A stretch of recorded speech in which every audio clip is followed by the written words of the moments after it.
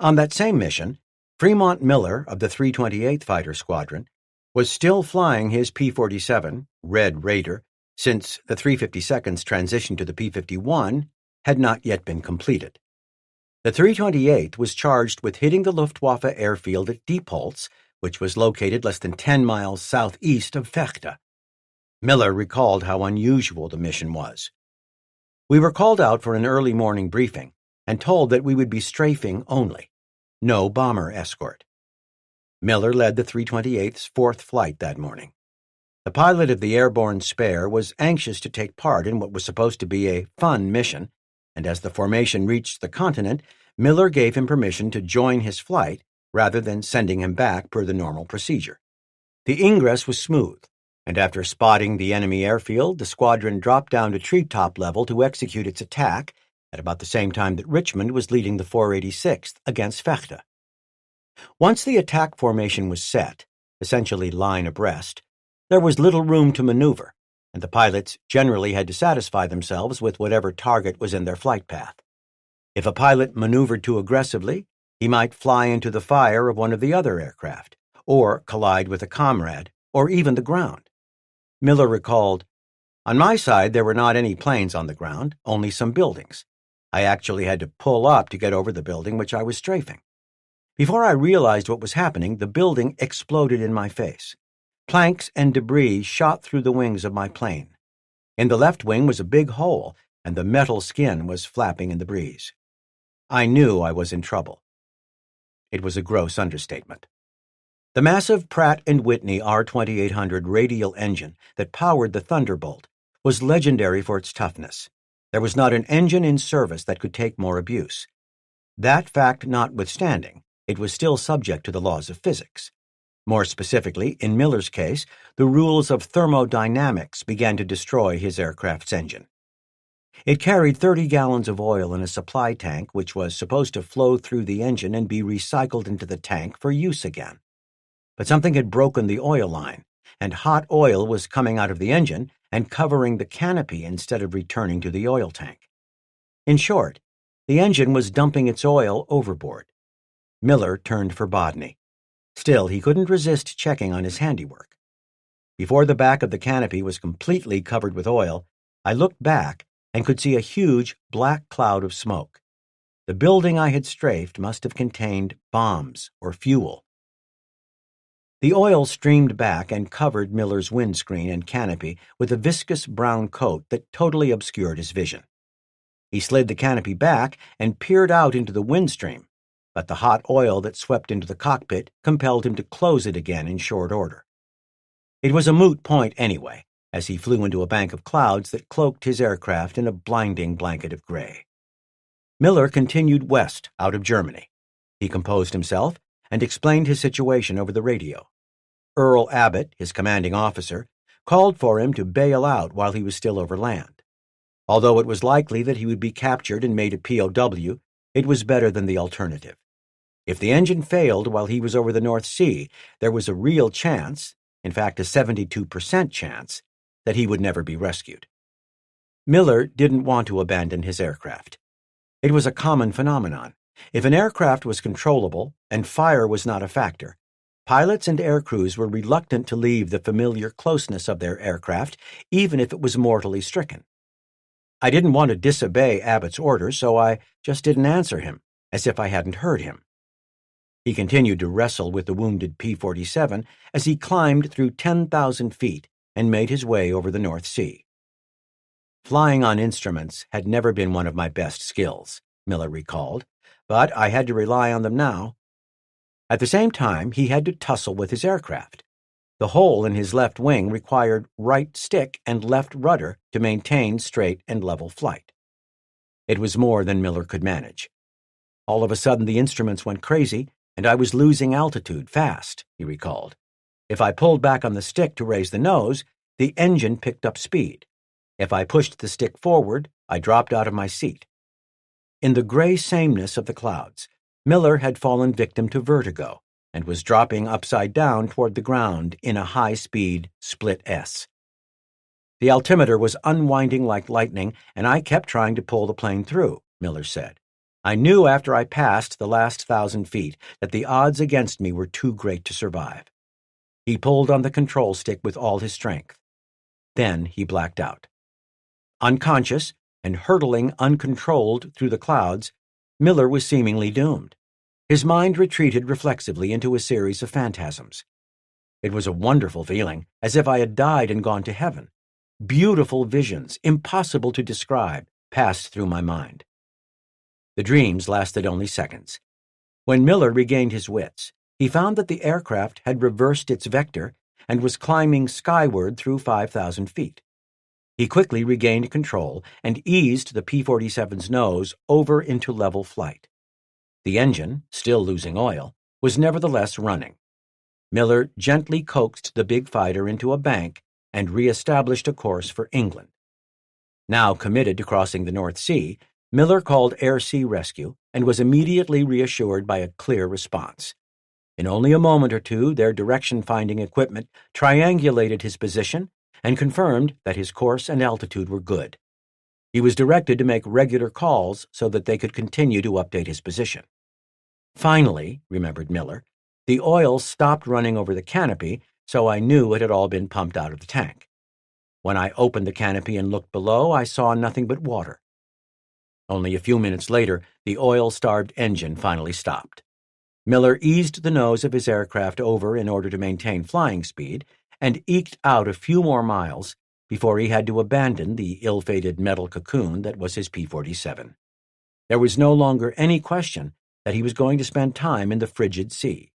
The critical question was how long he would be in it. Miller notified the detached voice at Air-Sea Rescue that he planned to jump as he descended through 1,500 feet.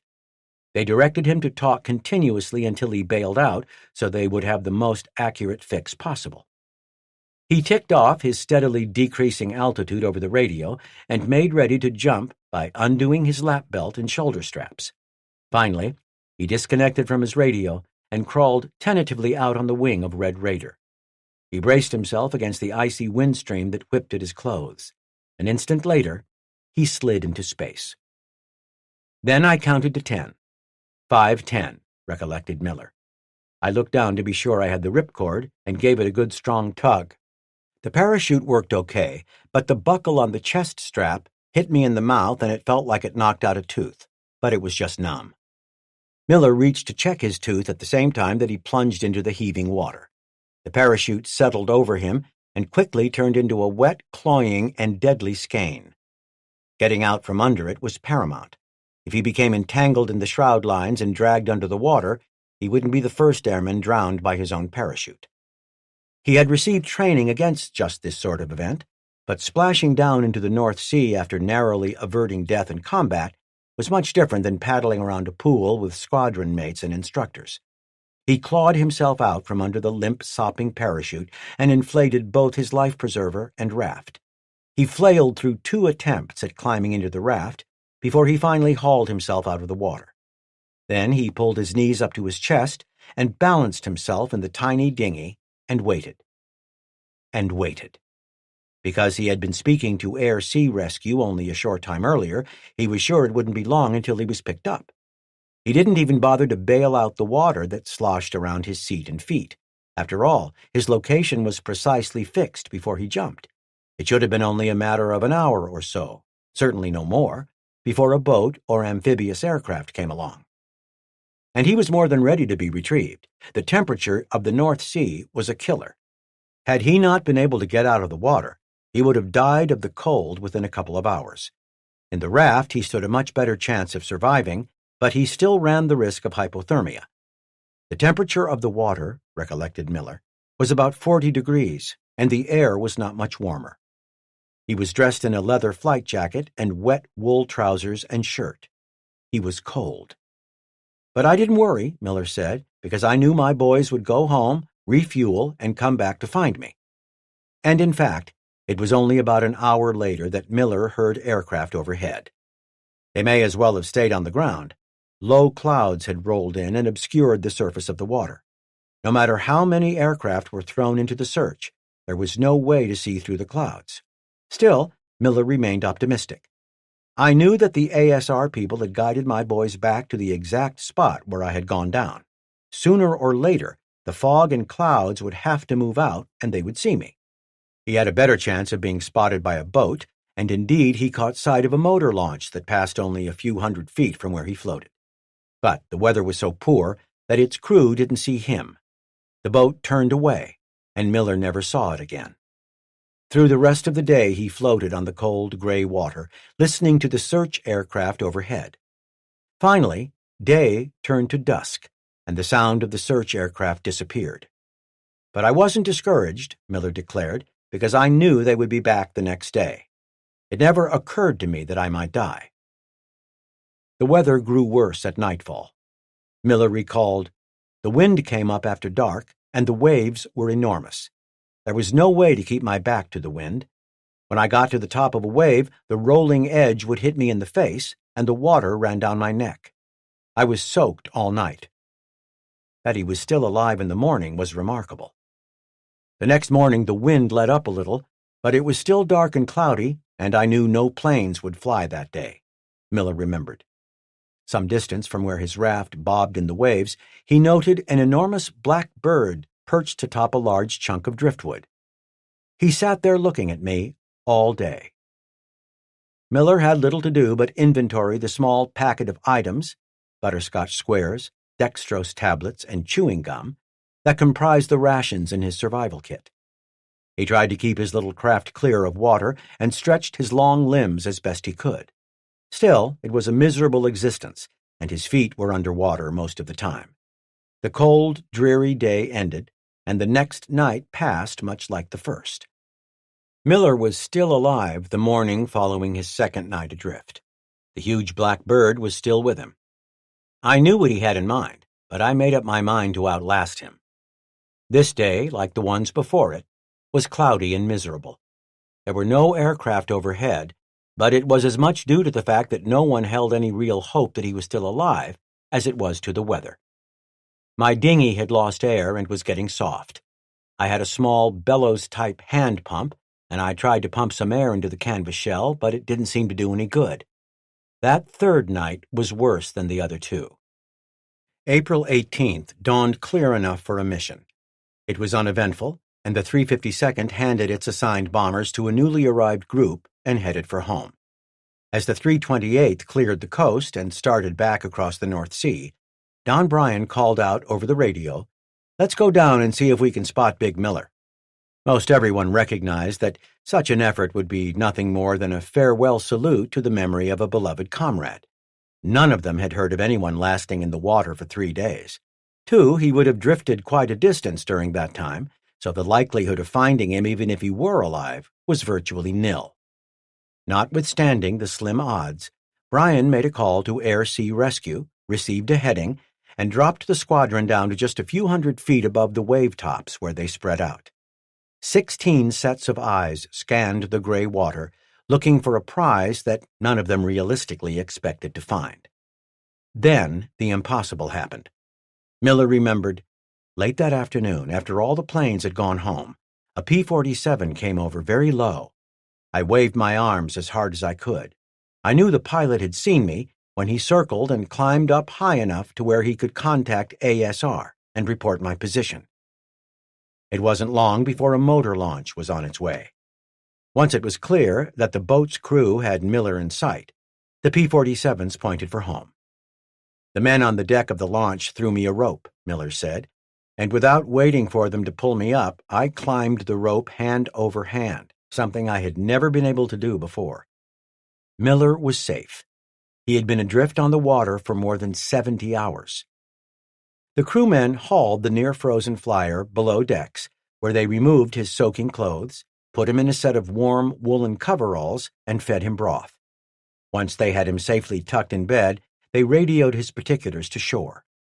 There was confusion in the air-sea rescue chain, as it was believed that there was no way that Miller could have still been alive. "I realized for the first time," Miller said, "that my outfit had given me up." In fact, Earl Abbott, the 328th's commanding officer, met the launch when it made landfall. He was there to confirm that it really was Miller who had been rescued. He recalled that Abbott turned white as a sheet, as if he saw a ghost. He just couldn't believe I was alive. Miller was indeed alive, but he was at risk of losing his legs. At Royal Navy Hospital, Great Yarmouth, the staff tended him hourly to save his badly frostbitten limbs. The nurses, he remembered, were the most dedicated women I have ever seen. They never complained about anything, although they had very little to work with. And his doctor was equally devoted. Miller became his special cause. His feet were kept elevated, and fans were positioned to blow cool air on them to keep them from overheating. My feet gave off so much heat that the nurses would come in and warm their hands on them. They swelled and turned nearly black. Skin sloughed from them in sheets.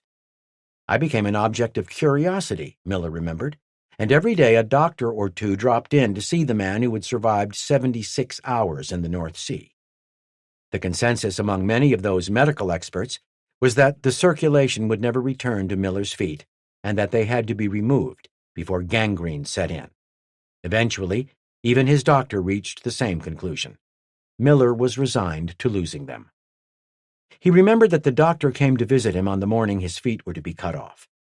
He spent a long time probing around just below the ankle bone to see if there was any sign of a pulse. I watched his face intently, and I thought I saw a faint smile. He looked at me and said, "Let's wait one more day." On the following day, his circulation improved further, as it did on subsequent days. It wasn't long before the danger passed, and Miller was assured of keeping his feet. Strafing enemy airfields was the most dangerous type of mission the 352nd flew. The group lost many more aircraft and pilots in these types of attacks than it did in aerial combat. Several different considerations made this so. First, the airfields were important, and the Germans consequently put heavy defenses in place, especially later in the war, as Allied attacks intensified. Next, as compared to air combat, where both the shooter and the target were moving in several different dimensions, the attacking aircraft flew generally straight courses, while the German gunners were stationary. This made it much easier for the gunners to accurately aim their fire. Moreover, whereas in aerial combat it was generally possible for only one aircraft to attack another at any given time, a strafing aircraft might be taken under fire from many different guns arrayed across an airfield. And because the attacks were generally made in a line abreast formation, there wasn't much room for attacking fighters to jink or otherwise maneuver away from gunfire without running the danger of colliding with another aircraft. 2, the Germans sometimes set up indiscriminate, interlocking curtains of barrage fire that the attacking fighters had no choice but to fly through as they crossed the airfield. Most of the airfield attacks were not specifically assigned by higher headquarters, but were ad hoc affairs performed when the unit went freelancing after completing its bomber escort duties. For many of the men, although they understood the dangers of these airfield attacks, the sight of aircraft on the ground was too powerful to resist, and they were drawn down like flies to honey. This type of aggressiveness meshed perfectly with Doolittle's desire to kill the Luftwaffe wherever it might be found. Tactics for attacking the airfields varied from one leader to another, and generally became more sophisticated as the war progressed. Earlier, it was common for half the attacking force to loiter overhead as high cover, or to fly by the airfield as a distraction. The other half departed the vicinity, dropped to low level, and then turned back toward the airfield while receiving heading corrections from the high group. This tactic sometimes caught the enemy defense by surprise. Later, as the units grew in size, one portion was often assigned as high cover, while another suppressed the defending guns, and then another executed the actual attack. Sometimes, especially when in smaller flights, there was no pretense at sophistication. Instead, the aircraft would make one pass and haul ass. The P-47 was irrefutably superior to the P-51 where strafing was concerned. Its 8 guns packed much more of a wallop than the Mustang's 4 or 6 guns, but more importantly, it could take much more damage than its replacement. The enormous air-cooled R-2800 engine was not only able to take a tremendous amount of punishment, but it additionally served as a shield in front of the pilot. On the other hand, the sleeker P-51, sometimes dubbed the spam can, was very vulnerable to hits in its engine's cooling system and sometimes gave up upon receiving the slightest hurt. Whereas it was inarguably more difficult to shoot an enemy aircraft out of the sky, it was more dangerous to shoot one up on a defended airfield. The 8th Air Force recognized this and kept an official tally of the ground victories scored by its flyers, while also making sure that high scorers received recognition in the form of awards and media attention. Nevertheless, it was costly business. Aside from Luther Richmond, the 352nd lost many more men during these types of attacks, including high-scoring aces Virgil Maroney and Karl Luksic. Besides enemy gunfire, there were other hazards involved in strafing the Luftwaffe's airfields and otherwise flying at low altitude. The 352nd had a good day on April 24, 1944, when it destroyed 28 aircraft on the ground at various airfields. However, the 486th Fighter Squadron gave up one of its own, but not to enemy fire. Captain McKean's plane seemed to strike high-tension wire and explode approximately 12 miles north of Augsburg. Robert McKean, who had destroyed 3 Me-110s on the mission, did not survive. Don Bryan, as aggressive a fighter pilot as there ever was, didn't like the odds associated with strafing German airfields. "I went through 2 tours and 138 missions, and I never shot at an aircraft on the ground," he recalled. Especially toward the end of the war, the Germans weren't flying because there was no fuel, and the aircraft that were sitting on the airfields wouldn't burn for the same reason. There was no fuel in them. But a lot of our guys were killed by anti-aircraft guns set up around those fields. There was some wisdom in Bryan's perspective. He was an ace more than twice over and had flung himself into many aerial battles. That he chose not to challenge fate by attacking heavily defended German airfields is telling. Fremont Miller returned to Bodney following his release from the hospital. He was there only to recover and was not to return to combat. Nevertheless, he got restless. His feet were only barely beginning to heal, and he could do little more than stand on them for short periods of time. To help him get around, 2 staff sergeants from the 328th's engineering section, George Wilcox and Victor Hines, built Miller a hand-powered cart made of bicycle parts. It was dubbed Red Raider Jr., and it no doubt played a role in his speedy recovery. The massively strong Miller was spotted powering himself all over the airfield. He occasionally got overzealous and spilled himself at the very farthest reaches of the base. In those instances, the control tower personnel, who always kept a watchful eye on him, sent someone in a jeep to pick him up, dust him off, and put him back in his contraption. The fierce gruesomeness of air combat was rarely evident to the pilots of the 352nd. Certainly they understood what happened when an aircraft exploded or was shredded by gunfire, but the death with which they dealt usually happened at long ranges and high speeds in seemingly limitless skies. And although their 50-caliber machine guns were brutally powerful, most pilots never saw what they did to the human body. Still, there were occasions when the reality of death came close up. The mission of January 30th, 1944 offered an example. Don Bryan of the 328th Fighter Squadron chased down an FW-190 near Emmen, and after firing a few ineffective bursts, finally set the enemy fighter's external fuel tank afire. Bryan pulled the throttle of his P-47 to idle when he realized he was in danger of flying past the FW-190. When he finally stopped the closure, he was about 50 feet behind the enemy fighter. I blew his canopy off and got many strikes all over him. While still shooting, I ran out of ammunition. He was smoking very badly, but I hadn't set him on fire. As I pulled away from him, I saw that the pilot's head was hanging over the side of the ship. He was quite dead. A more gruesome instance took place on April 30th, 1944. During the mission, Major Stephen Andrew closed in on an FW-190 and shot it up badly enough that the enemy pilot jettisoned his canopy and jumped clear. Tragically, he fell directly onto the propeller hub of Andrew's P-51 and was killed instantly. Ted Fahrenwald recalled what happened immediately after.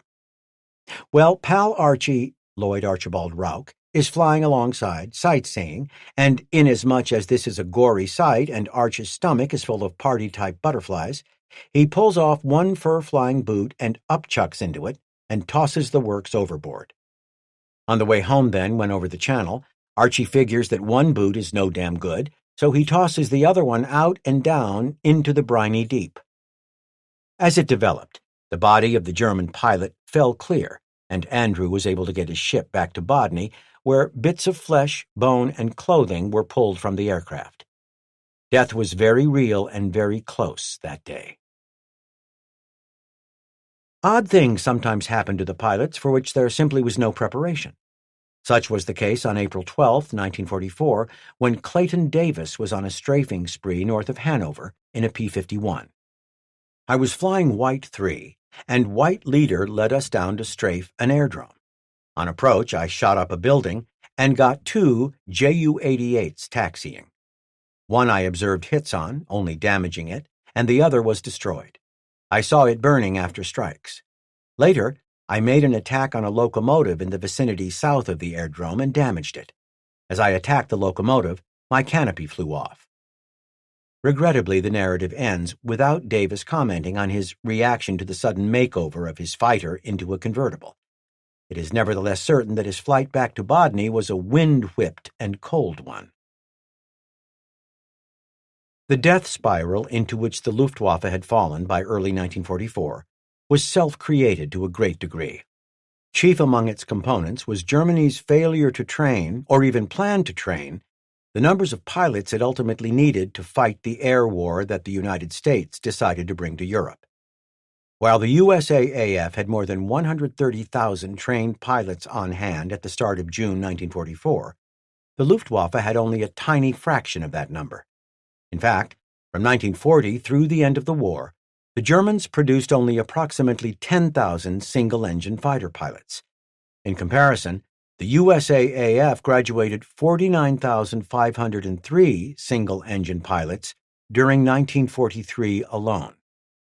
When it is considered that Germany was fighting not only the United States, but also Great Britain and the Soviet Union, it is not overly critical to characterize its failure to train enough pilots as gross stupidity. If any of the belligerents required vast numbers of excellent pilots, it was Germany. Whereas the German leadership successfully implemented crash programs to dramatically ramp up the production of aircraft, doing the same with pilots was impossible. Aircraft could be stamped out in prodigious numbers so long as all the resources were available at the right place and time. The Germans demonstrated this during much of 1944, when they manufactured prodigious numbers of fighters despite continuous Allied bombing. The same was not true of humans. They needed to eat and sleep. They got sick. Each one had a different temperament and a set of characteristics that made him unique. Too, whereas aircraft could be built regardless of the weather, fledgling pilots needed benign flying conditions in which to learn. Europe's weather was miserable during much of the year, and although humans could be pushed, there was a limit to how fast they could learn. Moreover, they needed experience of the type that couldn't be learned as part of a formal training syllabus. Some things simply couldn't be taught and came only from flying regularly over a period of time. By 1944, the Germans didn't have time. For instance, it still took a year for the United States, with its vast and carefully considered training program, and relatively good weather, to produce a combat-ready, albeit green, pilot with more than 300 hours of flying experience. The Luftwaffe couldn't match this. Even if it could have, it would have needed to start such a program at the end of 1942 or early 1943. Nothing of the sort was ever implemented. As a consequence, when the Luftwaffe's leadership recognized its predicament, it was forced to cut corners in pilot training. As a result, by 1944, new Luftwaffe fighter pilots started operations with roughly half the flight time and experience of their USAAF counterparts. Worse, they were expected to complete their training while on actual operations. The result was predictable. Poorly prepared relative to their USAAF and RAF counterparts, neophyte Luftwaffe fighter pilots were quickly killed in combat. Flying accidents killed even more. They were subsequently replaced by less and less well-trained pilots, until by the end of 1944, new pilots were showing up with barely more than 100 flying hours, only a fraction of which was at the controls of the aircraft they flew in combat. As a result, an assignment to fly in defense of the Reich during 1944 was akin to a death sentence for a new German fighter pilot. On average, German fighter units defending against the USAAF bomber streams lost more than 4 of every 5 aircraft every single month. A lucky pilot might survive being shot down 2 or 3 times, but it was uncommon to escape injury or death on a long-term basis. In fact, when Generalfeldmarschall Hugo Spurla surveyed the fighter units of Luftflotte 3 during July 1944, he discovered that only the highest-ranking commanders who did not regularly fly in combat had more than 6 months of experience, while only a few of those who flew regular operations had more than 3 months of experience. The majority of the pilots had been flying against the USAAF for less than a month. Luftwaffe pilot trainees endured a certain type of hardship late in the war that their USAAF counterparts never had to consider. That is, they ran a small but real chance of getting shot down. Although there is no knowing for certain who was at the controls, a German trainer was bagged by Robert Ross of the 487th Fighter Squadron on April 13, 1944, near Stuttgart. As we started down from 8,000 feet to strafe this AD, I spotted an aircraft just above me with fixed landing gear. I pulled up to identify it and saw it was a primary trainer. He was at 1,300 feet when I identified him. The enemy training plane was like a mouse caught in a cattery. It was unarmed but nimble. Ross had a devilish time trying to pin it down with his high-performance fighter. He saw me at the same time, recalled Ross, and dove for the deck. I made 3 passes at him, but could not get enough deflection to hit him. On my 4th pass, he got behind some trees, and I fired through the trees at about 45 degrees deflection, Ross recounted. As he came to the end of the row of trees, he pulled straight up and fell off on the left wing, going straight into the ground, where the plane disintegrated. When considering the larger strategic picture, this encounter was consistent with Doolittle's orders. He wanted his flyers to attack and kill the Luftwaffe whenever opportunities were presented. Young German pilot trainees received no special consideration, and Allied pilots attacked training aircraft whenever they encountered them.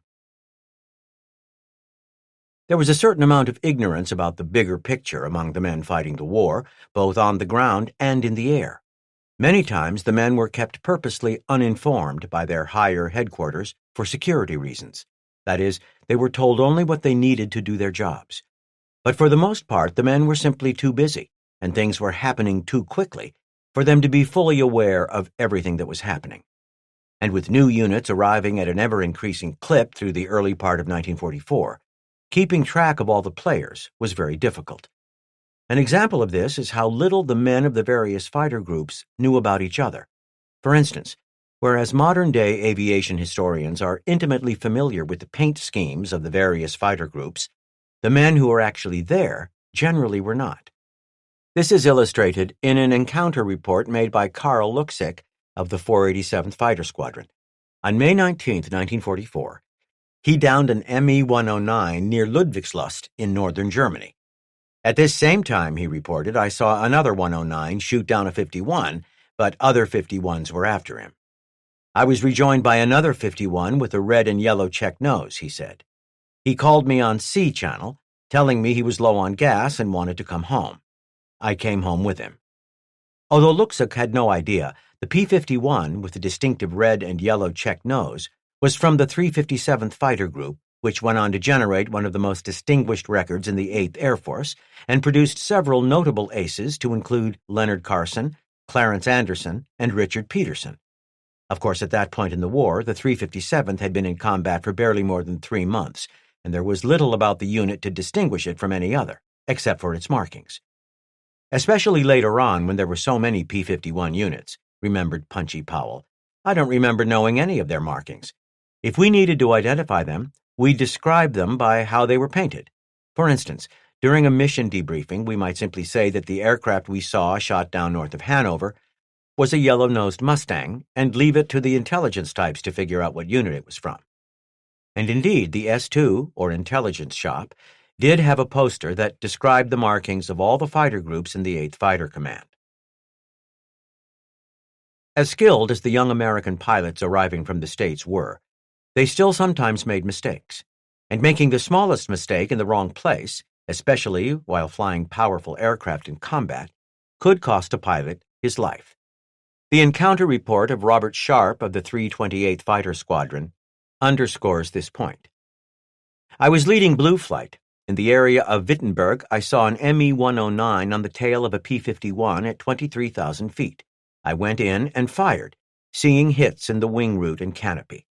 The Me-109 broke for the deck, and I followed. My canopy frosted up, and a green-nosed P-51 from the 359th Fighter Group took over, firing short bursts, but I saw no hits from his fire.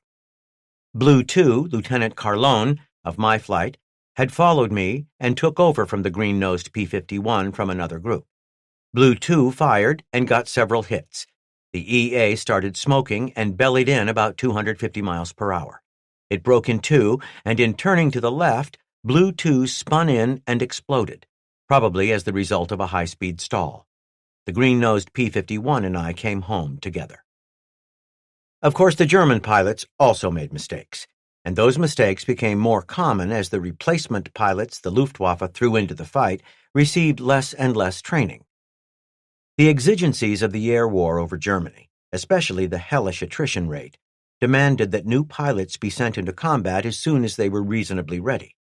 Sometimes reasonably ready was not ready enough, as indicated by an engagement that occurred on May 13, 1944. On that day, Francis Horn of the 328th Fighter Squadron was flying a bomber escort mission when a box formation of approximately 50 Luftwaffe fighters was encountered near Demmin in northern Germany.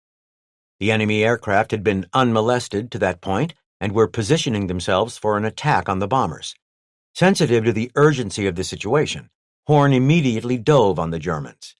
My main effort, he remembered, being to break up the formation of EA before they reached the bomber formation. I swept from the right back of the enemy formation to about 2/3 to the left front corner, firing several bursts. The enormous German formation was unwieldy, and while it might have been effective in massing firepower against the big American bombers, it was ludicrously vulnerable against fighter attacks. The individual pilots making up the huge block of German aircraft were virtually helpless against diving attacks like Horn's. They couldn't maneuver because there simply wasn't room inside the formation to do so. The best they could do was rely on chance and hope that they wouldn't be selected as a target, or in the event that they were fired upon, hope that their attacker was a poor shot. Nevertheless, it took nerves to stay put, and some of the German flyers, as Horn described, simply couldn't do it. One of the FW-190s broke right when I started closing on him and ran into another FW-190. The right wing came off of the EA that had broken, and the left wing was knocked off the other EA, and they both started spinning down. As he pulled up and away, Horn looked over his shoulder and saw the rest of his squadron mates savaging the hapless Germans. Horn was awarded credit for the two FW-190s. Joe Mason, the 352nd's commanding officer, was leading the group that day and also encountered an enormous formation of German fighters. My flight cut across the arc of their turn and flew through the middle of their formation. I fired as I was going through them and saw strikes on the wing of one Me-109. Mason found himself all alone when he came out the other side of the group of enemy aircraft. I pulled up on a climbing left turn and looked back and down at the bandits. Two of them were spinning down, one with his tail gone and the other with about 2/3 of his wing gone. We had forced this collision of the two 109s when I took my flight through the large formation, the largest I have ever seen. Mason then dove down on a mixed formation of Me-109s and FW-190s. I closed on a 190 after a series of short bursts. I set him on fire. Mason pressed after the enemy aircraft. The first burst had knocked his flap, or some object of similar size, off. Just before he entered a large cloud, smoke, flame, and debris came back over my ship. I then pulled up to keep from running through him in the cloud and came out on top.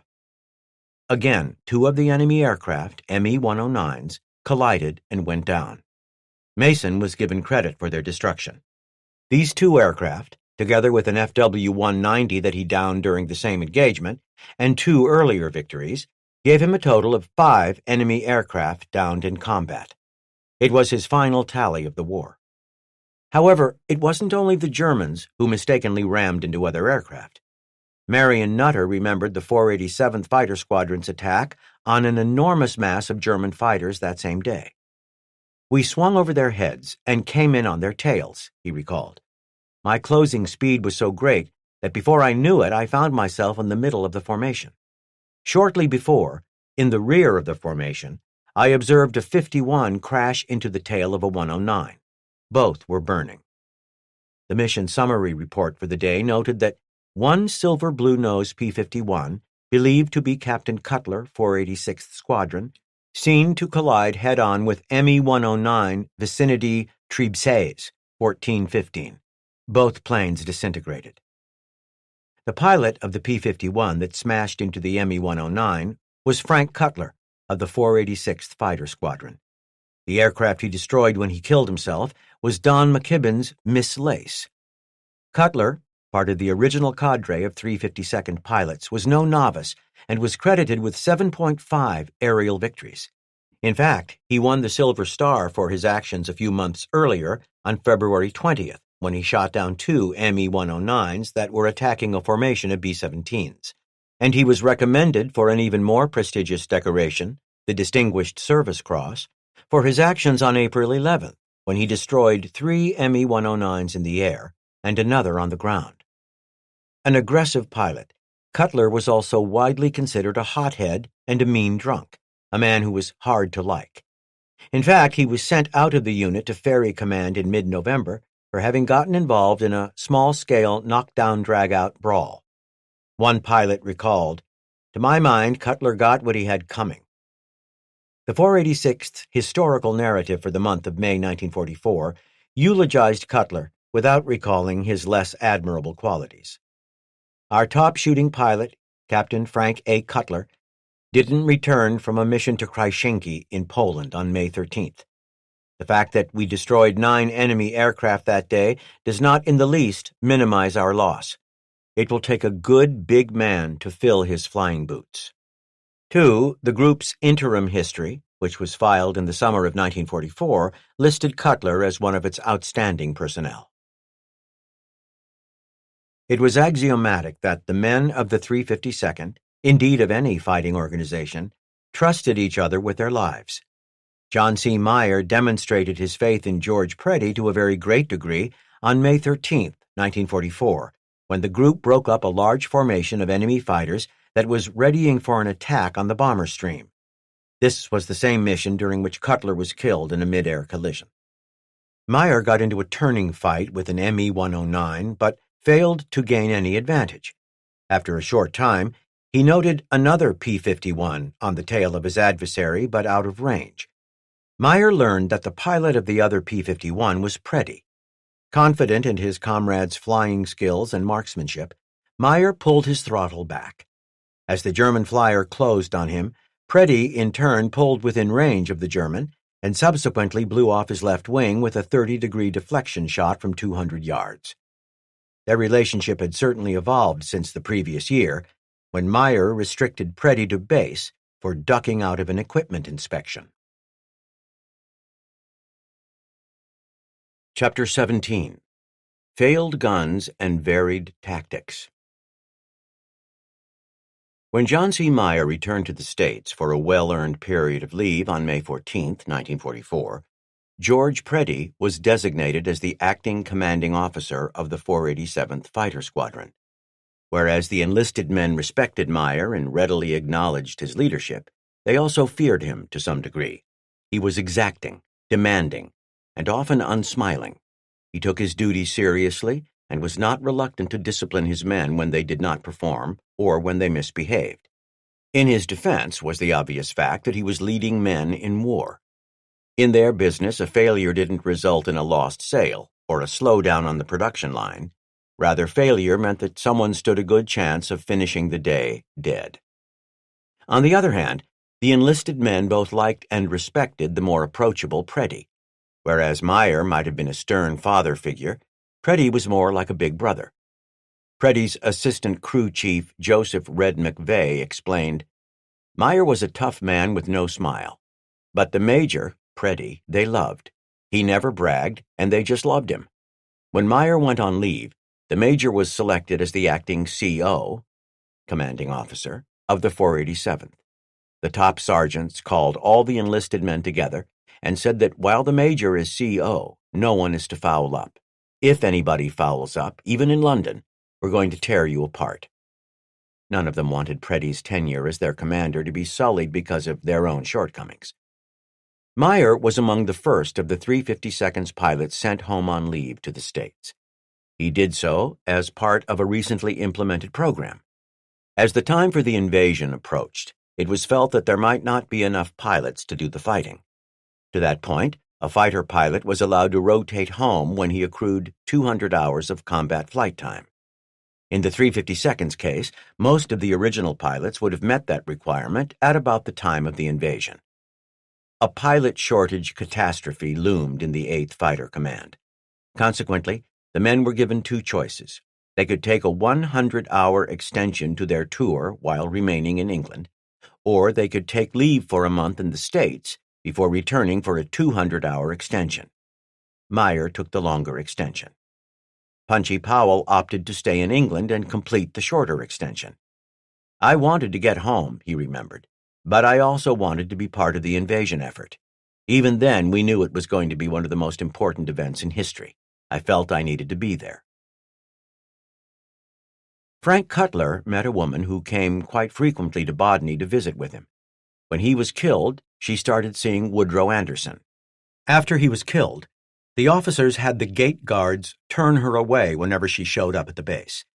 They likely did so out of a combination of sympathy and superstition. Goering's flawed leadership of the Luftwaffe manifested itself in astonishingly bad ways. His failures were rooted largely in his personality, but also stemmed from a narrow and simplistic understanding of air combat. Although he had been a successful ace during World War I, he failed to appreciate the changes in tactics, techniques, and procedures that had occurred as the science of aviation evolved. The edict he issued to his fighter units during December 1943 reflected his shortcomings. Anxious to inflict the maximum hurt possible on the American bomber formations, he ordered his pilots to avoid combat with the escort fighters at all costs. Instead, they were to concentrate solely on the bombers and ignore the American fighters even if they were attacked. Certainly it made sense to target the bombers rather than the fighters, as it was the bombers that were destroying Germany.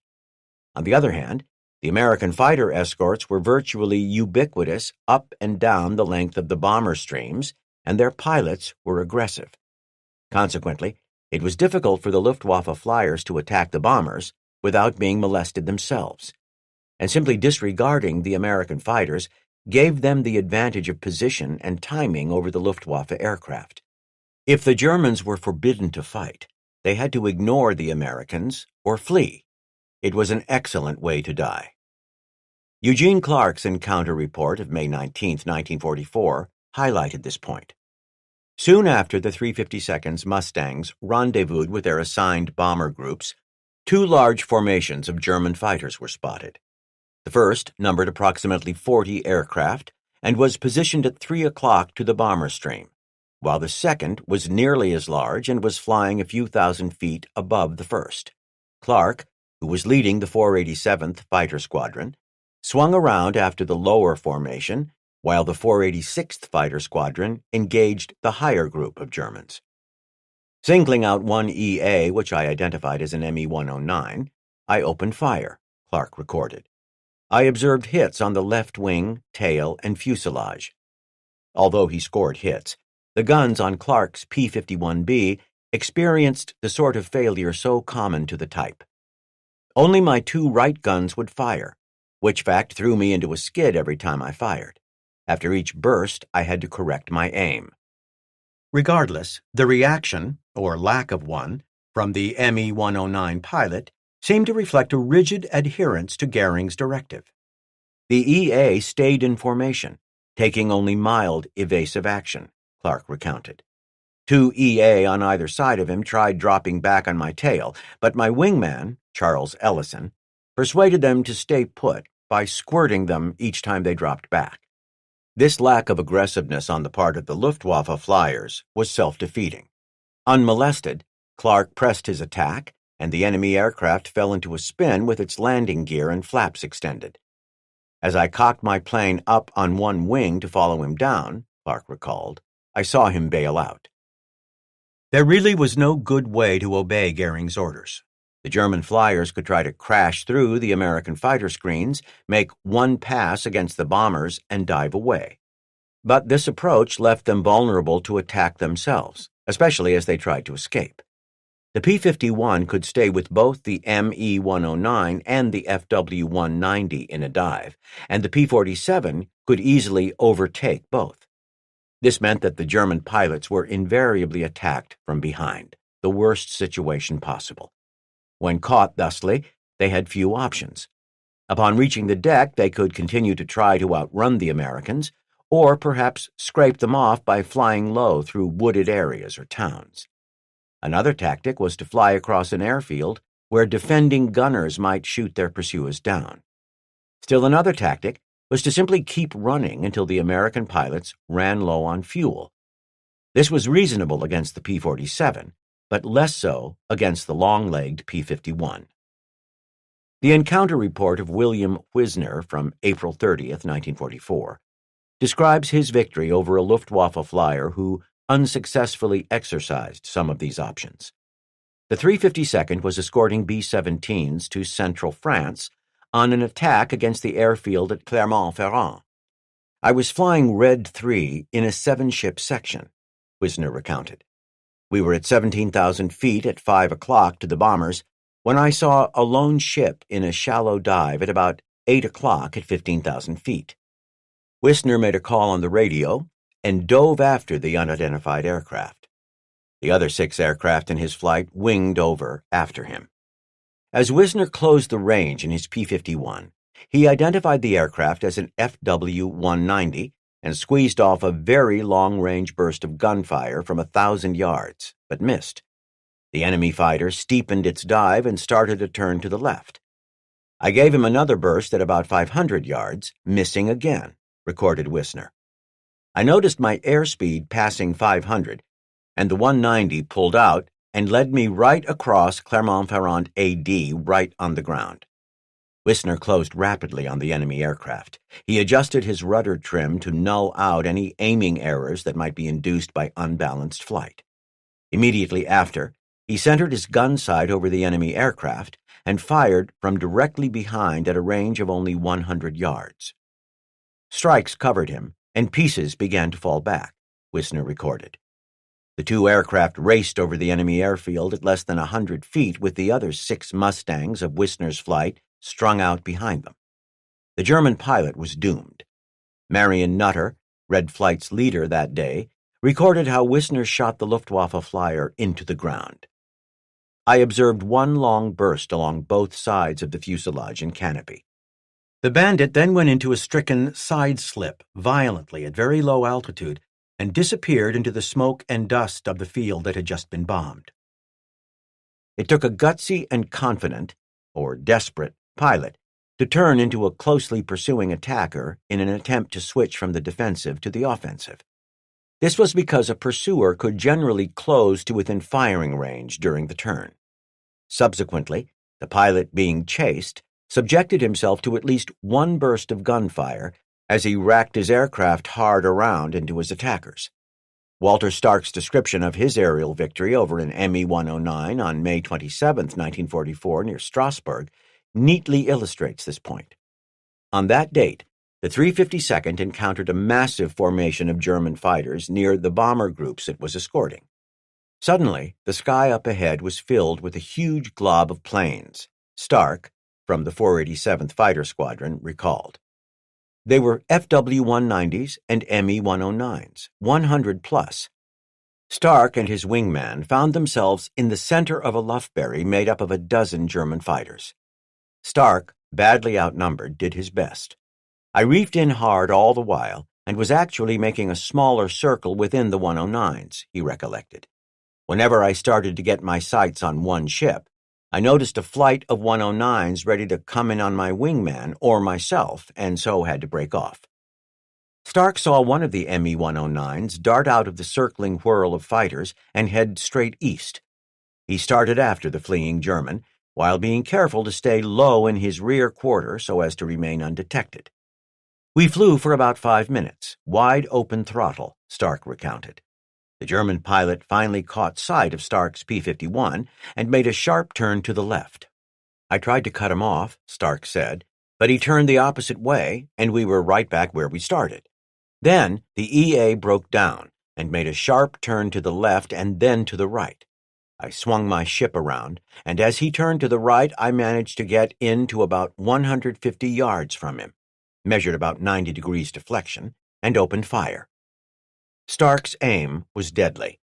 Strikes showed up all over the cockpit in one brilliant mass, and the EA caught fire and did a half roll and spun slowly towards the earth, where it crashed in a burst of flames. The pilot did not get out, ever.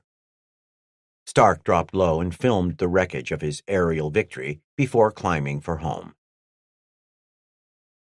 One other option the Luftwaffe pilots exercised, when conditions were right, was to fly into clouds. Once safely inside the gray gloom, they were safe from attack. It was impossible to see more than a few yards in any direction. George Preddy lost an Me-109 to clouds on April 20, 1944, near Beauvais in northern France. After chasing a larger formation of 11 Me-109s, one of the German fighters split from the group, and Preddy and his wingman, Ralph Hamilton, went hard after him. He headed for a cloud, Preddy recalled, so I opened fire at 30 degrees deflection and 500 yards. I fired until he went into the cloud and picked him up on the other side. I got another burst at him, scoring strikes on the fuselage. He flew into another cloud, and I didn't see him again after he entered it. 3 weeks later, on May 8th, near Hanover, Germany, Ralph Hamilton had much the same luck.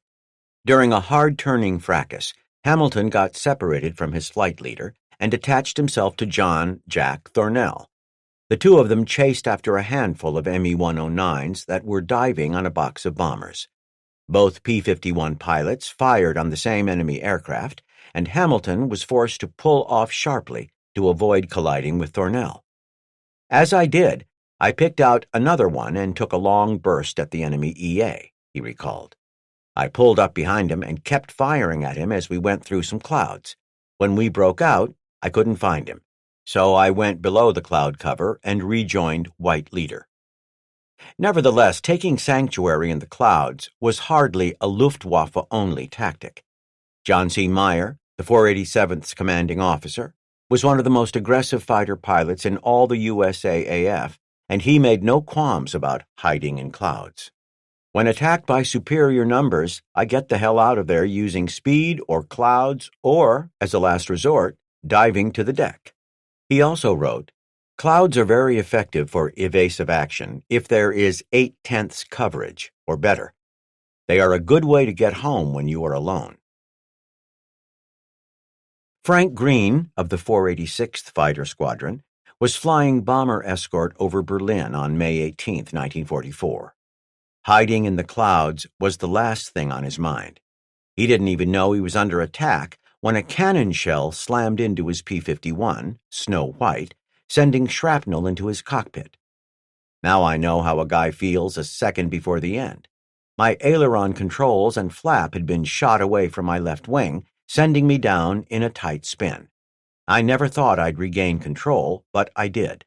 I noticed, however, that if I slowed her down below 140 miles per hour, she would slow roll on me and go out of control again.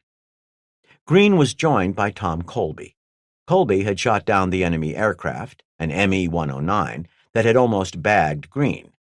He stuck with Green as he nursed his damaged ship westward across the continent. I repeated the Lord's Prayer about 16 times, and somehow I got to the coast of England. But now my troubles were only starting. How could I land at my small fighter field when I couldn't slow my P-51 to less than 140 miles per hour? Green considered bailing out, but decided to land at a bomber base where there was a long runway. I bounced 10 times on the cement runway and died a miserable death at each bounce. But when I finally brought her to a stop, without brakes, I felt like thumbing my nose at the meat wagon that was waiting for me. The excitement of air combat sometimes compelled the pilots to do things that made little sense. David McIntyre's actions over Koblenz, Germany, on May 12, 1944, are a case in point. As he finished a strafing run against an airfield, he looked over his shoulder and found an Me-109 directly behind him. McIntyre turned hard into his pursuer and soon had him on the run. He fired a burst at the enemy aircraft from 500 yards. He caught fire and large pieces fell off the plane. Smoke was so heavy I pulled out to one side to avoid collision and overshot him. Undeterred, McIntyre maneuvered himself back behind the enemy fighter, but overshot again. The Me-109's engine had stopped.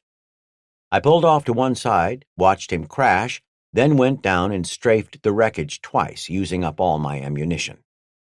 What McIntyre's rationale was for expending all his ammunition on an aircraft that was obviously destroyed is unknown. In hindsight, it seems especially imprudent when it is considered that he was deep in enemy territory. 2, while he devoted time, attention, fuel, and ammunition to punching additional holes in the wreckage of a downed Me-109, he could have been easily attacked himself. William Furr's actions a couple of weeks later, on May 30th, 1944, offer another interesting example. He dove into a whirling dogfight west of Magdeburg and was soon spiraling down after an FW-190. I fired, and as I began firing, he bailed out. I was still firing at the EA when it hit the ground and exploded. It made no sense for Furr to expend valuable ammunition on an aircraft that had no pilot, but he did it nonetheless. And he did it again a few minutes later. I then pulled up from my dive behind another FW-190. Another P-51, UI, unidentified, turned in behind him at the same time. This EA pilot jettisoned his canopy before either of us fired, and a few seconds later, the EA began diving toward the ground. Then the enemy pilot bailed out. For whatever reason, Furr chose that moment to start shooting at the enemy aircraft, despite the fact that it had no one at the controls.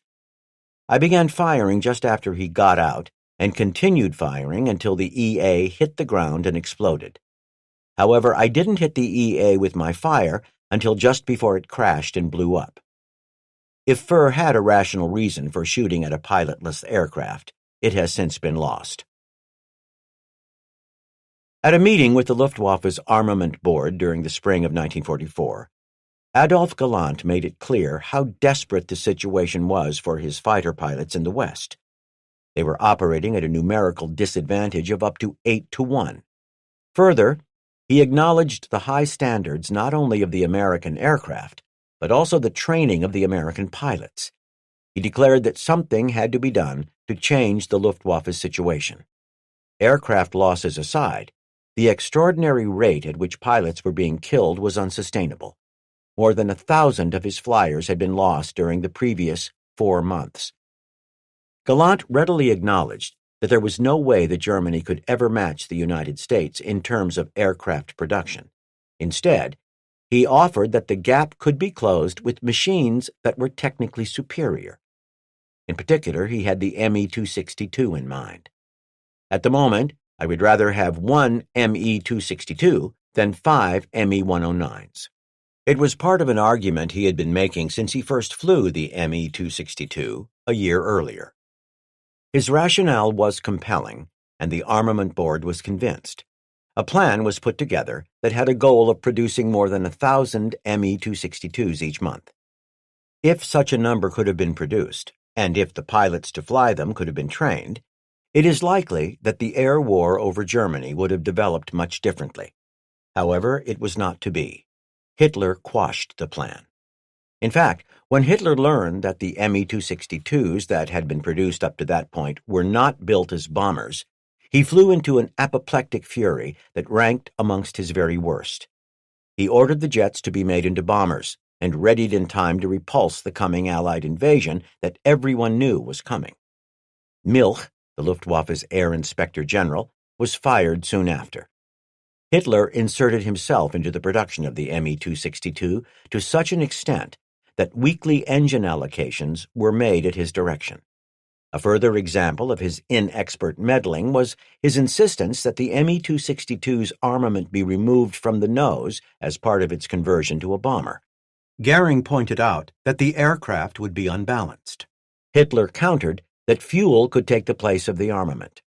He apparently failed to consider the fact that the aircraft would again be unbalanced when the fuel was burned. Gallant understood better than anyone the potential of the Me-262 to blunt the massive American bomber raids. Watching that potential frittered away while Germany was being blasted into rubble nearly drove him mad. He argued vehemently with Goering and anyone who opposed him that modifying the Me-262, a fighter, into a bomber would yield indifferent results. He was ignored. Goering, ever the sycophant, refused to take the argument to Hitler. To be fair, it is unlikely that he could have swayed the Führer. Indeed, it was forbidden for anyone to refer to the aircraft as a fighter. Rather, Hitler directed Goering to issue an order that it be called the Blitz bomber. Gallant fumed. One might as well have given orders to call a horse a cow. When it was decided that bomber pilots, rather than fighter pilots, would be transitioned to fly the high-performance aircraft, Gallant correctly pointed out that they didn't have the requisite background. The reply he received was that they were already accustomed to flying with two engines and that they would quickly learn a bit of shooting. Additionally, they were better trained for instrument flying. When Gallant floated the idea of dividing the production of the jets equally between fighter and bomber units, he was rebuffed. Ultimately, running into obstacles at every turn, Gallant sarcastically declared that it would be better for all if the entire idea was dropped and the intended cadre of Me-262 pilots was simply sent on leave until the end of the war. However, sympathizers to his cause, Heinrich Himmler among them, made certain that Gallant retained a handful of the new jets so that experimental sorties could be made with them as fighters. Flown by the right sorts of pilots, these aircraft scored small but demonstrable successes against the American bomber streams. These early experiments were invaluable when the decision was finally made in October 1944 to allow the formation of a combat unit to demonstrate the type's potential against the American bombers. Ultimately, although Hitler's interference created friction that the urgently needed Me-262 program could ill afford, there were issues with the engines that were at least as hurtful. Aside from obstinate technical problems, strategic metals, such as cobalt and nickel, were in desperately short supply. After much delay, a type of steel was substituted, and the engine was made just barely suitable for operations. The delay caused by this issue calls into question the notion that the Me-262 would have been ready earlier if Hitler hadn't gotten involved. At the same time that Gallant was fighting for the Me-262, his FW-190 and Me-109 pilots were hard-pressed to keep up not only with the increasing size of the American bomber raids, but also the greater numbers of skilled escort pilots. An 8th Fighter Command document from 1944 accentuated this point. From the point of view of quality, the most aggressive fighter units in the Luftwaffe are employed in the West, which is regarded as the hottest of all fronts by most German pilots. It has come to light that one of the recently formed units in the West was asked to volunteer rather than being merely assigned to the new unit. Recent prisoners of war have confirmed that entirely new tactics have had to be developed in the past few months to fight American heavy bombers, and that a first-class fighter pilot is required in order to have any success at all against them.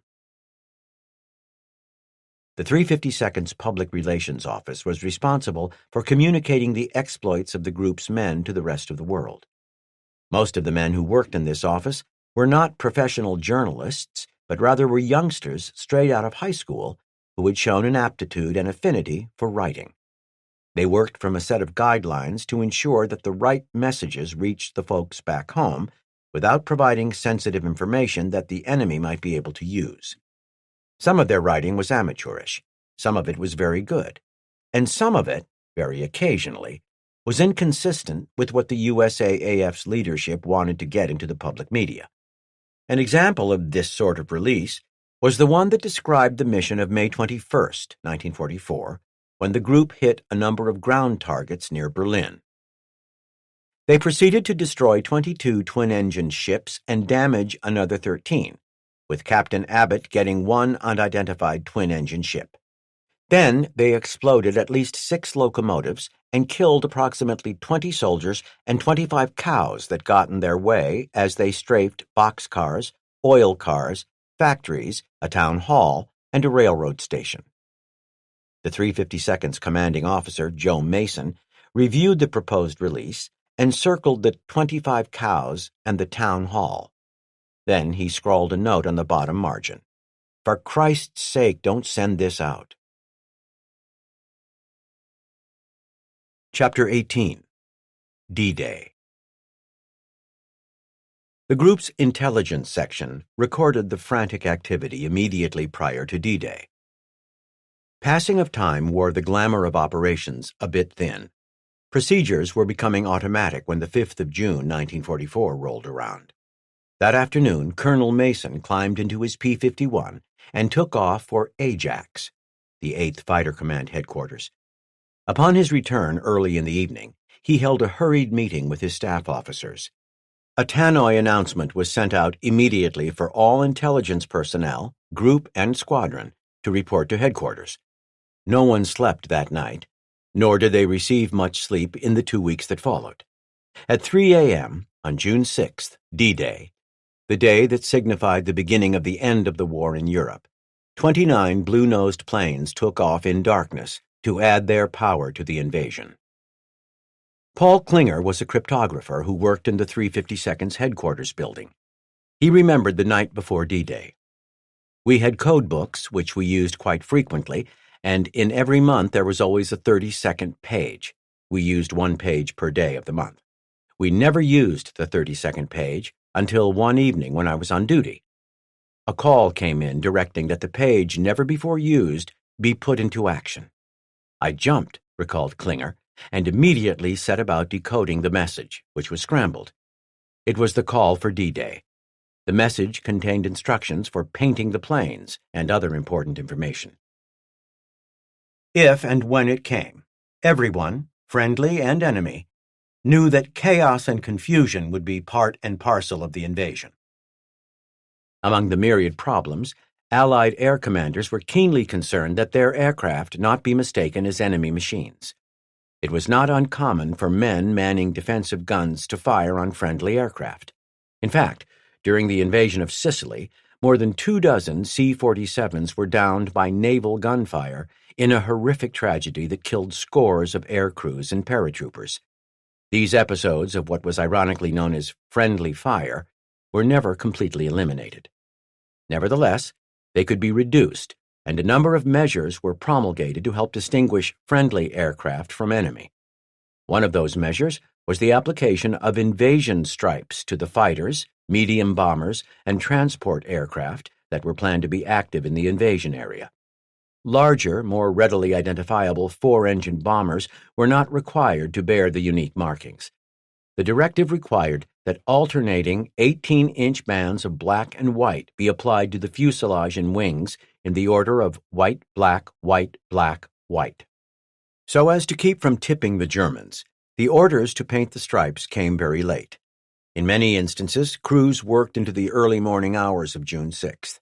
Indeed, the paint had not completely dried on some aircraft by the time they took off. The experience of the 352nd was typical. A special crew hurried to each aircraft and marked it with chalk lines. Once that task was complete, another crew fell on the aircraft and quickly painted the stripes with brushes, mops, rags, and whatever else was handy. There wasn't enough proper painting equipment, and the resultant, often sloppy-looking markings attested to their hasty application. They closed the bar on the night before the invasion. Howls went up from the men until the realization sank in. Nothing specific was said, but they were told to go to bed early. It was obvious that something big was up. Indeed, the nature of their operations had changed during the previous few days, as the 8th Air Force had sent massive attacks against the Pas-de-Calais region and Normandy. These were on top of the thousands upon thousands of sorties that the England-based 9th Air Force had mounted during the previous months. At any rate, the men went to bed. They needn't have bothered. They were almost immediately wakened at 2200 hours, 10 o'clock p.m., for what was described as a maximum effort. Groggy and disoriented, they stumbled into their clothes and waited for a ride to the mission briefing. The night was dark and miserable. Rain spat down from low, wet clouds. Fog banked across the field and disappeared only to reappear again. It was weather that made men pray. Mostly, they prayed that they wouldn't be made to fly. Ted Fehrenwald recalled their wretched anxiousness. Not much chatter, but we were all thinking hard and fast, and the same maggoty thoughts nibbled persistently through each of our heads. Black night, rain, low ceiling, zero visibility, no flare pots, a blind takeoff with 3,000 pounds of high octane aboard that tiny little Mustang. Hearts leapt into throats when the briefing map was uncovered. It was the most complex they had seen, crisscrossed with red ribbons and marked with colored lines and boxes and numbers. This was to be D-Day. Although no one knew exactly when it would be, recalled Punchy Powell, there was a feeling during the time leading up to it that the invasion might happen any time. Anticipating that, I had extended my tour so that I wouldn't miss it. The day had come. He sat in the hushed briefing room with every other pilot in the group, oblivious to the drizzle ticking on the roof above his head. The pilots of the 8th Fighter Command were tasked with forming a great, impenetrable arc to protect the invasion beachhead against the Luftwaffe. Eisenhower and his commanders were taking no chances. The greatest part of the USAAF strategic air war to that point had been fought to ensure the success of the operation planned for that very day. Virtually every mission, every bomb, every lost life had been spent for the promise of that day. If the Allies failed to establish a lodgment at Normandy, the Germans might not be defeated for years. The Luftwaffe could not be allowed to reach the invasion force. At the conclusion of the main part of the briefing, Stormy Gisbers, the group's meteorologist, mounted the stage. Practically speaking, what he had to say didn't matter.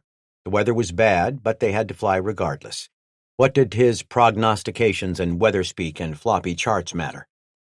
Chaplain George Cameron closed the brief with a prayer.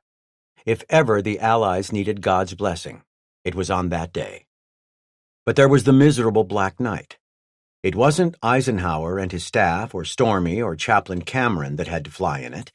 It was McKibben and Fehrenwald and Powell and thousands of young men like them all across England. And none of them relished the thought of launching into the dripping black maw that hung low over the countryside. They were trained, they were well-trained, but very few of them had much real experience flying through the sort of night mess that spat down on them as they slunk out of the brief and to their respective pilot huts. The 486th Fighter Squadron was scheduled to take off first, and the time came for its pilots to man their aircraft.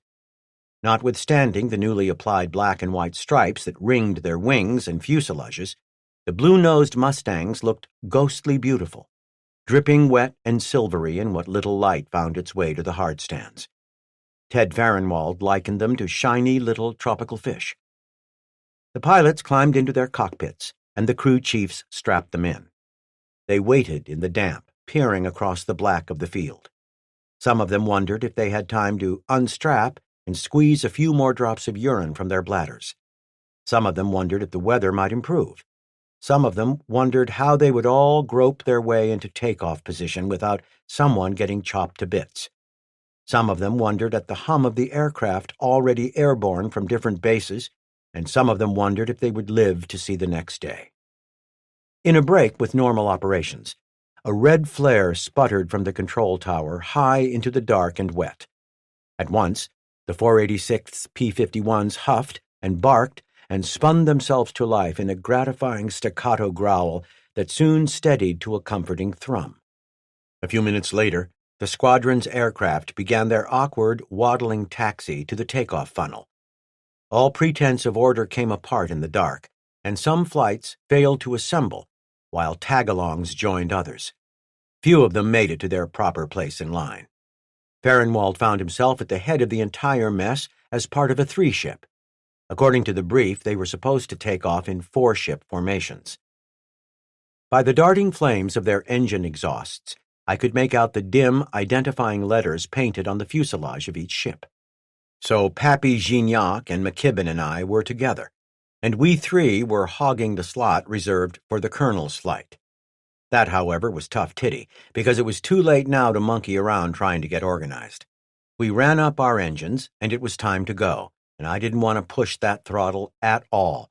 My instruments glowered greenly at me like the winking, blinking, luminous eyes of a whole pack of pussycats racked up in a blacked-out bookcase. But they did go. With their throttles pushed up, the pilots of the first 3 Mustangs felt their aircraft bump along the muddy grass on a northeasterly heading as they picked up speed. Gignac's mount hit something slippery that spit him off to the side. Farrenwald, on McKibben's wing, jockeyed his throttle to stay in position until the two of them finally lifted off.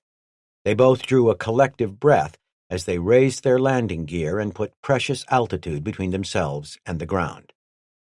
Behind them, Martin Corcoran swung his 4-ship into takeoff position. A string of lights intended as a takeoff aid had been torn away, presumably by Gignac, Farrenwald, or McKibben. Without the lights, and failing to check his compass, Corcoran aligned the flight too far to the right. Not noting the mistake, he advanced his throttle and started his takeoff roll. To his right, Donald Red Wynnum rolled with him, as did Robert Frascati, who was next in line to the right. Carlton Bud Furman was on Frascati's right wing. Unknown to any of them, Charles Griffiths had mistakenly tacked on to Furman's right wing and was also taking off. Corcoran's 4-ship was actually a 5-ship. Meanwhile, Farrenwald tucked himself tightly to McKibben's wing, anxious not to get separated in the murk. We banked into an easy turn to port, Farrenwald recalled, and I glanced back to the field, and all of a damn sudden a horrible, billowing explosion half-blinded me, and I knew automatically what it was. A Mustang, a maximum load of high octane, and one of the boys, all gone to glory in a puff of flame. Below Farrenwald and McKibben, every man on the ground gaped, horror-stricken, into the brilliant pyre. Robert Frascati was dead. On the errant heading, Corcoran's flight hurtled at high speed to the edge of the airfield, where a new control tower was under construction. Corcoran and Wynnum passed to the left of it as they lifted airborne. Furman passed it to the right. Further right, one of Griffith's wheels struck a pole on a nearby volleyball court, but he was unhurt. Frascati, in the center of the flight, smashed into the tower with a blinding yellow-white blast. None of them really knew what had happened. Corcoran and Wynnum were ahead of Frascati when he hit the tower, and Wynnum guessed that perhaps the field had been attacked. Furman thought that someone had dropped their external fuel tanks and they had exploded. Likewise, Griffiths had no idea what had created the brilliant flash. Regardless of what happened, the group still had to execute its mission. The assigned sector was patrolled, and little took place that was noteworthy. To a man, all the pilots marveled at the incredible number of ships at the beachhead and on the English Channel. Likewise, as the sun rose, it revealed massive formations of aircraft. All of it was in action that day to ensure that the invasion force did not fail. George Arnold led a flight over the beaches of Normandy that very early morning as night gave way to day. One of the things I saw, and I reported it, was what looked like a huge balloon. It was about 20,000 feet above our area. I didn't know if it was a German secret weapon or what it was, but I didn't want to get too close, and besides, we didn't have the time or the gas, so I just reported it and didn't hear anything more about it. But I'm positive it was there. a big, big balloon over the beachhead. After his flight landed back at Bodney, Donald Wynnum was especially hurt upon learning that Frascati had been killed. Frascati was well loved in the squadron, a jokester and a fantastic athlete. He and Wynnum had been best friends since starting flight training early in their military careers. Wynnum remembered, "When I returned to Bodney and they told me what had happened to Bob, I went over to the parachute room in one of our Nissans and had a cry for myself. Willie O., Major Willie O. Jackson, the 486th commanding officer, came and found me and told me that he understood what I was going through. He said that I was posted for the next mission that day, but that he would scratch me so I would not have to fly. I told him no, that I wanted to get back and fly and keep going, or I probably wouldn't again. I think I flew 3 missions that day, and there were lots of missions for that whole week. Everyone was really good to me." On subsequent missions that day, the 352nd was charged with getting behind the beachhead and bombing or strafing anything they could find that was German. The group hit vehicle traffic, marshalling yards, rolling stock, armor, and troops. The USAAF's commanders were particularly satisfied at the Luftwaffe's seeming impotence. Only 2 aircraft managed to get through to the beachhead, and they did no damage. A flight of FW-190s appeared over Rouen, and the 328th's Red Flight shot down 2 of them. But the feared Luftwaffe counterattack never materialized. The ground crews at Bodney worked as they never had before. Aircraft were refueled, rearmed, and sent airborne again as quickly as possible. The men were in good spirits. It was a historic occasion, and they were part of it. Moreover, the invasion, if it was successful, signaled the beginning of the end, and they would get to go home when it ended. Nevertheless, a number of them were felled in their tracks just after midday. The complaint was nausea and abdominal pain. In fact, so many men were stricken that it caused some of the afternoon missions to take off with fewer aircraft than planned. The culprit was later learned to be a bad batch of rice pudding that had been served at lunch. Ultimately, the tempo picked up again in the late afternoon and into the evening. The last sortie landed just before midnight. Some of the pilots had flown 3 sorties and spent more than 15 hours in the cockpit. But it had been a hugely successful day. The group flew 116 sorties in support of the greatest invasion in history. Losses were much lighter than anticipated. Robert Onan and Robert Butler of the 487th Fighter Squadron were both shot down by flak. Butler managed to parachute near the beachhead and returned to Bodney shortly thereafter. Onan was captured and spent the rest of the war as a POW. The rhythm of operations continued on June 7th at a breakneck pace that wore at the pilots and the aircraft. In fact, 4 of the 16 aircraft that took off with the 487th Fighter Squadron on a midday mission aborted. Things got worse from that point. The 487th's report was cryptic. Lieutenant Mulkey crashed 1 mile north Bury, South Edmund at 10:55. Lieutenant Garney last seen 50 miles northeast London, 1525 at 3,000 feet, coming down through overcast. Lieutenant Hall last seen at 1400 at 500 feet at Q6539. What likely occurred is that Mulkey became disoriented in the clouds after takeoff and spun out, or he suffered an engine failure. Likewise, Garney probably fell victim to vertigo as he descended back through the clouds during the return. Hall was hit by flak and killed. The loss of the 3 men marked a black day for the 487th, but in context, it was a drop in the bucket compared to the carnage that was taking place on the ground in Normandy. The group actually lost a 4th man that day, one of their cherished and seasoned veterans. Edward Pappy Gignac, who had been promoted to major and made the 352nd's operations officer, led a group of 486th pilots on a pre-dawn sortie. As Ted Farrenwald described, the mission was fairly unremarkable. That old renegade, sharing our hatred of instrument flying, led us well, winding us up through many narrow, dark corridors in the fog and up through a dozen evil little cloud decks, and we headed for France on top, on course, and on time, and at our estimated time of arrival, peeled off through a hole and went hunting. Unable to spot any live game, we vented our rage on a small-town railroad yard and on a highway bridge, in the center of which Pappy laid a 500-pounder with neatness and precision. We clobbered a couple of lone trucks and went home for breakfast. Not being slated for the next flight, Farrenwald recorded, I slept in a chair in the pilot's hut, and as I snoozed, Poppy led his last squadron to France, or to anywhere for that matter.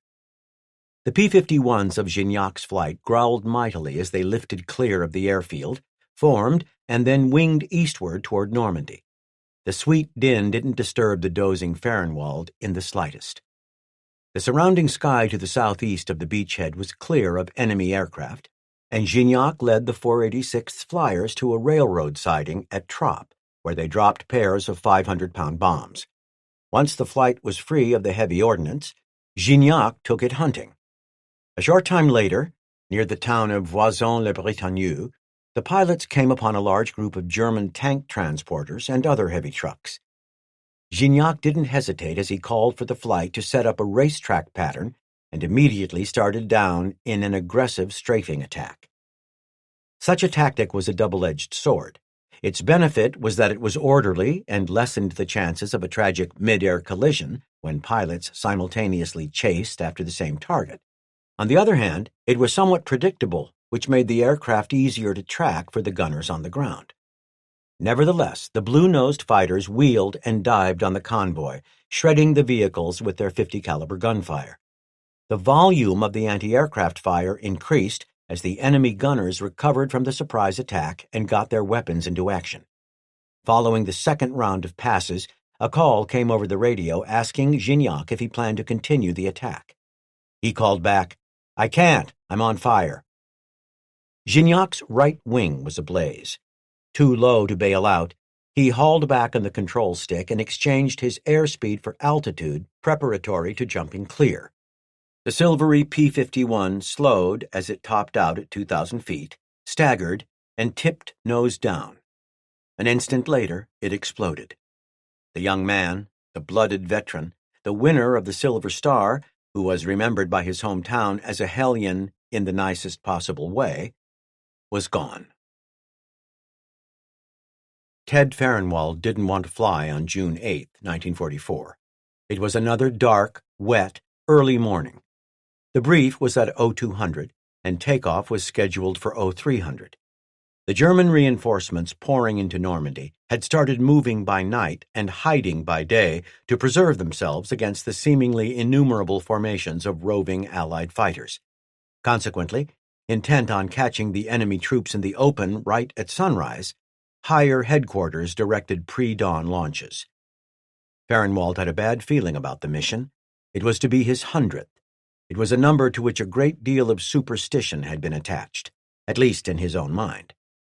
As a matter of record, he recorded, one of our finest pilots, Bobby McKean, had simultaneously acquired a Silver Star and a tombstone while strafing an airdrome in southern France on his 100th mission. So I shuffled past the flight surgeon and sniffed and dragged a leg, but he wouldn't take notice at all, Farrenwald remembered. He tried a more direct tack.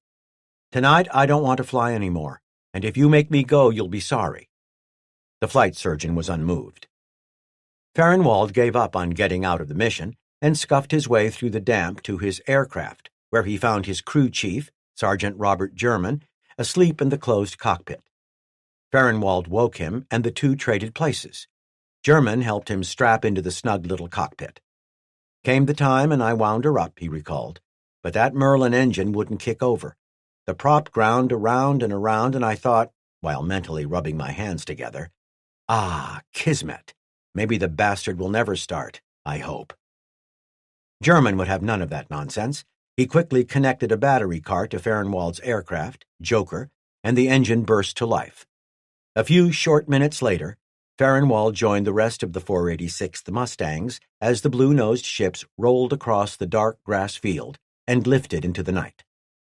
The squadron climbed into the clear and spread into a line-abreast formation as the first hint of dawn pinked the eastern sky. Racing across the channel, they skimmed just above a shimmering cloud deck until, just west of Paris, they spiraled through a hole and went hunting. Below them, elements of the Wehrmacht looked for hiding places in which to spend the coming day. The weather grew increasingly better as the dawn turned to day, and it wasn't long before a column of nearly 40 heavy vehicles was spotted bending around a corner of a gravel road toward a patch of woods. Immediately, one of the 486th pilots dropped a pair of bombs that exploded at the head of the line.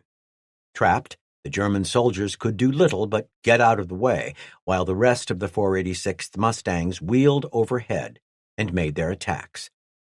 Fahrenwald added his own bombs to the maelstrom and took stock of the scene. A dandy disaster below, trucks afire, long parallel banners of black smoke drifting across the fields, and the road all shot to hell with bomb craters. Now some of the boys were down on the deck beating things up with machine guns, and the traffic pattern was out of this world, with Mustangs streaking in fast from every point of the compass, tracers crisscrossing, ships chandeling up all over the sky and at all angles. Fire discipline seemed to be wanting amongst his adrenaline-stoked comrades, and Fahrenwald wasn't particularly anxious to throw himself into the teeming tumult. Instead, he arced around the periphery of the slaughter and spied half a dozen large trucks half hidden in hedges. He and his wingmen sprayed the trucks and road lengthwise with machine gun fire and set up for another run. With an evasive, skidding wing-over, we went in broadside to the column, flying nearly abreast, each flaming our targets.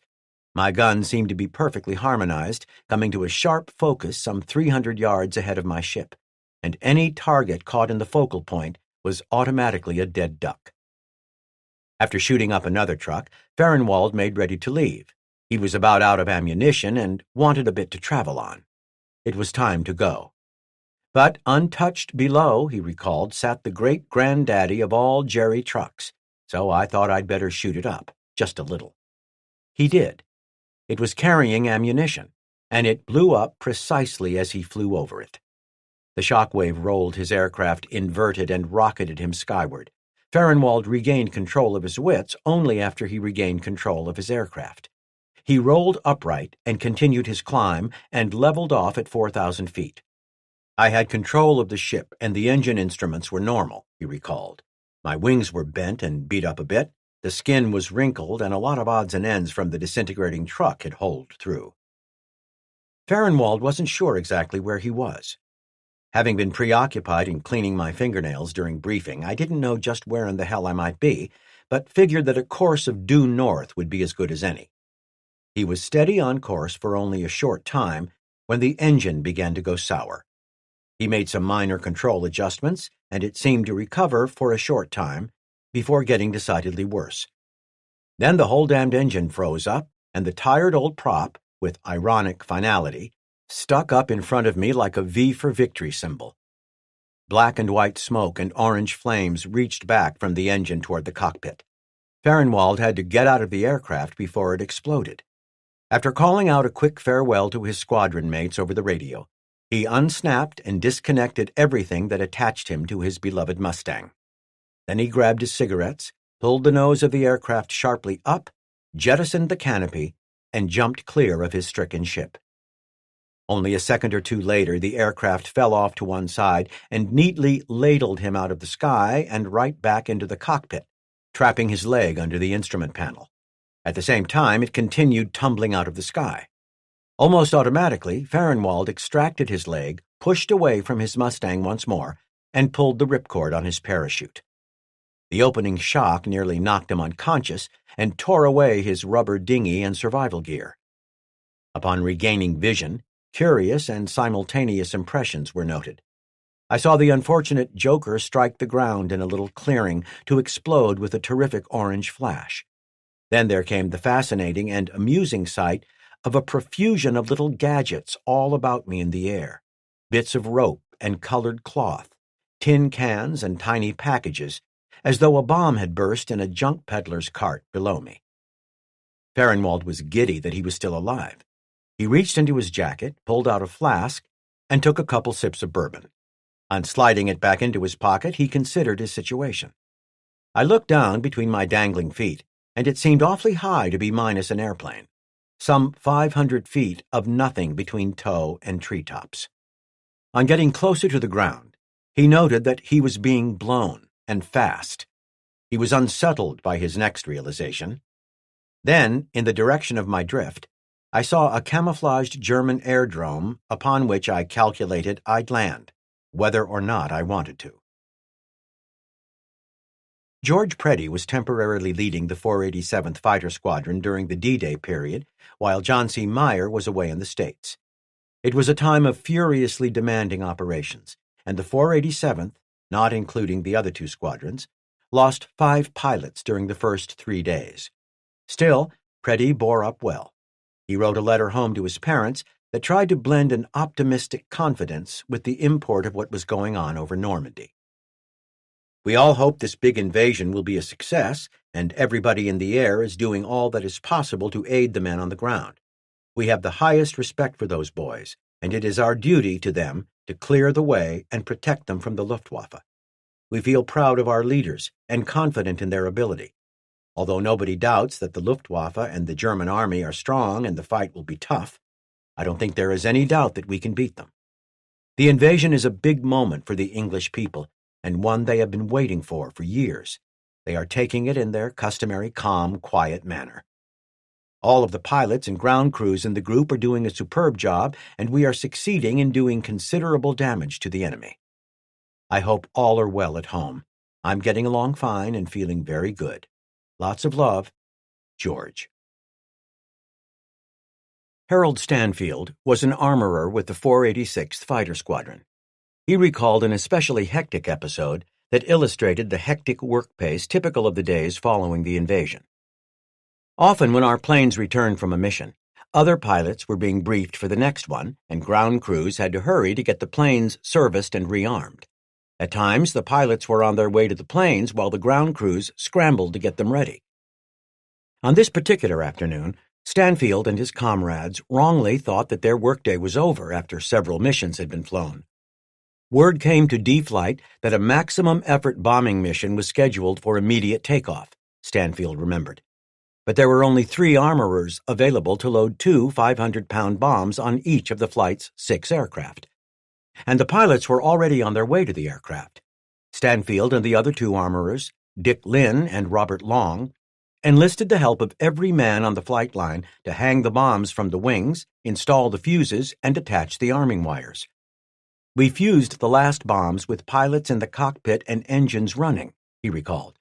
"As the planes taxied toward the takeoff area, we ran with them removing pins from fuses and installing arming wires. As they ran and worked, the men stuffed the pins into their pockets. They finished the job just as the pilots swung their ships around for takeoff. It was a standard requirement for the armorers to count the number of fuse pins after the aircraft were armed. It was essential that the number of pins matched the number of bombs. The pins were a safety feature, and if they were not removed, the bomb could not explode. To send an aircraft into harm's way to deliver a bomb that was little more than dead weight was a terrible waste.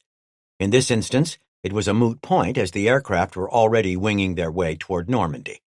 Nevertheless, Stanfield remembered that the armorers followed procedures. "When we reported to the armament shack," he said, "Emery Noland was there to count the pins. It took us several minutes to round them all up since our fatigue uniforms and jackets had about 8 pockets. As Emery's count reached 12, we were all relieved." Stanfield's account makes the point that the pilot was only one person at the tip of a very long spear. That spear included men whose tasks were varied but critical. Their specialties ran the gamut from dentist's assistant to radio technician to aircraft mechanic and everything in between. It took a lot of good men doing a lot of good things to win an air war.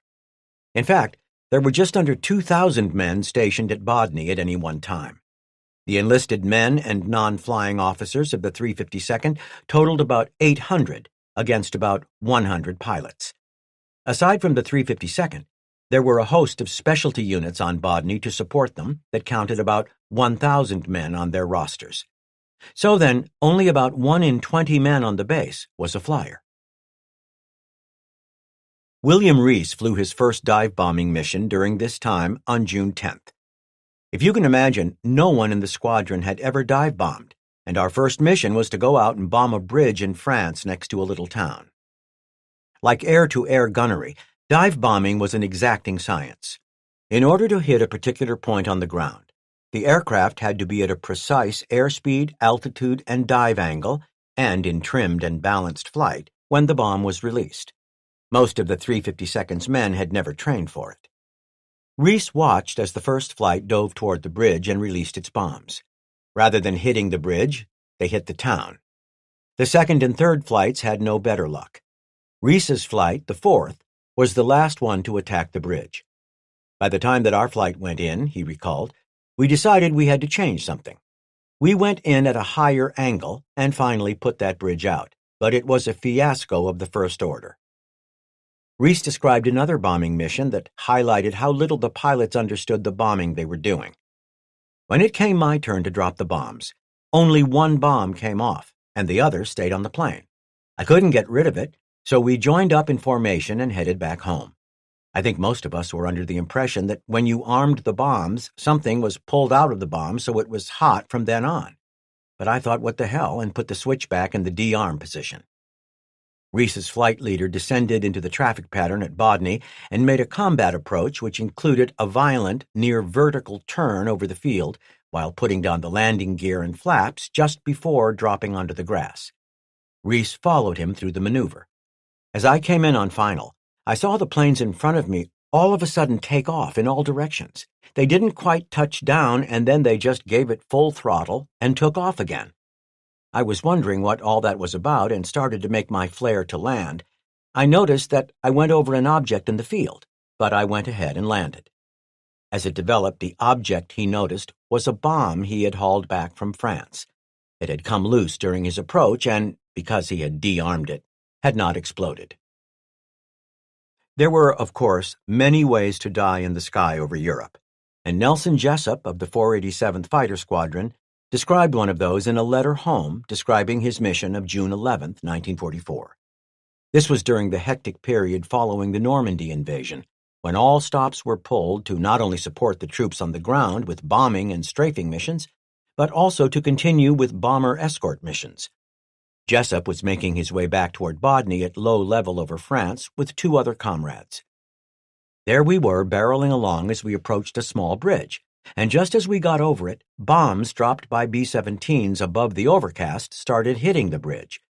We went all through the flame and smoke and debris, and our planes were tossed around by the terrific explosions under us. I thought I'd had it, as we say, but I got out of it with a beat-up airplane. Thought I would have to bail out for a while, but I managed to get it back. There was one hole in the leading edge of my right wing that you could put your head in. Chapter 19. To the Other Side. Operation Frantic was born out of the Tehran Conference of November 1943. Although the focus was on much larger issues, it was there that Arnold persuaded Stalin to go along with a shuttle mission concept that had American bombers flying out of their bases in England and Italy, attacking targets deep in Europe, and then continuing to Soviet bases in the Ukraine. From there, they would fly more missions before returning to their bases. It was an idea that had been brewing in USAAF circles for several months. Arnold had great hopes for the idea. Firstly, the bombers could penetrate deeper into Europe than they could if forced to turn around and return to their home bases. Second, the raids would confuse German defenders. After attacking the bombers on their inbound legs, the Luftwaffe fighter pilots often landed and rearmed in order to attack them on their homebound routes. The shuttle concept foiled that practice. Beyond that, with the potential to launch attacks in three directions, east from England, north from Italy, and west from the Soviet Union, the Luftwaffe would be forced to thin its defenses in order to cover all the approaches into Germany. But perhaps more important were the political implications. Although he wasn't naive about Stalin or the Soviet Union, Arnold and President Roosevelt hoped that a closely coordinated and executed air campaign might increase goodwill and understanding between the two uneasy allies. Further, Arnold hoped that it might make possible the establishment of American bases in Siberia, from which to attack Japan. Moreover, the raids would be a visible and tangible demonstration to the Soviets of the American commitment to the fight against Nazi Germany. For his part, Stalin hoped to get American equipment. In particular, He wanted some of the massive new B-29s that the United States was beginning to field against Japan. Tens of thousands of tons of American material and equipment flowed into the Ukraine beginning in early 1944. Working together, the Americans and Soviets prepared 3 separate bases, Mirgorod and Poltava for the bombers, and Piryatin for the fighters. The Soviets insisted, despite American protests, on providing the air defenses for the 3 bases. The Americans weren't convinced the Soviets could do a credible job. Ultimately, the Soviets won the argument. This was typical of the relationship between the 2 allies during Frantic. The Soviets held all the cards, and the Americans usually gave in to their demands rather than jeopardize the entire scheme. None of this was overly important to the men of the 486th Fighter Squadron when their commanding officer, Willie O. Jackson, and George Hampson went to the 8th Fighter Command headquarters just a few days after the Normandy invasion. On their return, Don McKibben recalled, although nothing of the plans underfoot were divulged, we all knew something big was at hand. All preparations for a long, protracted mission were made, and 18 pilots and 11 enlisted men were selected. It was to be the second series of shuttle missions. The first had been flown by the 15th Air Force out of Italy on June 2, 1944, with Ira Aker aboard the lead ship. The target was a marshalling yard at Debrecen, in Hungary. On arriving, Aker and the crews were welcomed by Soviet officials and the press, and then Aker was whisked away to Moscow for high-level talks. A second mission was flown from the Ukrainian basis on June 6th, against the Galatz airfield in Romania. 3 days later, the 15th units left for their bases in Italy, hitting the Focșania airfield in Romania along the way. Except for its novelty and the fact that things went more or less according to plan, this first effort was unremarkable, especially as the targets that were hit could have been struck from Italy. The 486th was scheduled to escort a shuttle mission on June 16, 1944, alongside the 4th Fighter Group out of Debden. The 486th pilots flew their aircraft to Debden on June 15th, but the mission was canceled, and they returned to Bodny 2 days later. After several days of false alarms and dry runs, recorded Don McKibben, our squadron was ordered to Debden the evening of June 20th. We drove through the chilly gray morning of the 21st to be briefed for the Russian deal, and after looking at the foul overcast that hung 200 feet over the field, hardly a man would have been eager to fly if this hadn't been the big show we had sweated out for so long. Notwithstanding the poor weather over England, the 486th took off with the 4th Fighter Group under the leadership of the 4th's legendary leader, Colonel Donald Blakesley. Colonel Blakesley's navigation was faultless, and at exactly the briefed minute, remembered McKibben, the red-nosed ships of the 4th Group and our own blue-nosed planes swung over the bombers and began weaving out to the side and over the glistening B-17s. After hitting the Schwarzheide synthetic oil factory near Ruhland and another target at Elsterwerda, the bombers reformed into 2 tight boxes. McKibben waxed almost poetic. There's something dignified and majestic about a large formation of our bombers plodding through the sky, and knowing we were flying over territory never before visited by American aircraft, a certain pride was felt by all our boys. McKibben also noted that some among the 486th contingent of enlisted men were manning waist guns aboard the big bombers. We didn't intend to let the enemy get a crack at our crew chiefs.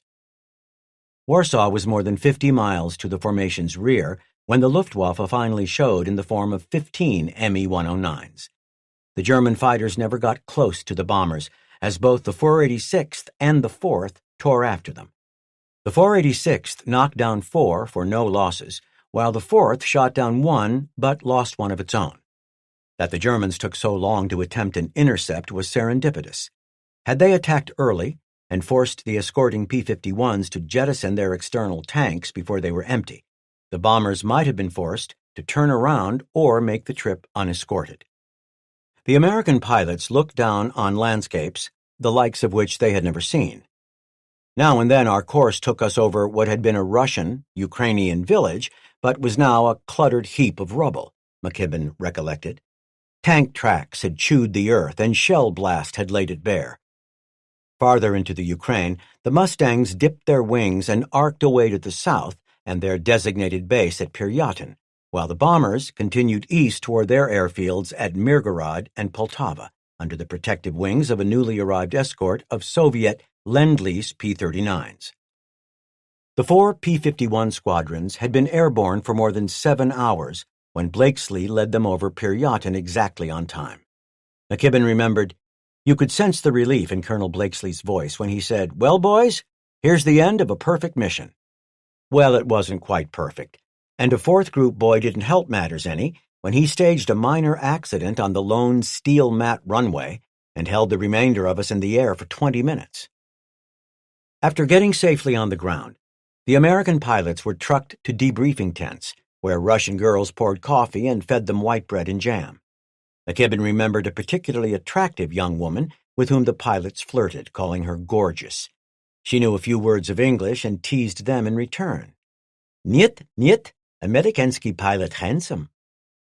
Ken Williams recalled that, at least in a basic sense, communicating with their hosts was not too difficult. "I tried to converse with the people by sign language mostly. I could speak no Russian and they could speak no English, and yet they explained to me the operation of an anti-aircraft gun, and I very easily explained to them how my airplane operated.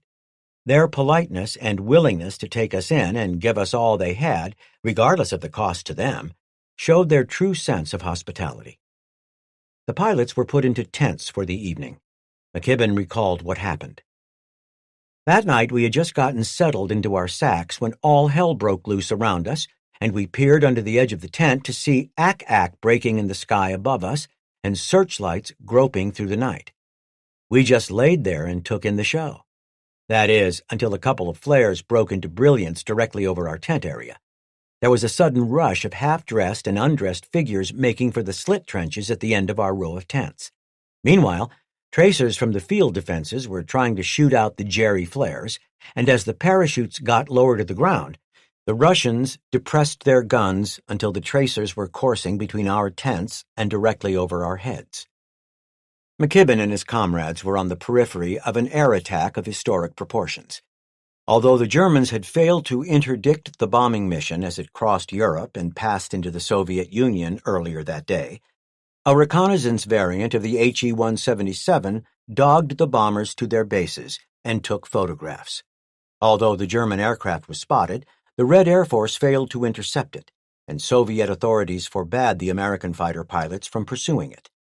Following the HE-177's return to Minsk, the Luftwaffe readied a raid that included HE-111s, Ju-88s, Me-109s, and FW-190s.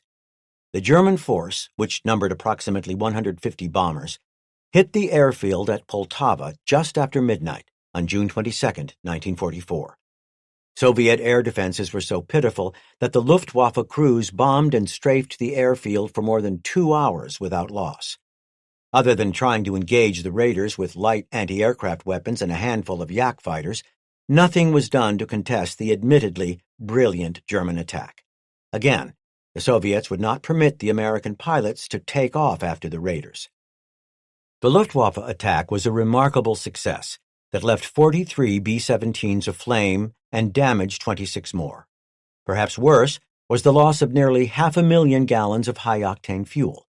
It had been transported into the country at a dear price, and it was turned into a spectacular pyre that lit the airfield with a hellish orange pall. Additionally, the bomb dump was hit, and most of the munitions were destroyed. Never before had the USAAF suffered such losses on the ground. Miraculously, only one crewman was killed. Bill Reese was scheduled to go on the shuttle mission, but his aircraft was taken by the 486th Operations Officer, Donald Higgins, when Higgins' own aircraft went sick. As it turned out, with most of the squadron gone, there was no one to care if Reese went to London. This was during the time when the V-1 buzz bombs were coming over, Reese recalled. "I just couldn't get over being fascinated with those things. They sounded like an outboard motor buzzing along, and then, all of a sudden, they would get quiet and pick up a glide angle of about 45 degrees. Whatever it hit exploded on impact." Reese recalled that the English were very well practiced at getting under cover as warnings were sounded. Usually, when heading for the bomb shelters, they met the Americans going out to see what was going on. It was really fascinating watching the buzz bombs at night, especially when the flak was trying to shoot them down, while you could hear their distinctive put-put and see the exhaust flare. Then it would get quiet, and you would see a big explosion. It was really kind of exciting. Stunned by the German attack on Poltava, the Soviet and American authorities evacuated the remaining aircraft and crews. The 4th Fighter Group was sent to the airfields at Chiguyev and Zaporozhye, while the 486th and about 40 bombers were sent to Kharkov. McKibben recollected the move.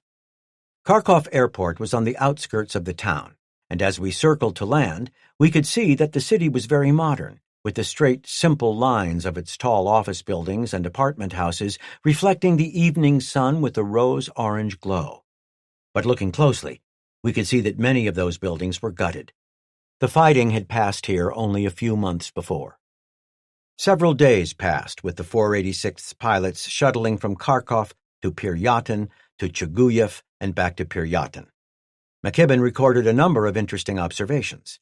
At Kharkov, he noted that the American presence caused quite a stir. Formations of men and women soldiers gaped as we passed and drew up in front of a large brick dormitory. Inside, the men were seated and fed. Awestruck and blushing, girls began bringing us course after course of dinner. They led off with a raw pickled herring. Some of us struggled with it for a while, and others, not wanting to offend our hosts, quietly slipped it into their flying suits to be disposed of later. McKibben also noted the character of the people. Everyone we met was pleasant and tried his very best to make us feel at home, despite the obvious hardships that they were under.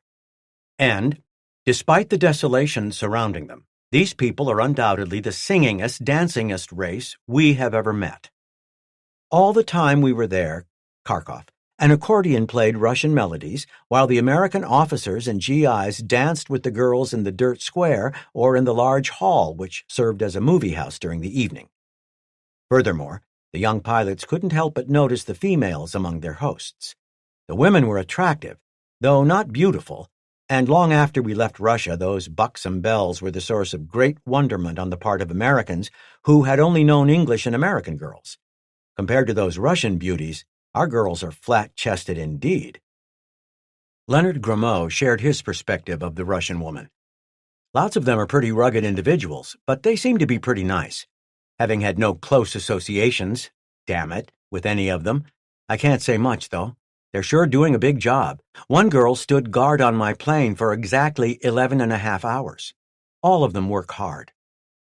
Because of the chaos caused by the German attack of June 22nd and rising tensions between the Soviets and the Americans, no missions were flown until the Americans departed for Italy on June 27, 1944, and bombed the oil refinery at Drahobos, Poland, on the way. The raid was uneventful for the most part, although Carlton Furman took off late and was jumped by a pair of Me-109s as he hurried to catch up with the formation. The Germans opted to disengage from the hard-fighting Furman when the 486th turned back to rescue their comrade. The P-51s landed at Lucera without incident. The following day, they made the short flight to Modena at the edge of the Adriatic. Sunny southern Italy was a wonderment to the 486th pasty pilots. Where England had been relentlessly gray and wet, Italy featured brilliant topaz skies and a golden sun that warmed the bones. McKibben recalled their priorities. As soon as we had landed, dispersed our airplanes, and given directions to the mechanics for their servicing, we struck out for the beach. We were to spend every afternoon for the next week on that beach. By the time we left Italy, we all had a dark brown tan. The airfield at Modena was home to the 52nd Fighter Group. McKibben's envy was evident when he described the routine of his Italy-based counterparts. Italy was a flyer's paradise. Clouds were the exception rather than the rule, as they are in England, and the pilots could count on a mission every morning. Returning from their mission a little after noon, they were automatically released for the rest of the day, which was spent on the beach. In fact, the flyers from the frantic effort had several days off until July 2nd. The target was Budapest, Hungary, and a large force of fighters rose to meet the American attackers. It was one of the few times during the war when the 486th finished a fight on the wrong side of the ledger. Although Donald Higgins knocked down an ME-109 and shared an FW-190 with the 4th Fighter Group pilot, Lester Howell was shot down when he chased after a group of fighters alone. Steve Andrew also went down when his engine stopped running over Budapest. With characteristic calmness, he broadcast his situation. McKibben recalled, "He asked for the wind direction and told his flight to strafe the airplane as soon as he had landed it and gotten clear. He glided a few miles toward the semi-friendly Yugoslav border and made a perfect belly landing. His flight saw him get out of the ship, wave, and run like hell. They set his ship on fire." An uneventful raid was flown to Arad, Romania the next day, and the trip back to England was made on July 5th.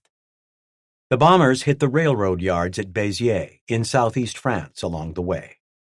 Although the bulk of the 486th pilots made it home that day, others were delayed for mechanical or other reasons, and they straggled back in smaller groups or alone. Ed Heller was left behind in Piryatin. His rudder had been shot up during the initial sortie from England.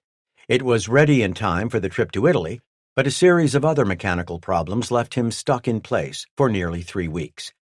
During that time, he was feted by his Russian hosts at an event where he was the only American present. Anyway, the guy running the show started offering toasts, Heller recalled. "They filled my water glass full of vodka, and we started drinking in honor of President Roosevelt."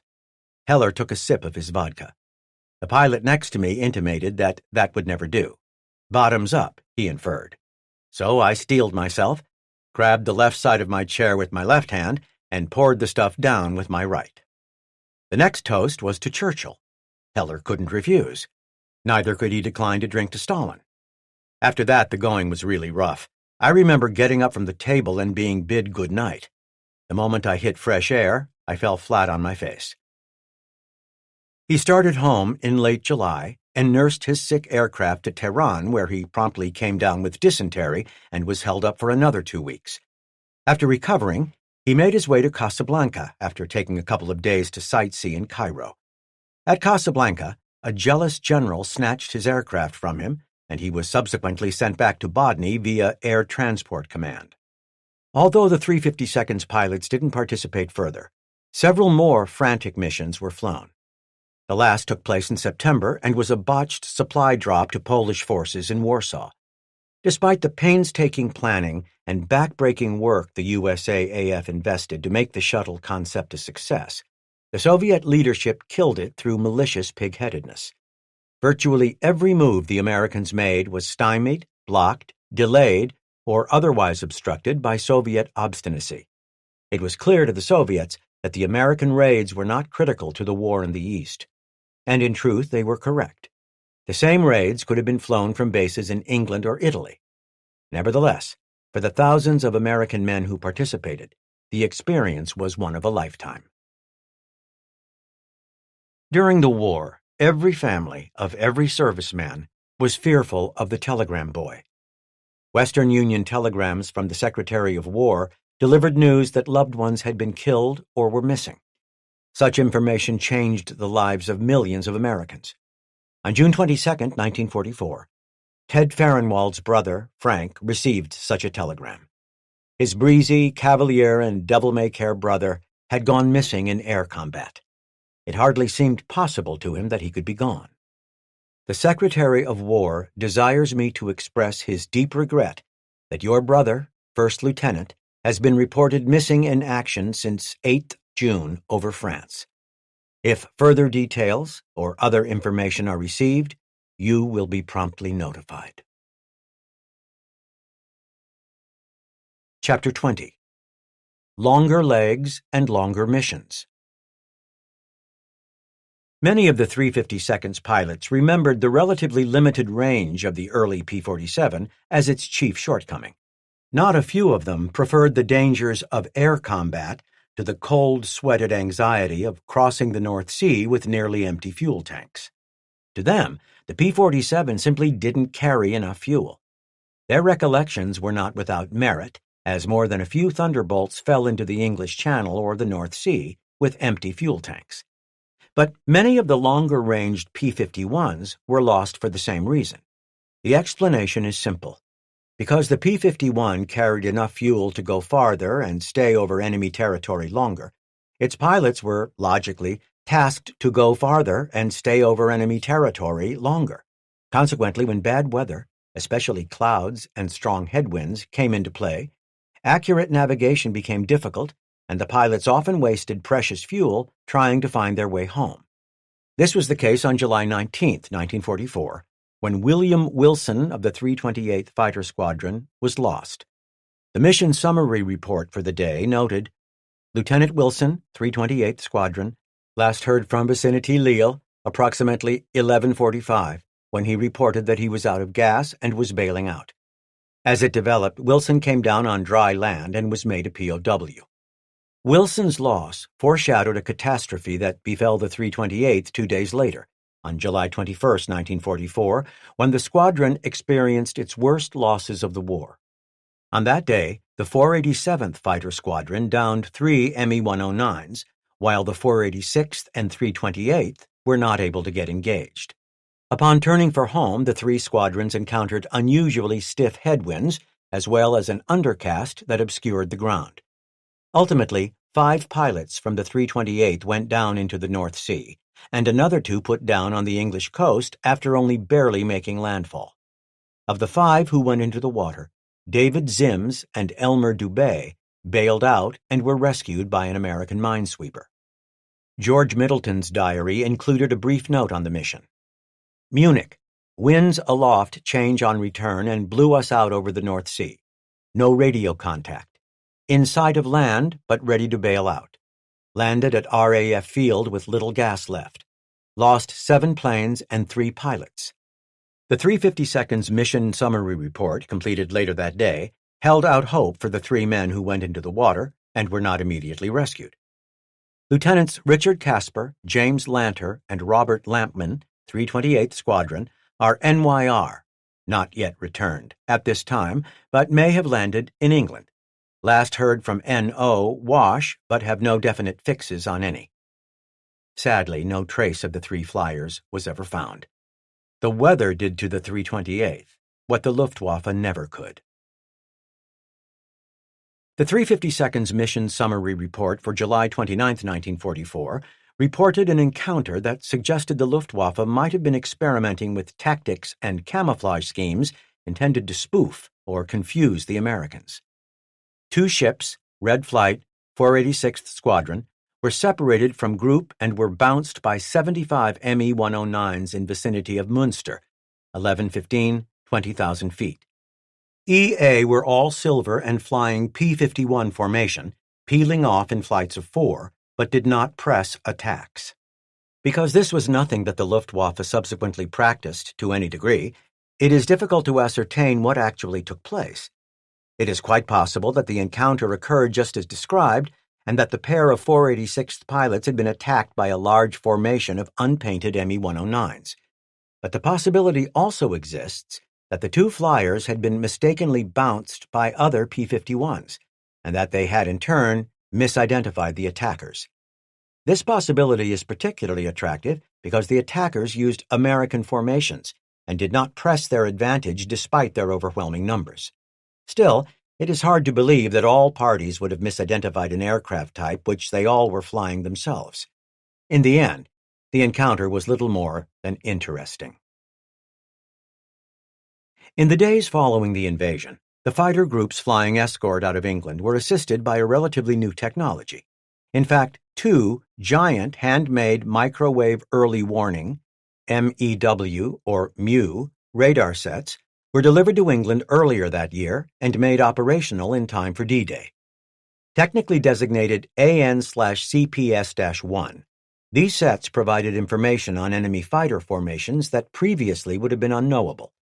They also proved invaluable at tracking V-1 missiles inbound to England beginning in June 1944. Moreover, they provided intercept data for night fighters, assisted aircraft in finding ground targets, and gave headings to lost pilots. Tests showed they could detect an aircraft flying at 16,500 feet at a range of 177 miles. Aircraft flying at higher altitudes could be detected out to a distance of nearly 400 miles. Each MEW was massive, and required more than 50 personnel to operate and maintain it. Nevertheless, it was relocatable and could be disassembled in 2 days, transported in 16 trucks, and then reassembled in 2 more days. At its heart, it had 5 PPI oscilloscopes so that different controllers could direct separate formations. The controllers grew more effective as they gained experience, and the Muse, supported by a complex network of control centers, smaller radars, and other equipment, soon became an integral part of the air campaign. An early example was detailed in a report filed by the 487th Fighter Squadron on June 8, 1944, while operating over France. Proceeded to area arriving 11:20 at 8,000 feet. Searched for targets, directed by controller to go to Le Mans, as 100 FW-190s were on AD, airdrome, there. The mission was a success, whereas before the advent of MEW, the squadron would have continued to snoop around the countryside, perhaps finding nothing worthwhile to attack. Pilots occasionally disappeared during combat for reasons that were never determined. During a big fight, it was difficult to track everyone, and losses sometimes went unnoticed until the clash was over, or even until long after the group returned to Bodny. Although enemy action was most likely responsible for the majority of the losses, the reasons for others were never discovered, as sometimes they disappeared on missions during which the enemy was never encountered. This was the case with the 352nd's first combat loss, William Alm, who disappeared without a trace on the mission of September 14th. Any number of factors caused these men to go missing, including mechanical failures, fuel starvation, or hypoxia caused by lack of oxygen. Nelson Jessup on July 8, 1944, highlighted this point in a letter home. I developed a leak in a gas line, and gas was spraying into the cockpit. It got so bad that even with my oxygen mask on, I was at 22,000 feet, I was getting sick and having difficulty breathing. I was almost to the French coast when I turned back toward England, and I had decided to bail out after sticking it out until I got closer to the English coast where air-sea rescue boats could pick me up. I unfastened my safety belt, shoulder straps, oxygen equipment, and switched over to the emergency channel on my radio and called in so they could get a fix on me. I was about to climb out when, for some unknown reason, the gas spray stopped, and I stayed with it and got home, with a beautiful headache. Another example occurred a month later during the mission of August 5, 1944, when the group claimed 5 Me-109s between 11:15 and 12:15 during a big scrap while escorting bombers south of Hamburg. However, no one knew what happened to Don French or Clifford Wilcox. The 2 lieutenants simply failed to return to Bodny. The mission summary report was scant on details about their fate. Lieutenant French, 486th Squadron, last seen without stayed, 26,000 feet, 11:54. Lieutenant Wilcox, 487th Squadron, joined 328th Squadron as a spare and was last seen at Magdeburg, 23,000 feet, 12:55. As it turned out, French claimed 2 Me-109s before being shot down and captured. Wilcox was later learned to have been killed. Another loss that is difficult to explain occurred just a week later, on August 12, 1944, when Gerald Thurman jumped out of his P-51 over the English Channel after an uneventful escort mission over France. The group's mission summary report recorded, Lieutenant Thurman, 486th Squadron, last seen when he bailed out of AC, reason unknown, 30 miles S.O. Selzy Bill, 8,000 feet, 09:15. No shoot seen. Thurman was never found. Why Thurman bailed out of his aircraft is difficult to guess. From the scant details in the mission report, it is apparent that he did not communicate with anyone from his flight or with air-sea rescue. This fact suggests that he had a radio failure of some sort, either with the actual radio box or with the microphone in his mask or the circuitry in between. Another curious aspect is that he bailed out at 8,000 feet. This was more than enough altitude, even had the engine failed, to have gotten much closer to the coast where rescue was more assured. He could have safely taken to his parachute at only 1,000 feet, or even used that last bit of altitude to close the distance to shore before ditching the aircraft. This suggests that the cockpit was not habitable, most likely because of fire, although no mention of fire or smoke was made in the mission summary report. At any rate, Thurman was somehow compelled to abandon his aircraft. That his parachute failed sealed a tragic end for what had obviously been a very bad day. Chaplain George Cameron served in China as a Marine prior to attending seminary and being ordained, so he wasn't a simple deliverer of Sunday sermons. Rather, he knew and understood the trials and difficulties that the 352nd's men experienced, and he was very active in ministering not only to their needs, but also to those of their families. One of his causes that the men supported with vigor was to buy a $1,000 war bond for the children of each pilot that was shot down and killed. The bonds were intended to help pay their college tuitions after they graduated from high school. The bonds were obviously very well received by the widows. The chaplain at Camp Leonard Wood in Missouri delivered one of the bonds to the widow of Gerald Thurman. He took time to write Cameron. I wish I had the ability to write you how very appreciative Lieutenant Thurman's wife was for the bond. She is anxious that all who had any part in this work to be assured that it will be used in the education of her child. Allow me to express my great admiration of the splendid work you are doing along this line. Cameron was ever inventive in his fundraising schemes, but one approach he tried during a 2-day period was to simply play musical favorites on a phonograph in the mess hall in exchange for a donation. The effort captured the attention of Stars and Stripes, which recorded how Cameron's concept was turned on its head. Recently, one Joe offered 10 shillings for a Sinatra disc. After the chaplain had dropped the note in the money box, someone offered 15 shillings if the voice were not heard. Cameron returned the 10 bob to the original bidder and didn't play the record. As it turned out, of the £150 that Cameron raised during the 2-day event, most of it was paid to him by men outbidding others to not play particular songs. Cameron was also likely the inspiration behind the charitable efforts of the 352nd's enlisted men. As hard as they worked, and as important as that work was, they understood full well that they were not in daily danger. Rather, it was their infantry brethren that were giving up their lives to take Europe back from the Nazis. Recognizing that, and wanting to do what they could, the 352nd's NCO Club purchased 2 $500 war bonds. Of these, one was given to the son of an infantryman killed in combat, while the other was presented to the daughter of another. Goodwin Kleintaub spoke for his comrades when he said, "We'd like the infantry to know that we sure appreciate what they're doing." Chapter 21. Clearing the Table, Clearing the Sky. George Preddy's nickname when he was a boy was Mouse. By the summer of 1944, he was a leading ace and was known as Ratsy. In many ways, it seemed to fit. He liked to gamble, and craps was a favorite game. Moreover, he was good at it. Indeed, he named his different aircraft not for his mother or his girlfriend or sister or anyone else. Rather, he had them emblazoned with his good luck cry at the craps table. Whenever he threw the dice, he shouted, "Cripes-a-mighty." On the evening of August 5th, 1944, Preddy hit it big at the craps table at Bodney's Officers Club. By the end of the night, he had taken everyone's money and, in fact, collected shirts and jackets and other uniform items from those who owed him more money than they had. But the various pieces of clothing were secondary to the $1,200 in cash he won. It was the equivalent of several months' pay. Preddy also hit it big at the bar. It wasn't unusual.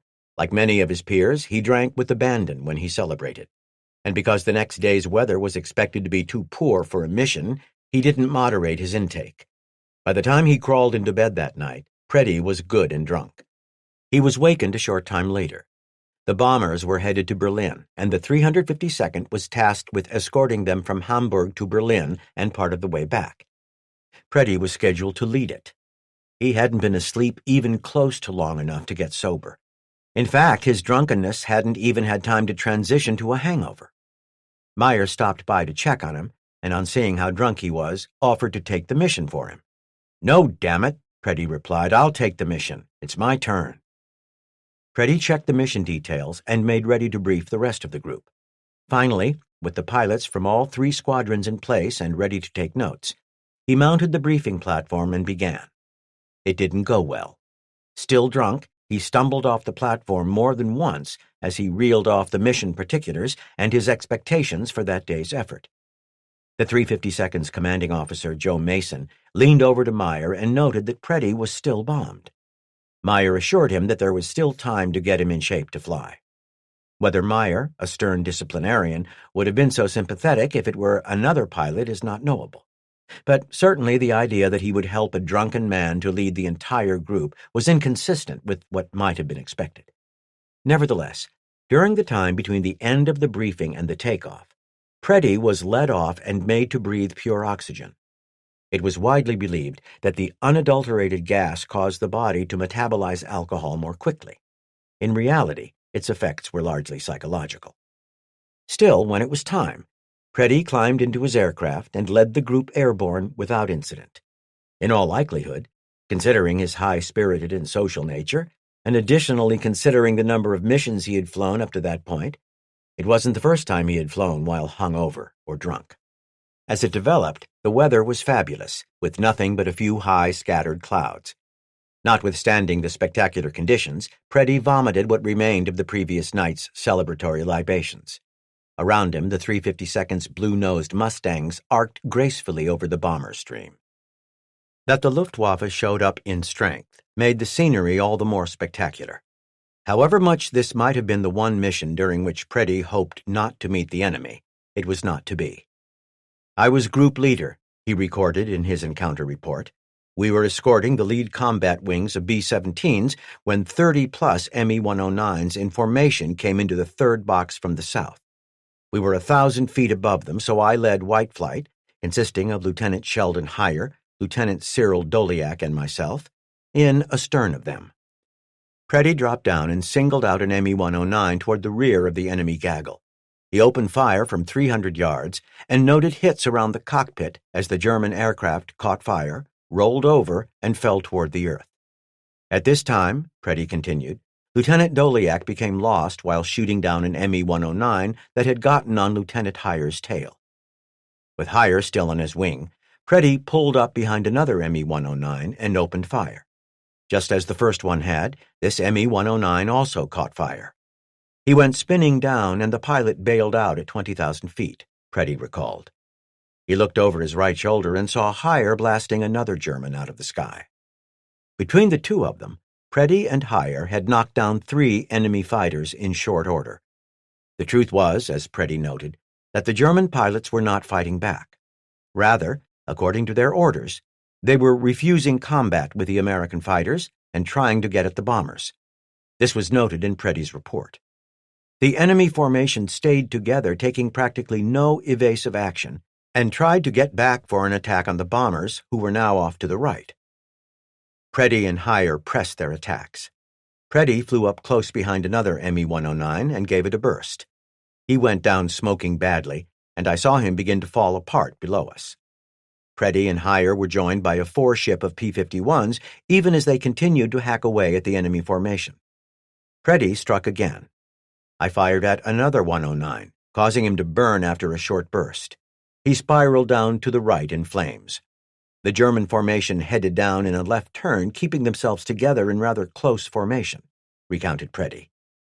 He started the day drunk, but nevertheless knocked down 4 enemy aircraft. Still, he wasn't finished. I got a good burst into another one, causing him to burn and spin down. He went after one more German. This pilot was the only one who fought back that day. I got a short burst at the Jerry but missed. It was just the two of us then, and after I missed, he had the edge on me. I went into a steep climb into the sun, and as he tried to follow me, I could see him firing everything he had. He couldn't stay with me in that climb and dropped off. Then it was my turn again. I got behind him, and he must have known then that his game was up. Before I could get in a shot, I saw him fumbling with the hood above his head, trying to get out. When I hit him, the plane quivered a bit and started down, but he was out by this time, so I saw him float down without bothering him. Preddy made an uneventful flight back to Bodney, where he made a fast, loud, low-level victory pass before pitching up and landing. He was met at his hardstand by his ground crew, along with John C. Meyer and many of the 487th's officers and men. Physically, despite the fact that several hours had passed since he had gotten airborne, He was still miserable. In the few photos that were taken after he landed, he appeared subdued, even wretched, and not at all excited at having shot down 6 enemy aircraft. If Preddy wasn't excited, at least in his hungover condition, the 8th Fighter Command certainly was, and made certain that his exploits were well publicized. His single sortie score was a record at the time, and the next day Bodney was overrun by a host of newsmen, photographers, and commentators. He was compelled to reenact his return to the airfield, and he beat up the base with victory rolls and other aerobatics. After landing and taxiing back to his hardstand, the welcome of the previous day was reenacted. All of the action was filmed, and the footage was later combined with portions of his gun camera film to make a short publicity feature of the sort that was so popular during the war. George Preddy bought a war bond with the $1,200 he won at the craps table the night before his record-setting mission. He promptly sent it home to his mother. Edwin King, an RAF exchange pilot who often flew on Preddy's wing, remembered the gaming that went on at Bodney's Officers' Club.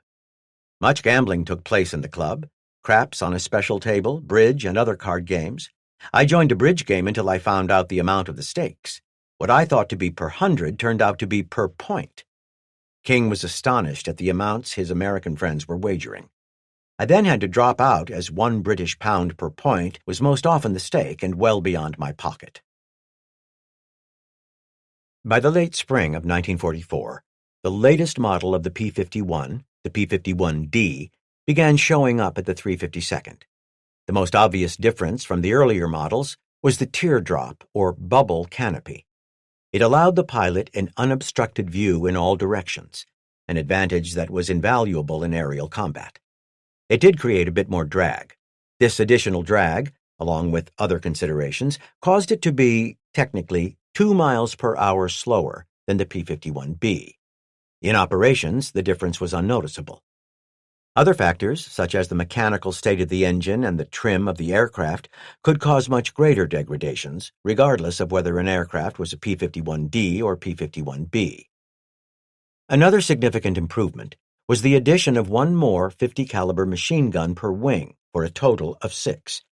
It increased the aircraft's hitting power by half again. Moreover, the wing was slightly redesigned, and one of the benefits was that it was possible to install the guns upright. Gun jams were virtually eliminated. The version of the P-51D that was built at North American's plant in Dallas was the P-51K. The two aircraft were virtually identical except that the P-51K had an Aero Products propeller rather than a Hamilton Standard propeller. The Aero Products propeller was considered substandard by some pilots and crew chiefs and was often replaced by a Hamilton Standard. The 352nd operated only a relative handful of P-51Ks.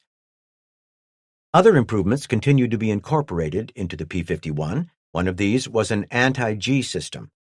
Losing consciousness during hard maneuvering, also known as blacking out, was a constant hazard for fighter pilots during air combat.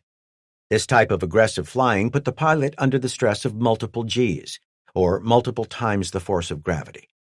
Depending on the individual and his physical disposition on any given day, a pilot might experience a partial loss of consciousness and blurred vision under as few as 3 Gs. Most pilots blacked out as Gs exceeded 5, although a number of factors influenced how resistant an individual was to the effects of high G flight. As a rule, short, stocky, muscular pilots were able to withstand the effects better than their taller, leaner counterparts. 2, a well-rested and well-fed pilot was generally more resistant than a sleep-deprived pilot with a hangover. Regardless of the causes and effects, losing consciousness during air combat was dangerous for obvious reasons. Jack Diamond of the 487th Fighter Squadron recalled an episode. I made a quick turn to pull behind an enemy fighter that made a fast pass across our formation. The maneuver was too much and Diamond blacked out. Luckily, he was unmolested during the brief period when he was unconscious. When I regained my sight, there was not another plane around. All I could do was head west and keep a sharp lookout for enemy planes. Carl Dittmer, also of the 487th, had a similar experience. He chased an Me-109 that went into a steep dive. In a few moments, I found my bird porpoising in the dive. I remember using both hands to try to recover from the dive. The next thing I recall is returning to consciousness with my right leg kicking or twitching, a spasm common to a complete blackout. I noticed my airspeed indicator was pegged on the dial, and the large hand on the altimeter was making a complete revolution every 2 seconds or so. The small hand indicated we were climbing through 20,000 feet. Beginning in the summer of 1944, replacement aircraft began arriving with anti-G systems. The pilot wore a special set of tight-fitting trousers, or chaps, with bladders sewn into the lower abdomen, thighs, and calves. This G-suit was connected to the aircraft with a hose. A pneumatic system in the aircraft metered air into the G-suit as the aircraft went into hard turns. This air inflated the bladders inside the suit and caused it to tighten around the pilot's lower body, consequently slowing the movement of blood out of the brain. Fitted properly, a suit could increase a pilot's G tolerance by about 20%, which was enough to provide a real edge in air combat. Another device introduced late in the war was the AN/APS-13 tail warning radar, or radio set. It was mounted in the tail, or vertical stabilizer, of the P-51 and projected a cone of radar energy to the rear. When an object, namely an aircraft, penetrated that cone, it reflected the energy back to a receiver, which triggered a red light and a warning bell in the cockpit. It was intended to alert the pilot when an enemy aircraft approached unseen from the rear. In practice, it was not well liked, as it was triggered by friendly aircraft as often as not when the formation maneuvered or changed positions. If the aircraft was low enough, the system could also be set off by the ground. Jack Diamond recalled one instance when it sounded an alert and scared me to death. I racked the plane around in a hard left turn while looking for an enemy plane coming up on my tail. He saw nothing. Finally, he said, I spotted 2 wing tanks floating down below me. Another P-51 had dropped its external fuel tanks, and they had fallen behind Diamond's aircraft and triggered the tail warning radar. The drudgery, pettiness, and nitpickery of military life have been bemoaned by the rank-and-file soldier ever since fighting became organized. This trivial-mindedness reached a zenith during World War II, when enormous masses of men, some not necessarily the brightest, had to be organized and led. Regulations, occasionally absurd, governed nearly everything. An example from the 352nd's parent organization, the 67th Fighter Wing, was posted in the Daily Bulletin of August 20th, 1944. Typed in capital letters, as if to lend the message greater import, it was typical of the sort of bureaucratic inanity that grated against men of common sense. The only authorized color for bicycles is lusterless olive drab. All government-issue bicycles that are not painted to conform with this will be immediately painted with an approved lusterless olive drab. For identification purposes, the name of the individual to whom the bicycle is assigned may be painted on the rear fender. It is ironic that the Supreme Allied Commander in Europe, Eisenhower, did not send his messages in capital letters. More reasonable was the oft-repeated admonition in the Daily Bulletin that warned against violating blackout regulations. The OD, Officer of the Day, has again reported that blackout regulations were not being complied with by various units on this station. Several violations have been reported recently, and it is directed that all organizations exert every effort to ensure that blackout regulations are more rigidly adhered to. The proper marking of laundry was also a regular on the Daily Bulletin hit parade. The station's laundry service is being impaired through the fact that personnel are neglecting to mark their clothes properly, or to use a regulation ticket on their bundles. All unit supply rooms will take immediate steps to see that all clothes, particularly fatigues, are properly marked. It is easy to make light of the issue, but certainly sorting through disorganized bundles of stinking laundry was no easy task, and it was a necessary one. One can't help but wonder what painful or frightening episode must have occurred to motivate the following message in the group's Daily Bulletin for August 23, 1944. All personnel are advised that the old-type prophylactic known as V-packet might be harmful to the individual if used. This packet has 2 tubes, prophylactics. Only the new type prophylactic, known as Pro-kits and having a single tube, is to be used. All personnel having the old type V packet in their possession will turn them in to the nearest medical dispensary as soon as possible. No doubt this message raised more eyebrows than the normal run-of-the-mill administrative notices carried in the Daily Bulletin. Then there were postings that made absolutely no sense whatsoever. Circular 19 ETOUSA 1942 requires American pedestrian personnel to walk on the right side of the road facing oncoming traffic. This regulation is dangerous and grossly violated by American personnel. All personnel will be given adequate instructions on this matter to help minimize this existing danger. The millions of men the United States put into uniform came from all walks of life and possessed a broad spectrum of talent. The 352nd, like many units, counted a number of very good musicians among its ranks. Sometime after the unit's situation at Bodney had stabilized, they were issued instruments, music, and stands, and were formed into a band. Paul Klinger was a member. We called ourselves Little Joes in honor of Colonel Joe Mason. This proved to be very beneficial. Colonel Mason eventually took all of us off all duties and told us to do nothing but practice and play at dances. The men of Little Joe's did exactly that. We played weekly at King's Lynn Red Cross and were paid £1 plus all the food we could consume, Klinger recalled. The English girls flocked around the bandstand and kept us happy in playing our music. Ward Gamut played the best with a pitcher of beer on the floor ready for consumption. We played at many Red Cross clubs and American and British officers' clubs. That Mason was able to spare enough men to create what was essentially a professional dance band was due to a number of factors. Firstly, planners early during the war were conservative when they developed the table of personnel required to staff a fighter group. No one had ever done it before on such a scale, and they played it safe. When setting out to win a war, it was better to have too many men than not enough. 2, a phenomenon occurred that was articulated nicely by the official history of the 352nd's communications section. As men became proficient at their work, fewer men were required for a given job or installation, with the result that the personnel problem gradually disappeared almost entirely.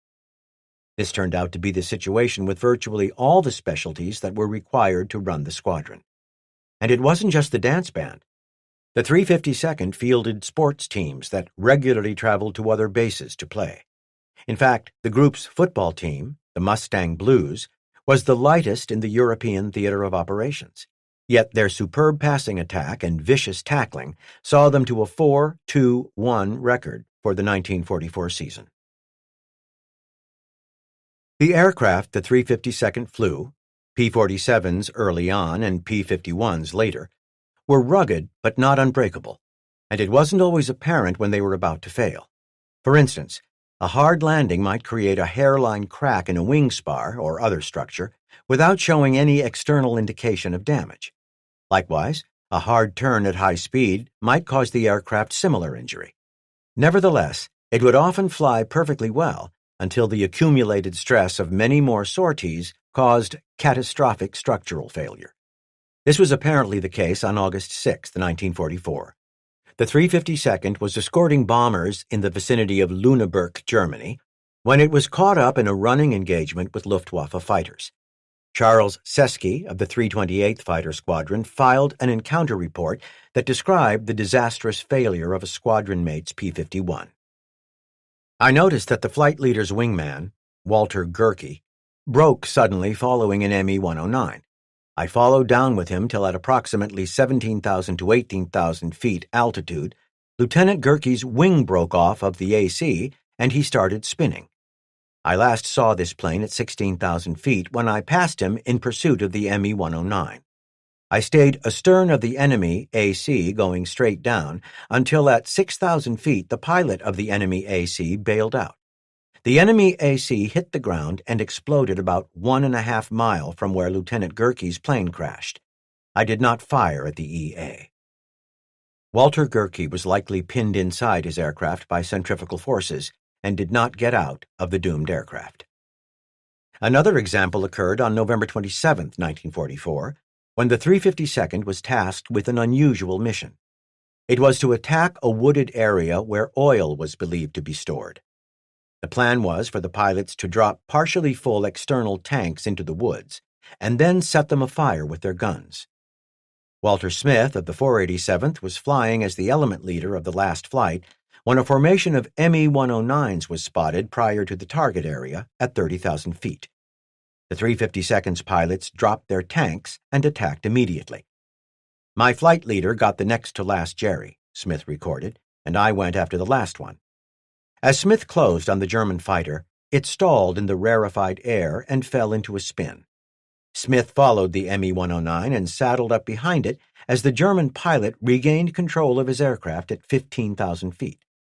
I started firing and saw strikes around the cockpit and smoke start coming from his engine. Just as his canopy flew off, my plane gave a vicious snap and continued snapping to the left, completely out of control. I believe the left wing came off. With no way to regain control, Smith released his canopy and safety belt and was immediately thrown clear of the aircraft. His comrades never saw him jump, as indicated by the day's mission summary report. Captain Smith was last seen at 1,200, 23,000 feet, in a flat spin after losing left wing. No chute seen. Smith descended safely in his parachute, was captured, and spent the rest of the war as a POW. Later during the war, the aircraft were equipped with G-meters or counters that the mechanics could use to determine if especially high Gs were sustained during a flight. If so, special inspections were required to ensure that the aircraft was still flyable. Although these inspections demanded extra effort, they helped lessen the chances that pilots might be sent into combat in broken aircraft. No doubt these efforts saved lives. Ted Fahrenwald made it back to Bodny unannounced on August 20, 1944. After bailing out deep inside France on June 8th, he'd had enough adventure and drama to write a book. I wandered into the club and it was just supper time. I swaggered into the dining room and took a grinning look at the long table where sat the reckless remnants of my infamous squadron, all stuffing their ugly faces with Spam and Sprouts. The men looked up at him, stunned.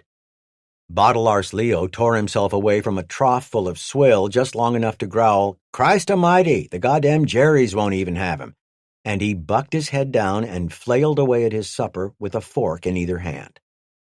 Fahrenwald was sent home to the States. At the time, the USAAF was hesitant to put pilots back in action who had been shot down and helped by the Maquis.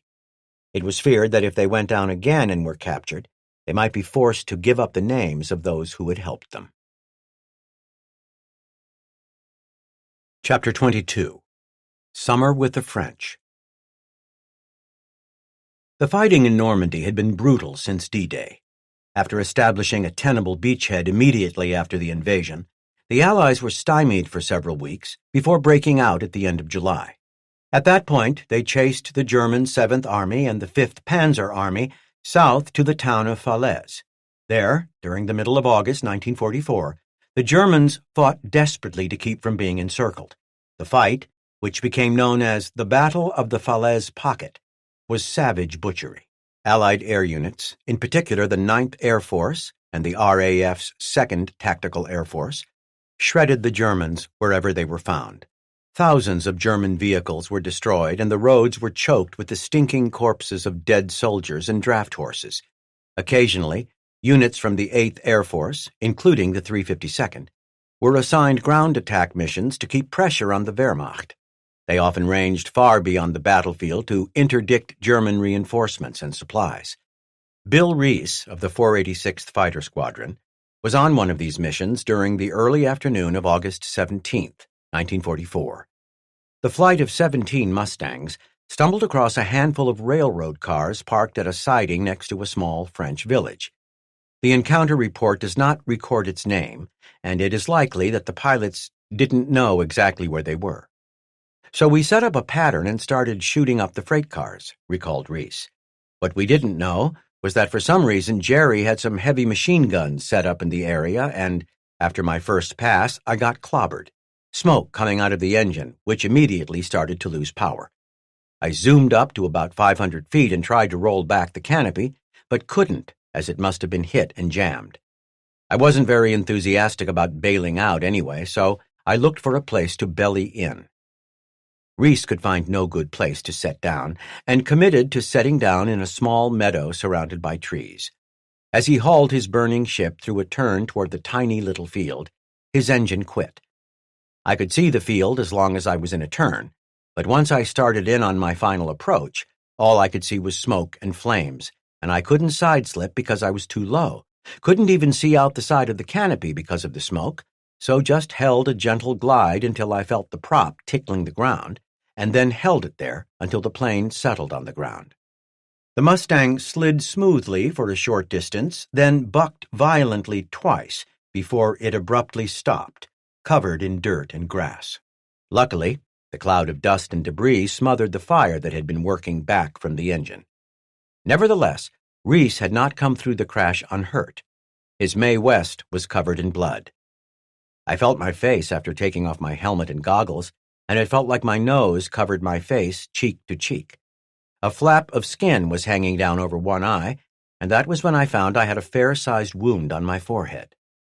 Aside from putting out the engine fire, the crash also freed his canopy, and Reese cranked it back easily. As I climbed out of the plane, I noticed my metal gun sight mount was broken, so I guess I proved once and for all how hard my head was.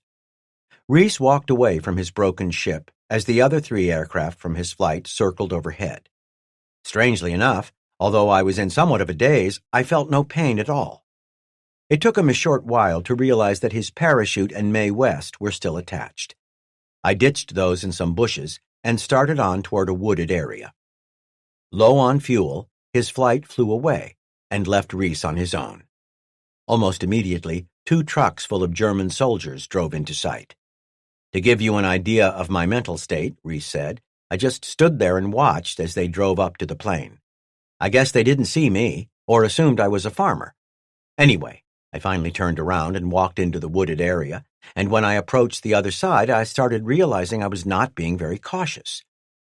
Reese heard the sound of wood being chopped and forced his wits into place. He moved slowly to the edge of the woods and spotted a farmer with an axe. Hiding in the brush, he watched the man for perhaps half an hour before he came out of hiding. I really needed a drink and some cleaning up, Reese remembered. I had a hanky tied around my forehead, was dressed in an A2 jacket, olive drab wool shirt and pants, and combat boots, and for the last time in this war I was unarmed, no gun, no knife. The farmer spotted me as I stepped out of the woods, but he didn't run, just kept on chopping. The Frenchman said something in French, and Reese responded in English, saying that he was an American. The farmer understood nothing except that Reese was American.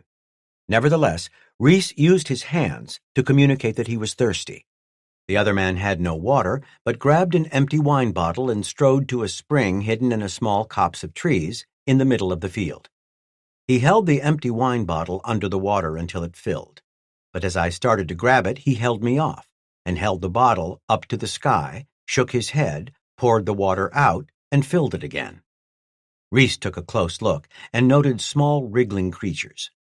The farmer emptied the bottle once again, and after 2 more attempts, was satisfied that the water was clean enough. Reasoning that he had been inoculated for just about everything, Reese drank the water and suffered no ill effects. Reese pulled his escape kit from his jacket. Aside from money and other small items, he remembered that it included a collection of silk maps and an asshole compass, because that's where you hid it if captured. The 2 men studied the maps. I knew I was in France, but where exactly escaped me, recalled Reese. After a short time, the Frenchman oriented himself and showed Reese that they were near the town of Épagne, about 100 miles east of Paris. Reese thanked the man and headed northwest toward the Allied lines. After coming upon a paved road and following it for a short time, Reese approached a bridge near a small village. Not wanting to expose himself on the bridge, he took time to observe it. He saw nothing, started across, and was immediately surprised by a woman and her daughter. All 3 of us were kind of shook up, he recalled, and they hurried on across the bridge ahead of me. About the time I got across the bridge, here came a little girl on her bicycle. She took one good look at me, turned around, and rode like a bat out of hell away from me. Reese was certain that the child was intent on alerting the Germans, yet he still continued carefully along the road. About a mile out of the village, I saw a man coming riding a bicycle. He didn't look too threatening, so I stayed on the road. As he came opposite me, he slowed and said, "American?" The downed American flyer acknowledged the Frenchman's query, whereupon he was hustled off the road into the brush and admonished to stay put until help arrived. Sure enough, in a little while he came back with another man and a spare bike, which I got on, and the three of us took off down the road and away from the village, Reese recounted. At another village, he was taken into a kitchen at the rear of a tavern where he was given a pillow and blankets and made to lie down. I was beginning to feel like it had been a full day, and believe it or not, they got a doctor to attend my wounds. The doctor told Reese that his nose had been broken lengthwise, but that it would probably heal without any complications. He additionally treated the wound with sulfa powder before bandaging it. It was night by then, and the tavern was doing a good business. We could hear a lot of commotion in there, Reese said, and one of the Maquis, and to this day I can't believe he did this, opened the door a crack so I could see into the barroom, and it was full of German soldiers in uniform drinking beer. I'm sure the smile on my face would have been described as sickly. Shortly after, another Frenchman rushed into the kitchen and raised the alarm. Reese recalled, "It seems the Germans had originally thought I had perished in the plane, but later on had found my parachute and Mae West. They found my tracks leading to that wooded area and had lined up about 100 soldiers abreast armed with machine guns, and they marched through the wooded area gunning every dense thicket they found and were now searching all the villages in the area."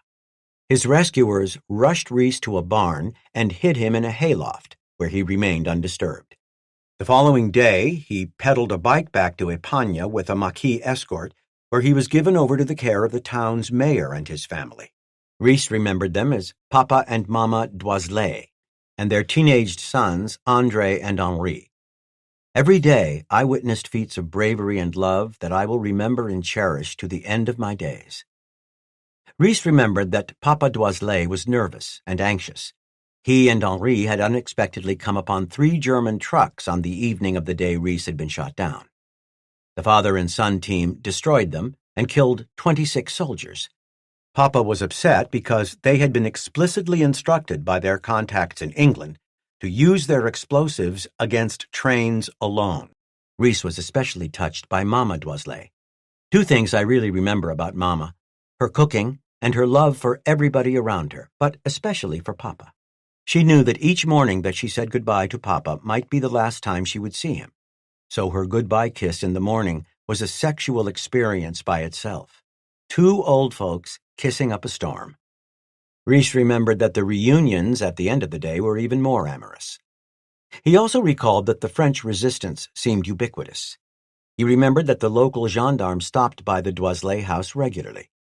The first time I saw him, he was in the house before I was aware of it, and of course I thought I was in big trouble, but he laughed and gave me a hug instead. About then, Papa came in, and the gendarme handed a small bag he had brought to Papa. The bag held explosives to replace those that Papa and Henri had used against the German trucks.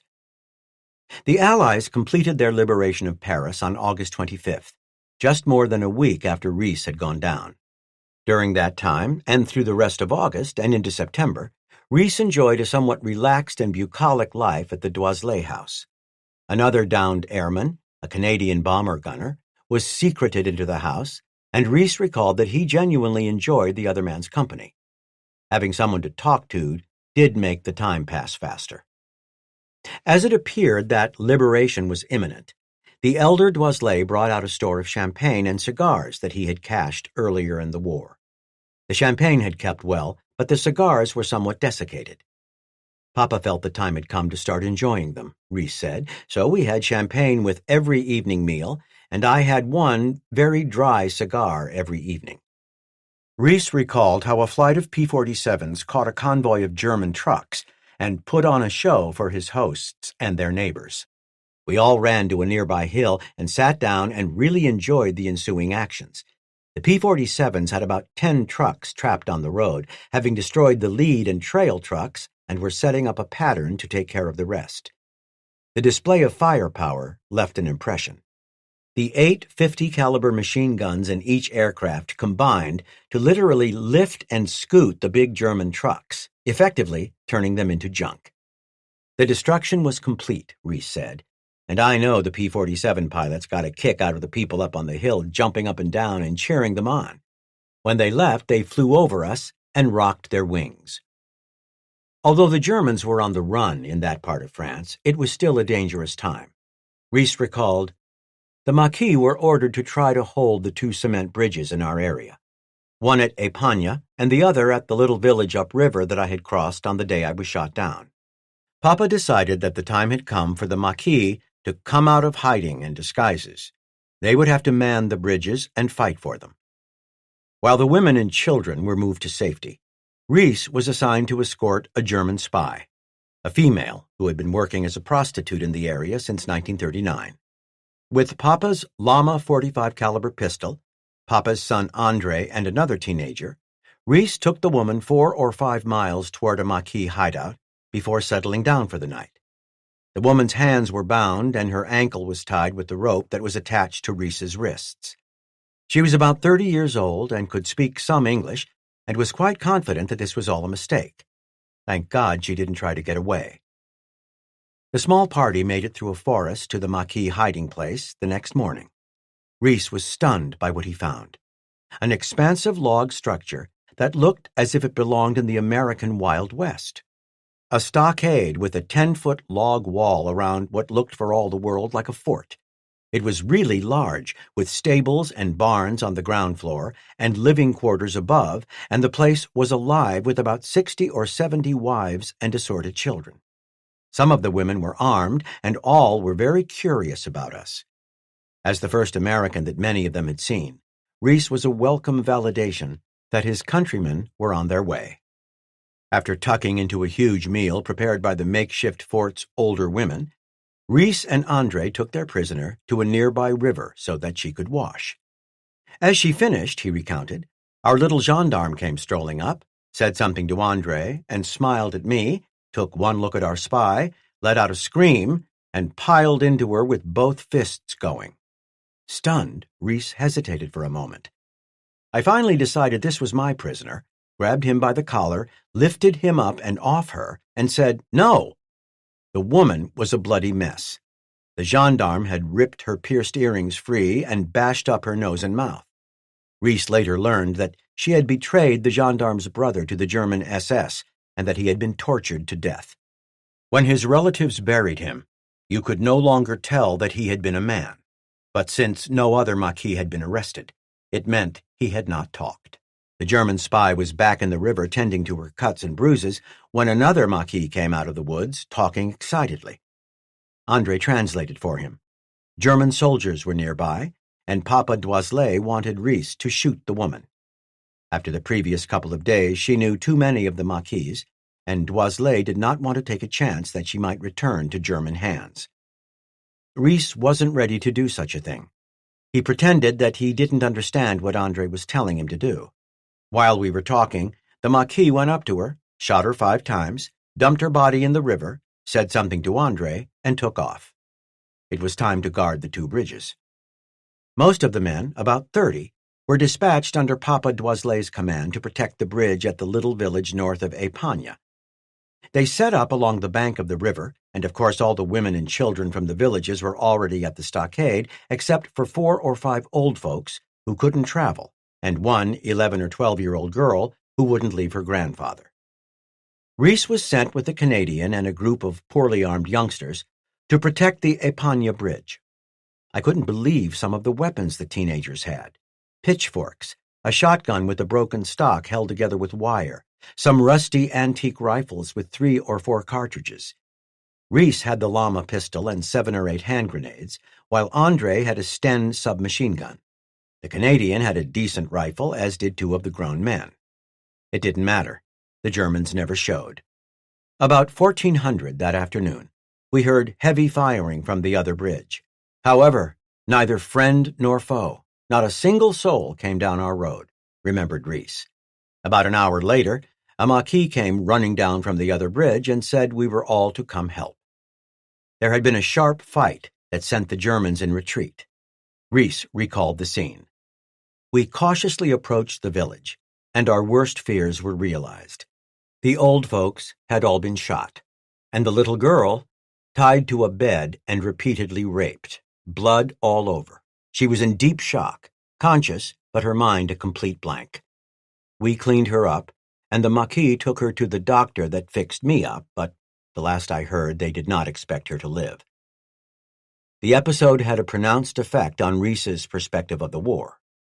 From this point on, every time I turned my machine guns loose, I would be smiling, really enjoying it, no matter who or what was on the receiving end, as long as I thought it was German.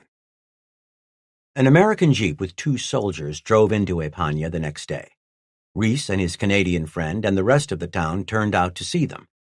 The 2 soldiers were engineers, scouting for Patton's tanks, and were lost and very surprised to find we had 2 bridges intact. The soldiers agreed to take Reese back to friendly lines. It was really a happy, sad farewell with much hugging and kissing, as I really did feel like part of the Doiselet family, and I felt that they considered me their American son. Reese was in London 3 days later during the second week of September 1944.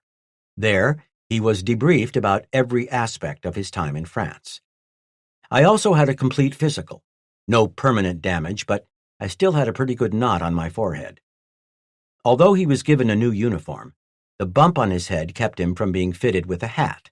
There was none large enough.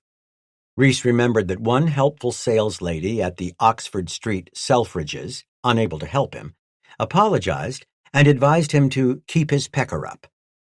Reese couldn't hide his surprise. I guess she realized something was lost in the translation by the expression on my face.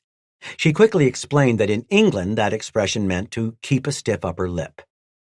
In the end, he went against regulations and did without a complete uniform. The flight surgeon wrote a letter excusing me from wearing a hat around town, and soon every MP in London knew who I was. Reese found letters waiting for him. One of them was from his father, dated September 8, 1944, when, in fact, unbeknownst to his family, he had already been returned to American control. The contents of the letter are representative of the hopes and fears and faith in God that many parents of American servicemen shared. Dear son, on Wednesday of last week, we received a telegram from the Adjutant General of the Army informing us that you had been reported missing in action over France since August 17th. I don't need to tell you what a shock this was to us. Although we had known, of course, that you were facing grave danger every day, we had been unable to realize that someday such a message might come to us. Somehow, we had just instinctively felt that you would come through all right, that your marvelous training, fine physical condition, and natural level-headedness, plus your and our faith in God's protecting care, would pull you through. We still feel that way. That's why I'm writing you this letter, and why Betty has continued to write, so there will be a few letters from home on hand to greet you upon your return. I probably shall not write again before we hear further from or concerning you, as I know that you will communicate with us just as soon as you can. During this time, about 10 days, Reese had plenty of time to relax in London. I collected some back pay. All I had to do was call in once a day, so it was party time. I also did some sightseeing and shopping. It seems everywhere I went, I ran into somebody I knew, and they immediately had to buy me a drink, or drinks, and hear my story. Because of his experience, Reese was given orders back to the States, but he didn't want to go. I really had some conflicting feelings about this. I sure enough wanted to see Betty again, but I also had an entirely different viewpoint on this war. By turning down my chance to come home, I felt almost fatalistic about ever coming home. But I had to do it, and I did. In fact, Reese was one of the first airmen to evade who was allowed to stay in combat. The most important reason was the fact that the people who had aided him were safe behind American lines and could not be easily harmed by the Germans in the event that Reese was ever shot down again, captured, and forced to give up their names. Reese was one of more than 5,000 Allied airmen who were shot down over France and safely returned to England. Their return was made possible by thousands of helpers who were part of the polyglot of groups, including the Maquis, that comprised the French resistance. These helpers lent their aid at tremendous risk not only to themselves, but also to their families and villages. Indeed, the penalty for such activities imposed by the German occupiers was death. Still, Their contribution to the Allied war effort was real and significant, and one that endeared them forever to the flyers and their families. Reese was one of more than a dozen 352nd Airmen who were shot down and evaded. After returning to duty, he flew his next mission on September 25, 1944. It was more than 3 weeks before his 21st birthday. Chapter 23. Taking Care of Business. Many of the missions the men flew in the P-51 exceeded 4 hours, while a few of them lasted an additional 2 or even 3 more hours. Flights of this length posed biological issues. Of course, there was the stiffness and pain that came from sitting in a small, cramped space for such an extended period while flying in dangerous skies. Likewise, the cold often made men miserable. And flying for a long time at high altitude in an unpressurized cockpit degraded their alertness and reflexes in subtle ways.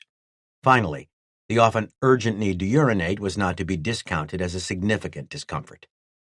Exacerbating this last issue was the fact that many of the men drank 1 or more cups of coffee prior to going flying. Despite the fact that they were young and had healthy bladders, the pilots still emptied them as completely as they could before they flew. Punchy Powell recalled, "We always took that last-minute piss on the tail wheel before each mission. That was a must." To facilitate the execution of this very basic bodily need, the aircraft was equipped with a rubber relief tube that was vented to the outside. The business end, shaped like a funnel, was tucked away on the cockpit floor when not in use. When the need arose, the pilot unfastened the tube from where it was clipped, inserted his penis in the funnel, and did his business. The urine traveled through the relief tube down the length of the fuselage and out the exit port located at the bottom of the empennage, forward of the rudder. This was in theory. The reality was often quite different. First, the men flew over enemy territory during a significant portion of their missions and were frequently too busy to bother with their bladders. Another issue was the fact that, especially when escorting the bombers, they were flying in tactical formation. Doing so with a handful of genitalia wasn't easy or advisable. But the biggest challenge was their clothing. It was very difficult for them to remove their gloves and paw through layers of flying gear in the extreme cold. Finding and extracting a private member shrunken by hours of sitting in the cold was a real challenge. Getting John Henry ready for action was not easy, Powell confirmed. We usually wore long underwear, our olive drab GI shorts, and our GI wool pants. Likewise, Bill Reese noted that he never even tried. Too many clothes, and my hands would have been very cold out of my heavy gloves. These observations were underscored by Don McKibben's recollection of the only instance in which he tried to use the relief tube. He attempted it while flying at 30,000 feet in a P-47 over Germany. The sky was brilliant blue, outside air temp was minus 50 degrees Fahrenheit, and I had to negotiate through several layers of clothing while in a seated position. This required the use of 3 hands, one to hold the relief tube, one to unzip flies and search for the elusive body part, and a third to keep the aircraft from careening all over the sky. Just as I thought I had everything lined up and was starting the offload, I had to free one hand to level the aircraft. There was no stopping the stream, which missed its mark and sprayed the cockpit. The urine, steaming at approximately 98.6 degrees Fahrenheit at that altitude, instantly turned to frost that coated the inside of my canopy. Suddenly, I was flying blind on a bright, sunny day. I was busy with the defroster control when someone shouted out on the radio, "Bogies at 3 o'clock high." Not wanting to be caught in a fight with his barn doors open, McKibben scraped with a good deal of vigor at the glaze on the right side of the canopy. Only when he cleared a small peephole and saw that the bogies were friendly fighters did he breathe a little easier. A short time later, his aircraft's defroster finally cleared the rest of the canopy. There was also a sort of unwritten rule that if you used the relief tube, you were responsible for cleaning it, remembered Powell. That might have been another reason that we didn't use it more often. There was the additional issue that the men didn't like putting their private parts where those of others had been. And there were other considerations. Urine was sometimes trapped in the tube during a flight and didn't have time to evaporate before the aircraft flew again. It subsequently froze and blocked the tube when the aircraft got airborne and climbed to altitude. Or, if it was clear during the first use, trapped urine often froze and precluded a successful second use. Don Bryan recalled an incident. The first time you used it at any altitude was okay. The problem came when you had to do it 2 or more times and the temperature was 20 or 30 below freezing. At high altitude, there was a good chance that the tube would be frozen. Most of the time, if you got down to smoking altitude, below about 10,000 feet, the blockage would melt. One time I had to use it a second time when I had been above 20,000 feet for the entire mission. It was frozen, and I pretty well filled it up. I was holding it in my left hand, waiting until I could drop down to smoking altitude, when some SOB yelled, "Brake!" I dropped it and grabbed the throttle. Bryan made it safely back to Bodney. By then, the dropped tube full of urine had been forgotten. It remained so until the next day when Kirk Noyes, the crew chief for Bryan's ship, Little 1-3, climbed into the cockpit and closed the canopy to perform some maintenance tasks. Bryan remembered that the weather was cool, but the sun was strong, and he was outside enjoying it with several other pilots. It didn't take long before the stink of urine drove Noyes out of Little 1-3. Angry, he stomped over to where Bryan sat with the other pilots and demanded to know what the hell happened. Bryan recalled that it took a bit, but I did manage to cool him down. Powell recollected that the only time he used the relief tube was to prove a point as much as anything else. In our squadron, 328th, we vowed that the first time we flew over Berlin we would urinate on it. Of course, at high altitude it vaporized immediately, but at least we could say that we had pissed on Berlin. Just as the long missions were hard on pilots with less than heroic bladders, they were also hard on smokers. They were forced to go much longer without a cigarette than they otherwise would have. Smoking is not a good idea while over enemy territory for all the obvious reasons, but it was also quite literally impossible, as a cigarette simply would not burn in the rarefied air of high altitude. Clarence Spike Cameron remembered his nicotine cravings. I couldn't wait to get down to a lower altitude once we were on our way home. I'd light up just as soon as we got below about 10,000 feet, where there was enough oxygen for a cigarette to stay lit. I don't think anything ever tasted so good. He wasn't alone. During the 1940s, more than 2 of every 3 males in the United States were smokers, and the rate was at least that high in the 352nd. Pretty much all of us smoked, remembered another pilot. It was not just a social thing, but it was also part of the fighter pilot image. Chapter 24. Unheralded Heroics. It is undeniable that courageous feats in battle sometimes go unheralded for any number of reasons. As the combat history of the 352nd spanned the most violent period of the air war, it is certain that the bravery of at least a handful of its men went unrecognized. Such was nearly the case with Joseph Broadwater of the 328th Fighter Squadron. Broadwater was assigned to the 352nd during July 1944, and his performance during the remainder of the summer was satisfactory but not particularly remarkable. He was with the 328th on September 12, 1944, when the group navigated to a point northwest of Magdeburg and attached itself to the 351st Bomb Group, a B-17 unit, at the front of the bomber stream. Although the focus that day was on hitting a selection of 6 different oil targets, the mission was intended to provoke a sizable Luftwaffe reaction as much as it was to cut Germany's oil supplies. Accordingly, the route that the 351st Bomb Group was assigned, at the head of the 94th Bomb Wing, was a circuitous one that passed through some of the most heavily defended parts of Germany. Thomas Clark, the radar navigator bombardier aboard the lead B-17, recalled how his fellow crewmen went wide-eyed upon seeing the mission map during the briefing. We looked at the general route map on the briefing board, somewhat shocked. One pilot said, "Some clown put up that crazy route to scare us." He was wrong, and the 351st took off on schedule.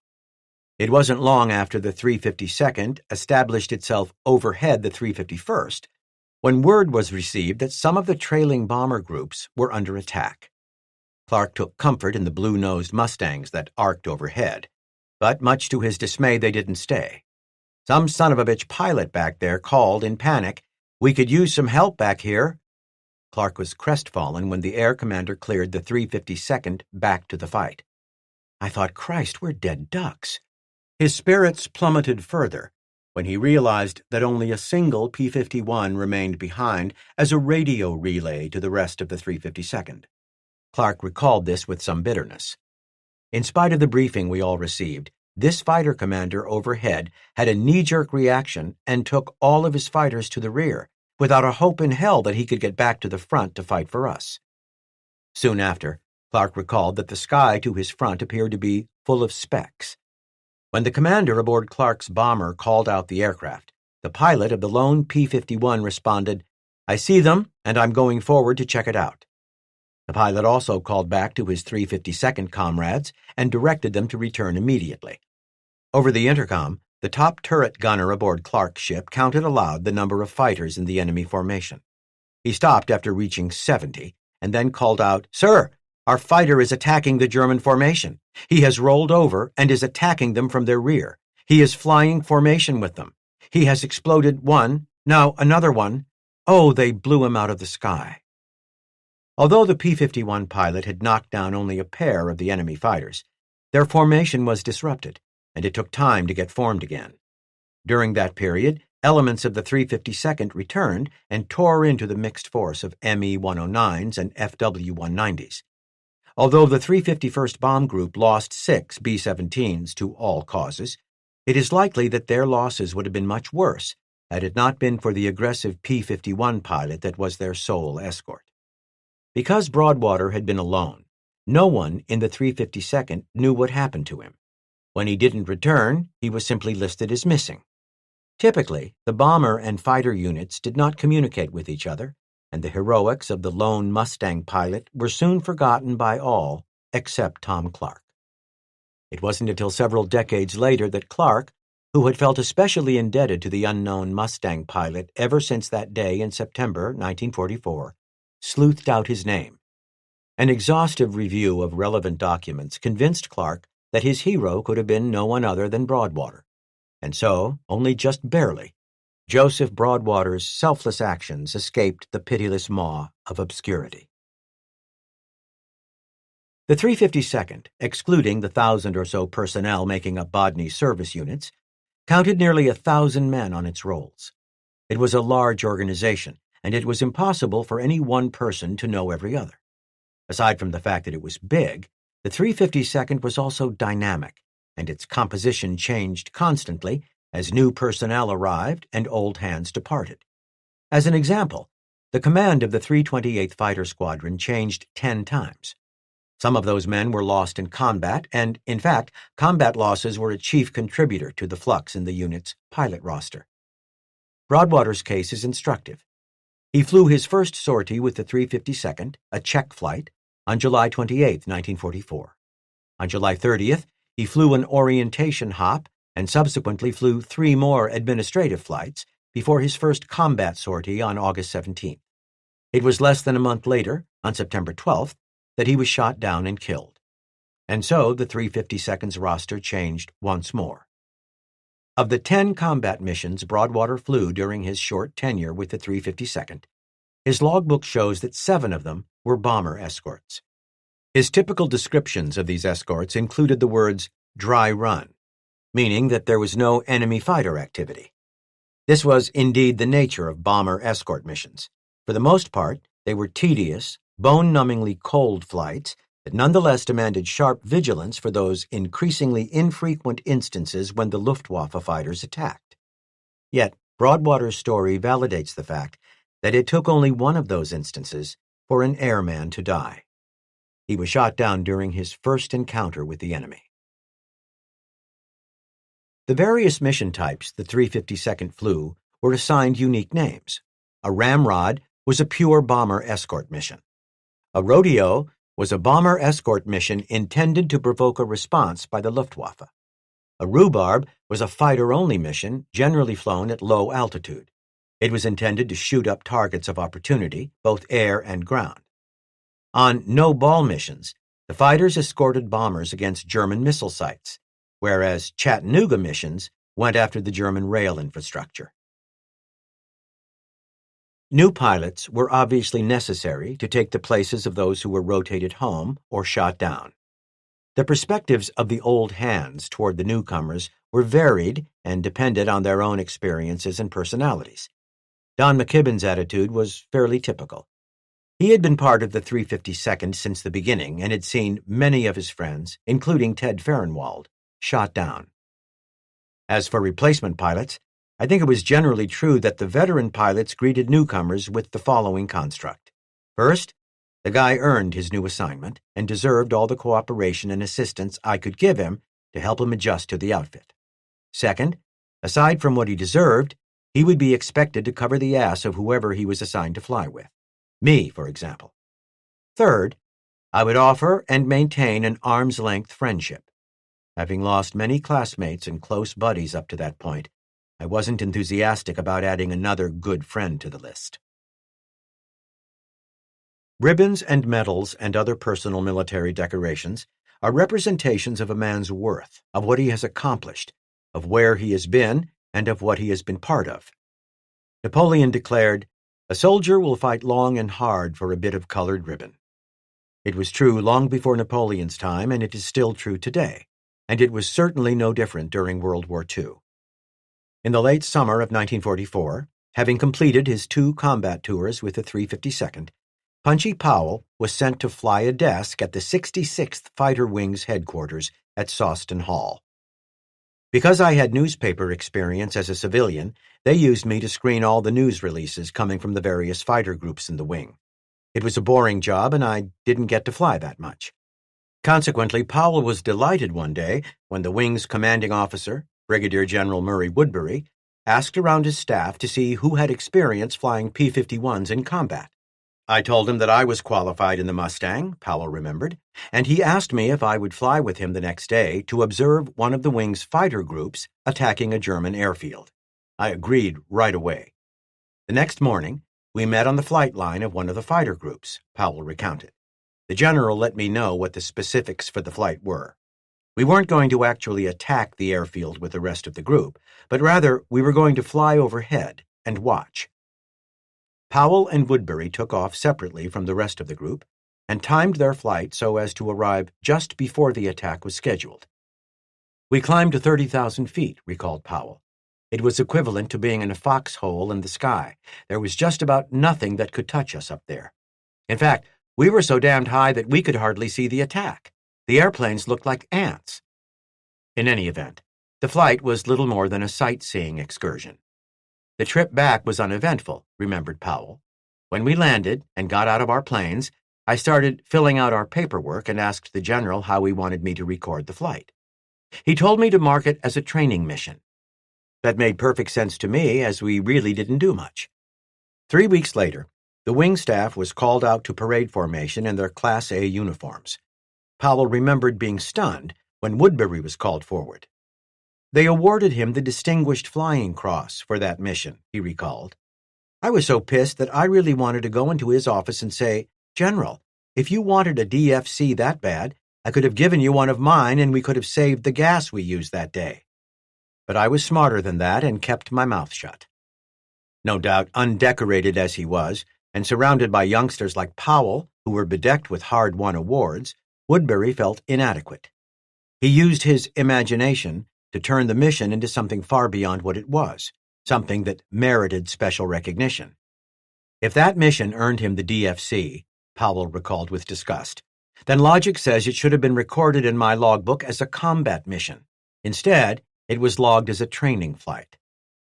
Human nature being what it is certain that Woodbury was not the only officer who abused his authority in the same manner. Chapter 25. To the Sound of the Guns.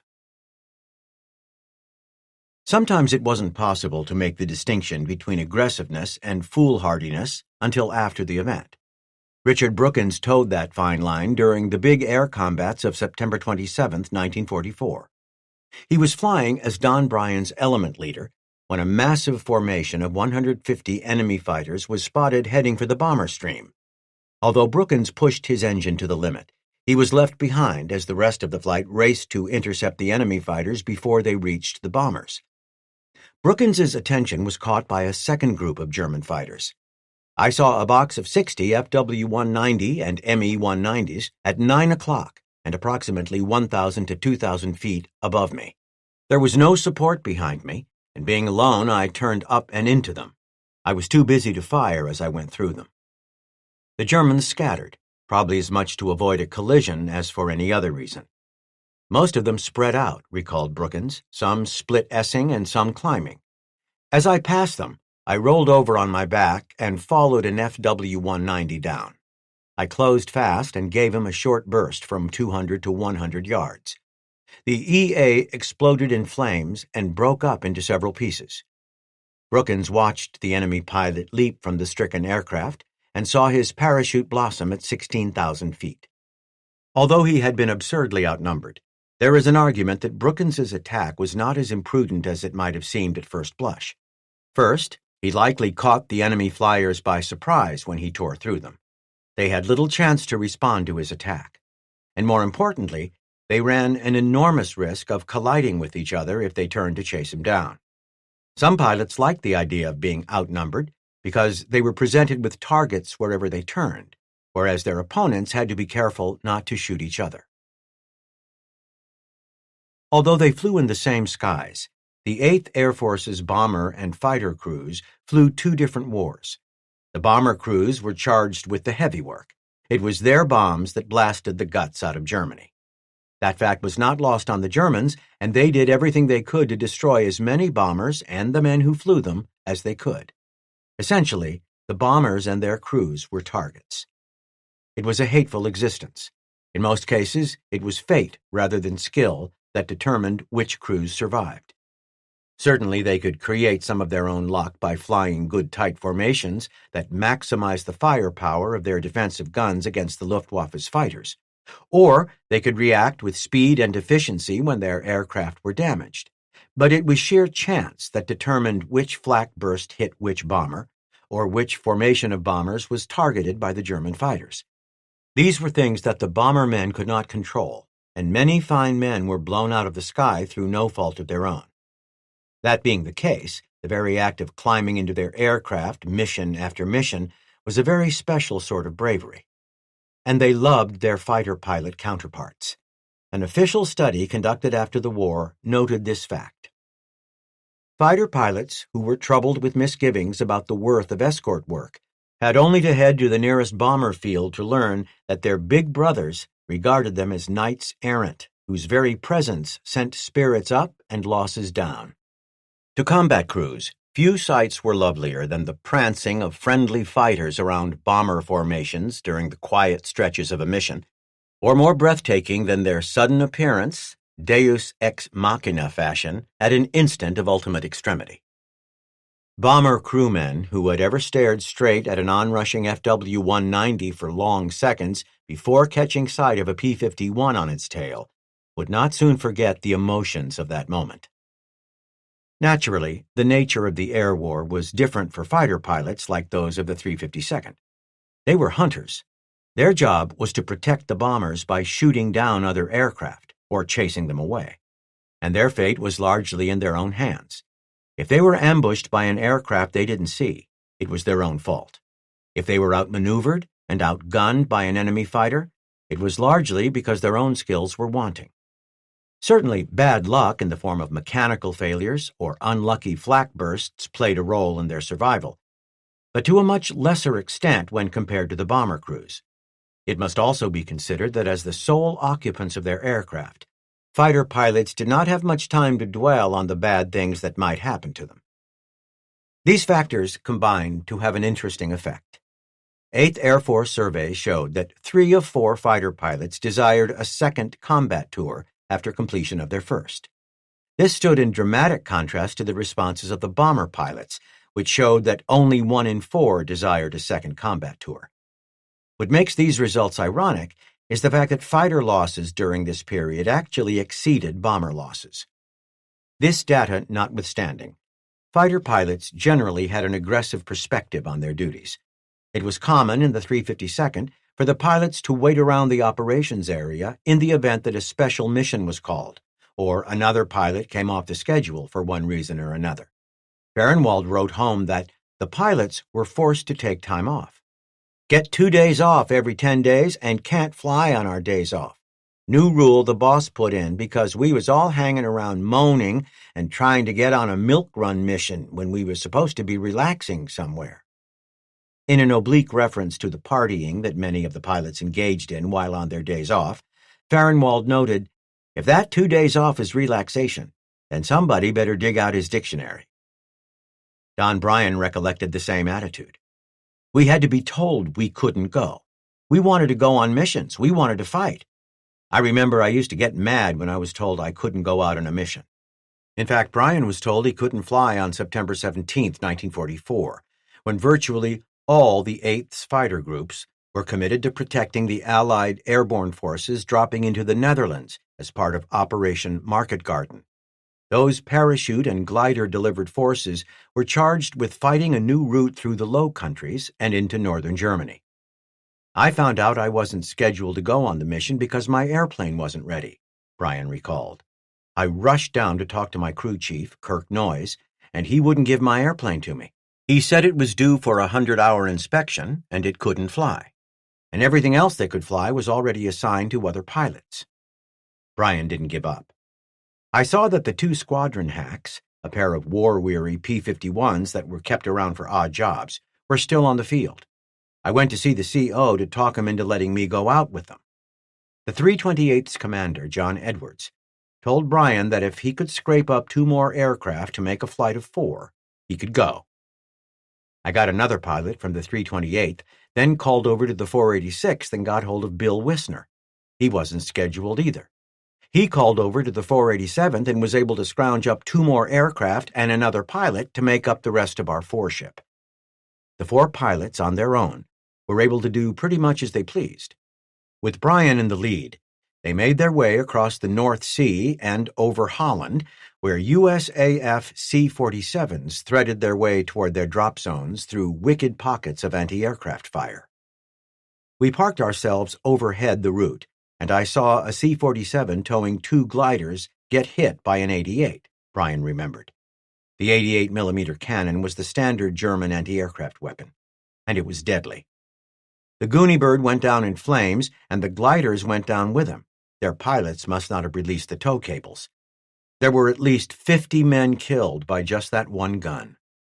That really made me angry, Bryan remembered. There were dozens of good men dead because of that single gun. Still, try as he might, he and his ad hoc flight couldn't find the anti-aircraft gun and its crew. It was somewhere in the brushy fields and patches of woods below us, but the Germans were expert at camouflage and we couldn't find it. Exasperated, Bryan started to lead the flight away in search of other targets. Then, he recalled, I saw another C-47 with 2 gliders get hit in the same area, and again, both gliders went down with it. For whatever reason, the glider pilots were unable to separate from their tow aircraft. Livid, Bryan whipped his flight around to renew his search for the gun. "The Germans manning that gun knew better than to shoot at us," he said. "We could kill them. The Goonie Birds could not." Still, the 4 pilots had no more success finding the gun than they had earlier. "I was really frustrated," Bryan remembered. "If we had been able to find that gun earlier, the men with the second C-47 and its gliders would have still been alive. And it really bothered me that the glider pilots didn't release their cables. I couldn't understand why they let themselves get pulled down by the Goonie Birds." Bryan spotted a 3rd C-47 as it approached the area with another pair of gliders. "I dropped down low behind it and followed in trail as it flew the same route as the other 2 C-47s, he recounted. Just as before, the transport was hit by the big gun. But this time I had him, remembered Bryan. I saw the muzzle flash when he fired. While the doomed C-47 and its 2 gliders fell to earth, Bryan hauled the nose of his P-51 skyward, dropped his wing tanks, and prepared to dive on the enemy position. As I dropped my nose down, he remembered, the engine quit. When I released the wing tanks, I had forgotten to switch the fuel selector to the internal tanks. Unperturbed by the sudden quiet, Brian kept his eyes on the enemy gun as his aircraft closed the range. Finally, he pulled the trigger. I opened fire and really let them have it. Brian finished firing, pulled his aircraft away from the gun, and reached down to the fuel selector switch. The engine caught, and a few seconds later was roaring at full speed. I never worried about that engine, he said. I knew it would start. The three other pilots joined Brian, and together they made repeated firing passes. The gun was hidden along a fence line, and the four of us strafed it and everything around it. We found some trucks and wagons and troops. We really chewed the place up. No one there was going to shoot down any more Goonie birds. It was the only time I fired my guns in anger, Brian said. So many dead boys because I couldn't find that gun. Following the initial troop insertions, the following message was received from Major General Paul Williams, the commander of the 9th Troop Carrier Command.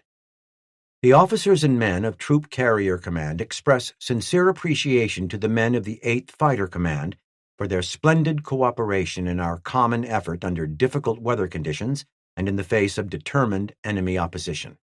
Please convey my personal appreciation to all members of your command. John Evans was a bomber pilot who completed his tour on the day prior to the Normandy invasion. Throughout my 30 missions in B-24s, I never once saw an enemy fighter, though I did see plenty of flak. Even so, his aircraft never suffered any real damage.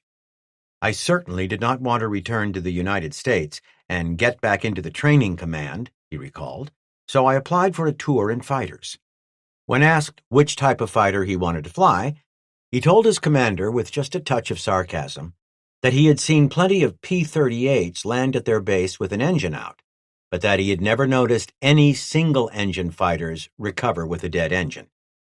Ultimately, he was assigned to the 352nd's 487th Fighter Squadron and was excited at the prospect of flying the sleek, blue-nosed Mustangs. That excitement notwithstanding, his luck finally failed him.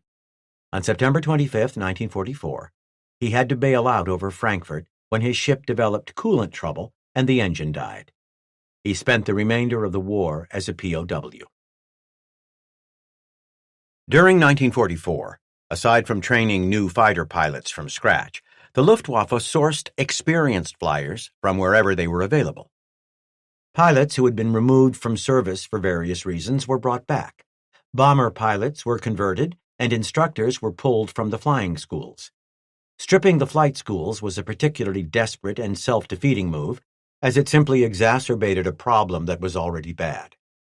Hermann Buchner was charged with getting a disparate group of these flyers ready for combat.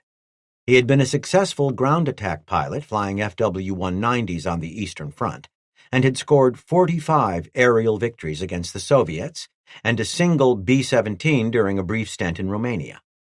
During the summer of 1944, he was posted as a flight instructor to the airfield at Prossnitz, Austria, where he was given 20 pilots from various backgrounds and an equal number of FW-190s.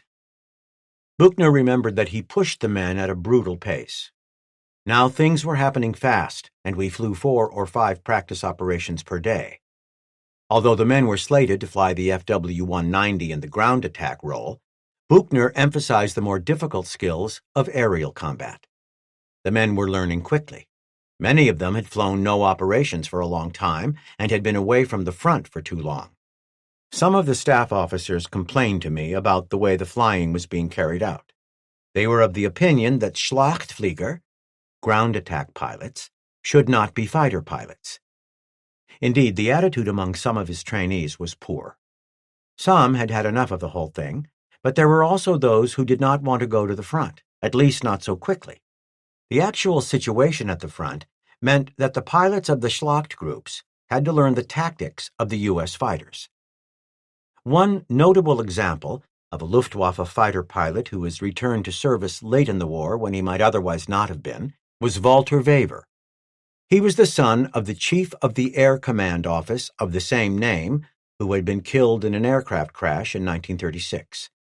The younger Wever started flying combat operations on the Eastern Front during 1943 and had been credited with 40 aerial victories by the summer of 1944. On July 10, 1944, He was shot down by ground fire and badly injured, losing one of his feet to amputation. After several months of recuperation, he started flying again and returned to combat operations during February 1945 as an Me-262 pilot. He was subsequently shot down and killed in aerial combat on April 10, 1945. A four-ship flight from the 487th Fighter Squadron was downed by enemy fighters on September 23, 1944. It was the greatest loss suffered by the 352nd in air-to-air combat. Clarence Johnson, Fanner Waters, Joe Ayers, and John Clark were jumped somewhere in the vicinity of Almelo in the Netherlands. The paucity of information in the group mission's summary report indicates that no one knew what happened to the four pilots. Captain Johnson, Lieutenants Waters, Ayers, and Clark, all 487th Squadron, Red Flight, last seen Hengelo, 1700. Last heard on RT giving position Imelo at 1730. Nothing further known. Of the four pilots, only Clark survived. We were flying the normal four abreast formation at about 1,500 feet when we started to get a lot of fire from the ground. We then dropped down to 500 feet. The four blue-nosed P-51s, with their wing tanks still attached, started an easy right-hand turn. After arcing through nearly a full circle, Clark caught sight of a flight of 8 FW-190s bearing down on the foreship. I pushed everything to the wall and started a sharp right turn and continued to turn right, but the 190 behind me continued to fire, and he finally got inside of me.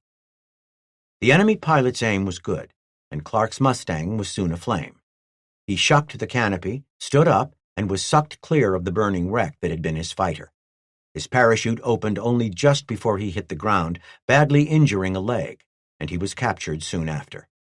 The FW-190s were from 5JG-26. Gerhard Vogt, a 40-victory ace at the time, was credited with 2 of the 352nd's flyers, while Wilhelm Meyer was awarded credit for another. The fourth Mustang was smashed in a collision with Fenricht Maximilian Busch, who was killed. Vogt was an exceptionally accomplished pilot who had scored all his victories in the West, his first in November 1941 before most of the pilots in the 352nd had even entered the service. Meyer also was quite experienced, having been credited with 20 aerial victories since the spring of 1943. Both Vogt and Meyer were killed in air combat during January 1945. Vogt was shot down in combat with Spitfires, while Meyer was killed by Mustangs.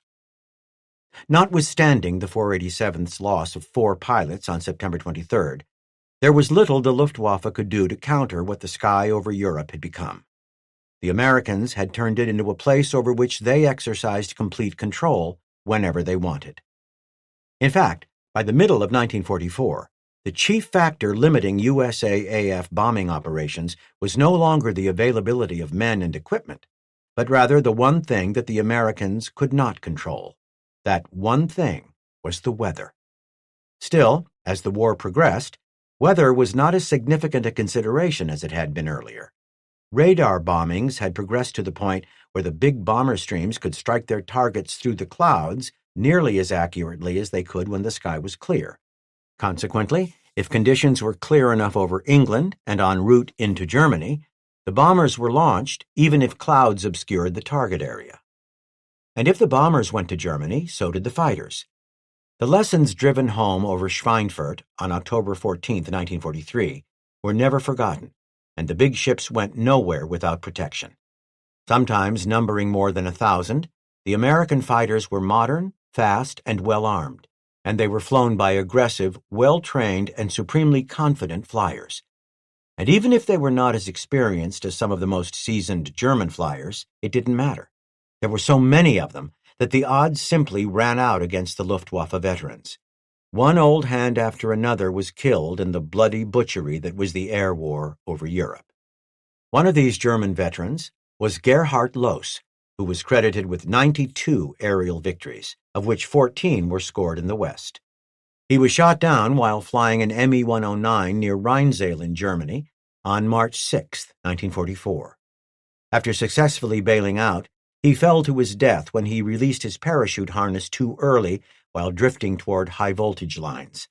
Another was Emil Bitch, who was on combat operations against the Soviet Union from June 1941 to August 1943, and was subsequently transferred to the West. During his actions against the Soviets, he was credited with 104 aerial victories. He scored only 4 more from August 1943 until he was shot down and killed by a 352nd P-47 on March 15, 1944. Wolf Dietrich Wilke was credited with 162 aerial victories, 25 in the West, during 732 missions. He was shot down and killed by P-51s on March 23, 1944. Karl Heinz Kempf had been on combat operations since 1940 and had 445 missions and 65 aerial victories, 17 scored in the West, under his belt by the time he was shot down and killed over Belgium on September 3, 1944. These men are only a small sample of the many high-scoring Luftwaffe flyers that were down during 1944. Although they were among the best in the world, they were simply overwhelmed by enormous numbers of good Allied pilots flying superb machines.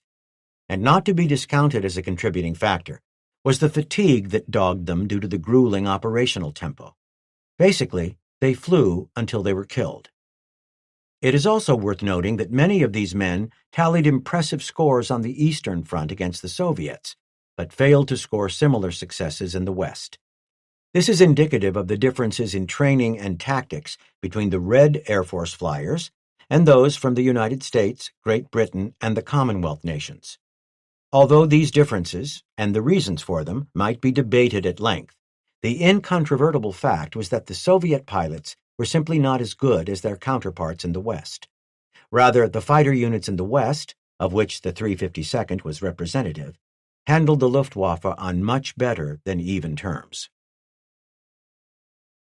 The Allies started moving tactical air units onto airfields in Normandy almost immediately after establishing a lodgment.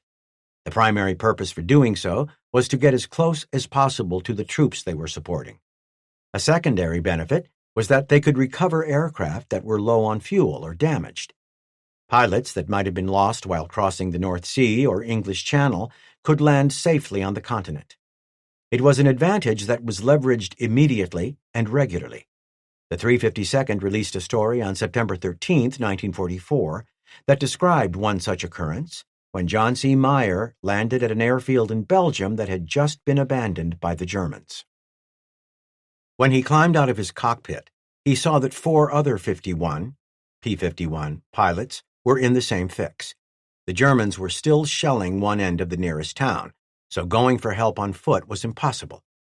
It was suggested to pool all the gas, so for 4 hours the 5 pilots drained their tanks and helped pour it into Colonel Meyer's Petey. With 35 gallons, Colonel Meyer took off for Brussels, where he refueled, sent help to the others, and then took off for his base in England. The other pilots were luckier. They stayed overnight and were guests at a champagne party given by the local townspeople. Cy Doliak had a similar experience that same month. His tanks were nearly empty when he set down at an airfield.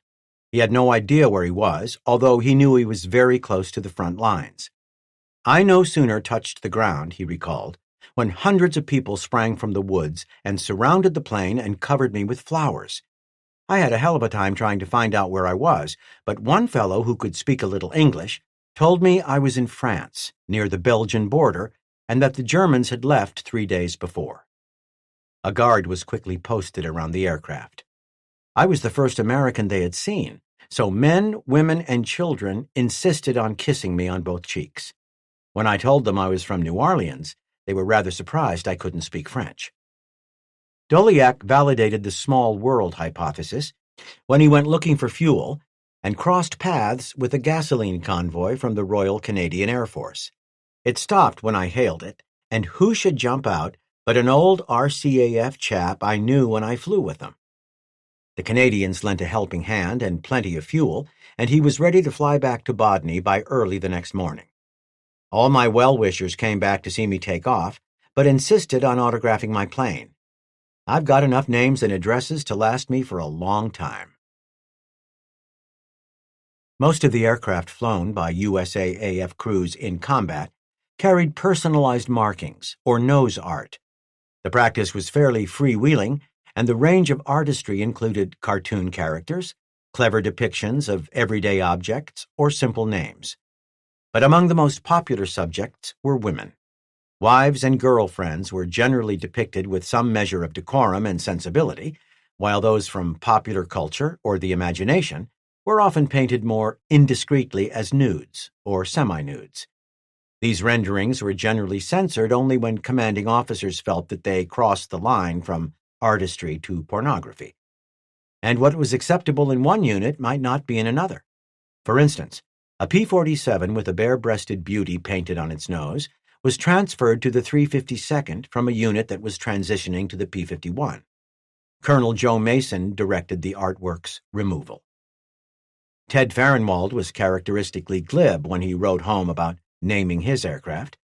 "Still pondering name for my ship. Considered naming each gun for a gal, but there are but 8 guns and I don't want to play favorites." Don McKibben had no trouble christening his P-51B. He named it for the lissom Miss Lace from Milton Caniff's comic strip Mail Call. Except for the fact that she was merely a cartoon character, there was nothing to dislike about Miss Lace. As a physical specimen, she embodied the very finest female attributes. Our squadron artist, Sergeant Nyland Jones, expertly painted the beguiling figure on the right side of the aircraft, recollected McKibben. Often, the pilot had his nose art and victory markings painted on the left side of the aircraft, while the right side was generally reserved for the crew chief. However, McKibben broke from tradition to ensure that the greatest number of people had an opportunity to appreciate Miss Lace's features. When parked on the ground at Bodney, between the perimeter road and the woods, only the right side of the airplane was visible to the folks passing by. I figured the critters in the woods on the other side would have no interest in the view. There were times when 2 pilots shared the same aircraft.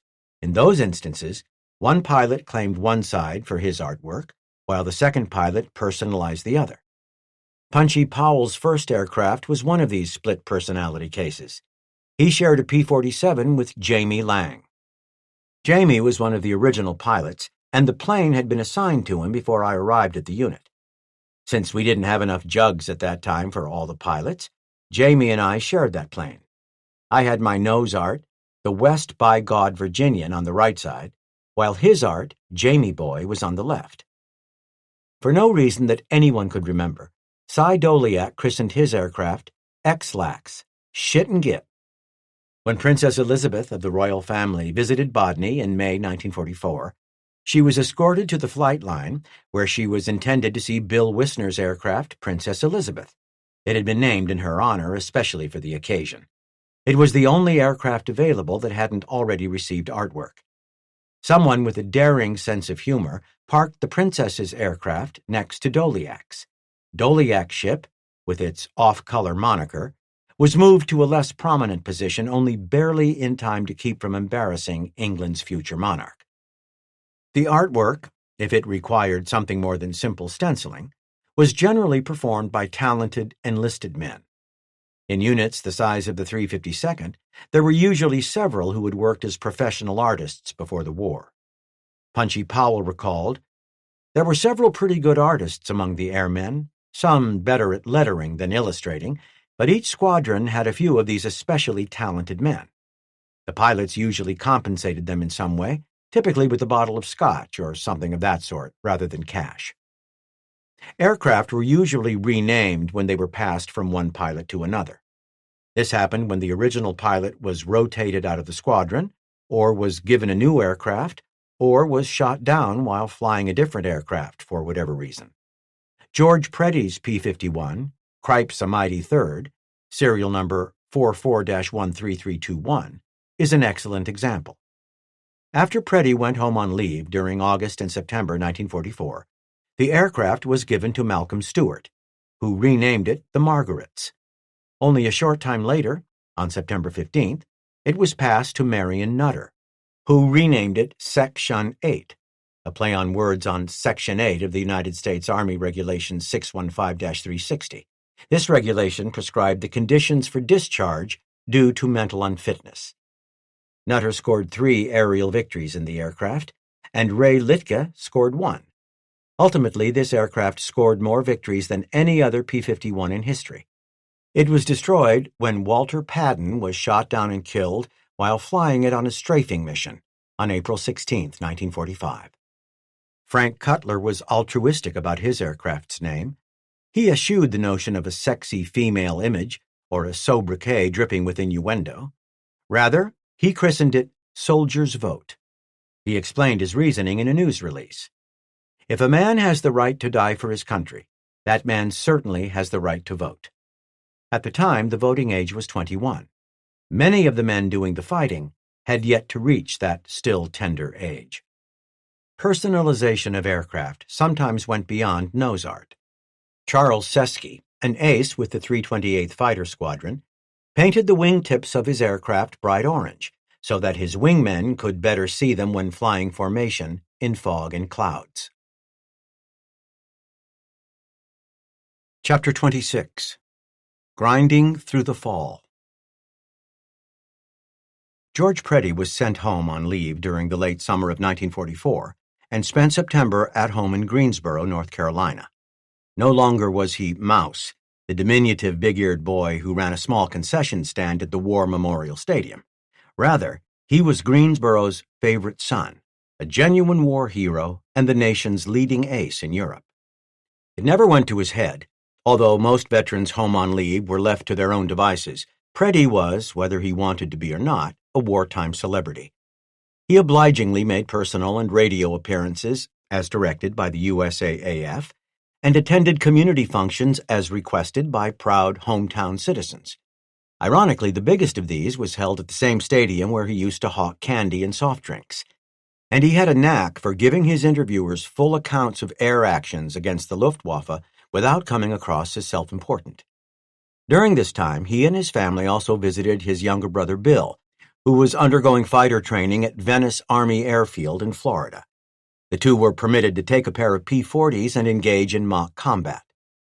The younger Preddy gave his much more experienced older brother quite a tussle. George told Bill, "Boy, you're ready to take on the best the Luftwaffe has to offer, but just don't get too cocky." Preddy was impressed, not only with his brother's native ability, but also with the training that he and his peers had received. They were obviously much better prepared for combat than he had been early in the war. Preddy also announced his engagement to his Australian girlfriend, Joan Jackson. The two of them hadn't put eyes on each other for nearly 2 years, but had maintained their relationship via mail. Such a thing speaks to the queer exigencies imposed by the war. Aside from the difficulties of communicating by letter, was the added consideration that those letters were sometimes a couple of months or more old by the time they made the transit from one theater of war across the globe to another. It is also interesting to speculate about Preddy's reasons for such an unusual engagement. He was a gregarious sort who very much enjoyed the company of women, and he had certainly enjoyed that company since leaving Australia for the United States and England. Regardless, the engagement was very real and very public. Rather than staying in the States, where he could have drawn just about any assignment he wanted, Preddy was anxious to get back into combat. Later, he declared, "I sure as hell am not a killer, but combat flying is like a game, and a guy likes to come out on top. I'm not aiming for any particular score. I just want to finish the job here in Europe so I can go back to the Pacific. I'd like to get another crack at the Japs and also see my fiancée in Australia." Although Preddy was modest, it is likely true that he would have liked, just as virtually all his comrades would have, to shoot down many more enemy aircraft. There was no denying the excitement of air combat and its risks. Preddy surely thrived on it to some extent. 2, there was little to rival the feelings of very close camaraderie that developed in a fighter unit at war. Finally, there was the undeniable fact that Preddy was a very good fighter pilot, and that most men enjoyed doing that at which they excelled. Much has been made of the fact that German fighter production figures increased significantly during the late spring and summer of 1944. This was indeed the case. The Germans, under Albert Speer, dispersed their aircraft manufacturing industry into much smaller plants and shops that were difficult to destroy from the air. On the other hand, Goering noted in post-war debriefings that the fabrication quality of the aircraft declined as the numbers produced increased. Further, the production numbers included damaged aircraft that were repaired and returned to service by the manufacturers. Typically, aircraft that sustained damage that was not repairable at the airfield were returned to the factory to be rebuilt. Aircraft that sustained damage greater than 60% were salvaged and scrapped. Although his knowledge of such things was probably incomplete, Goering said that the repairs of damaged aircraft varied from 500 to 900 per month. Moreover, the increased numbers of aircraft produced, new built or remanufactured, really didn't matter because Germany wasn't training enough new pilots to fly them. Pilot training tailed off to virtually nothing by the fall of 1944, and fuel shortages precluded almost all flying except for combat. It was a situation that simply couldn't be sustained. Camaraderie and friendships in combat grow to an extent not easily understood by those who have never experienced it. This solidarity in arms was exhibited by a trio of P-51 pilots of the 355th Fighter Group based out of Steeple Morden. On October 3, 1944, Henry Brown, one of the 8th Air Force's leading aces, was shot up while strafing the Luftwaffe airfield at Nordlingen. Unable to keep his ship airborne, Brown bellied it into a large pasture. Fellow ace Charles Lenfest arced around in a slow turn, lowered his flaps and landing gear, and readied to set down in the field. The 355th had successfully executed a piggyback rescue nearly 2 months earlier, on August 18th, when Royce Priest landed in a wheat field to pick up Burt Marshall. Lenfest hoped to repeat that success and landed not far from where Brown's aircraft slid to a stop in the muddy meadow. Brown ran toward his ship as Lenfest taxied toward a good takeoff point. The rescue attempt came apart when Lenfest's P-51 became stuck in the soft ground. Nevertheless, fellow pilot Alvin White was not deterred, and he also set down in the field, intent on lifting out at least one of his comrades. It was for naught. By the time he landed, Brown and Lenfest were already running through a nearby wood and never saw their would-be rescuer. With no reason to stay, White took off again, whereas Brown and Lenfest were eventually captured and made POWs. Elements of the 352nd had a front-row seat to the botched rescue as delineated in the group's mission summary report for the day. P-51 seen to belly in on grass field, 12:20. Another P-51 seen to land in same field, but AC's wheels stuck in ground. Third P-51 landed and took off again. Undetermined whether this AC picked up anyone. Other P-51s then strafed 2 AC on field. AC believed 355th Group. But the 355th Flyers weren't the only ones from the 8th Fighter Command who set down on the continent that particular day. Among the details of the group's mission summary report was this cryptic note. Captain Bennett, 487th Squadron, injured, extent unknown. Believed landed in France. Lieutenant Ross, 487th Squadron, believed landed in France. The report was never designed to provide detailed narratives, but the story associated with these 2 lines underscores the fact that many interesting incidents were buried in the officialdom of virtually every mission summary report. On this day, the point was made that air combat demanded the most of its participants, regardless of whether they were seasoned veterans or green neophytes. Russell Ross was the latter. He flew on John Bennett's wing in a borrowed aircraft on his first escort mission. Over France, they climbed through a layer of clouds. When they broke clear, they spotted a gaggle of Me-109s above them. We immediately ascended in order to engage them, Ross recalled. Suddenly, a flak shell burst close to Major Bennett and struck his aircraft. He took a hit in the left shoulder and began to bleed profusely. Afraid of losing consciousness, he told me he needed to land. The 2 of them made 3 separate attempts to penetrate down through the clouds and into the clear. Each time they failed. The soupy cloud cover and our close proximity to the Seine River Valley and its surrounding hills heightened our sense of peril, recalled Ross. After the 3rd try, Major Bennett gave me permission to return to England. But, low on fuel, Ross had no choice but to stay with Bennett. On the 4th try, we broke through the clouds and found ourselves in the valley, flying parallel to the river. On either side of us, we could see the hills disappear back up into the overcast. Shaken, hearts in our throats, we followed the river and searched for an accessible landing site. Bennett had little choice but to try and set his aircraft down onto a small, wet, level piece of ground. Ross circled overhead and watched. He had to jump a fence, but he landed successfully. The aircraft rolled almost to a complete stop. At the last moment, one wheel caught a shell hole, and the plane nosed over onto its back. Fortunately, Bennett wasn't hurt any further. Ross watched a group of Frenchmen pile out of a small truck and pull him clear. The major stood and waved at me, so I knew he was in good hands. Ross didn't want to chance a landing in the same field. I found a pasture full of sheep and buzzed them several times to herd them out of my path. He set his aircraft down with no problem and was met by 4 Frenchmen. They were interested in the number of swastikas that decorated the cowl of the plane. Laughing, they patted me on the back and shouted over and over again, "Bosch kaputt!" I couldn't speak French, so I was unable to tell them I hadn't made the kills. Both Bennett and Ross had put down in Allied-held territory. Bennett was taken to a hospital where he received good care. Ross was delivered to a B-26 base where he spent the night. He returned to his aircraft the next day with an airman and 15 gallons of fuel. It was enough for Ross to get back to the B-26 base, where he subsequently took on enough gas to get back to Bodney. His homecoming was mixed.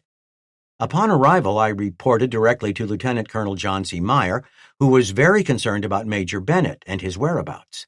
He then chewed me out for landing in the field with my gear down. Meyer had a point. Although the aircraft would have been damaged in a belly landing, it would have been far less likely to overturn, as Bennett's aircraft had. Still, Ross continued, I was relieved to be home, and I felt proud, knowing I had returned the airplane intact. When I reported this fact to the aircraft's pilot, he was not happy. He said, "You mean you had a chance to get rid of that dog of an airplane and didn't? I've been trying for a long time to get rid of that thing." It sure took the wind out of my sails, remembered Ross.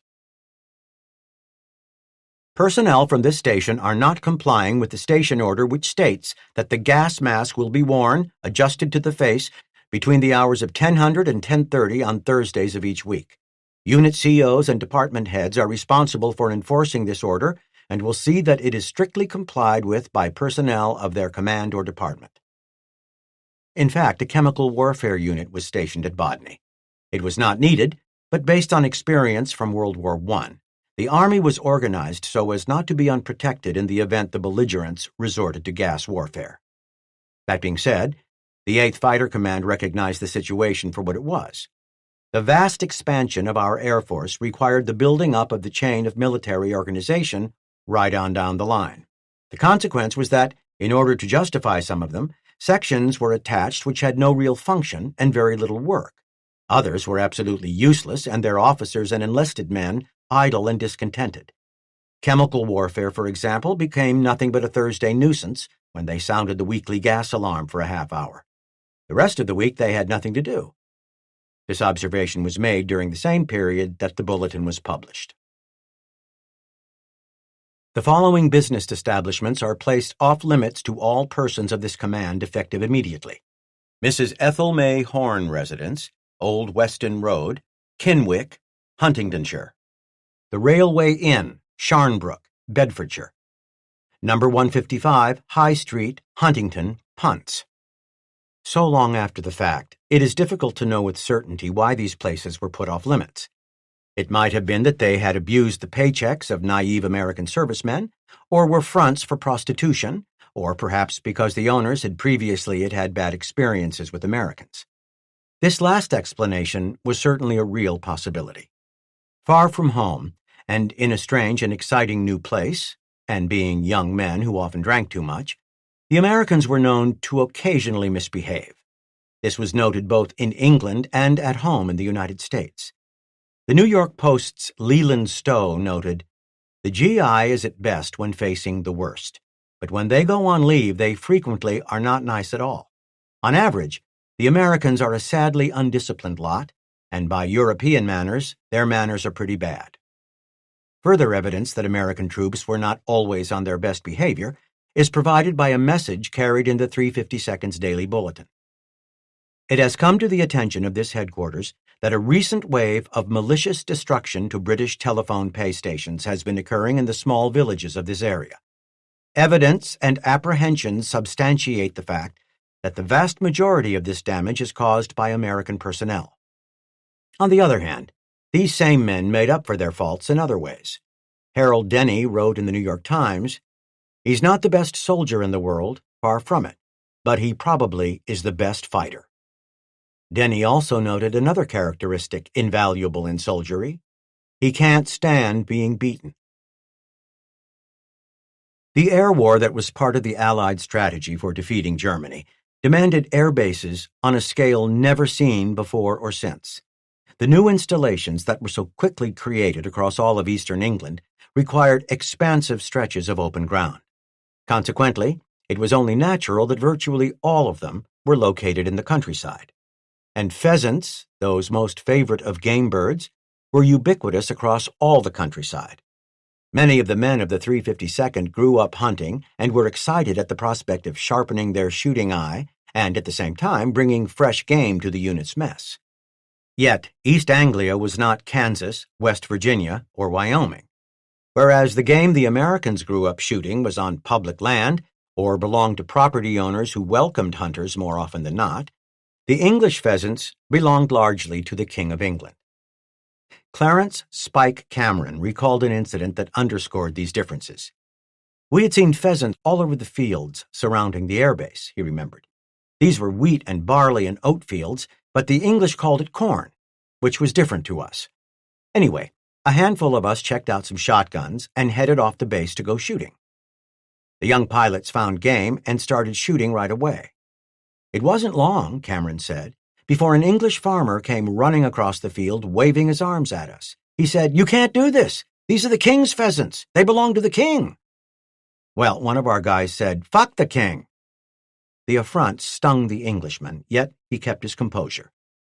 He, of course, had an English accent," said Cameron, which always amused us. He said, "I say, you shouldn't talk about our king that way. It's not polite. After all, we don't talk about your president that way." The Americans blinked at the man who had just upbraided them, then burst out in guffaws. I'm not sure why, Cameron recalled, but all of a sudden we found the whole situation hilarious. We couldn't stop laughing.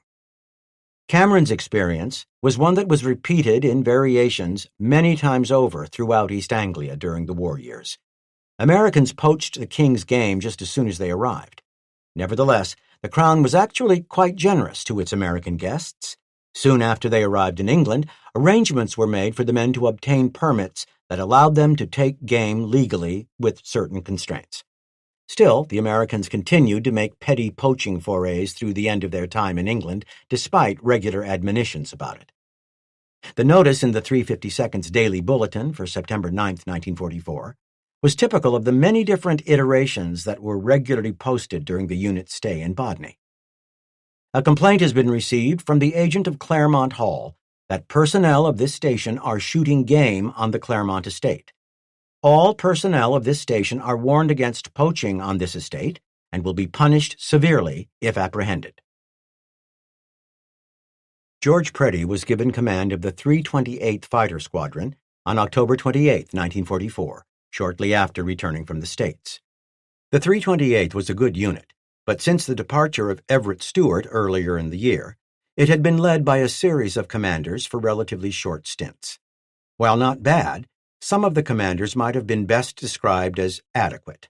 Further, few of them were in the position long enough to establish the sort of real leadership that Meyer embodied at the head of the 487th, a unit he had stewarded since early in the 352nd's existence. Consequently, the 328th's score in aerial combat lagged the tallies of the 486th and 487th. It was believed that Preddy's aggressive nature might be just the sort of medicine the 328th needed. Fighting talent aside, considering Preddy's drinking and off-duty shenanigans, the decision to put him in charge also represented a risk on the part of the 352nd's leadership. It was a good decision. Ray Mitchell recollected Preddy's first meeting with the pilots of the 328th as their new commanding officer. I had a good impression of George because I had heard a lot about his past exploits in the South Pacific, as well as in the ETO. So our expectations were great for George before he came.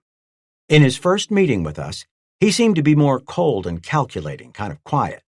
When he talked, he had something to say. It wasn't just idle chatter. Everybody respected him, but it took a while for us to get acquainted with him and know what to expect of him. Art Snyder, Preddy's new crew chief, recalled, "Within a day or two of taking command, he gathered the squadron around a bomb shelter, and he got up on top of the shelter and gave a short talk as to what we were there for. I vividly recall him saying that the main thing we were there for was to shoot down the Hun." Preddy led the 328th with vigor, and the squadron's performance and morale improved. In fact, less than a week later, the 352nd got into a tremendous melee on November 2nd, while escorting the bombers to Merseburg. The group was credited with downing 38 enemy aircraft, of which 24 were shot down by the 328th. Both tallies were records for the 8th Fighter Command up to that point. Preddy himself was credited with downing an Me-109 that day. Although the 328th's fantastic performance could hardly be attributed in its entirety to Preddy, it was an indication that the combat leadership of the unit was no longer a cause for concern. However, the responsibility of command didn't change Preddy's mischievous nature. He was still a drinking prankster. After a night of partying, Preddy sometimes sneaked into the quarters of other ranking officers and tipped them out of bed as they slept.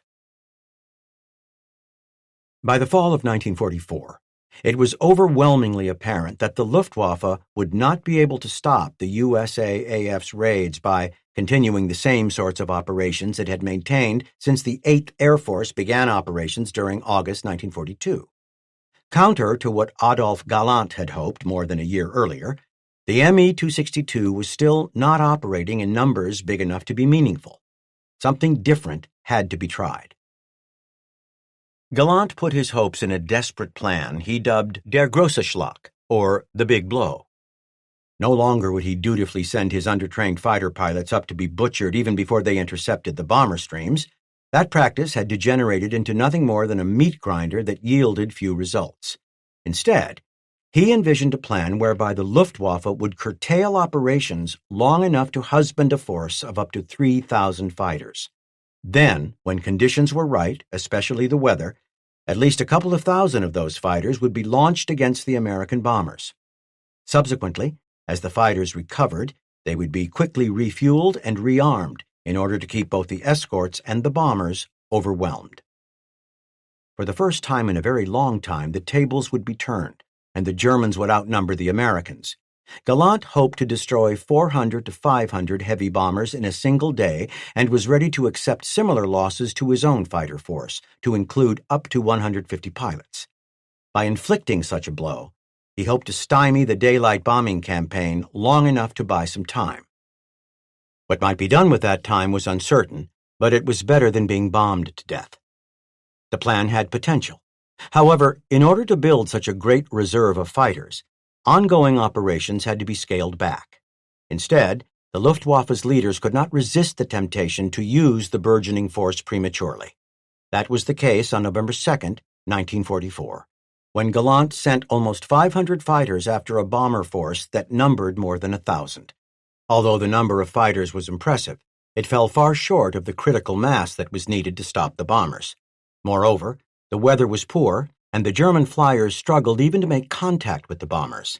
In the end, the attempted interception was an utter failure, and the Allied fighter pilots had a field day. It is a fact that the human character, in all its varieties, has remained virtually unchanged since prehistory. Certainly, a person's nature is influenced by family and culture and society, but the basic innate qualities that make a person what he is are largely ingrained. That being the case, the men who fought World War II were, at their core, of the same cloth as their forebears and descendants. William J. Stangl of the 328th offers an interesting example. A native of Thief River Falls, Minnesota, he joined the Royal Canadian Air Force in 1941 before the U.S. entered the war. He was transferred to the Royal Air Force and served in England before being commissioned into the USAAF during 1942. He was a gregarious and charming man who was quite comfortable with the ladies. In fact, by the time he joined the 352nd in August 1944, he had been married at least 4 times. Such a number of marriages was remarkable, but what was even more extraordinary was that Stengel had never been divorced. In fact, Stengel was a serial bigamist. It didn't affect his performance in the air. Stengel had a big day on November 2nd, 1944, during which the 352nd knocked down a record 38 enemy fighters. It was the same day that Gallant had launched 500 fighters. Stengel was leading the 328th Squadron's Red Flight. The squadron blew apart when it encountered a massive formation of German fighters estimated at more than 100. Stengel pitched his flight into the battle and singled out an aircraft. His short burst of fire missed, and he overshot the first fighter and climbed toward another, an Me-109. Its pilot threw open his canopy and bailed out. Stengel picked out another aircraft, fired, missed, and overshot once more. There followed a short, slashing engagement, during which Stengel failed to score. Nevertheless, opportunities were plenty. At this time, I engaged another EA, he reported. We started into a few quick turns, and finally ended up in making head-on passes at each other. This fight lasted longer than was normal. Whereas many aerial clashes were typified by aircraft taking quick shots at each other and then diving away, Stengel and his opponent, an Me-109 pilot, stayed at each other. At last, we were closing directly head-on. There wasn't time to roll either way, so I dropped the nose a bit more, and it seemed we were about to hit when I pulled the trigger with a short burst. Unsure of the effects of his gunfire, Stengel reefed his Mustang hard up into a climbing left-hand turn and twisted around in the cockpit. I saw this EA pull up a bit, start to roll on his back, and then dive vertically to the ground and explode. Still, the fight wasn't over. Another Me-109 flashed in front of Stengel, and he took a quick shot, missed, turned left hard after it, and lowered his flaps 10 degrees to tighten his turn. Still thinking clearly, Stengel looked back to clear his tail and caught sight of squadron mate Eugene James to his left along with a pair of Me-109s closing on him from behind. I pulled the stick right into my stomach, Stengel recalled, and almost stood my AC on its tail. James tried to climb with Stengel, but his aircraft was unable to keep up, and he fell into the path of the pursuing Germans.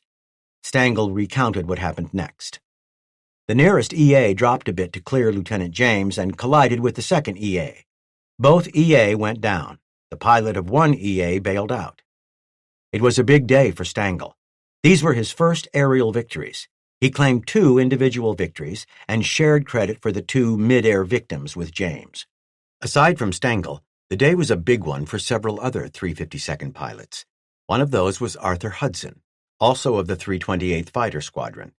He was number 2 in Major Earl Abbott's White Flight.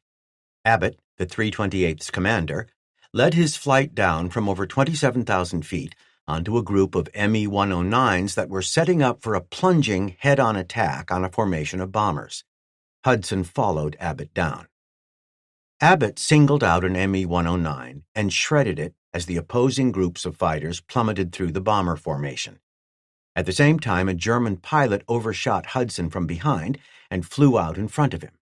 I maneuvered onto his tail and began firing at 10,000 feet altitude and followed him down, firing to 6,000 feet.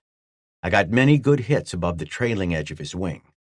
The Me-109 smoked and caught fire as it fell through an undercast. Hudson followed Abbott through a complete circle but lost him when his leader punched into the clouds. Diving through the undercast, Hudson had no luck finding Abbott, but got lucky when another Me-109 dropped through the clouds in front of him. The young P-51 pilot recognized an opportunity when he saw one. He followed the German into a hard left turn and opened fire. I got many strikes on the wing and fuselage, Hudson recalled. He then jettisoned his canopy and bailed out at 2,000 feet. His chute opened just as he hit the ground. Still anxious to find some friends, Hudson climbed back through the clouds. There, rather than squadron mates, he spotted another Me-109. Climbing up towards him, I engaged him in a climbing turn but stalled out and flipped over. The German pilot tried to dive away, but Hudson recovered his aircraft and gave chase. The enemy pilot went back into a climb with Hudson on his tail, then reversed direction and pointed earthward once more. I began firing in the dive, Hudson noted, and then he bailed out. Hudson found himself below the clouds again, and once more he powered back up through them, where again he spotted another ME-109. The two pilots spiraled down through the clouds as each tried to gain an advantage on the other. Finally, the German flyer tried to make a break. I chased him to the deck for about 3 minutes, recorded Hudson, and caught him as he started turning to the left. I took a burst and got a few hits in the turn. Hudson subsequently misjudged how fast he was closing on his quarry and almost overran him. Instead, he lagged the German's turn, gained some separation, then re-engaged.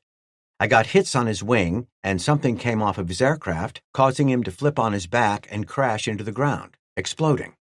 Hudson had no time to celebrate. He quickly checked his tail and discovered another ME-109 closing into firing range. He turned hard right, and the enemy pilot fired an ineffective burst at him as they passed almost head-on. Quickly reversing his turn to the left, Hudson tacked onto another fighter's tail and opened fire. I started firing, but only one gun would fire, and as I was overrunning him, I pulled up into the clouds. This time Hudson stayed in the protective gray of the clouds until he was well clear of the area. Only then did he climb and head for home, where he landed uneventfully. For the day's work, he was credited with 4 aerial victories. Arthur Hudson was killed by ground fire less than a month later, on November 27th, while strafing an airfield. During the massive air battle of November 2, 1944, many of the 352nd's pilots were using the new K-14 gun sight for the first time. For all practical purposes, it was an American version of a British design, the Ferranti Mark II-D computing gyroscopic sight, that took much of the guesswork out of the black art that was aerial gunnery. The brains of the K-14 were housed in a mechanical analog computer that took into account the motion of the firing aircraft and automatically calculated the proper lead required to hit a target with any sort of angular crossing component. In reality, this was virtually all targets. The manual for the K-14 described its advantages in the opening paragraph. As you adjust the K-14 gyroscope gun sight, it automatically gives you the correct lead and shows you the range of the target. In other words, it's the answer to the poor deflection shooter's prayer. Though exceedingly complicated internally, the sight is easy to operate with a little practice. The sight itself was made up of a glass reflector plate upon which 6 illuminated diamonds, arranged in a circle, were projected. At the center of the circle of diamonds was an illuminated dot, or pipper. If the gun sight was set up correctly, and the target aircraft was within range, the pilot had only to fly his aircraft so as to put the pipper over the target and pull the trigger. Operating the sight was not difficult. There was a span scale on the front of the sight, which the pilot set to match the wingspan of his target. In practice, most pilots set this at just over 30 feet, which approximated the wingspan of both the ME-109 and the FW-190. Some variants actually had markings on the scale for the types of enemy aircraft likely to be encountered. A twist grip on the throttle handle controlled the size of the circle of diamonds. As the pilot twisted the handle fore or aft, the size of the circle increased or decreased. The pilot's objective was to match the target aircraft's wingspan with the circle defined by the inside points of the 6 diamonds. Once that was done, with the pipper over the target aircraft, the pilot had to wait approximately 1 second before pulling the trigger in order to allow the gun sight computer to stabilize. Following that short interval, a 2-second burst of machine gun fire was recommended. So long as the pilot was able to hold his aircraft steady for a short period prior to pulling the trigger, the K-14 was very accurate. However, if he had to constantly whip his aircraft around in order to get or keep the pipper on the target, the primitive computer had a difficult time keeping up, and the firing solution was not as accurate. Likewise, the sight was not good for quick snapshots. Nevertheless, used properly, the K-14 could be deadly. Charles Rogers used it to claim 2 ME-109s on November 2, 1944. I was using a K-14 sight, and I got the first EA with a deflection of approximately 65 degrees and 400 yards range. The second EA at approximately 45 degrees deflection and 300 yards range. I think the K-14 sight is very good for high deflection shooting and long range. Rogers thought right. Scoring those hits would have been very difficult with the earlier fixed sight.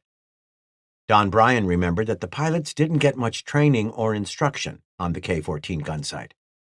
We really didn't know much about it until the first time we took it into combat. Although some of the group's pilots had been using the new gun sight since September, Bryan didn't get a chance to test it in combat until November 2, 1944. On that day, Bryan led Yellow Flight on an attack against a large formation of ME-109s. By the time I could get in position for my bounce, about 10 to 15 of them had started down on the bombers. The others were preparing to start down. After Bryan nosed over in pursuit, it took only a short time before he was in position to fire. I closed to about 100 yards on one of the ME-109s. Using my K-14 sight for the first time, I got only a few strikes. The flight degenerated into a huge, frantic brawl characterized by hard turns, snatching reversals, and gut-wrenching climbs and dives. It was the sort of air combat during which pilots, for the most part, were able to fire only short, high-deflection bursts lest they become targets themselves. It was also the sort of fighting that the K-14 was not designed for. It was only when the fight dispersed and aircraft were arcing through the sky in ones and twos that Bryan had an opportunity to be impressed by the K-14. After downing his third aircraft, Bryan was joined by Milton Kammerer and started climbing back toward the bomber stream. As he passed through 10,000 feet, he spotted two ME-109s at 5,000 feet. He rolled into a split S and attacked the trailing fighter. I had only 2 guns firing as I made my attack. I opened fire at about 500 yards and hit the enemy aircraft very hard around the fuselage and wings. With only the 2 guns, Bryan's accuracy with the K-14 against the non-maneuvering German was still lethal. The enemy aircraft snapped into a very violent spin to the left and went through the undercast in flames and spinning. Bryan next turned his attention to the other ME-109, which, like the first, was not maneuvering. By this time, he had only 1 operable gun. Despite the fact that firing a single gun tended to yaw the aircraft and destroy its aim, Bryan closed to 80 yards and destroyed the enemy fighter. It was in situations like these, where both the firing aircraft and the target were relatively stable, that the K-14 excelled. The experience of Bryan's wingman Francis Hill during this fight reinforces the assertion that the performance characteristics of the different front-line fighters were only part of the equation that accounted for success in aerial combat.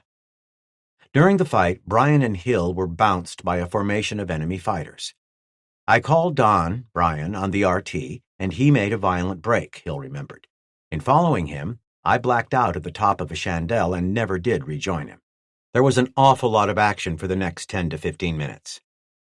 Hill remained unmolested during the first few seconds that he was unconscious. Soon after awakening, he was joined by Charles Goodman, and the pair threw themselves after 2 4-ships of ME-109s. We went into a fat-ass luffberry, and then I found out that the ME-109 could turn as tight or tighter than we could. The old circle got tighter and tighter until I snapped out and went into a spin somewhere around 25,000 feet. Even with his aircraft out of control, Hill still maintained his composure. There was a cloud layer about 5,000 feet below, so I let the old girl wind up. I figured those 8 bastards behind me couldn't do much damage so long as I kept spinning. After falling into the cloud layer, Hill used his instruments to recover from the spin. Back in control of his aircraft, he climbed again, looking for Goodman. All was peaceful and calm with the exception of 1 lone ME-109. He didn't see me, and I was able to climb up behind him. Hill gunned down the unsuspecting German from directly behind. It was his first aerial victory. That he was able to do so had absolutely nothing to do with any sort of performance advantage that the P-51 did or did not have over the ME-109. Nelson Jessup, of the 487th Fighter Squadron, scored his first aerial victory during this fight.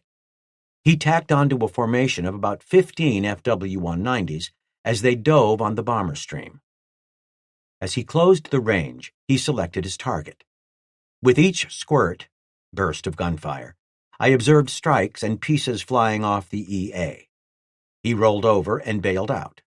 By this time I had 2 Jerrys on my tail, but I managed to finally outrun them. I was alone and had to head home as my engine was running rough from the long period it had been operating at high speed. Back at Bodney, Jessup's squadron mates shared his excitement at having scored. It sure felt good when I came over the field and saw the boys who weren't flying lined up outside the hut. They knew by the way I buzzed the field for landing that I had gotten something, and they jumped all over my plane, banging me on the back. Carl Dittmer completed a tour as a B-17 pilot a few days before D-Day and talked himself into the 352nd's 487th Fighter Squadron rather than going home. On the 352nd's big day, November 2, 1944, he was flying his brand-new P-51D Dopey Okie on the wing of Sanford Moats. Things were uneventful until we were over Holland, headed for home. Moats spotted an Me-262 and started after it, with Dittmer in tow. The German pilot was no dummy, Dittmer recalled. We could cut him off in the turns and get closer, but as soon as we approached gun range, he'd roll out of his turn and pull well away from us. We played with him for several minutes. I think Sandy was hoping we'd run him out of fuel. The Kraut may have been attempting to do the same with us. Moats and Dittmer eventually gave up the chase. Dittmer checked his fuel. Oh boy, not so good. I called Sandy and told him how much I had. By then we had the Zyder Z in sight and were as close to England as we were to the nearest airfields on the continent.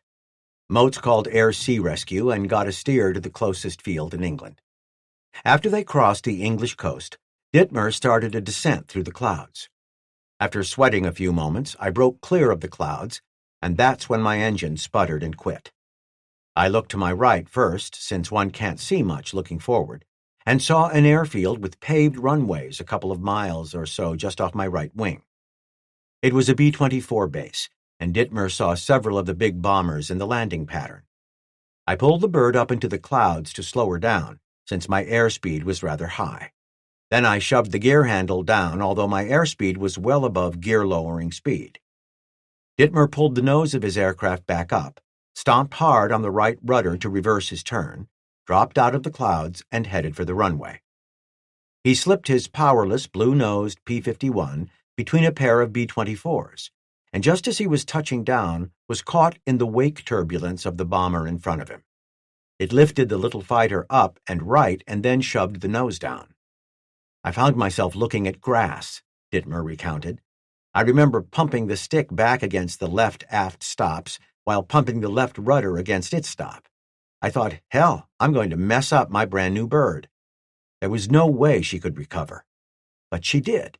She righted herself a fraction of an inch above the grass, skidded over to the center of the runway, and touched down like a feather. Then my knees started to shake. The massive fighter forces that Gallant prematurely committed on November 2, 1944, presented the 352nd with an opportunity unlike any the group had ever experienced. In fact, the 352nd's pilots were credited with 38 aerial victories, 24 by the 328th Fighter Squadron alone. Both were records at the time for the European theater of operations.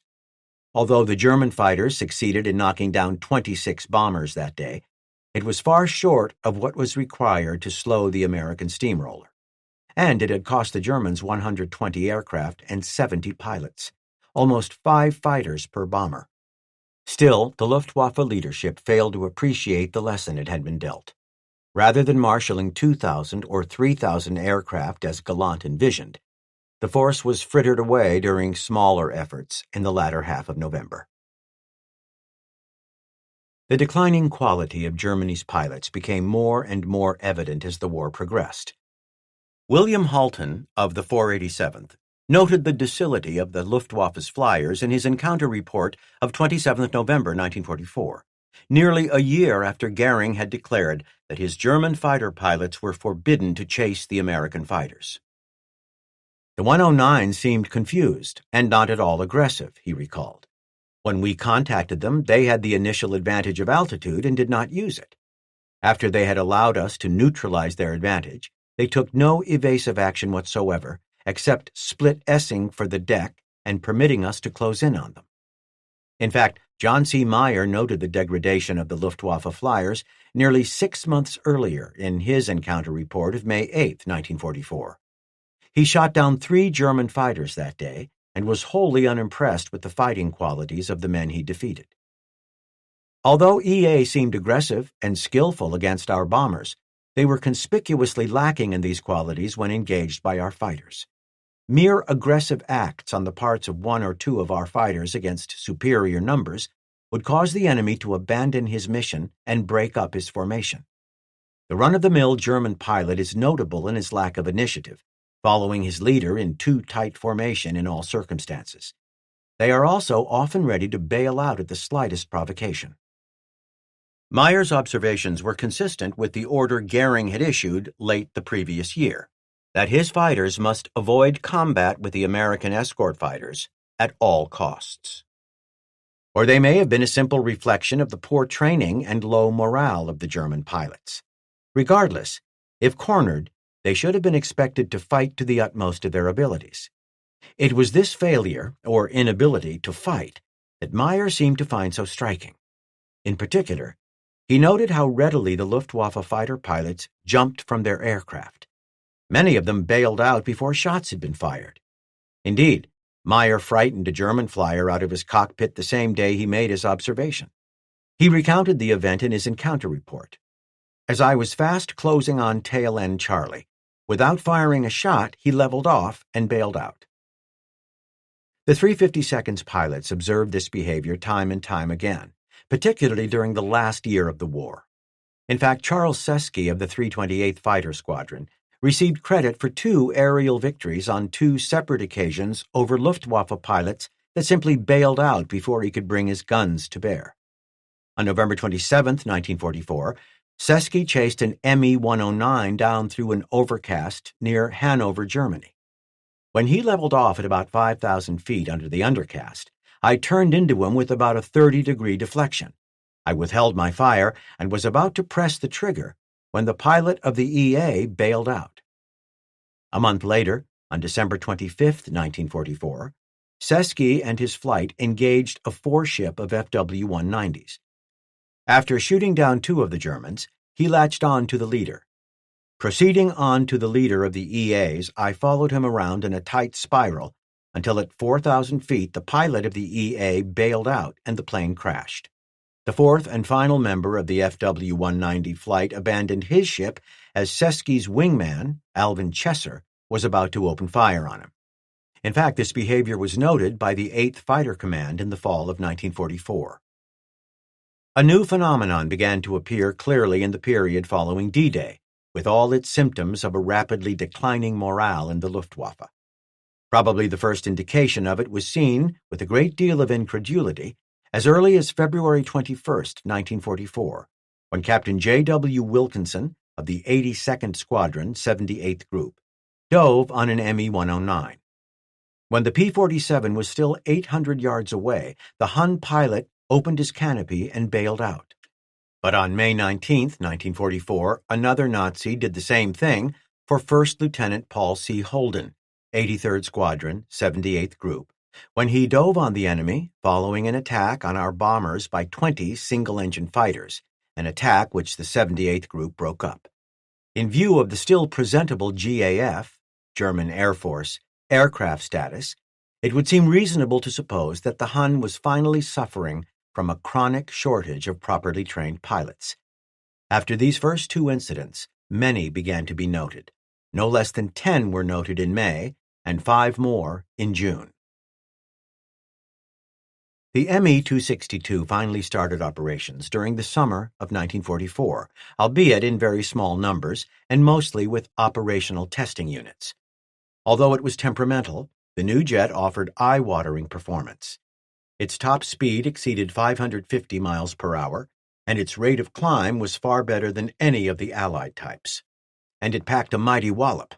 Intended to knock down bombers, it was equipped with 4 30mm cannon and later 2.2-inch rockets. Although the cannon had a fairly slow rate of fire, it took only 2 or 3 shells to knock down one of the big American bombers. Indeed, the USAAF's leadership was extremely wary of what the Germans might be able to do with the new type if they fielded it in numbers. In fact, Spaatz wrote Arnold during the summer of 1944 and declared that he feared the Luftwaffe might regain the initiative in the air war should the German jet become widely operational. The Me-262 was still relatively new when the 487th Fighter Squadron, led by John C. Meyer, had a prolonged encounter with one on November 9, 1944, near Lake Dummer. The Luftwaffe pilot was determined to down a straggling B-17 that was guarded by two flights of Mustangs from another fighter group in close escort, and the 487th in detached escort. Although the 487th's Mustangs were hopelessly outclassed by the speed and climb rate of the jet fighter, Meyer put his greater number of aircraft to work with good effect. He deployed the 16 blue-nosed Mustangs across a broad front so that the Me-262 pilot, fast as his aircraft was, never had a clear approach to the lone bomber. Whenever he maneuvered to set up an attack from one direction, Meyer pivoted his line of fighters to cut him off. Ultimately, after a 20-minute exercise in probing and blocking, the German fighter pilot left without scoring any hits on the bomber. Meyer subsequently wrote a comprehensive statement that described the encounter and additionally included his personal observations.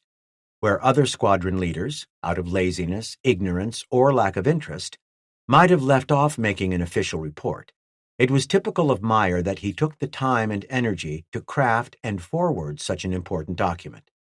It is also a measure of the man that his insights relative to the new jet were so remarkably accurate. Of course, he noted the much greater speed and climb rate of the Me-262. In describing the relative differences between the jet's performance and that of the P-51, he used typical aviation terms, but also put them in a practical context when he wrote, Me-262 is able to fly around the outside of an apple by the time a P-51 flies through the core. He also made an observation that would not be immediately obvious to someone who had not seen the jet from multiple aspects.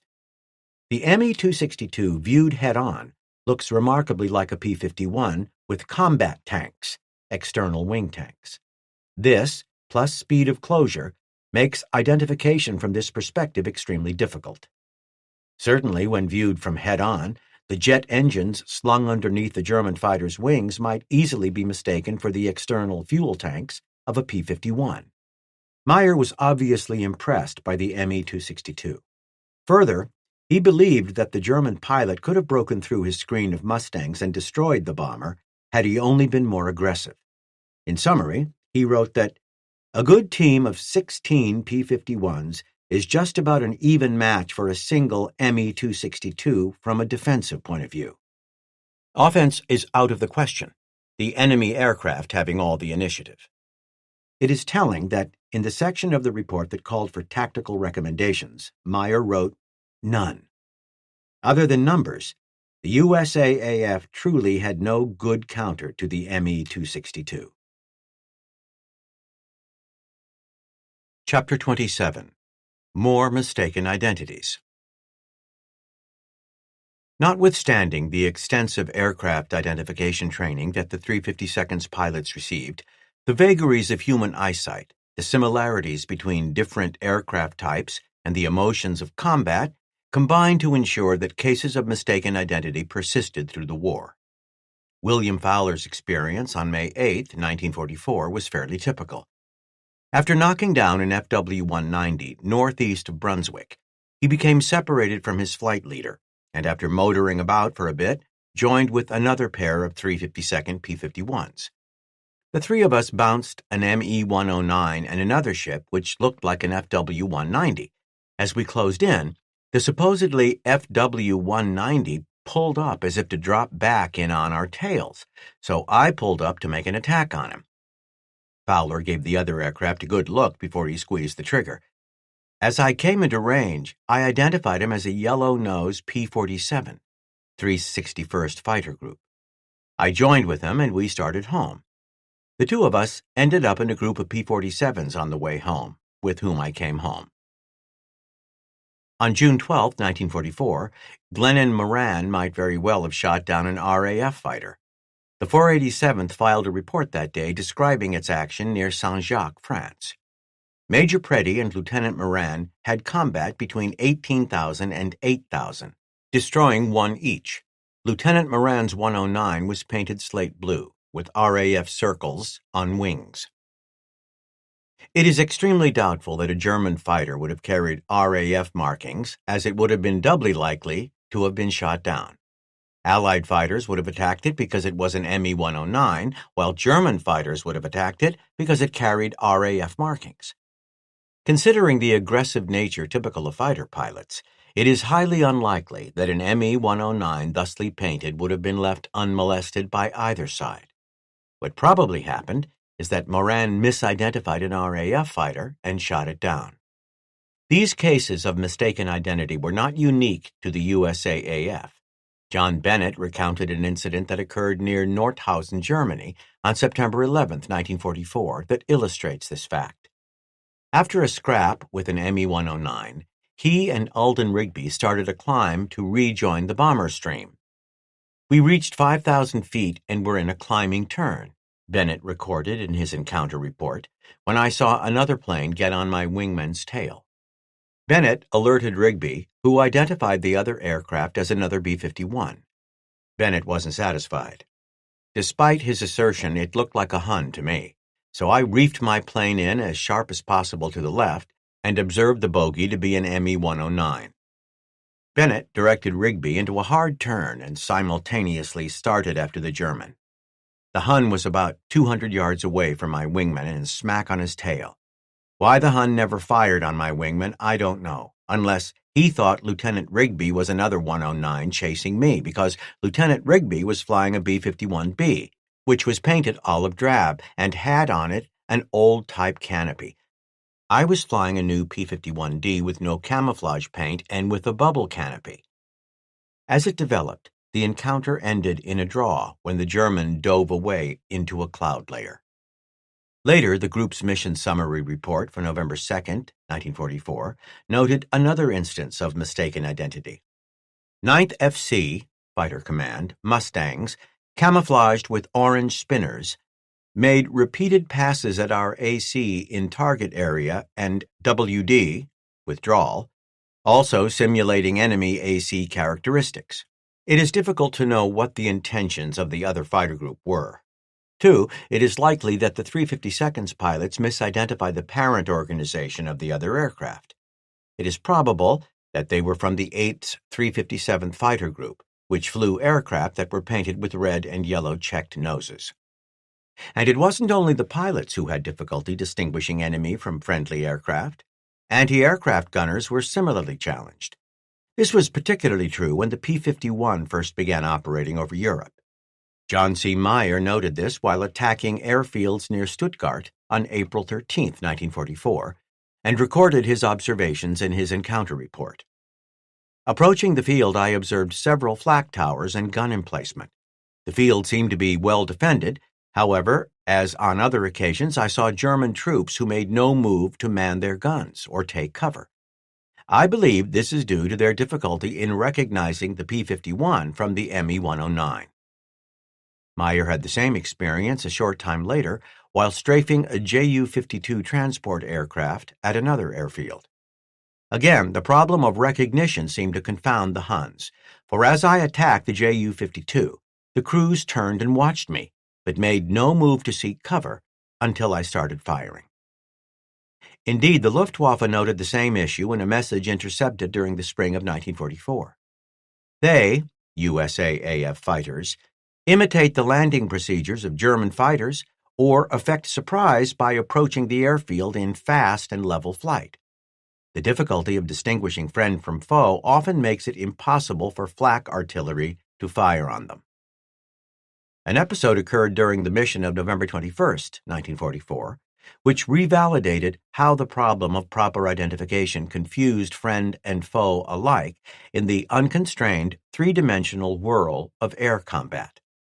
On that day, Carl Waldron of the 487th Fighter Squadron was William Wisner's wingman. The two of them had earlier joined with John C. Meyer and his wingman after Meyer's number 3 and 4 aborted.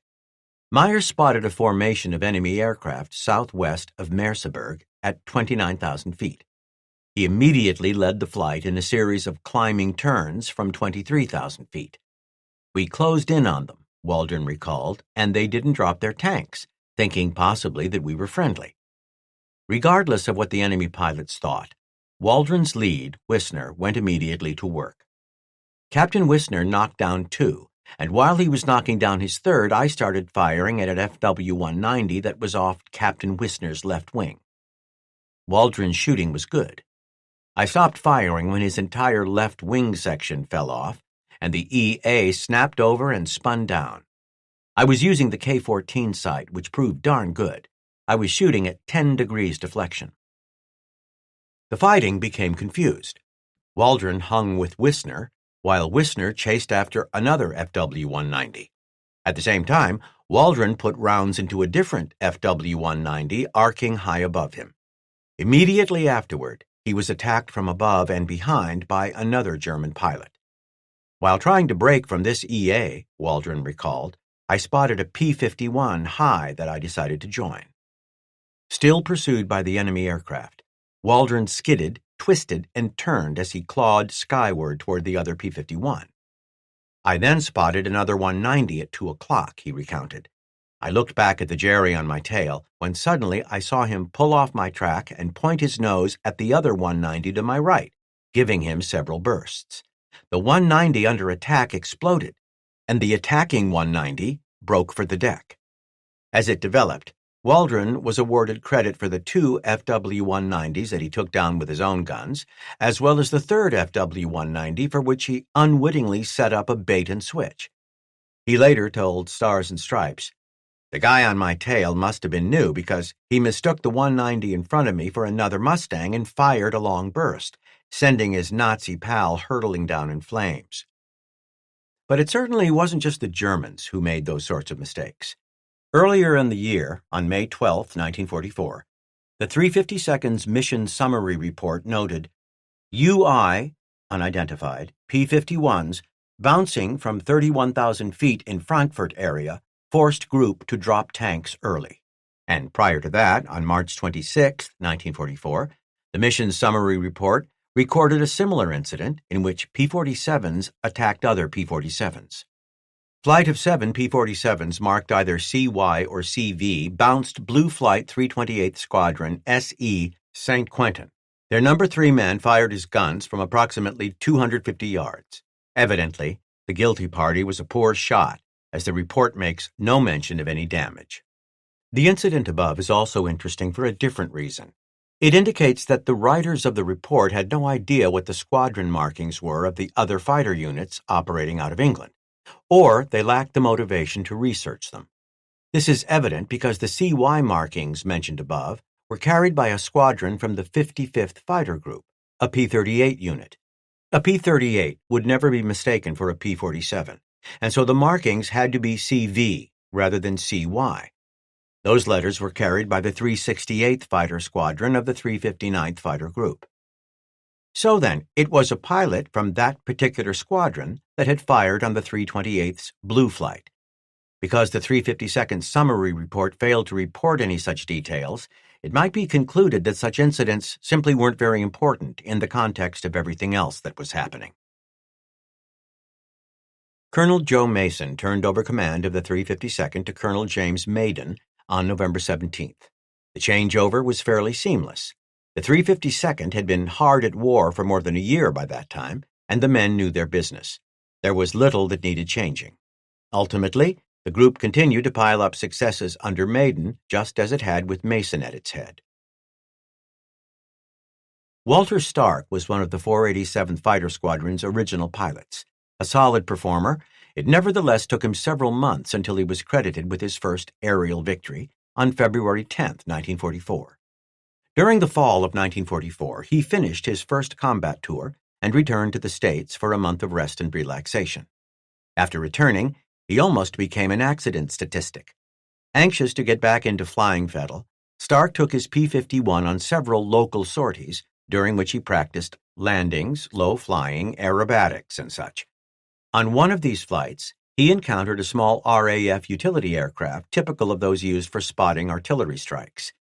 His account is illustrative of the varied ways that the young USAAF flyers killed themselves outside of combat.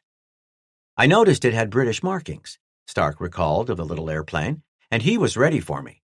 You can imagine the battle that ensued." Stark wrestled his high-performance fighter up, over, and around the nimble little spotter craft. It was like using a sledgehammer against a housefly. "The British pilot had great skill," Stark recalled, "and managed to break away from my thrusts time and again." The ill-matched duel went on. "Of course, I was not to be defeated," Stark continued. "I did all sorts of things to get on his tail. Chopped throttle, reduced airspeed, alternately dropped and then raised flap to make sharper turns." Although the little RAF aircraft still proved elusive, Stark was pleased that his flying skills seemed so sharp. "Then it happened," he remembered. "I noticed that the control column was loose, as though all the cables had come off. No resistance of any kind." Stark checked his airspeed indicator. It read 62 miles per hour. At such a low airspeed, his aircraft had essentially stopped flying. "I immediately pushed the power onto its fullest and milked the flaps up slowly, all the while making sure I maintained straight and level flight. I think I even stopped breathing so as to not shake the airplane." The P-51 finally horsed itself and Stark out of danger. Afterward, he was so shaken and embarrassed by the incident that he never shared it with his squadron mates.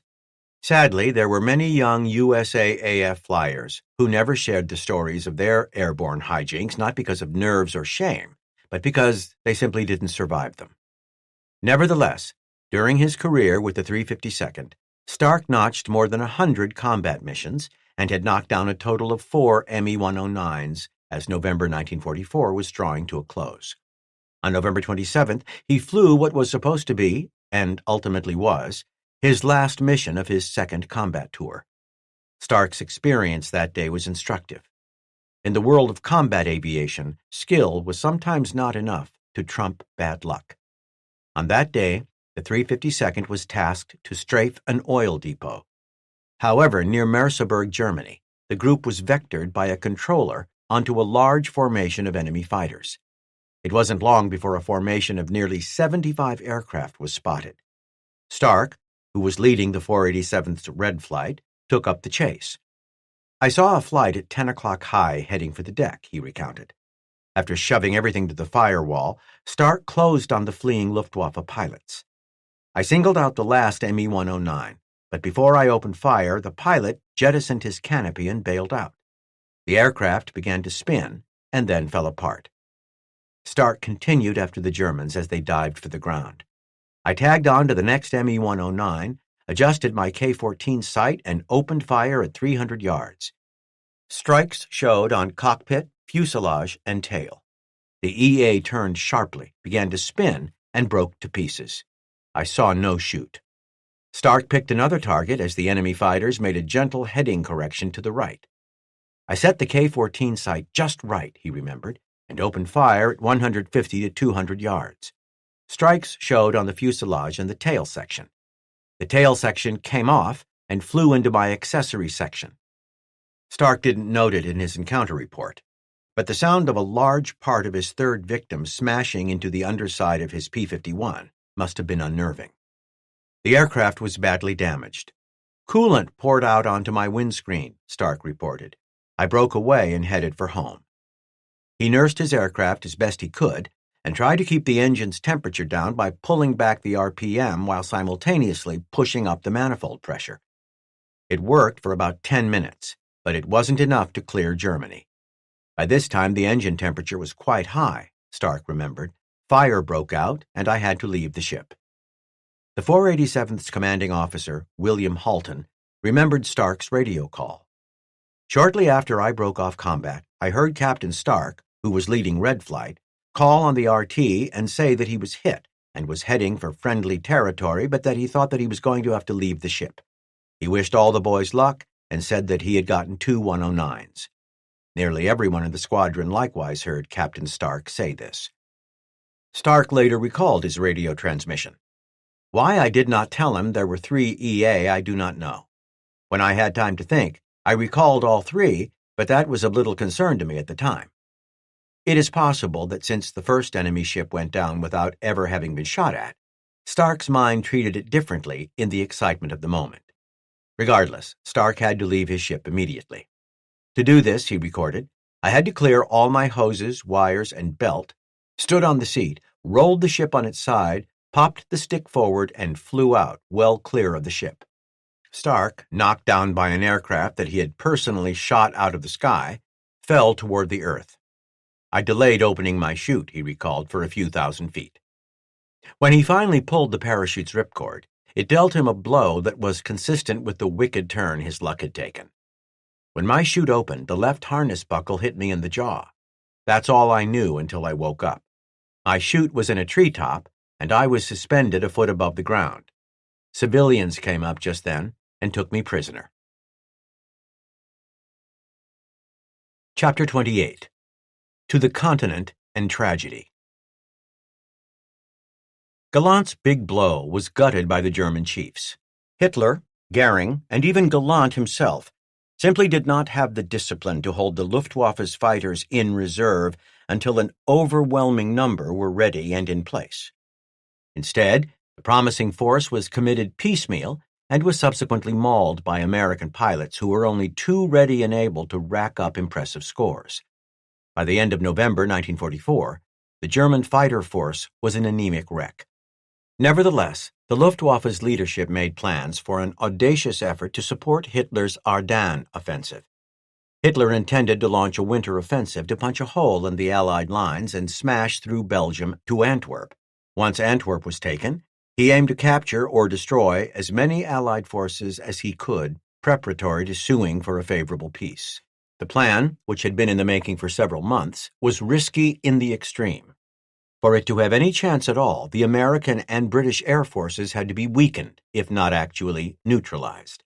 Consequently, Luftwaffe staffers headed by Generalmajor Dietrich Peltz, the commander of 2nd Jagdkorps, 2nd Fighter Corps, drafted a secret scheme for a massive, coordinated, early morning strike to simultaneously hit more than a dozen different American and British air bases in France, the Netherlands, and Belgium. The plan was given the code name Bodenplatte, a term that described ground prepared for artillery. To achieve the maximum amount of damage and confusion, the raid was planned to coincide with the start of the ground offensive on December 16, 1944. A mixed force of approximately 1,000 FW-190s and ME-109s was scheduled for the attack. If the Allied air forces could be crippled for even a week, the chances that the Germans might succeed in reaching Antwerp would be dramatically increased. However, if the American and British air forces were left to savage the German army as they had since before the invasion, the offensive would surely fail. The concept of a surprise attack on the Allied bases was also consistent with what the largely undertrained Luftwaffe flyers could actually accomplish. Whereas air-to-air combat demanded considerable flying and gunnery skills that took time and experience to develop, it was much easier for novice flyers to strafe stationary targets on the ground. If luck was with the German pilots, and they were able to catch the Americans and British on the ground, they stood a good chance of inflicting meaningful damage. But the weather on the morning of December 16th kept virtually everyone on the ground, Allies and Germans alike. Bodenplatte was postponed. Nevertheless, the German ground assault took place on schedule, and the American forces were taken completely by surprise. The Wehrmacht gained ground quickly, especially as the Allies couldn't bring their air power to bear. When the weather cleared somewhat the following day, the Luftwaffe committed its aircraft and crews as the situation on the battlefield demanded. But there was no massive air attack. Rather, air operations over the Battle of the Bulge, as the Great Clash came to be called, developed into a steady, bloody grind. The fighting was a brutal shock for the Allies. Prior to the attack, it seemed that the war was nearly over. In fact, the situation grew so desperate that the 9th Air Force, whose mission it was to fly tactical support sorties for the troops on the ground, was augmented by units from the 8th Air Force. The 352nd Fighter Group was part of that augmentation and was placed under the command of the 9th Tactical Air Command. The commander of the 8th Air Force, General James Doolittle, exhorted his airmen to take the fight to the Germans with great ferocity. The enemy is making his supreme effort to break out of the desperate plight into which you forced him by your brilliant victories of the summer and fall. He is fighting savagely to take back all you have won, and is using every treacherous trick to deceive and kill you. So I call upon every man of all the Allies to rise now to new heights of courage, of resolution, and of effort. Let everyone hold before him a single thought: to destroy the enemy on the ground, in the air, everywhere. Destroy him. Don Bryan remembered preparing for the group's movement to the continent. They were ordered to an expeditionary airfield in Belgium, Y-29. We had all of December 22nd to get ready, he recalled. We were told that we had to wear our dress uniforms, pinks and greens, rather than our normal flying clothes. It was supposed to be a simple ferry flight to Y-29 from Bodny, and once we got in the area, the 9th Air Force radars were supposed to give us vectors into the airfield. The pilots received no good explanation as to why they were required to fly in their dress uniforms. As it developed, they had little idea how long they would be gone, and most of them packed whatever clothes and personal belongings they could fit into their aircraft. On December 23rd, the 487th and the 328th were ready for the flight. Bryan recalled that Earl Abbott was leading half of the 328th, 16 aircraft, that day. Just after engine start, we were told to shut down and stay in our aircraft. I saw some personnel climb onto the wing of Earl's aircraft and give him something. Once they stepped down, Earl ordered us to start up and told us we had a mission. Shortly after takeoff, Abbott aborted and passed the lead to Bryan before returning to Bodny. The big problem was that Earl had all the code words, Bryan recounted, and once we got over the continent, the radar stations wouldn't respond to our calls. Returning to Bodny was not an option for Bryan. We cruised around for a while, and then Hank White called and said, "Yellow lead, Bryan, you have 2 FW-190s closing on you. I'll tell you when to break." That Bryan didn't maneuver immediately indicated how much trust he had in his squadron mate. I switched to internal tanks and got ready. When Hank called for the break, we did in-place 180-degree turns. Coming out of his turn, shed of his drop tanks, Bryan caught sight of the enemy aircraft. Just before I opened fire, the FW turned over on its back and jettisoned its canopy. The pilot hadn't gotten out when I fired. My first burst hit him square in the belly. Bryan fired more rounds at the enemy ship without observing any more hits. It didn't matter. The enemy aircraft continued down, slammed into the ground, and exploded. Bryan's wingman, William Sanford, shot down the second FW-190. Bryan eventually took the formation into an airfield that turned out to be A-84 at Chièvre. It was in Belgium, near the French border. After landing, he parked next to a P-47 from the 361st Fighter Group, a 9th Air Force unit. It was the dirtiest aircraft I'd ever seen, he recalled. The 9th Air Force units flew hard and often, usually from primitive airfields where maintenance was difficult. Consequently, aircraft cleanliness was not a priority. Bryan noted 2 pilots standing next to the P-47 who were nearly as filthy as it was. After I filled out my flight record, I put on my hat, climbed out of Little 1-3, walked up to them and said, "Hi, where am I?" One of the pilots looked at me in my dress uniform, glanced over at Little 1-3 gleaming in the sun, then looked back at me and said, "Goddamned 8th Air Force," and walked away. I never had a chance to tell him that we normally didn't wear dress uniforms on combat missions. Punchy Powell arrived back in the United States that same day. His time in combat was over, and he felt pride as the ship glided past the Statue of Liberty. "It was a moving and happy moment for me," he recalled. Moving and happy it might have been, but it had no lasting impact on the young fighter pilot's cockiness when he stepped off the ship a couple of hours later. At the bottom of the gangplank was an American Red Cross gal, he remembered. She gave us a wonderful smile and spoke to each of us as we stepped onto the dock. She looked at me and said, "Welcome home, Lieutenant. What would you like that we can give you?" I was a typical smart-ass fighter pilot, and I said, "A quart of real American milk and you, and not necessarily in that order." She just laughed and said that she could take care of the milk, but that the other might be a problem. From that point, Powell had 30 days of leave, and he started immediately for home. It was the morning of December 24th when I reached Roanoke, Virginia, after an all-night train ride, he recalled. His fiancée, Betty Wiley, attended college there. She met me at the boarding house where she lived. When my taxi pulled up, she came running down the sidewalk and gave me a wonderful welcome, kissing me and hugging me like she would never let me go. She insisted on watching me shave, Powell remembered, and then we went to the railroad station and took a train to our hometown, Thorpe, West Virginia. After being overseas for a year and 9 months, it was wonderful to be home to experience the love and warmth of Betty and my parents and hers and all of our families and friends. It was a glorious Christmas Eve. The 328th and 487th Fighter Squadrons finally made it to Y-29 on the same day, December 24, 1944, that Powell and Betty Wiley arrived at Thorpe. Y-29 was a bare-bones airfield near the Belgian village of Asch, southeast of the town of Genk.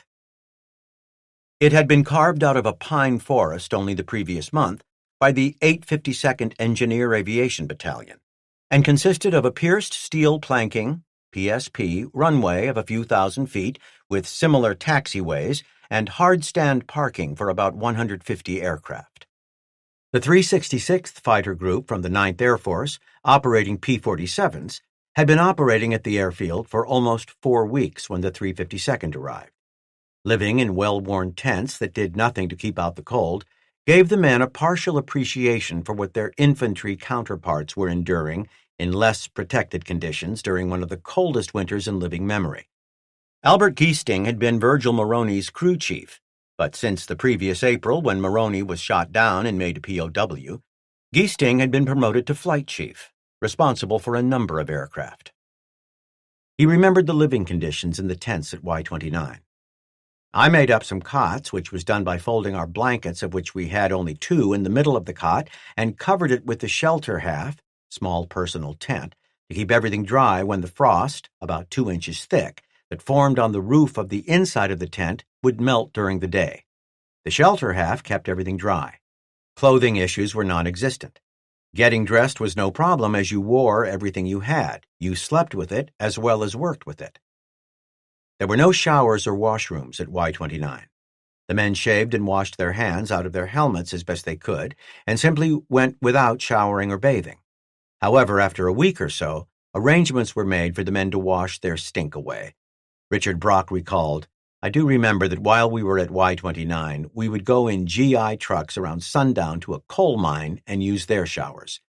The facility was very nice, with a white tile interior, and was very clean, not at all what you would expect at a coal mine." Likewise, arrangements were made to take some of the misery out of the living conditions. "We were all about to freeze to death both day and night," recalled Brock. So Colonel Maiden had everyone to make a list of the personal items they needed from Bodney and give it to him. He then went to Paris and got a C-47, flew to Bodney, and returned with our personal items as well as a plane load of blankets, bedrolls, and etc. After that, we kept reasonably warm. The roster of the 352nd and all its various support units at Bodney numbered nearly 2,000 men. The effort at Y-29 used only the most essential personnel. The 352nd took less than 200 men, of whom 75 were pilots. The remainder were maintenance and other support troops. If there was a requirement for some sort of special material support or aircraft part, it was flown in from Bodney. 2 pilots were easily rotated back to Bodney for rest.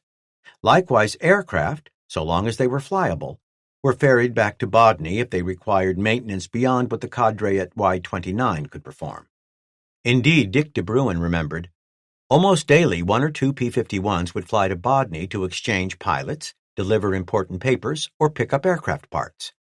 This was actually an efficient way to maintain operations. It was common that an aircraft would not be flyable for want of a critical item not readily available at Y-29. It was much more expedient to dispatch an aircraft to Bodney to retrieve it than it was to order it through official channels. And as de Bruin recalled, other messages or materials could also be readily delivered.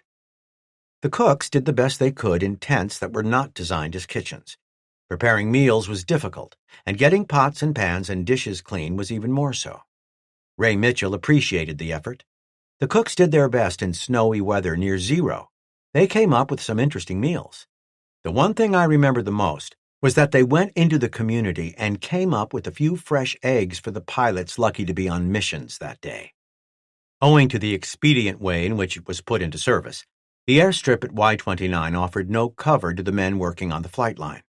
Whereas they had built warming huts at Bodney out of the wooden crates in which the external fuel tanks were shipped, there was neither time nor material at Y-29. Consequently, working on the aircraft was sheer misery. Cyrus Reep, the chief maintenance officer, remembered, "Frostbite was a big problem because the men were working and getting fuel on their hands, and the evaporation of that in the cold caused a lot of frostbite." Richard Brock recalled how the men improvised to fight the cold. "We would light a match to a 5-gallon can of 100-octane gas to keep our feet from freezing. One day about 4 of us guys were standing around one of these lit cans of gas when we saw Lieutenant Colonel Jackson coming straight toward us, and we all figured we were in for a good chewing out for burning the gas. However, he asked if we were staying warm, and when we told him we were, he said, 'If anyone comes and tells you to put the fire out, just send them to me.' No one ever complained about it." The Luftwaffe did what it could to add to the misery. A harassment raid, typically flown by a single Ju-88, was sent to Y-29 virtually every night.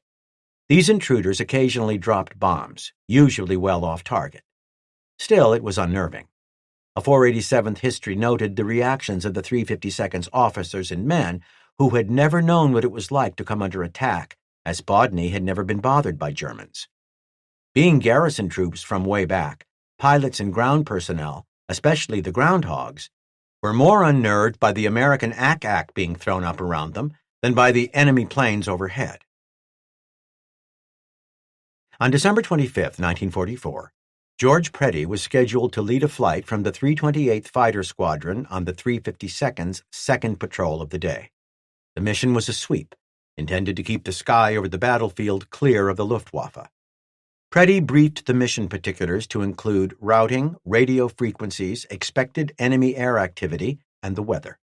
Following the briefing, Preddy smiled and hiked up his trouser legs to show off his red socks to the rest of the pilots. He laughingly referred to them as his fighting socks. Art Snyder, Preddy's crew chief, remembered that morning. "The major, Preddy, used to give me his watch to hold for him while he flew combat missions. But that morning, when I pre-flighted his plane, I noticed the cockpit clock was out of order. So when he came out to the plane, I mentioned this to him. He said, 'I'll just take my watch with me.'" At the same time that Preddy's pilots were readying for the mission that morning, the pilots of 6 JG-27, part of the 2nd JG-27, were doing the same thing 100 miles to the northeast at Hopsten, Germany. Fritz Kohl was among them. He had been flying Me-109s with the unit since the summer and had seen service all over Eastern and Southern Europe until 6 JG-27 was moved to Hopsten in November. During the short time between the move and late December, the unit took a beating, and Kohl remembered that readiness went down rapidly. He recalled how the mission of Christmas Day, 1944, was planned. "We were to stop Allied bombers from attacking German units in the Battle of the Bulge area. The 5 JG-27, 7, and 8 JG-27 were to engage the bombers while 6 JG-27 was to cover them from above. As it developed, 6 JG-27 Staffelkapitän was unable to fly, and Kohl was directed as the next most experienced pilot to lead the unit. He had turned 20 only 2 days earlier.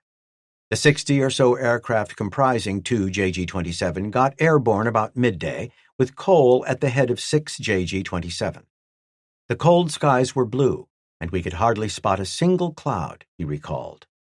Once joined, the Gruppe climbed to about 29,000 feet, and Kohl took his unit a few thousand feet above them. Thusly arrayed, the formation headed to the battle area. Preddy had already led his pilots airborne out of Y-29. The 10-aircraft formation climbed at full throttle through the clouds in 2-ship elements. Leveling at 15,000 feet, Preddy took the pilots on a patrol that offered no action for nearly 3 hours. During that time, the pilots grew inured to the uncharacteristic static that filled their earphones. The radios had been poorly tuned since arriving at Y-29. Notwithstanding the interference, the flight still maintained contact with their radar controller. James Carty was Preddy's wingman that morning. "I was flying Ditto White 2, he recorded in his encounter report. "Near the end of our patrol, Ditto White leader, Preddy, was vectored to a point slightly southwest of Koblenz where bandits were reported." Preddy led the patrol to a fight where P-51s and Me-109s were already engaged. He called over the radio, "Looks like they started without us. Let's join them." Ray Mitchell, Preddy's number 4, remembered the scrap.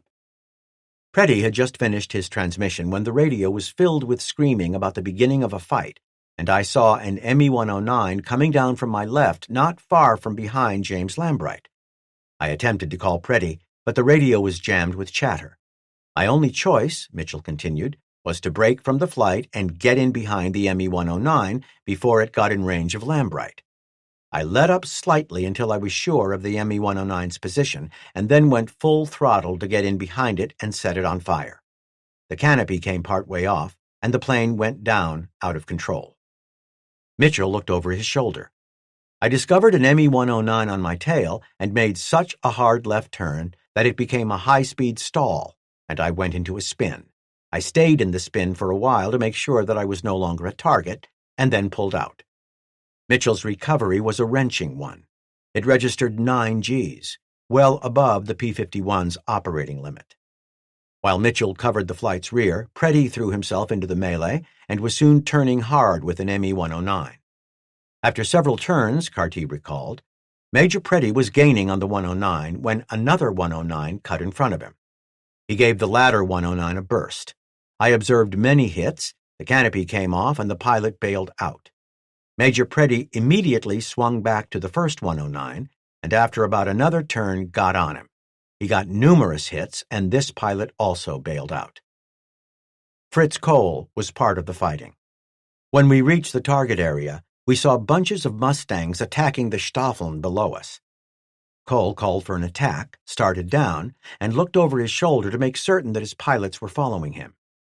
My very high speed brought me down there faster than I would have expected. I was in a perfect position and opened fire on a Mustang. Cole noted several hits on the American aircraft but had no time to press his attack. At that moment, my ship was hit hard by enemy fire, and I could not see what happened to the Mustang I was chasing. With his aircraft out of control, Cole jettisoned the canopy and struggled against negative Gs before he was able to leap clear. It is quite likely that Cole's Me-109 was the first aircraft that Preddy knocked down that morning. The fighting was over almost immediately. Carty described the remainder of the mission. Getting a new vector, we continued toward Liège, where bandits were reported on the deck.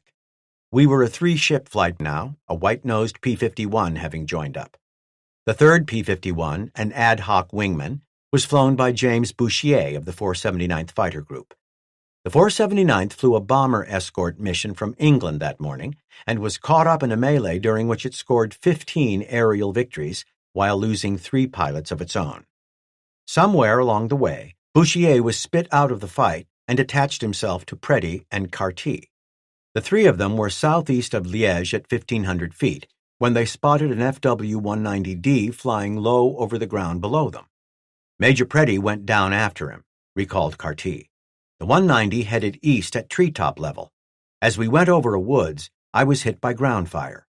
Major Preddy apparently noticed the intense ground fire and light flak and broke off the attack with a chandelle to the left. About halfway through the maneuver, at about 700 feet, his canopy came off and he nosed down, still in his turn. I saw no chute and watched his ship hit. Flak and tracers were still very thick. George Preddy, history's top-scoring P-51 ace, was dead, and tragically, he had been shot down by his own countrymen. Determining with certainty who killed him is impossible. The American Army was thick in the region, and it was well protected by anti-aircraft units. Eyewitnesses spotted Preddy chasing the FW-190 and remembered that the anti-aircraft fire was so thick that the tracers arcing through the sky looked like a whole field of golf balls. Preddy, at only a couple of 100 feet, was seen to clear his aircraft as it fell inverted. His parachute never opened. Ironically, a pair of Me-109s roared low overhead the scene a couple of minutes later. not a gun was fired. Aside from Preddy, Bouchier was also shot down. He bailed out and survived. Cartier's aircraft was also hit. In fact, a burning tracer round punched into his cockpit and fell down around his feet where he tried to stamp it out. Once he landed back at Y-29, Cartier was surprised to see the group commander, Colonel James Maiden, waiting at the parking mat. Maiden had probably gotten word that there was a mishap. His first question was, "Where is George?" The whole outfit was upset at the loss of Preddy. Art Snyder recalled watching the rest of the patrol taxi back to the parking area. Then I recall this one pilot, I can still see the picture in my mind, went by with his thumb down. I knew what he meant, that the major had had it. It was only after he landed that Ray Mitchell learned that Preddy had been killed. The news was heartrending. As he made his way back to his tent, he was invited by a comrade to share a Christmas dinner. In his melancholy, the fact that it was the Christmas holiday had completely escaped Mitchell. It had been that kind of a day, he recalled. That Preddy had been shot down by American forces wasn't made public immediately. Stars and Stripes carried a story on his death and simply noted that he had been killed by anti-aircraft fire. In the ensuing chase, Ack spat from a wooded area, tearing Preddy's plane apart and sending it down in flames. Fritz Cole's eyes were injured during the fight that morning. The 20-year-old, who had led 6 JG-27 into battle, was only returned to combat during the final 2 months of the war. He scored 3 aerial victories. It is manifest that each of the men that made up the 352nd was a real person, with real hopes and dreams as well as friends and family that loved them and that they loved back. And great aspirations aside, they also endured typical complaints and deprivations, while at the same time they enjoyed simple day-to-day pleasures. The letters they wrote home reinforced that point. Excerpts of those written by Carl Taffel, Jr. of the 487th Fighter Squadron are instructive. A native of Louisville, Kentucky, he arrived at Bodney in time to fly missions in support of the Normandy invasion. Later that month, June 29th, he wrote a letter to his parents. After sharing what he could about the missions he was flying, he described his life at Bodney. Instead of losing weight as I expected to over here, I believe that I am gaining a little. We get plenty to eat, and in between meals we have snacks at the line of cheese sandwiches, cookies, etc. And at night we usually have a few more of everything. Our exercise consists of volleyball every once in a while and ping pong. What a life! Crap games are very few now, as the end of the month usually finds everyone waiting for payday. When they do play, pounds are treated as if they were dollar bills, instead of being worth $4. We have 3 Cocker Spaniels here on the field, and they are really cute. 2 are brown and 1 black. I take this one out walking every once in a while, and he runs himself to death over the field chasing birds. His name is Ratsy, and he belongs to one of the boys in the squadron. However, he is more or less the squadron mascot. 3 of the boys left for the States today as they had finished their operational tour. We all just sat around and were envious, but it is something to look forward to. Love to all. Nearly 6 months later, on December 3, 1944, Toffel wrote of his exasperation at not having yet scored in the air. You have no doubt been reading about the terrific fights that are going on in the air over Germany. We have been in on just about every one, but I have yet to get a confirmed victory. I seem to be in the top cover flight all the time when we get into a scrap, or else I have to break off to get a Hun off my tail. He also bemoaned the miserable weather. Right now it is raining and blowing like the devil. We are limited to 4 blankets as the boys at the front need the rest, so we feel the cold more than ever in the morning. Toffel also confirmed the importance of cigarettes to their daily lives. Received a carton of cigarettes from Uncle Joe and Aunt Lucia, so please thank them for me as I don't have their address. We are having a shortage of smokes over here, so they come in handy. Don't get me wrong, I still don't indulge, but I gave them to my crew chief, who can't get any as only combat personnel is allowed to buy them. A few days later, on December 8th, Toffel wrote his parents again and registered a gripe that was nearly universal. As usual, the mail situation is terrible. The letters that are getting through were written in October. I don't know the reason, but I do know the mail is slow. I got a package from you today. He also described the V-2 rocket, which was then terrorizing London. The V-2 is a very nasty weapon, as you have read, and so far we have no way to combat it except bombing the storehouses where they are kept. I've seen a number of them go up, but it is impossible to catch them, as they are faster than sound, as you know. Had one hit close to me in London and was very queer as you hear the explosion and then the sound of it coming. As he was in his previous letter, Toffel was again preoccupied with staying warm. Went to London the other day for just one day, saw several shows, did a little shopping, and came home. Had been running low on heavy socks to fly in, so I bought some, as well as some heavy pajamas, as we sent all but 4 blankets to the boys at the front, and it isn't enough to keep warm at night. He closed the letter with a postscript typical of a young man.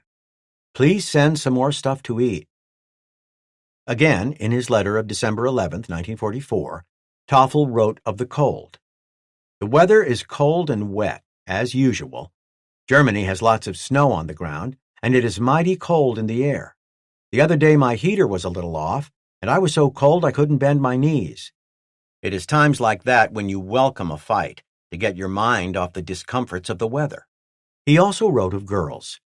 He mentioned that he had seen a number of good shows, including Bathing Beauty, with Red Skelton and Esther Williams. About all the show needs is a few good-looking girls along with their legs, and it will be a success. Right now, there seems to be an unusual number of young girls being featured, and it makes everyone homesick as the devil. Some of the boys I fly with are only 20, and for the last 2 years, instead of having a good time dating and dancing, they are worried about chasing a German through the sky at 400 or 500 miles per hour. On December 21, 1944, at the height of the Battle of the Bulge, Toffel wrote only a very short note to his parents. Do not worry if you get no letters from me for a few weeks or so. If you look at the papers, you will see what is happening in the front lines, and it so happens that we are going to try and throw our weight into stopping the drive. He closed the note with one sentence. Will let you know as soon as I am able to about my part in the counter-push. On December 26, 1944, the day after George Preddy was killed, the 487th dove to assist a formation of P-47s being attacked by Me-109s west of Bonn. The group's intelligence section filed a report the next day. Lieutenant Toffel, flying with Captain Hamilton, with squadron engaged 10-plus Me-109s. His plane was seen to get hit and catch on fire. Toffel was shot down and killed. His aircraft crashed near Liers, Germany, and the Germans buried his body in the cold ground next to the wreckage. Chapter 29. Making History. Immediately after arriving in Belgium, the 352nd's pilots took advantage of the radar units that had come ashore during the invasion of Normandy. The radar sets these units operated, a combination of fixed and mobile types, tracked aircraft up to 100 miles or more away, depending on a number of factors, including the type and condition of the equipment, the weather, and the altitude of both friendly and hostile aircraft. The units that dealt directly with the fighters were called fighter control squadrons and were tasked with tracking both friendly and enemy aircraft formations. With this information, they vectored fighters to enemy formations or provided warnings when German aircraft were in close proximity. The radio call signs of the units with which the 352nd worked most commonly were Marmite, Sweepstake, Sediment, and Nuthouse. However, the technology was still in its infancy, and virtually no one in the USAAF had more than a few years' experience working with it. 2, the equipment wasn't always reliable. Identification friend or foe, or IFF, devices aboard the USAAF aircraft didn't always work, or sometimes pilots forgot to turn them on. Consequently, mistakes were not infrequent. In fact, many of the formations the USAAF fighters were sent to investigate turned out to be friendly. Still, it was certainly better to have the radar units available than not. And often enough, the pilots were vectored to bona fide enemy targets. Indeed, that was the case on December 27, 1944, the day after Toffel was shot down. On that morning, the 487th was scheduled to patrol along a route from Liège to Verviers to Frome to La Roche. The group's op flash report indicated that the radar units were on top of their game. Sweepstake instructed Squadron to ignore briefing.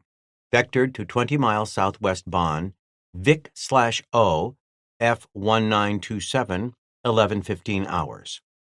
Fight on in two separate altitudes from 8,000 feet to deck. Squadron split up half to Bonn, half to Mauen. 12-plus FW-190s headed west on deck in formation. Combat ensued radius 5 to 10 miles of Mauen from 11:15 to 11:25. In the engagement that followed, the 487th claimed 16 enemy aircraft.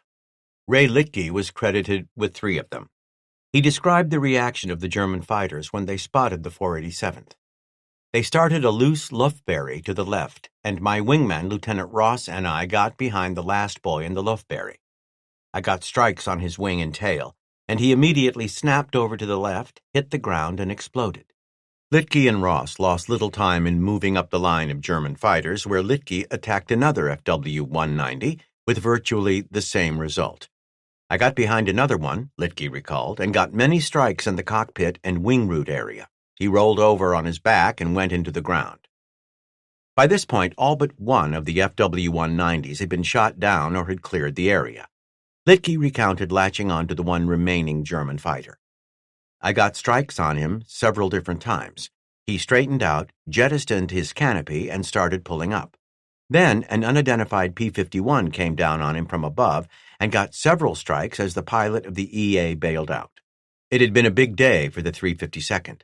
Aside from the 16 victories claimed by the 487th, the 486th tallied an additional 6.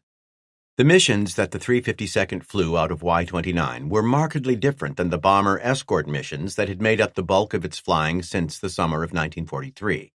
The sorties from Y-29 were shorter and generally more exciting, and perhaps more dangerous. They were the sorts of missions that were typical of what the 9th Air Force pilots had been flying in support of the Allied armies since D-Day. Many of the 352nd's pilots embraced the change, and Don Bryan was among those. For me, he recalled, the move to Y-29 was a dream come true. There were no more of those long, dull escort flights, which admittedly were marked with occasional moments of terror. At Y-29, we didn't have to concentrate on saving fuel, and we had radar control to vector us to targets and to help keep us clear from attacks. They were short missions and at least 2 per day. Although the weather offered opportunities for the execution of Bodenplatte during the first 2 weeks following the start of the Ardennes offensive, the German High Command did not put the plan in motion. However, with the Wehrmacht bogged down in a frozen stalemate toward the end of December, and with favorable weather forecast for the near term, the decision was made to try the attack in concert with a renewed push on the ground. Cryptic orders were sent to 9 Jagdgeschwadron fighter wings. At that point in the war, these units were intended to be equipped with approximately 275 aircraft each. However, they were not at full strength. Additionally tasked was a Nachtjagdgeschwader, a night fighter wing. Ironically, for a mission that was intended to strike targets on the ground, only one Schlachtgeschwader, ground attack wing, was tapped. A Kampfgeschwader, bomber wing, was assigned pathfinder duties for the fighter wings.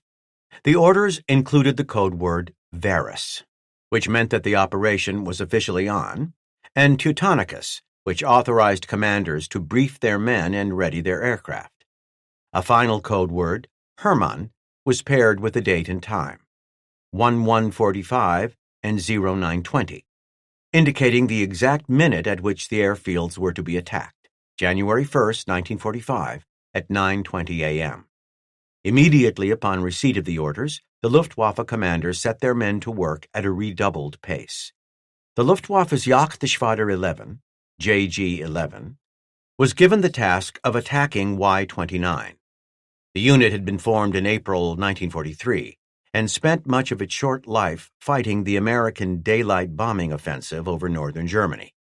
It was the deadliest assignment in all the Luftwaffe. In fact, just one of its Gruppen, 3 JG-11, lost 65 pilots during 1944 alone. Its other Gruppen suffered similarly, if not as badly. Major Gunther Specht, had led JG-11 for 7 months by the end of December 1944. Specht was a hard-bitten Prussian who nonetheless was not only respected but also liked by his men. He had been part of the pre-war Luftwaffe and scored his first 2 aerial victories while flying an Me-110 against RAF Hampton twin-engine bombers on September 29, 1939. As a point of reference, of all the 352nd's officers, only James Maiden, the commanding officer, had been in military service when Specht scored his first aerial victories. John C. Meyer didn't even enlist as an aviation cadet until October 1939. Specht spent his wartime career in the West. It had been hellish. One of his eyes was blown out, and he was shot down several times. Recovering from his various injuries kept him out of the fight for a total of more than 2 years, and most of his comrades from early in the war were dead. Nevertheless, he tallied an impressive total of 34 aerial victories, 17 against 4-engine bombers. Since taking command of JG-11, he flew as much or more than any pilot in the unit. There were few real fighting men in the Luftwaffe who were as experienced and talented and long-lived as Specht. Still, JG-11 was a shambles. Since it had been formed, the majority of the unit's pilots had been replaced many times over. It had been especially hard hit during the intense fighting that characterized the 2 weeks since the start of the Ardennes offensive on December 16th. Indeed, during just the last half of December 1944, JG-11 suffered 142 aircraft destroyed or damaged and 33 pilots killed or unaccounted for. Further, more than 24 pilots were wounded. Overall, the Germans lost more than 350 fighters during just the 3 days from December 23rd to December 25th. After years of fighting a war during which replacements were inadequate to keep pace with losses, there were few flyers left in the German Air Force that could be counted as experienced by American standards. Detailed orders for Bodenplatte finally arrived at JG-11 on December 31st, 1944, and the various commanders at the unit's different air bases, Groß-Ostheim, Darmstadt-Griesheim, and Zellhausen, briefed their pilots later that evening. Exhaustive instructions, together with photographs of the target area, were intended to help make up for what the individual pilots lacked in experience. Following the briefs, many of the pilots were ordered to make the night an early one. At the same time, the unit's ground crews continued to work at a frenetic pace through the bitterly cold night in order to get as many aircraft ready as possible. Dick de Bruin, the 352nd Supply and Transportation Officer, remembered New Year's Eve and how he and some of the other officers took advantage of an ad hoc bar that the 366th Fighter Group had set up at Y-29. After our evening meal on New Year's Eve, Meyer, John C., said, "Let's go over to the 366th area for one drink and then to bed." I drove one of the jeeps, and the group of us went for one drink. He, Meyer, appeared to be very calm that evening, and one could imagine his thoughts were about the next morning. In fact, Meyer was anxious to get a patrol up early the next morning. He had been badgering higher headquarters for permission to do so, but had yet to receive it. JG-11's pilots were up before daylight. Dawn, when it came, was icy cold. The sun reflected through a thin, crystalline haze that turned the sky nearly white. The pilots ate breakfast and received their final briefs, while the ground crews struggled to make a few more aircraft serviceable. Ultimately, the various JG-11 units were able to get just more than 60 aircraft and pilots ready for the mission. Shortly after 0800, the pilots of JG-11's staff flight, Stab JG-11, got their 4 FW-190s airborne out of Darmstadt-Griesheim, with JG-11's commander, Major Gunther Specht, in the lead. 6 other FW-190s from 1 JG-11 followed. The mechanics had outdone themselves. A total of 16 flyable fighters remained behind, with no pilots available. Specht led the other pilots northeast toward Frankfurt to rendezvous with the rest of the JG-11's formations. To the east of Frankfurt, a Ju-88 navigation ship took off from Zellhausen, and 20 Me-109s from 2 JG-11 quickly lifted off and trailed behind it. Once the formation was assembled, it also headed toward Frankfurt.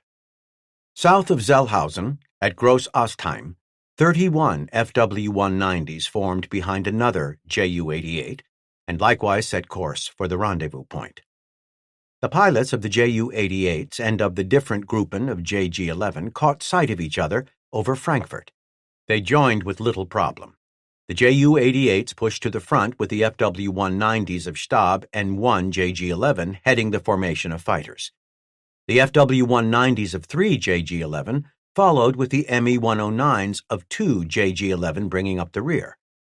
The string of just more than 60 aircraft headed northwest at less than 200 feet in order to evade detection by Allied radars. Their route took them across the Rhine at Koblenz and over the front lines about 20 miles east of Aachen. At that point, the 20 Me-109s of 2 JG-11 climbed to just more than 1,000 feet to give cover to the FW-190s. Unlike many of the other groups flying to their targets at that very moment, JG-11 didn't lose any aircraft to friendly anti-aircraft gunners. Still, it took a beating before it ever reached Y-29. After crossing over the lines into Allied-held territory, Specht's formation ran a seemingly endless gauntlet of light and medium anti-aircraft fire. Of the 60 or so aircraft that made up the attacking force, 2 Me-109s and 2 FW-190s were shot down. Several more aircraft were hit. A few miles northeast of Asch, the 2 Ju-88 crews, their jobs complete, left the pilots of JG-11 to finish the route on their own. Now, at the head of the formation, Specht squinted over his left shoulder toward Asch and then took another look behind him at the men and aircraft that made up his Jagdgeschwader. A moment later, he led the formation in a sweeping left turn to the southwest and toward the target. The route from that point took JG-11 toward Y-29, but it also took it nearly over the top of Y-32 at Ophoven, just a few miles north of Asch.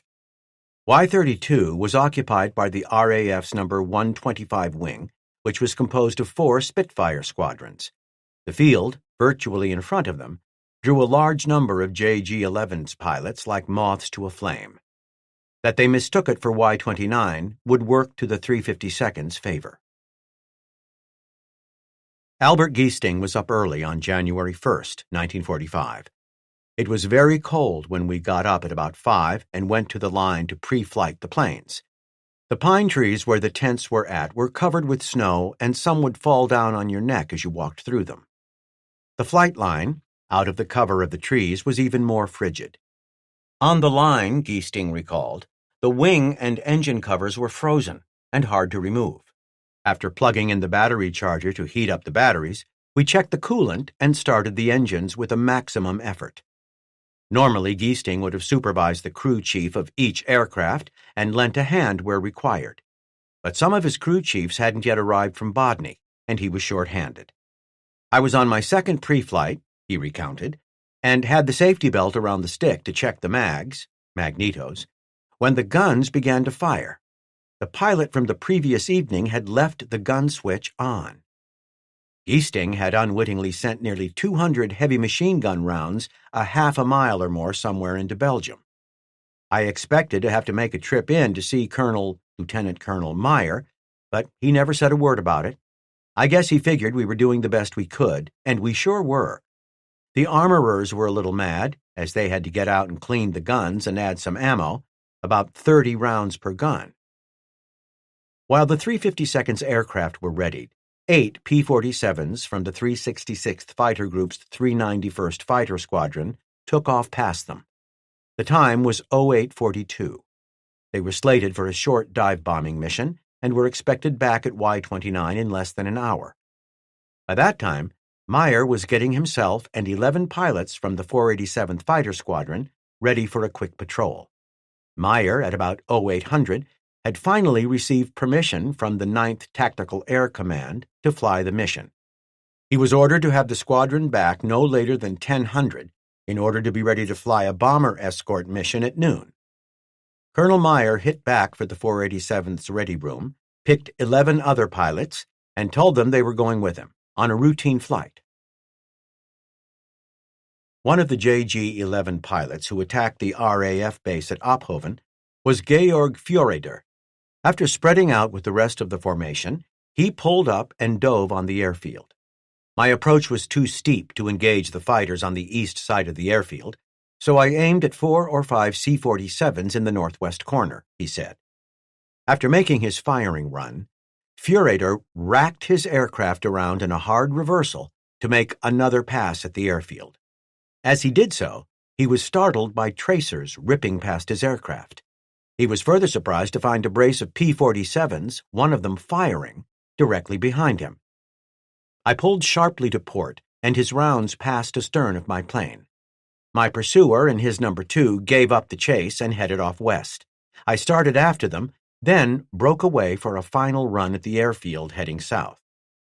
Furator recalled that several RAF aircraft were afire at Ophoven before he left the area. Additionally, scattered fires marked the wreckage of several German aircraft that were knocked down by Ophoven's anti-aircraft guns. The P-47s that attacked Furator were part of an 8-ship flight from the 366th 390th Fighter Squadron. Led by Lowell Smith, they had taken off from Y-29 only minutes earlier on a ground attack mission. Soon after getting airborne, their attention was caught by anti-aircraft fire coming out of Ophoven, and they immediately spotted the JG-11 aircraft. Discounting the uneven odds, they dumped their bombs and rockets and attacked the enemy formation at once. Over the next 30 minutes, the 366th pilots shot down 8 of the attackers. More importantly, their attack, together with the confusion caused by the misidentification of Y-32 as Y-29, delayed JG-11 enough for Meyer to get the 487th airborne. Carl Galloway was John C. Meyer's crew chief. When we arrived at Y-29, Galloway recalled, he decided to leave his chute in the plane. I suppose he thought it would save some time for a fast takeoff. Later, he asked me to take it to the operations hut after each flight, and he would pick it up when he came out to fly. But on January 1st, 1945, Meyer arrived at his aircraft without his parachute. He had forgotten it, and sent Galloway after it. Upon returning, Galloway helped Meyer into it and got up on the wing of his aircraft as Meyer lowered himself into the cockpit. As we were getting straps in place, Galloway remembered, everything seemed normal, no rush. Our plane was parked with its nose to the west. As I was standing there, I looked to the east, and what I saw must have frightened me. Colonel Meyer asked me, "What's wrong, Sergeant?" I told him to look in his rearview mirror. What Galloway had seen was the start of the German attack. When Meyer, saw that, he told me to jump, recounted Galloway. I heard him give the order to the others as he started the engine. There was no warm-up, and he taxied out and took off at once. Al Giesting's recollections coincided with Galloway's.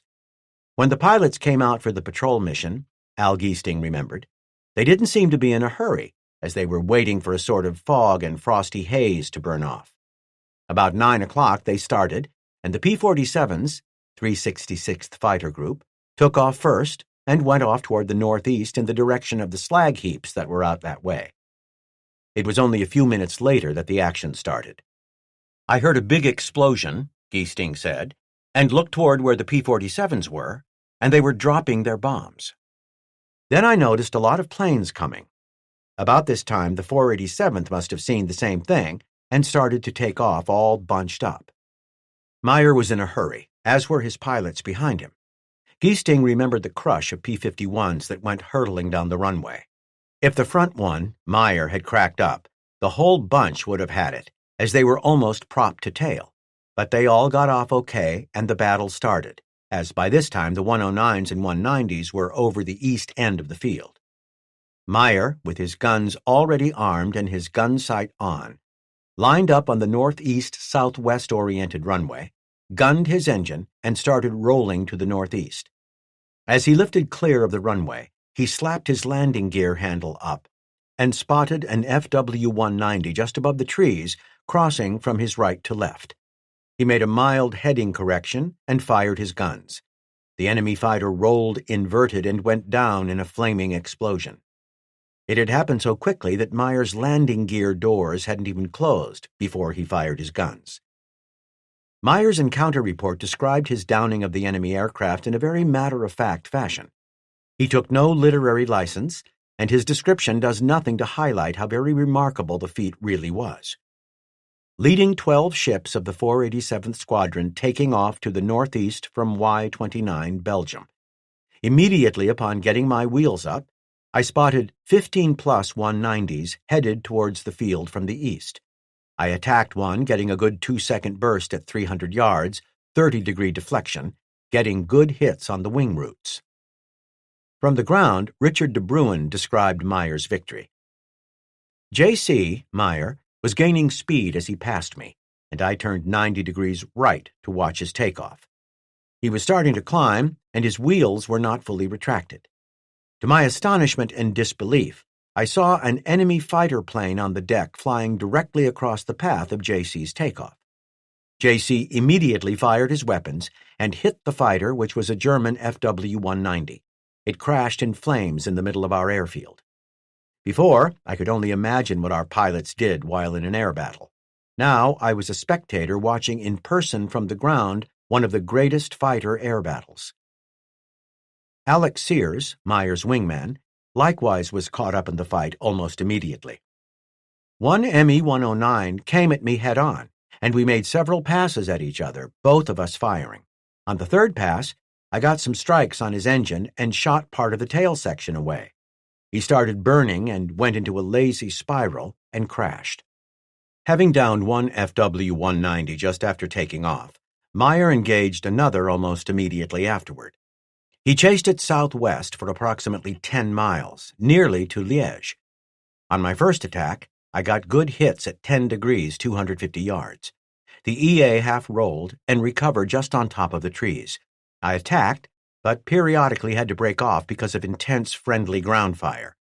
At least on 3 occasions, I got good hits on the 190, and on the last attack, the EA started smoking profusely and then crashed into the ground. Out of ammunition, I returned to the field but could not land, as the field was under attack. Meyer was jumped by Me-109s on 2 separate occasions while he waited for the fight to clear at Y-29, but managed to dodge his attackers. Ray Litke, along with Meyer and Sears, was one of the first pilots airborne. He started climbing, and before he was able to join with anyone else, found himself in the middle of the fight. I picked out a 190 flying at 3,000 feet and made one turn with it to the right. I got strikes on the wing roots and cockpit. He snap-stalled to the right, recovered, then snapped again, and hit the ground and exploded. Litke then chased after an FW-190 at low altitude. After he scored a few hits, the German pilot started maneuvering aggressively, but was unable to shake the P-51. Rather than fleeing east toward Germany, the FW-190 pilot headed west with Litke, now out of ammunition, still in pursuit. He took me almost to Paris, Litke noted. When he started climbing at approximately 3,000 feet, he bailed out in Allied territory. Rather than flying back to Y-29 after the long chase, Litke landed to refuel. Wayne Stock was a crew chief with the 486th. That morning he was in the cockpit of Miss Ginny as he ran the engine through a power check. I was sitting there when the control stick, which was fastened between my legs with the safety belt, started violently shaking. I looked off to my left to find one of the other crew chiefs wiggling an aileron to let me know that there was something going wrong. I turned around and saw that the sky was full. It looked like a swarm of bees. Unconcerned, Stock continued with the engine check until the stick started shaking again, and another aileron wiggler gestured for him to get to cover. And there they were, all over the place, Stock remembered of the German attackers. I started walking towards our tent city in the woods, toward the mess hall, and turned around to see a German aircraft coming straight at me. Stock raised his carbine to shoot at the diving aircraft, and then thought better of it. By that time, he had picked up his nose and was headed off toward the woods. 2 P-51s were right on his tail, and he was nailed very shortly back beyond us. A short time later, Stock botched a running dive into a gun emplacement where some of his comrades were already taking cover. I got quite a laughing at from the other guys. The laughing turned to rapt attention as the men watched the 487th shoot down the attacking Germans. Stock remembered that some were smoking and some were tumbling. Henry Cottrell, an armorer with the 328th Fighter Squadron, recalled that morning. He and his comrades had ushered in the new year the previous night from the sparse comfort of their tents, which were located in the fir trees a couple of 100 yards away from the flight line. Stewart had a couple of bottles of Calvados, French apple brandy, which we soon disposed of. At 12 o'clock, Stewart took out his .45 and emptied a clip in the air to celebrate. After that, we fell into our bedrolls and went to sleep. Cottrell was still asleep when the Germans attacked. I awakened to the sound of gunfire. I thought that Stewart was shooting his .45 again. Then I realized that it was more than that. Cottrell kicked himself off his cot and leapt to his feet. I grabbed my carbine and ran down the path to the field. A German plane flew over me and I fired at it. I emptied 2 clips. The pilot waved at me. I can still see it in my mind. As this was going on, I could see the planes taking off and starting to fire as they got airborne. It sure was something to see. Richard Brock was working in the cockpit of one of the 486th aircraft when the attack started. He scrambled out when he looked up and saw a crew chief gesticulating at him. I got out and ran and laid down in the ditch along the perimeter road. When I looked up and saw a lot of men laying in the ditch, I realized we were a perfect target for strafing. So I jumped and ran to an area where there was a lot of brush piles, and there I found a foxhole large enough for one more guy. Safely tucked out of the way, Brock and the rest of the men watched the unfolding fight. Marion Nutter was a 487th pilot who wasn't on the schedule that morning. He remembered the battle in a letter home to his brother Bob. I was walking out of the operations tent about 9:15 and heard someone holler, "Hey, a dogfight!" And he pointed at the horizon towards Germany. There, zooming and turning just above the trees, were P-47s, 109s, and 190s going at it tooth and nail. The first thing we knew, the fight had moved right over our heads. My squadron, as luck would have it, had just then taken off and was already in the scrap. By then, 2 of our boys were on one of them, and the Jerry almost spun in trying to get away. He recovered right on the trees and zoomed away from the field in a steep turn. Right there, one of our boys nailed him, and he dropped his nose and went straight in a huge orange ball. Alden Rigby was at the end of the runway that morning, assigned as White 4. I think all of us knew that we had to get off the ground, and instinct simply took over, he recalled. No choice. Our chances were slim to none. Certainly the odds might have been a bit better than that, but Rigby made an excellent point. As closely packed as the 487th's aircraft were that morning, they made an excellent target. A couple of well-executed strafing runs could have turned the squadron into a flaming fiasco. But the Germans failed to do that, and they paid dearly. It was a relief even to get airborne, remembered Rigby. It was also a relief to know that the folks on the ground were friendly. This probably helped to give us a very aggressive attitude. Indeed, it was quite unusual that the 352nd's airmen were engaged in aerial combat over friendly troops, and certainly this was the first time they had ever fought over their own airfield. A minute or two after getting airborne, just a few miles east of the airfield, Rigby spotted an FW-190 preparing to fire on his flight leader, Ray Litke. Rigby called for Litke to break left, and he responded with a hard turn that gained him a few precious seconds. I did not see him again until after the action, Rigby remembered. He didn't waste any time and immediately fired a 45-degree deflection shot at the FW-190. Bullets streamed into the German aircraft's wings and cockpit. The EA rolled over and went straight in from about 500 feet. I broke sharply to the left, recalled Rigby, and noticed another FW-190 headed east on the deck. I dropped down on his tail and my gun sight went out, so I fired a long burst until I noticed hits on his wing roots. He started pouring black smoke and lost altitude until he crashed in the trees.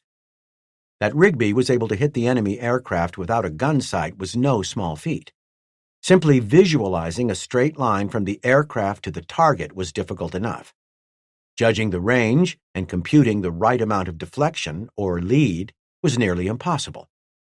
Alone, Rigby raced back toward the airfield, where he spotted a P-47 in a hard circling fight with an Me-109. The P-47 fired a short burst, and I noticed a few strikes on the tail section of the 109. The EA seemed to tighten his turn, and as the P-47 mushed to the outside, I came in from beneath and fired a long burst, noticing hits on his wing. Coolant came out. The EA crashed into an open field. In a span of only minutes, Rigby had knocked down 2 FW-190s and an ME-109. He had shot down 2 of those without an operable gun sight. Still, he wasn't finished. I started circling the field to make a landing because I was almost out of ammo. I investigated what seemed to be another fight a mile or so to my right. I pulled into the fight with 2 other 51s. One 51 fired at the EA and scored hits. The 109 broke in my direction, and I fired the remainder of my ammo at him, scoring at least 1 hit in the cockpit. The EA dove straight into the ground. Without ammunition, Rigby finally decided that he was finished. Whereas just more than a week earlier he would have had an hours-long trip back to England, on that morning he was able to make his approach to landing almost immediately. He set up behind one of his squadron mates. The 51 ahead of me drew some ground fire on his low pass and victory roll. Rigby was a fast learner. I decided against any celebration in the air. It was a good thing the AA, anti-aircraft, troops on the ground were not that great, or more friends than the enemy would have bought the farm. With 4 victories fresh under his belt, Rigby landed unmolested. In almost an exact replay of Rigby's first victory that morning, Dean Houston, flying as Yellow 4, also found himself protecting his flight leader immediately after takeoff. I was about 300 yards astern and above Lieutenant Sanford Moats when an FW-190 started to crawl up behind him. Lieutenant Moats was already engaged with another ship, and I told him to break left. Moats reacted to Houston's call. The FW-190 pilot also pulled left, but not hard enough to get into a firing position. At the same time, Houston pulled down hard under the enemy aircraft and then hauled the nose of his P-51 back up, firing a 3-second burst. Hits were observed all over the wings and fuselage, Houston recorded, with flames resulting immediately. He went into a dive from about 20,000 feet and crashed into the ground. I saw no shoot. Sanford Moats, who had been saved by Houston's timely call, recollected the start of the melee. As I took off, I spotted about 15-plus FW-190s at 100 feet coming from 3 o'clock on their way to make a pass at the airstrip north of our field. At the same time, I noticed approximately 15 ME-109s flying top cover at 3,500 feet just below a thin cloud layer. Moats recalled that 2 of the low-flying FW-190s turned hard into him in Houston. They all entered a luffberry to the left, while the anti-aircraft gunners on the ground below fired indiscriminately into them. I closed on the tail of the first 190, remembered Moats, and looked back to see a 190 closing on the tail of my wingman. He called for Houston to brake just as the other FW-190 began to fire. With Houston momentarily out of danger, he turned his attention back to the enemy aircraft to his front. I then fired a short burst at 300 yards and 30 degrees of deflection at the 190 ahead of me, observing strikes in the cockpit area and left wing route. The German fighter caught fire and flew into the ground. The pilot did not escape. Richard de Bruin described the panic that followed as the German fighters, increasingly pressed by the 487th's pilots, continued their strafing attacks. Everyone on the ground, which included about 60 or more pilots just on our side of the field, scurried for shelter. It wasn't funny at the time, but later we laughed because some hid under fuel trucks. By that time, the rest of the 487th's 12-ship flight was airborne. Approximately 50 EA were in the vicinity, recounted Sanford Moats, and the entire area was full of friendly flak. The next aircraft he targeted was an FW-190 strafing a nearby marshalling yard. He broke left and started to climb. I fired a short burst at 200 yards and 20 degrees deflection, observing a concentration of strikes on both wing roots and the cockpit. Both wings folded up over the canopy of the EA and he went straight in. The pilot did not get out. Moats went after another enemy fighter almost immediately. I continued my left turn and rolled out slightly above and behind another 190, which broke left. Again, he fired another brief burst of gunfire and saw hits on the German's fuselage, canopy, and left wing root. The canopy fell away as the aircraft caught fire, but the pilot failed to parachute clear before crashing into the ground. Motes had knocked down 3 enemy fighters in quick succession, but there was still no shortage of targets. He found himself alone and caught up in a mixed formation of Me-109s and FW-190s headed east, away from the airfield. They split up, and I picked one 190 who broke into me. We made several head-on passes, and I pulled up and came down on his tail, firing a 2-second burst, observing strikes from wingtip to wingtip. He leveled off and hit the deck. As the enemy fighter hunkered down at low level and raced east toward Germany, Motes continued to peck at him. As we passed over Maastricht, I fired a short burst that exploded his belly tank, and my aircraft was hit by 40mm ground fire. Notwithstanding the damage to his aircraft, Motes continued to dog the enemy fighter as they raced low over the countryside. At this time, I had only one gun firing, and the EA kept taking violent, evasive action on the deck as we crossed the front lines. Still, he continued after the German, and finally pulled above and to the right of the ragged enemy ship. He waited just a moment before making another attack that scored hits around the wing root. The enemy aircraft broke left, pulling up slightly, and dove into the ground. The pilot did not get out. Nearly out of ammunition, Motes navigated back to Y-29, where he was immediately fired on by the airfield's anti-aircraft guns. If the loss of Preddy to friendly fire had made an impression on the anti-aircraft units at Y-29, it was not apparent. A lone Me-109 made a pass across the field, and I made a pass at him. He broke into me, and I fired my remaining few rounds of ammo at 90 degrees deflection and 100 yards range. Just as the pilot Motes had previously shot down had made a run for Germany, this one also fled east. However, unlike the earlier pilot, this one successfully escaped Motes. His ammunition spent, Motes returned to Y-29 and parked himself overhead, where his presence might deter more Germans from attacking the field. Another Me-109 came by, and I followed him through a couple of barrel rolls, but could not shoot as I was out of ammo. He went straight up, chopped throttle, tried to get on my tail, couldn't, stalled out, recovered, and split est at 1,500 feet, barely pulling out above the trees. This German pilot was skilled, but not so skilled that he was able, on that morning, to fight more than one adversary at a time. Motes remembered, another P-51 came into the area at this time and shot the EA down 4 miles northeast of the field. The other Mustang was piloted by Henry Stewart. Stewart had gotten off to a slow start that morning. Soon after getting airborne, he climbed to altitude to give cover to his lead, William Halton, but the anti-aircraft fire was so heavy he was forced to turn away.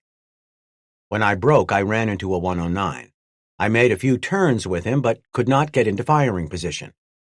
Stewart disengaged with the German fighter and almost immediately latched on to another.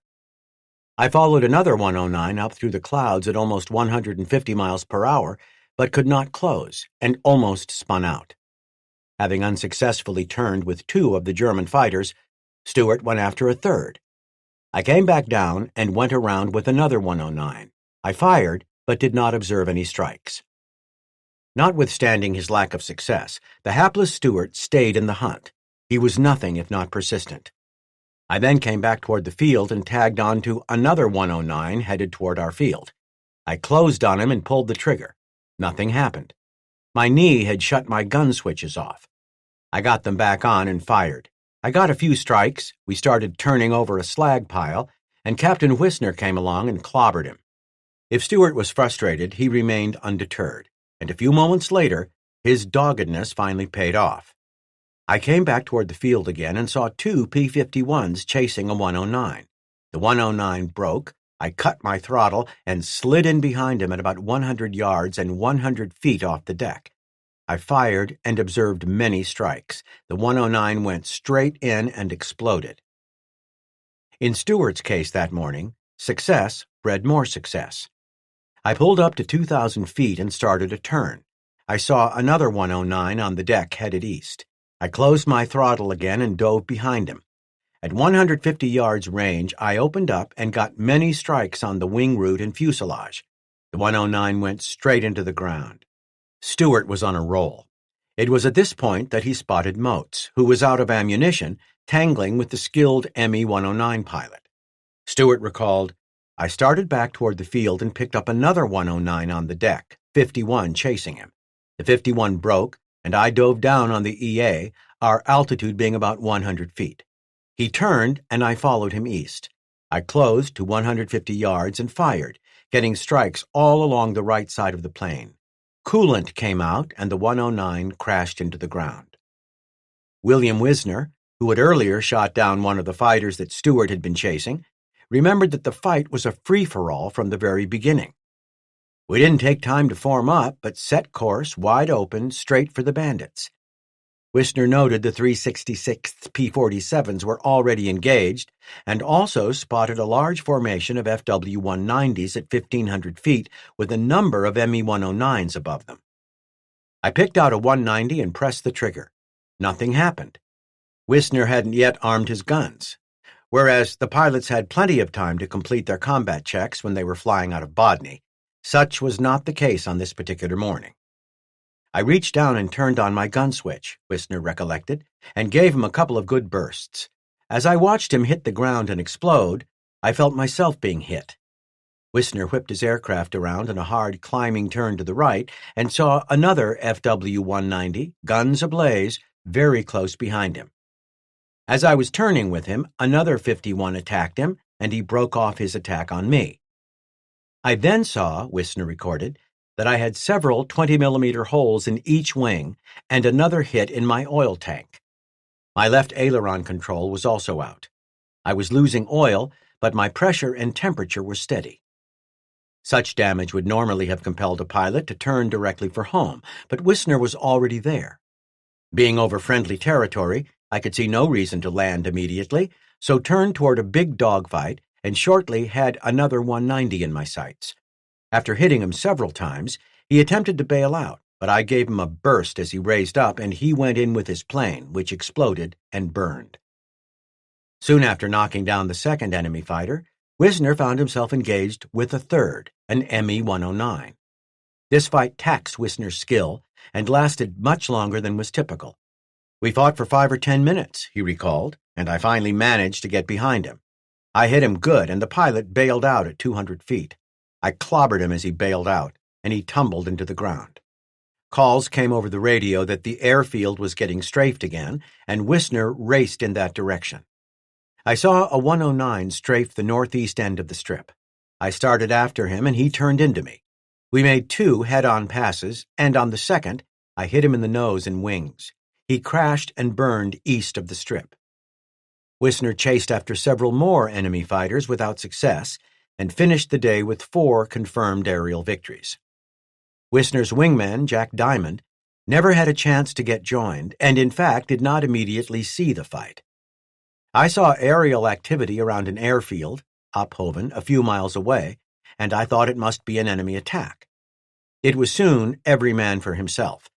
I kept searching the sky for planes and called Wisner 3 times to let him know I was not with him. Wisner didn't respond to Diamond's calls. Alone, Diamond took off after an FW-190. Chasing the German pilot at very low altitude, he scored hits on his fuselage and wings and sent him crashing into the trees. As I followed, he flew into the ground at a low angle, and pieces of the plane flew off everywhere. I looked back as I zoomed over, but saw no explosion." Diamond hurried to get away from the ground. He then spotted another FW-190 and dove immediately behind him. I moved in so close that my plane was bouncing up and down violently from his prop wash.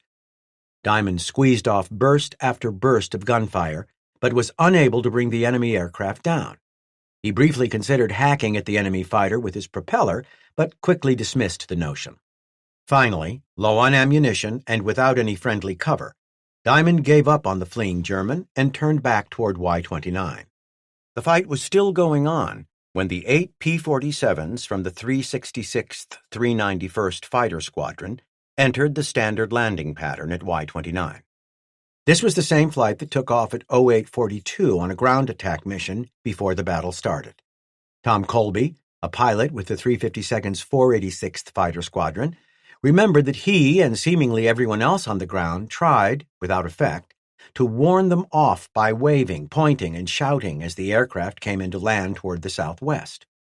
All the P-47s landed successfully, thanks largely to a 50 caliber battery located in the 366th Fighter Group area. This battery was located near the control tower. Every time a Jerry approached a P-47 which was wheels down on his downwind leg, this gun fired tracer in front of the Jerry and behind the P-47, effectively scaring off the German. The action over and around the field was mayhem. Giesting remembered, "There was so much going on that one guy couldn't possibly keep track of everything. The guys were cheering like they were at a ball game." After knocking down the FW-190 that was chasing Sanford Motes early in the fight, Dean Houston was hard after another German when his pursuit was cut short. I was on the tail of a 109 at low level fairly close to the field when my 51 was hit by gunfire. I looked around and nothing was on my tail, so I continued for a few seconds and then happened to glance at the oil pressure gauge and it was reading 0. Houston hauled his aircraft in a turn toward the airstrip, dropped his landing gear and flaps, and got his ship on the ground just in time. I touched down, he recalled, and the engine froze as I was rolling down the runway. Albert Giesting recalled seeing an unfortunate German pilot safely bail out from his aircraft only to have his parachute catch fire. Nelson Jessup was one of the last 487th pilots to get airborne that morning. He firewalled his engine, and as the aircraft broke ground, he raised his landing gear and nosed over slightly to accelerate just a few feet above the runway. It was then that he noted an ME-109 with a blue propeller spinner coming directly at him. An instant later, the German fighter passed close aboard down his left side, only 20 feet above him. At the edge of the airfield, Jessup pulled the nose of his fighter nearly vertical, then chased an ME-109 into the clouds before losing sight of it.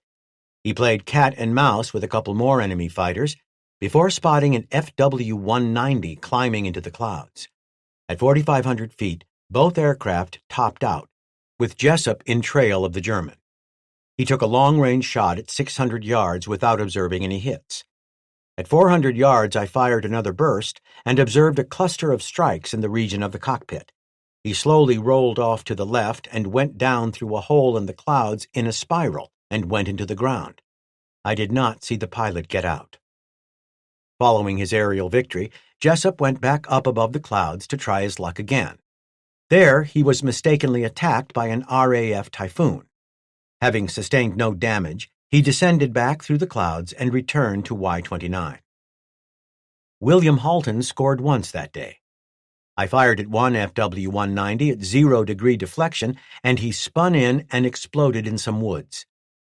After unsuccessfully using the remainder of his ammunition to shoot down another FW-190, he gave up and headed for Y-29. I was attacked 3 times by 109s, but managed to evade them. The enemy pilots were very eager. The 109s gave me plenty of trouble. The action over Osh that morning was compact and fought at low altitude. No other air battle during all the war was comparable.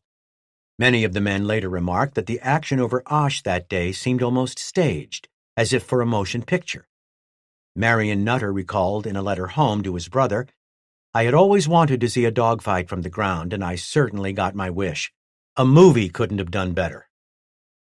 Its deadly nature aside, the 487th's history of the event noted that the battle had the same feel as a big sporting match. As the pilots returned, mostly for lack of ammunition, the men on the ground rushed them, cheering like alumni at a Notre Dame Army football game. Meyer, after having led what was undisputably one of the most successful air actions in history, taxied back to his parking spot. His crew chief, Carl Galloway, remembered that Meyer, almost immediately upon arriving at Y-29, had considered that such an attack might one day come. J.C. Meyer had told me that I should dig a foxhole, as it might come in handy some day. Well, I never did. When he came back, the first thing he wanted to know was, did anyone get hurt? I told him no. Then he wanted to know why I didn't dig the hole. No excuse. He said, "You dig one and make it large enough for the two of us. This is an order." Galloway got the hole carved out of the frozen ground in short order. The fighting over and around Y-29 that day involved more than combatants. A Belgian woman who lived in Asch at the time recalled, "We fled to the cellars because the bullets hit the walls of our house. In our street, a 6-year-old girl was killed and 2 boys were badly wounded by the bullets. On the territory of Asch, 3 planes crashed. When everything was over, we went looking to the wrecks. We saw parts of bodies being gathered to put in bags. That made quite an impression on us." Few German recollections of the fight over Y-29 exist. This is partly because many Luftwaffe records were lost, but is primarily due to the fact that so many of the pilots who participated simply didn't survive the war. However, a few accounts do exist. The deadly, wheeling fight was recounted by Oberleutnant Paul Heinrich Denner. At 0920 hours, we engaged many enemy fighters which had just taken off. The dogfight was very hard and unforgiving. Several enemy fighters were shot down. However, several of our own were also shot down. In fact, the pilots of JG-11 mistakenly claimed to have knocked down 4 P-51s, 4 P-47s, an RAF Typhoon, and an additional unidentified single-engine aircraft. Actually, the only American aircraft shot down in the melee was a P-47 of the 366th Fighter Group. Its pilot survived. That Denner understated JG-11's losses and grossly overstated the American losses was due in part to a natural bias in favor of his own side. But it was also attributable to the fact that the fight had been so confusing and chaotic. More than a third of JG-11's pilots were lost, and most of the others scattered to whatever bases they could reach or crash-landed on the German side of the lines. The attendant confusion, combined with the fact that operations continued unabated at a chaotic pace, meant that the Luftwaffe had little ability to accurately recreate what had truly taken place. I, for myself, Denner recalled, was just able to reach friendly territory with a badly battered aircraft. Ironically, Denner, who had scored more than 90 aerial victories against the Soviets and 3 in the West, was killed in a flying accident just before the war ended. JG-11 was clear of Y-29 before 1000 that morning. Although several of the 487th's pilots landed early due to damage or fuel exhaustion, others stayed airborne for a while longer to provide cover for the airfield. The group's op-flash report for the engagement was sent the same day and was, considering the nature of the clash, fairly accurate. It noted that the 487th got airborne at 0921 that morning and that all aircraft were down just more than 2 hours later, at 1127. It also recorded that 23 enemy aircraft were destroyed for the cost of 1 aircraft damaged. The narrative is fairly short, and the takeoff time is slightly at odds with the takeoff time noted earlier in the report. Squadron was on runway preparing to take off on above patrol. Gravenvoigt to Locher Lake and returned to base, when bandits approached from the northeast. Squadron took off head-on into the EAs, enemy aircraft, and combat ensued in the immediate area from 0915 to 0945 and within a radius of 15 miles of the base. At least 10 EAs were seen to go down in the immediate vicinity of the field. EAs were active all along the northern front lines and as far west as Turnout. Intense friendly ground fire caused our aircraft to break off attacks in many cases. The report also described the enemy pilots as very aggressive and appeared to be of a higher caliber than pilots engaged in recent missions. The German attack did virtually no harm to the 352nd. Only one of the group's P-51s was hit.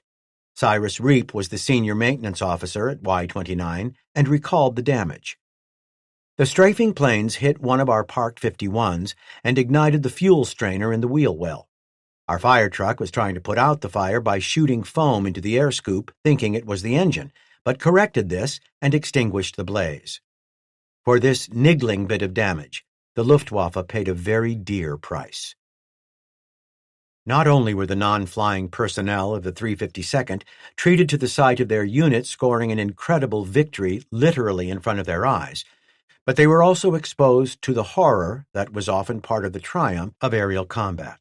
Richard de Bruin was directed to help with the discovery and identification of the enemy pilots so that a Graves registration team could bury them.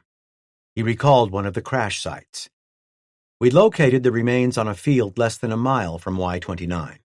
The aircraft, an ME-109, was completely destroyed by fire, and the pilot's torso was lying on the ground with the head and limbs severed and spread over the area. It was not something I cared to observe. Many of the 352nd's men chafed to investigate the still smoldering German wrecks. After being released from duty in the afternoon, Albert Giesting and a pair of fellow mechanics headed toward one of the German crash sites. The plane hadn't burned but had plowed a big ditch and thrown the pilot clear. It looked like he was a very young kid, but dead anyway. Dean Houston's recollection was nearly identical. A group of us walked out to the area just east of the strip where a German fighter had augured in, and the body of the pilot was still there. I remember feeling that he was barely out of high school. I will never forget it, or that day. Perhaps the dearest loss sustained by JG-11 was that of the unit's commander, Gunther Specht. It is impossible to determine who killed him or how, but he was dead nonetheless. Many of the downed German pilots and their aircraft were burned beyond recognition or literally blown over the countryside. Chet Harker, a pilot with the 352nd's 486th Fighter Squadron, recollected that some of the pilots and airmen were sent into the area around Osh for the gruesome task of collecting bodies or body parts in order to process them according to military procedure. We were given bags and told to pick up anything, uniforms or body parts, that could be returned to the Germans for subsequent identification. As I recall, one of the people in my group found the sleeve of a German pilot with the severed arm still inside. The body of Specht, along with those of several other German flyers, was never found or identified. Ultimately, the loss of old hands like Specht, who should have been leading from a headquarters, underscores how desperate the Luftwaffe was for seasoned pilots. Art Snyder was another of those who wanted to see a wrecked German aircraft firsthand. Among the many dogfights that we were able to witness, one was close at hand, and the Jerry was skimming over the ground up and down with the P-51 on his tail. The Mustang finally caught the enemy aircraft with a short burst of gunfire and knocked it into the ground.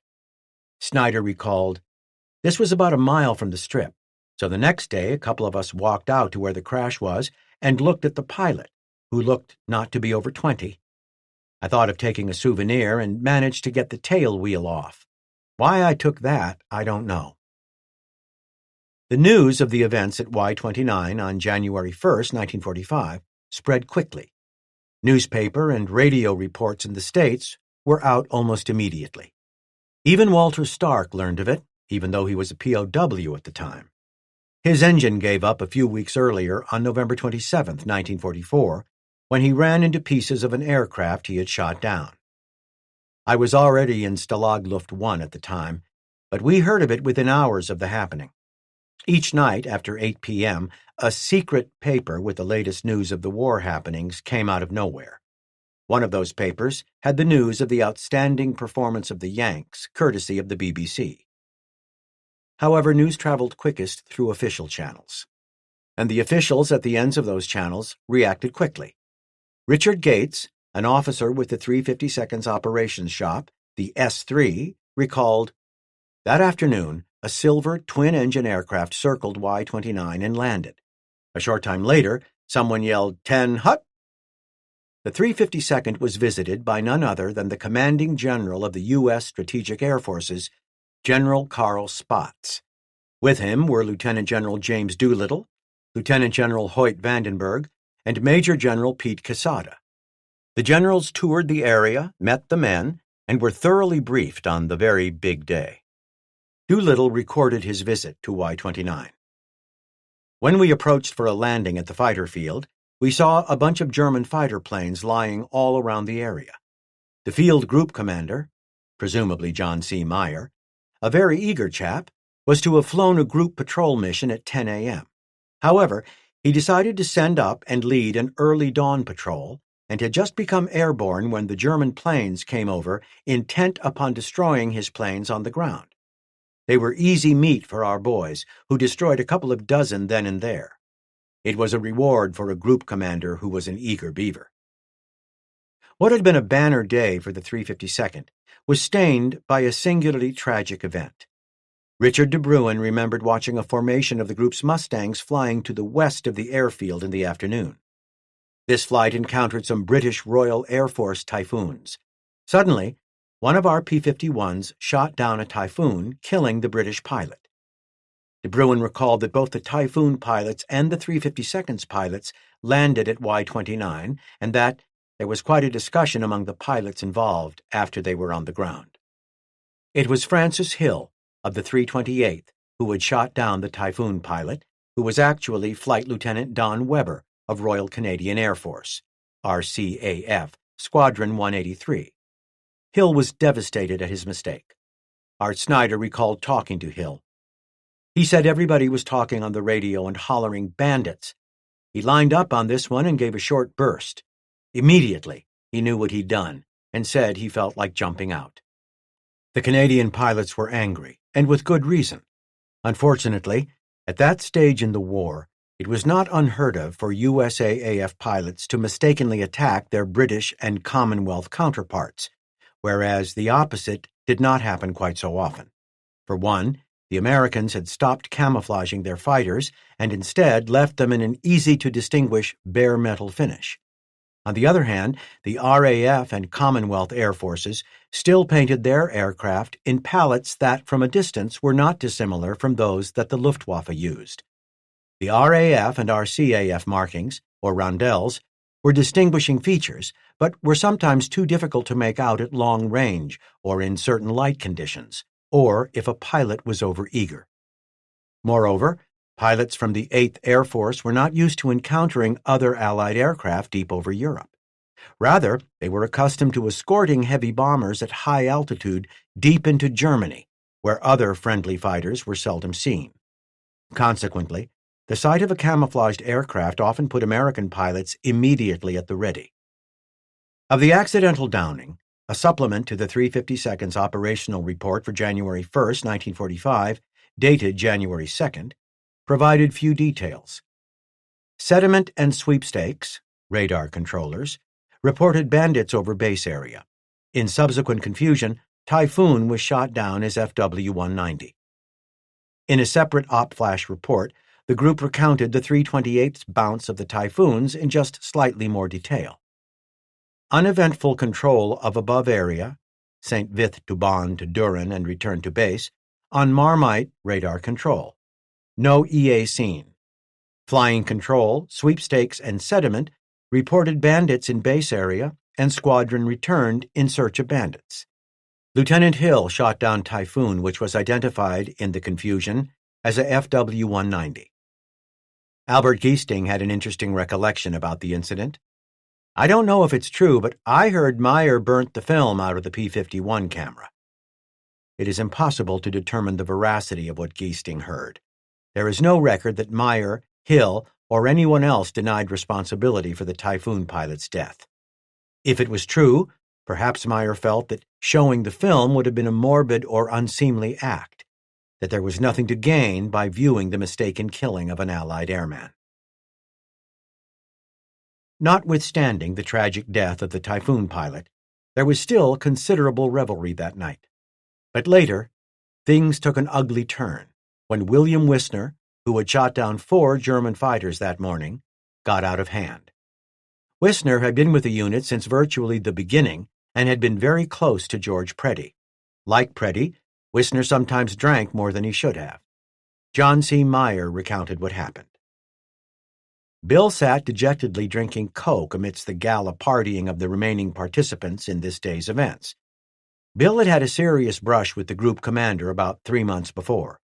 He caused a hell of a scrap over at the officers' club and struck a high-ranking visiting officer. Under ordinary circumstances, if it had been anyone else but Bill, he would have been court-martialed right then.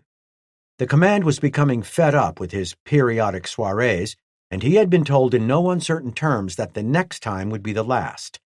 Bill, since that date, had not touched a drop.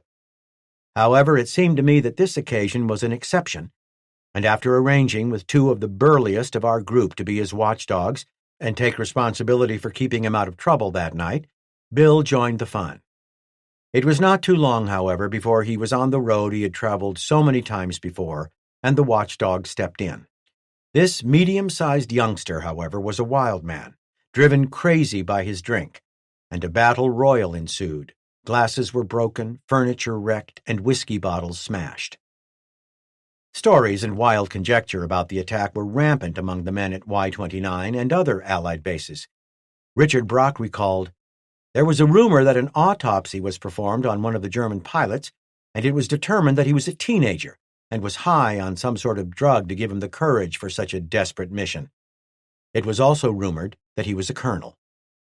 Of course, the story was absurd, but it was an indication of the sorts of unfounded reports that made the rounds in an environment where it was difficult, and not particularly necessary, to keep every person informed of every aspect of a wide-ranging war. Luftwaffe operations on the morning of January 1, 1945, suffered generally from the basic inability of its flyers to execute a mission according to plan. The pilots were so inexperienced that a significant number of them simply became lost on the way to their targets and never found anything worthwhile to attack. 2. Coordination with the anti-aircraft units was poor, and many aircraft were mistakenly shot down while still over German territory. Still, notwithstanding these failures, and despite the fact that the Germans were absolutely annihilated at Y-29, Bodenplatte did score some successes at other Allied bases. Although records are sketchy, the German attackers that morning destroyed approximately 350 Allied aircraft and damaged many more. In fact, at A-90 near Metz-Frascati, more than 24 P-47s were destroyed. But because almost all the aircraft the Germans destroyed were parked, the raid killed virtually no Allied airmen. To be fair, the point was moot. At that point, the Allies could field whatever number of aircraft and crews were needed to successfully prosecute the war. Indeed, the total American aircraft manufacturing rate had been scaled back since before D-Day. Ultimately, Bodenplatte did not achieve its objectives. Although the raid did cause some measure of panic, it had no appreciable effect on the ground campaign, and the Allies recognized it for the desperate action it was. It cost the Luftwaffe approximately 300 aircraft, but worse, it cost more than 200 pilots killed and captured. These pilots, especially the more experienced leaders, were not replaceable at that point in the war. For this reason, historians have typically criticized the operation as reckless, ill-conceived, and bordering on stupid. In this instance, the Luftwaffe leadership deserves more credit. The aircraft and crews that were lost as part of Bodenplatte would have been destroyed and killed anyway. The air war over Europe had turned into an overwhelming and ruthless grind that the Allies dominated. And it is absolutely certain that the inexperienced pilots that made up the bulk of the Luftwaffe would never have destroyed so many Allied aircraft in aerial combat. Simply put, the Germans chose the best method available to them to cause the most damage they could. In the end, they simply did not have enough aircraft, experienced pilots, or luck to make Bodenplatte a success. Just as they had been while stationed at Bodny, the men were given passes off base while in Belgium. The local economy was in tatters, and it lurched along on a combination of currencies, scrip, and barter. Cigarettes were a classic medium of exchange. Staff Sergeant James Blydner recalled one episode. "I had a day pass to go to Brussels, but I had no money. I didn't smoke, but I always drew my ration of cigarettes. On that occasion, I had 3 boxes of cigarettes and had a wonderful day at a fine restaurant, bought some art, and saw the sights." Chapter 30. Finishing the Fight. Punchy Powell married Betty Wiley on January 4, 1945. A few days later, we were flying from Washington, D.C. to New York City, and the flight attendant handed me a copy of Newsweek magazine. Reading it, I discovered that fate had taken our top ace. George Preddy was killed on Christmas. It was a sad thing to learn on my honeymoon. Some of the 350 pilots were within the unit for only very brief periods, usually not by choice. One of those was Thomas Lauderdale. He arrived at Bodney late in 1944. On my first mission, I saw an airplane explode from flak. In my excitement, I used up my oxygen and had to fly home at lower altitude. Nothing at all happened on Lauderdale's second mission. On my third trip, he recalled, we flew at 37,000 feet, dragging in the clouds. At such high altitudes, the fighters handled very sluggishly, and when Lauderdale reached down to switch fuel tanks, he accidentally descended into the clouds. By the time he collected his wits and climbed back above them, he found that his flight had left him behind. He was alone and lost. When he finally found his squadron mates, he was so excited that he let his airspeed get out of control. He sped past them before finally slowing enough to rejoin them. All of these miscues were typical of newly joined pilots. They had to assimilate and adapt to procedures and techniques that the old hands developed gradually as a group. Lauderdale was sent from Bodney to Y-29 on January 2, 1945, the day after Bodenplatte. It was snow, frozen ground, thawed ground, and mud. I had a very thin cot on which I spent the night. Cold. I went to a pub, but being the new boy in the crowd, I only had one beer. One of our bunch went out and tried out his sidearm on the side of a railroad embankment. On January 5th, Lauderdale flew his fourth mission and was hit by ground fire over a railroad yard. I thought his aircraft, was going to burn, but every time I thought I should bail out, I was over a ridge. He finally made it back to friendly lines, where he put the aircraft down in a crash landing. The infantrymen who picked me up reassured me that I was on the right side. Although he was back in friendly hands, Lauderdale was also badly injured. He went into surgery and stayed in the hospital until he was well enough to ship back to the United States, where he arrived after VE Day. He subsequently spent 2 more years in various hospitals until he was finally released. "I'm sorry I never made it to Berlin," he recalled somewhat ruefully. George Preddy's younger brother Bill arrived in England during early January 1945. He was a strong, handsome, well-liked young man who had been a top performer all through flight training, and he had achieved his dream of flying fighters. He was assigned to the 339th Fighter Group at Foulmere, where he flew P-51s. He had moved about so often since leaving the States that he didn't learn of his brother's death until January 22, 1945, nearly a month after the fact. The following day, he wrote a letter to his parents. "What I have to say now is difficult to explain because I hardly understand it myself. There is no use to say not to grieve, for I know that is impossible. It is useless to say try and forget, for we can't and shouldn't. We should remember, but in doing so we should look at it in the true light. A man's span on this earth is not measured in years. Above all, that is least important. To find happiness, success, and most important, to find God, is the zenith of any man's worldly activities. I think a man has not lived until these things have been achieved. Yes, George knew a full, rich life. He surely reached out and touched the face of God many times." Virtually all of the 350 pilots had watched, with a mix of morbid fascination and horror, as bombers were blown out of the sky, usually by flak. There were plenty of opportunities, as the 8th Air Force lost more than 4,000 bombers. "It was so awfully sad," Punchy Powell recalled, "to see a bomber come apart, or start down, and see only 2 or 3, or sometimes no parachutes at all. And yet you knew that there were men trapped alive in there, that very instant, falling to their deaths." One of the 352nd's RAF exchange pilots, Edwin King, recalled the horror of watching the big bombers being blown out of formation. "Although I had enjoyed my attachment to the 352nd and had learned a lot, I found it hard to come to terms with witnessing these large bombers being shot down, and on so many occasions, being unable to prevent it. That we stopped the slaughter being even greater is without question, but it still hurt. Sometimes the stricken bombers made it safely back to the ground, but very few 352nd pilots saw it close up. William Reese of the 486th was one of the lucky ones. It was in early 1945 when he volunteered to fly sensitive papers to a headquarters element in an airfield in Belgium. Reese remembered that the control tower directed him to quickly clear the runway, as there was a battle-damaged B-17 close behind him. I pulled off the runway and swung the plane around so I could see what was going on. I also made sure that I could taxi off into the grass if the B-17 headed my way.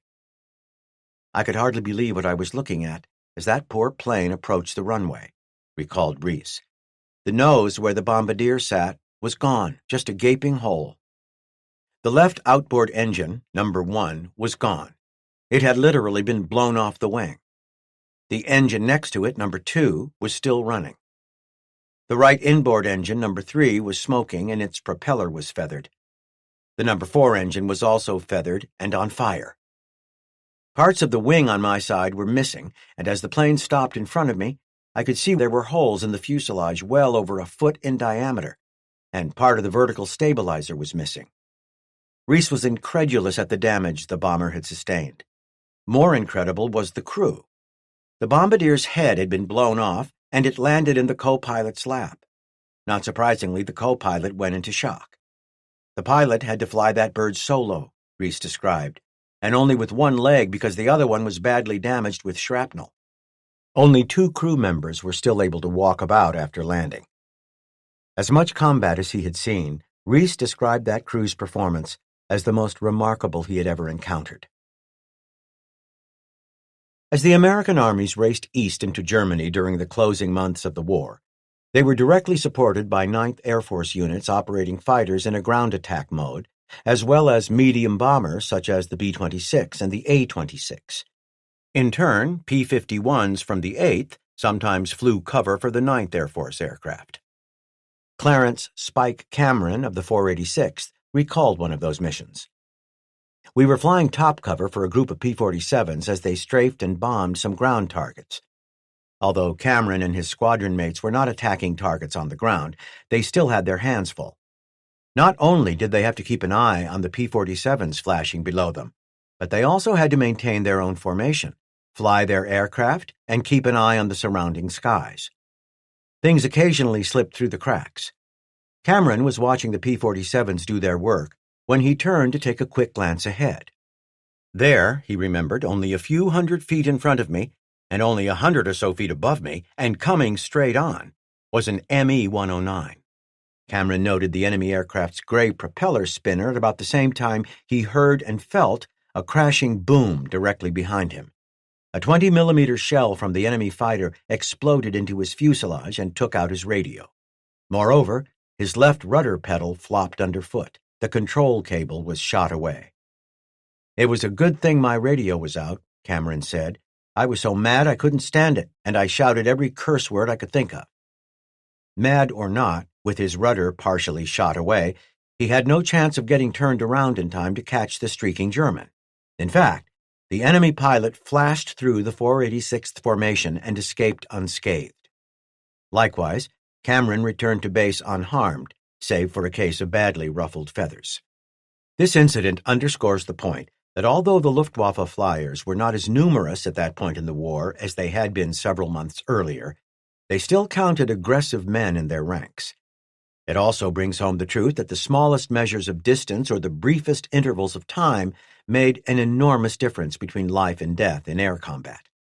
When it is considered that Cameron's aircraft and the ME-109 had a closing velocity that exceeded several hundred miles per hour, and that the cannon shell had been traveling close to 1,000 feet per second, the multidimensional physics that put it into Cameron's fuselage were virtually identical to the physics that would have put it into his cockpit. In effect, he was saved by a digit that was 3 or 4 places to the right of a decimal point. This sort of luck was on Cameron's side one other time.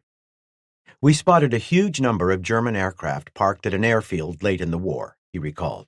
I was really excited at getting an opportunity to rack up a big score.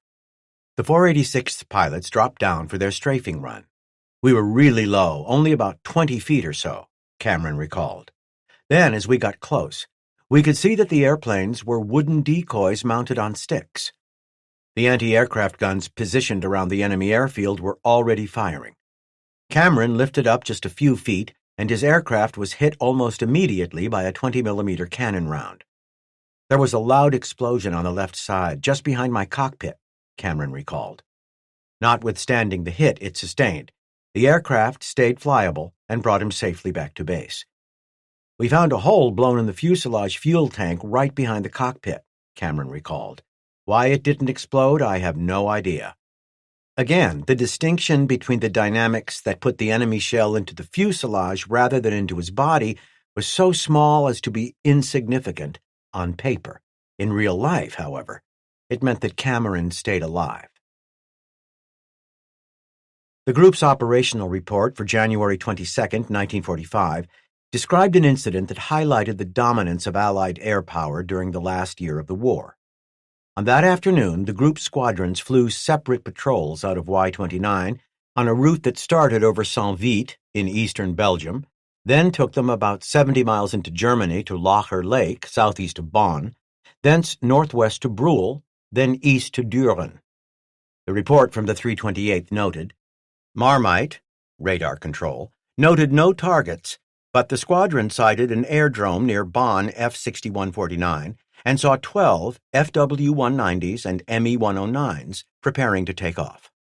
When EA sighted our AC, they turned back into the dispersal area.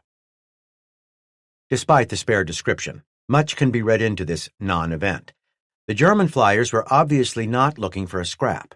Whatever the state of their training or morale, the decision of the formation leader to taxi his group back to the cover of its dispersal area showed good common sense. Even had the German pilots been well-trained and eager to fight, it would have been foolhardy to take off with the P-51s ready to pounce with an altitude, airspeed, and positional advantage. Likewise, the 328th's leader that day, Earl Abbott, exercised thoughtful restraint when he didn't dive immediately into the attack. If the enemy pilots had spotted the squadron's Mustangs, there was no doubt that the anti-aircraft gunners defending the airfield had detected them as well. Although the German fighters themselves would have been easy targets, strafing through the fire of forewarned and ready enemy gunners would have surely cost the 328th an aircraft or two. The return on investment, particularly that late in the war, wasn't worth the risk, at least not to Abbott. Sadly, Abbott, one of the group's original pilots, disappeared 2 days later while leading the 328th's white flight on a bounce of 2 Me-109s near Bonn, Germany. One of the German fighters was downed while the other escaped. Neither Abbott nor his aircraft were ever seen again. By the end of January 1945, the last of the war was in sight. Nevertheless, the 352nd still took losses that hit the men hard. The fratricide of Preddy the month before was particularly demoralizing.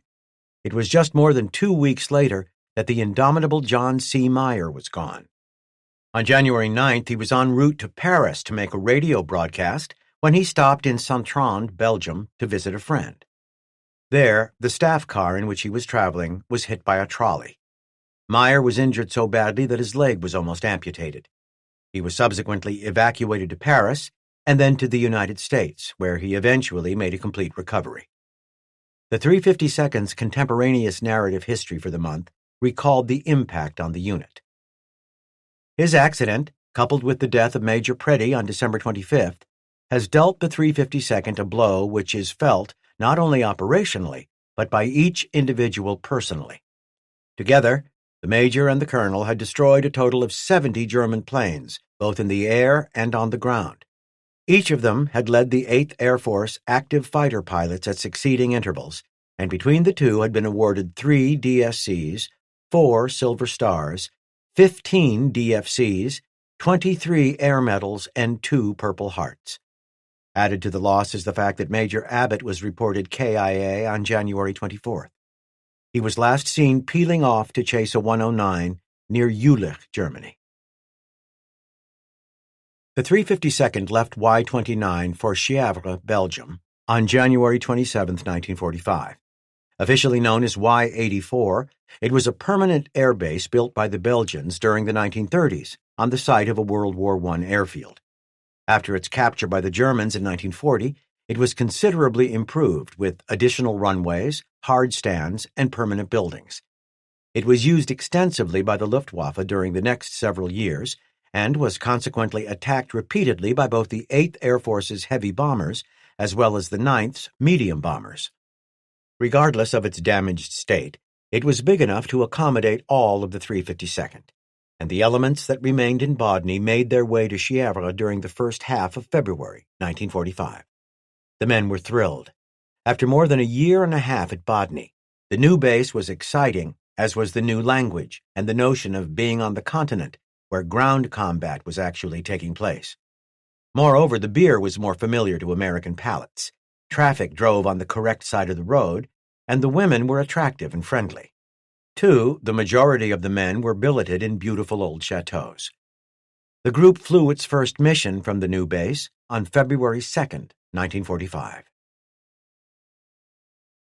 Engine problems, although infrequent, continued to plague the 352nd into the last few months of the war. First Lieutenant Frederick Powell of the 486th Fighter Squadron flew what turned out to be his last mission on February 3, 1945. As was typical, the day's orders had the 352nd providing bomber escort. We'd only been airborne about 45 minutes and hadn't yet met the bombers when my engine just quit. It was like someone had flicked a light switch. It hadn't been running rough at all. Powell switched fuel tanks as he turned west toward the Allied lines. The engine still wouldn't start. I tried everything I could think of, he recalled, but nothing worked. Powell didn't have enough altitude to make it across the lines and was forced to put the aircraft down more than 5 miles short of friendly territory near the town of Gach. I was lucky to find a good field, and when I landed, I slid into a pond that was about a foot deep. I had flown right over a German anti-aircraft unit, and they came running towards me, so I put my hands over my head and climbed out onto the wing. Powell lost his footing and fell face first into the pond. It was a Chaplin-esque mishap that disarmed his captors with its humorous absurdity. Powell recalled that the Germans laughed so hard that they didn't shoot me. Instead, they asked him to help scavenge the fuel from his P-51. Of course, his comrades knew nothing other than that he hadn't been injured when he set his aircraft down. The mission op-flash report offered only a terse note. Lieutenant Powell crash-landed at E-9144, 11:15. Reported that he was okay on RT. They ended up treating me all right, Powell remembered. I wasn't abused or pushed around or anything. A guard took the wet and bedraggled American flyer to a nearby airbase where he spent the night. I didn't speak German, Powell said, and my guard didn't speak English, but we both knew high school French, so we were able to communicate. The following morning, Powell and the guard left on foot for the German interrogation center in Frankfurt. We had walked about a half mile when my guard motioned for us to turn around. The two trudged back to the airbase, where the German checked out ammunition for the gun with which he was guarding Powell. Then, properly armed, the guard set off again with Powell in tow. We ended up at his home that night, Powell remembered, where he fed me, including apple strudel, which tasted quite good. The two eventually caught a train in Dusseldorf, which brought them to Frankfurt. There, while walking through the bomb-ravaged city, Powell's escort was accosted by a local jail guard who insisted that Powell be shot. Powell's guard refused to do so and ultimately delivered him to the proper authorities. Powell stayed a POW only until April, when he was liberated near Moosburg by George S. Patton's Third Army. It was natural that the character of the 352nd changed month by month during the later stages of the war. Virtually all the original pilots had rotated home and were followed by many of the pilots who had arrived later. And then there were the men who were gone because they were shot down and captured, or killed, or lost in accidents. The appearance of the group's aircraft changed as well. Gone were the invasion stripes of the summer of 1944. They were ordered removed in successive stages from late June 1944 through the end of the year. Rudders were painted in bright colors that coincided with their normal flight assignments, and old personal markings were replaced with new ones as aircraft were handed from veteran pilots to new arrivals. Carlo Ricci got to the 352nd late in the war and inherited an aircraft with a tremendous history. The aircraft was serial number 44-15041, which had been John C. Myers' personal mount as PT-3rd. Meyer had used it to tally 10 aerial victories, including 2 scored during the New Year's fracas at Y-29. Following Meyer's injury and his subsequent return to the United States during January 1945, the aircraft was assigned to James N. Wood. Wood had the aircraft repainted as Ricky, but left the squadron insignia painted just below the canopy intact. The insignia was unique to the aircraft because Meyer, the squadron commander when he had received it, had forbidden it to be carried on any aircraft other than his own. Regardless, Wood was happy enough with the newly renamed aircraft and was awarded half an aerial victory while flying it. In the meantime, Carlo Ricci flew whatever aircraft were available and shared credit with Joseph Pritchard for an Me-262 downed on April 10, 1945. It was later that month when 44-15041 was assigned to Ricci. Ricci renamed the aircraft once more, this time as Ron Marie, after a nephew and a girl he had met just before shipping overseas to Europe. It flew 3 more missions with Ricci at the controls before the end of the war. Following the cessation of hostilities, this remarkable machine, like so many other famous aircraft, passed into obscurity. As desperate for pilots as the Luftwaffe was during the last year of the war, it was often its own worst enemy in getting them into the field. The case of Helmut Rix is a good example. Rix finished his training as a multi-engine pilot in July 1944 and was subsequently designated for training in night fighters. Nevertheless, as frantic as the situation was over Germany, nothing was done with him through much of the summer. Finally, his orders were changed, and he and many of the other pilots who had been waiting for night fighter training were sent to train as single-engine fighter pilots. He was eventually posted to JG-301, an operational unit, during December 1944. There, he was supposed to be brought up to standards, such as they were at that late point of the war, and introduced to combat. Rix met 10 pilots on the day he reported to his unit. By nightfall, 8 of them had been shot down. Still, despite the need for more pilots, operational considerations and aircraft shortages conspired against Rix's introduction to combat. By the middle of February 1945, he still had not flown an operational mission. Late that month, he was sent to sign for an FW-190D and return with it to the airdrome at Stendal. He recalled how completely dominant the Allied air forces were. I traveled to Niedermendig, and there I got stuck. Allied fighter bombers, mostly Thunderbolts and Lightnings, were masters of the air. The aircraft I was to ferry was damaged while taxiing and had to have a new propeller.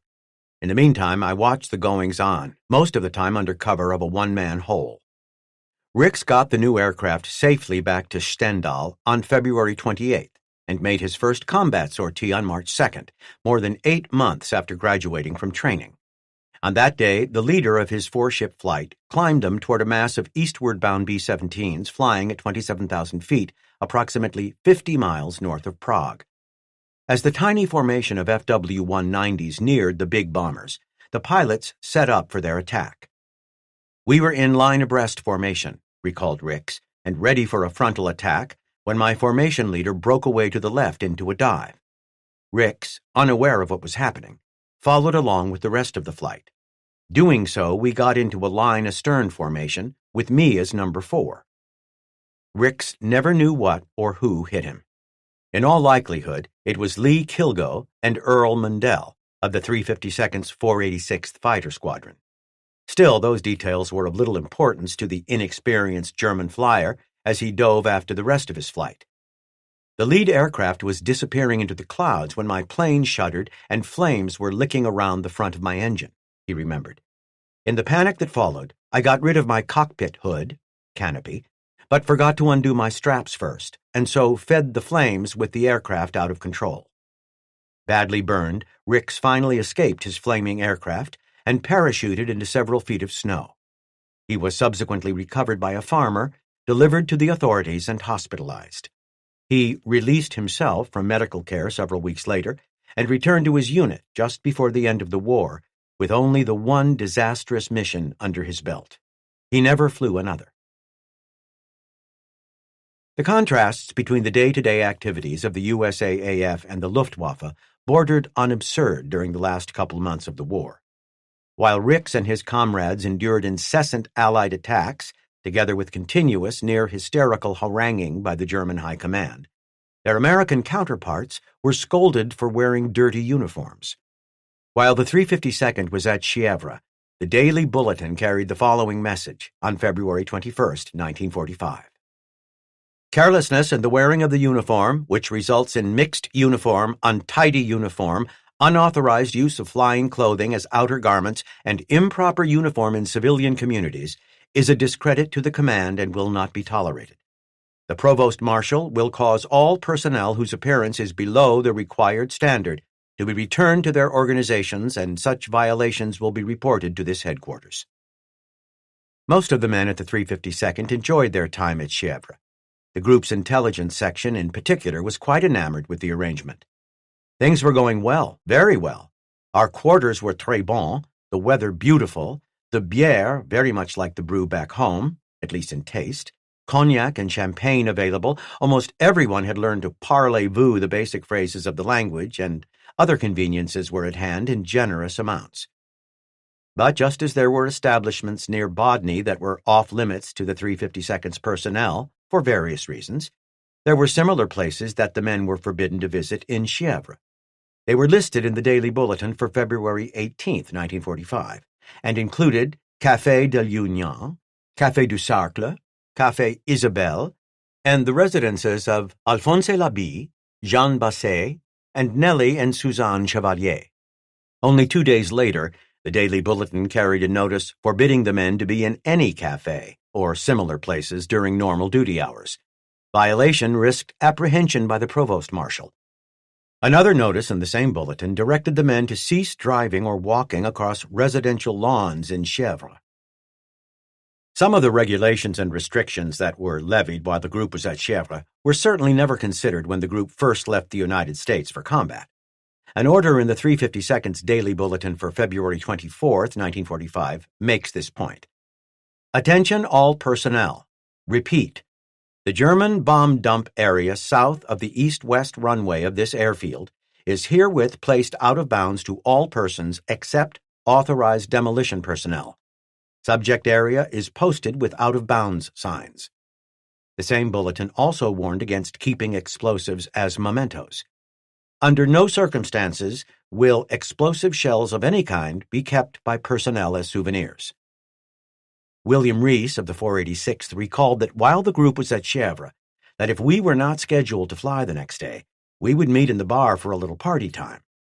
He also remembered that after a night with champagne or wine, if one took a big drink of water the next day, you immediately were under the influence again without taking a drop of booze. Rees remembered the mission of March 21, 1945, when, after a night of drinking, he was asked to fill in for a flight leader who had come down with diarrhea. Having never turned down a mission, I went to the briefing and came down with a terrible craving for a drink of water, which I got afterward. I managed to arrive at my plane okay, but when I started to get in, my crew chief asked me where my parachute was, since it wasn't strapped to my back. Rees had forgotten it, and his crew chief ran back to the squadron area and retrieved it, but upon getting back to the aircraft found that Rees had also forgotten his maps and other mission data. Once more, the crew chief took off at a run. I realized something was amiss, recalled Rees, and put on my oxygen mask, selected 100% oxygen, and went ahead and started the engine. The crew chief returned with Rees's missing material, and he made the takeoff, barely in time. The oxygen cleared my head, and we had a normal escort mission with no problems, but the mission wasn't over yet, he remembered. After following the bombers back across friendly lines, Rees detached with his flight to go look for trouble. I took the flight down to about 500 feet and flew back into enemy territory. For a while, we didn't see anything to shoot at, but I noticed a railroad track going into a wooded area and decided to follow it and see if something was hiding in the woods. Something was indeed hiding in the woods. Several boxcars sat on the tracks. Rees set his flight up for a strafing run. As I approached it from the rear, the walls of 3 cars flopped down, and we were facing 3 carloads of 4-barrel 20mm anti-aircraft cannons. Rees called for the flight to turn hard away to the left, but the 4th man, Irvin Pryor, in his flight was hit. He was still flying, Rees remembered, but was trailing smoke, flying straight and level and trying to head home, all the while calling over the radio, "Help me! Help me! Reese got the rest of the flight together and chased his stricken comrade down. I talked to him about how we had him in sight and that we were all going to get him home okay. All he would say is, "I'm hurt! Help me!" So I knew he had been hit. Reese finally formed alongside the shot-up P-51. As I pulled up on his wing, I saw his head slump forward. The plane went into a dive, crashed, and burned. Helpless to do anything at all, Reese led his flight back to Chèvre.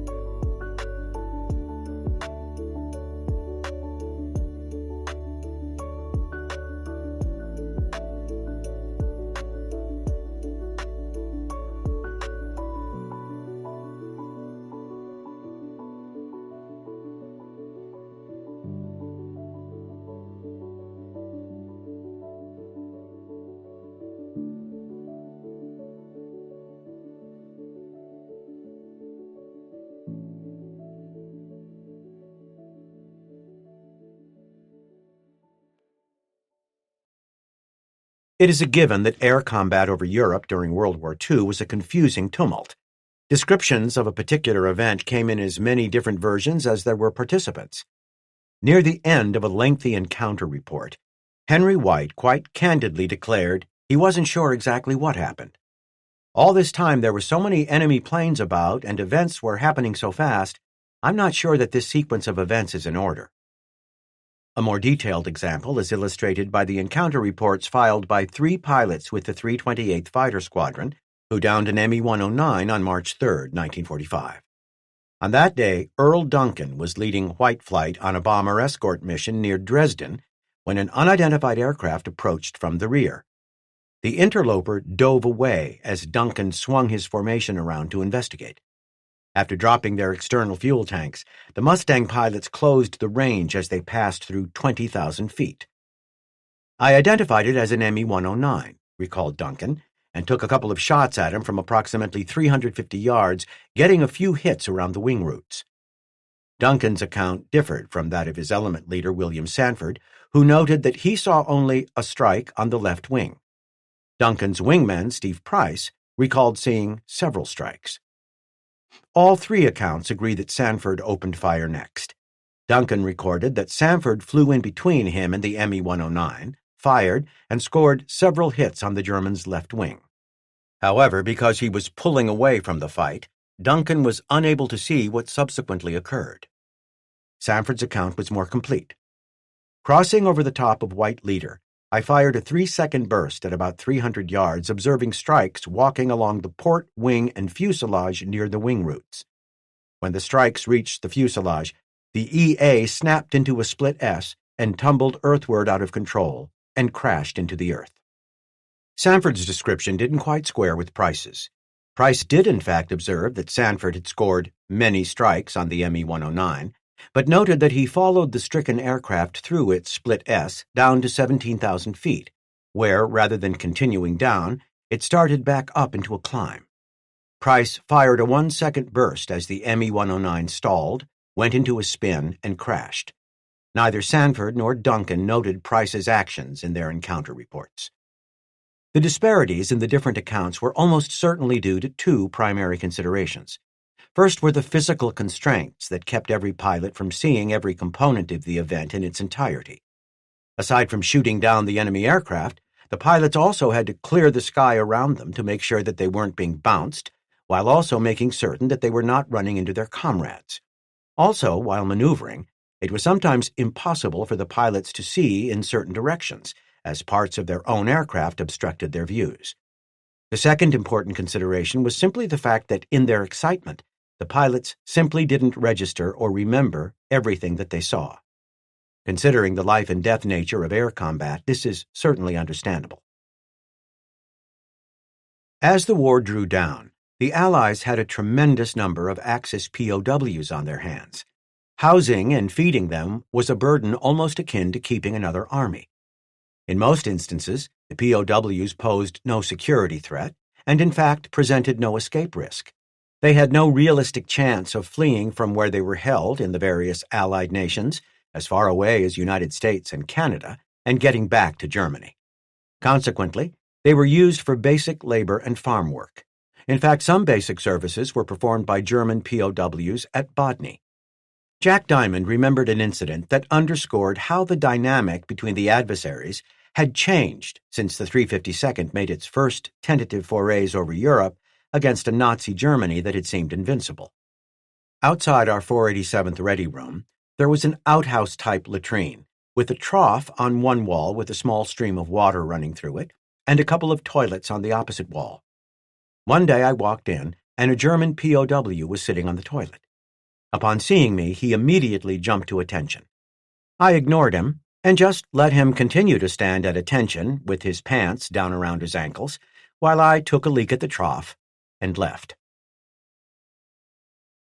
Aside from the Me-262, the other German jet that saw significant service was the single-piloted twin-engine AR-234 jet bomber, designed and manufactured by Arado.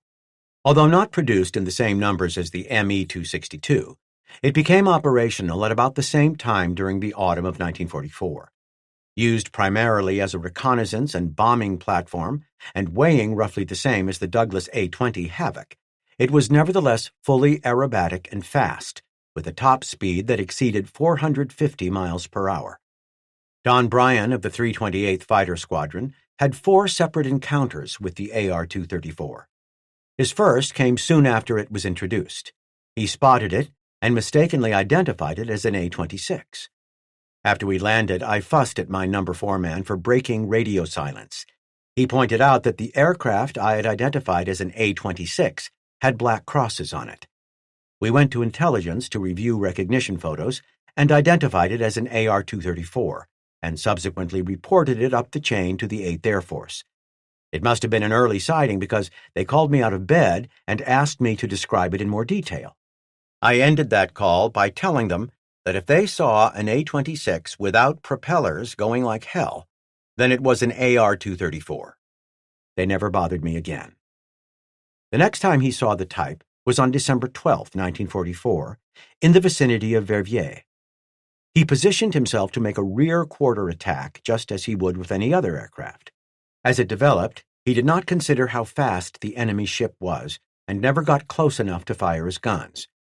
The third time he saw one of the speedy bombers was on December 31, 1944, south of Verviers. Mindful of his previous encounter, he managed to get close enough to score a few strikes on the big jet, but it still outpaced him and escaped. Shooting down the AR-234 while flying a slower piston-engine fighter obviously required considerable skill and guile. Brian exercised those attributes the fourth time he encountered the AR-234 on March 14, 1945. Having just finished leading an escort of 9th Air Force bombers near the Remagen bridgehead over the Rhine, he spotted an AR-234 and dropped his external tanks to give chase. He was traveling about 50 miles per hour faster than we were, remembered Brian, and crossed the Rhine south of the bridge going west, and then turned north, making a very shallow dive run on the bridge, but did not drop his bombs. As the German jet came out of its dive, Brian spotted a flight of P-47s to the northwest. Knowing that his aircraft wasn't fast enough to catch the jet bomber in a pure chase, Brian anticipated that the AR-234 pilot would also spot the P-47s and turn away to avoid them. With that in mind, Brian banked toward the northeast, hoping to cut him off. His intuition paid off. When the EA saw the P-47s, he turned east and had to cross directly under me. Brian barrel-rolled his P-51 down toward the enemy jet. I wanted to keep an eye on him as it was still unknown whether or not the AR-234 carried forward-firing armament. Brian opened fire on the enemy ship from approximately 250 yards, and his marksmanship was good. I hit him with the first burst and knocked his right jet out. The enemy pilot subsequently started a series of mild turns, climbs, and dives as he tried to spoil Brian's aim. It worked to some extent, but not well enough. I fired almost all my ammo at him, Brian recalled, and before I had finished, I had knocked his left jet out, and the EA was emitting much white smoke. Despite the smoke, Brian did not note any fire, but in the end it didn't matter. At about the time I had finished firing, he rolled over on his back and dived straight into the ground and exploded. Just before hitting the ground, the pilot of the EA jettisoned his canopy, but did not get out. Although the AR-234 had been in service for some months by the time Brian scored his first victory against the type, details were still scarce. Brian was pressed to compare his observations against the drawings that Allied intelligence was using. Wings okay, nose more blunt, with bulbous appearance at least 6 inches higher than the rest of fuselage. Top of fuselage appeared straighter than drawings. An antenna was rigged directly behind canopy, with 2 objects resembling radar stringers jutting from it. Another antenna on top of fuselage just to rear of wing. On underside of fuselage, EA appeared more square than drawings from midsection back to tail. Brian's comments were fairly accurate and useful, but not nearly so useful as the actual AR-234s which were captured even before the war ended less than 2 months later. As the Allied armies penetrated deeper into Germany, both from the east and west, encounters between American and Soviet aircraft became more frequent. Those encounters didn't always go well, usually because of misidentification, and there were several instances that ended when one side or another accidentally shot down aircraft from the other side. Measures were put into place to help preclude such instances. A hand-scrawled note from the 352nd's mission archives delineated recognition signals that were to be used in the event that Soviet aircraft were encountered. It reads, Russian recognition, basic, dip right wing 3 to 5 times. Secondary, dip left wing. Indications are that these signals produced only mixed results. An excerpt from the group's mission report summary for March 18, 1945 noted, 6 Yak AC, seen vicinity of Zielinzig, 1200 hours, 10,000 feet. Russian recognition signals successful. However, on that same day, indeed at that same exact time, Albert Peterson went missing after encountering Soviet flyers. The mission summary report noted, Lieutenant Peterson last seen over Oder, NO, north of Frankfurt, at 12,000 feet at 1200, turning with 4 Yaks. Peterson made it back to Bodny. Rather than getting shot down by the Yaks, he reported that he had been hit by German flak and forced down near the Oder River in a heavily forested area. He used his pocket compass and traveled eastward by night toward the Soviet lines. He was intercepted and nearly shot by Polish partisans who eventually delivered him to the Soviets. When President Roosevelt died, he recalled, all the Russians were genuinely saddened, and at a large memorial service they all tried to express their personal grief to me. He eventually returned to Bodny just before the war ended. Joe Vickery also went missing the same day that Peterson went down, March 18, 1945. The mission summary report characteristically provided scant details as to what might have happened to him. One UI Blue Nose P-51 may have been Lieutenant Vickery, 487th Squadron, vicinity Schwiebus on deck 1200, heading east. Regardless, he never returned. His loss was balanced, to some degree, by the 487th Fighter Squadron's claims for aerial victories over 3 Me-109s. It is important to consider that whereas piston engines were fairly mature and reliable during the war, jet engines were not. It was axiomatic then that not only did the new engines experience high rates of failure compared to their piston-powered counterparts, but the pilots flying these advanced engines were also unfamiliar to some extent with how to best operate them. All these factors might have come into play when James Hurley of the 328th Fighter Squadron engaged an Me-262 north of Magdeburg, Germany, on March 30, 1945. On that day, the 352nd was escorting bombers when an Me-262 was spotted in a Luftberry with 3 P-51s at 22,000 feet. Hurley shed his drop tanks and dove into the fray from 26,000 feet. At about the same time, the Me-262 disengaged from the other Mustangs and fled to the northeast. Hurley still had an altitude advantage and was able to keep his speed up as he chased the German in a slight dive. I chased him for about 15 minutes on a heading of 60 degrees at about 400 miles per hour from 20,000 feet to about 15,000 feet when he leveled out. Hurley recorded in his encounter report, I noticed I was closing on him when he turned on both jets and started pulling away. Hurley's comment, recorded during the war when relatively little was known about the Me-262, indicates some ignorance about the new jet. It is impossible that the German pilot could have fled for 15 minutes without his engines running. It is more likely that he had been operating the engines at a power setting that was less than the maximum, and had only added more power when Hurley failed to give up the chase. In fact, Hurley almost did stop his pursuit. He was almost out of sight. I had been chasing him for 20 minutes and had decided to give up the chase when I noticed both jet units quit smoking, and the EA started a slight diving turn to the left. Hurley moved to cut off the German jet in its turn and closed the range slowly. When the Me-262 rolled out of its turn, Hurley continued to gain at a quickening rate, indicating that its pilot must have reduced power to the engines in order to save fuel, or perhaps because he thought he had lost his pursuer. There is also the possibility that the engines were experiencing mechanical difficulties. I started firing at him as soon as I was in range, recalled Hurley. I fired one long burst. I ceased firing, but noticed I was closing very fast, so I started firing again. When I was about 150 feet behind the EA, I observed strikes in the lower part of the cockpit, left wing root, and left jet unit. Pieces came off the Me-262 as Hurley overflew the stricken aircraft. The EA then started into a climbing turn to the left. I saw the canopy come off and the ship nose over from about 5,000 feet and crash into the ground. There was a great explosion and much fire where the EA hit. I saw no chute.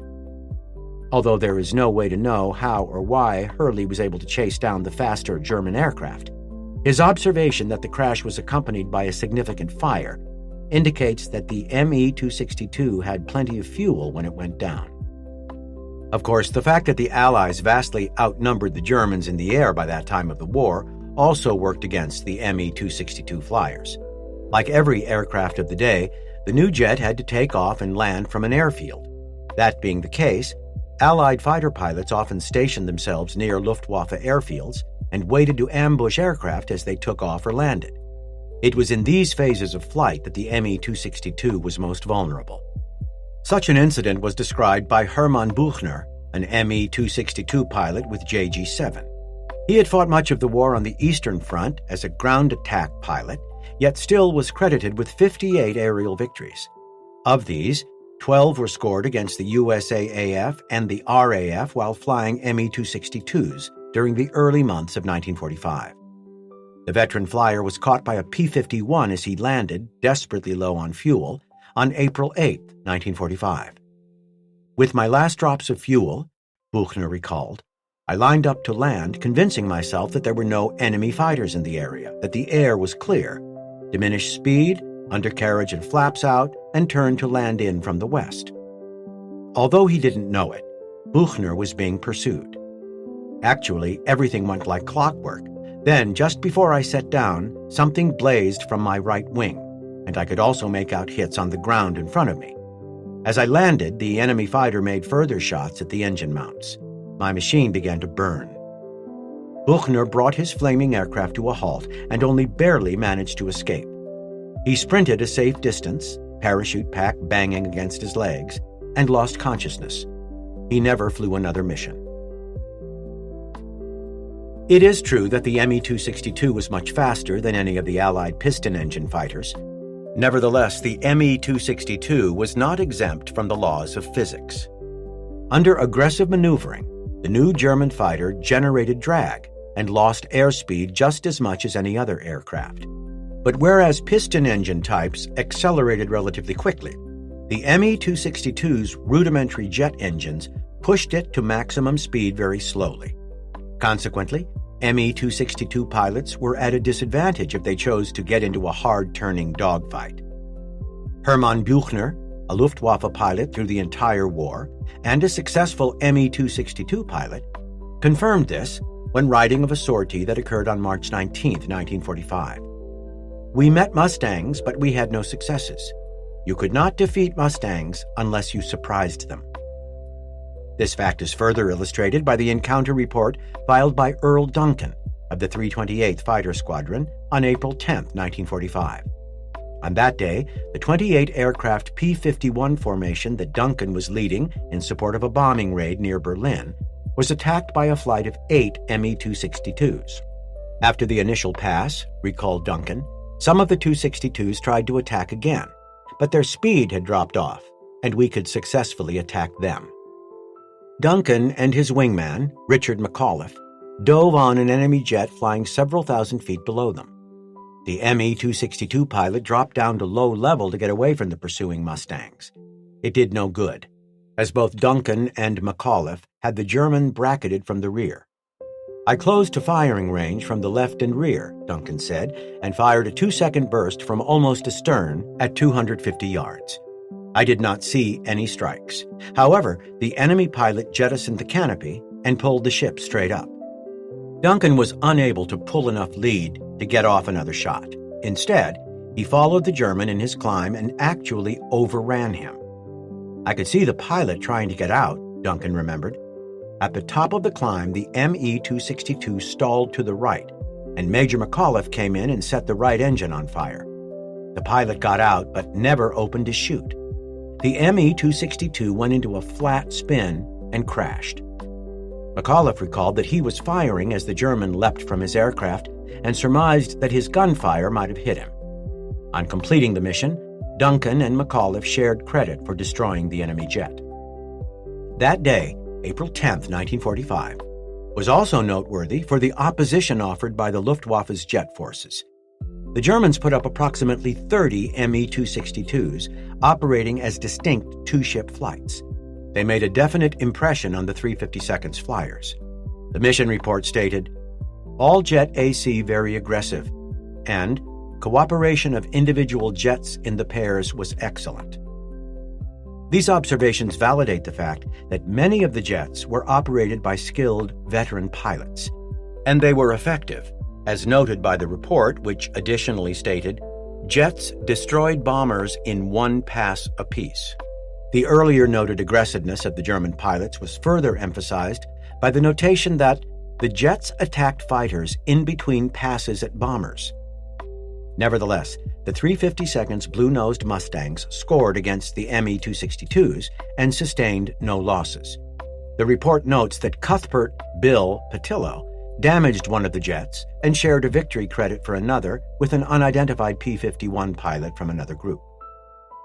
Carlo Rick Ricci also scored that day, which marked his 11th mission. It was late in the war, he remembered, and there was little activity, except that the German jets were still laying for the bombers. From his position at the rear of the squadron, Ricci watched as the squadron leader and another member of his flight dropped out of the formation with engine problems. At the same time, Ricci's flight leader rolled up on a wing and dove abruptly for the deck. Ricci tipped over in hot pursuit. By the time we leveled off above the treetops, I found myself left behind. Anxious not to get left alone, Ricci rammed his throttle into war emergency power. The engine surged, and Ricci's anxiety eased as he pulled abreast, but well left of the rest of his flight. Looking ahead, Ricci saw that they were chasing an Me-262. When the German pilot faked a right turn and made a sweeping left turn, I cut across and ended up behind him. But when I flipped on my camera and gun switches, I could see he was way out of range as his wingtips were way inside the circle of diamonds on the K-14 gun sight. Notwithstanding the long range, Ricci fired 4 long bursts at the enemy jet. At that final burst, he said, the jet began to smoke, pulled up to about 300 feet, and the pilot bailed out. He was so far ahead of my plane that he was on the ground with his chute collapsed and looking up at me as my plane roared over. Ricci remembered that the German flyer wore a black leather flying suit. As he pulled for altitude with the rest of his flight, Ricci caught sight of the airfield that the Me-262 pilot tried to reach before being shot down. "We saw smoke spires," he recalled, and the sun shining on clusters of parachutes from bombers that had gone down in that area. Ricci was flush with success as the flight made its way home to Sèvres. But some of the fun disappeared, he remembered, when we missed the base because of haze. My radio went out, and I signaled I was down to 30 gallons of gas and was pointed to a British grass field in northern France. Once he was safely on the ground, his British hosts treated the frustrated Ricci to a cup of tea while they fueled his aircraft. Topped off, he made his way back to Sèvres and filed his post-mission report.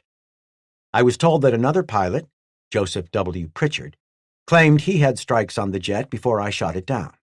Rather than create a fuss, I shared the jet.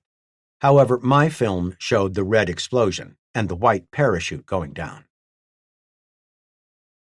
The pair of silvery Mustangs arced hard in a descending turn before leveling off just above the ground. They were moving fast, and the steady, silky howl of their engines rolled across the Czech countryside.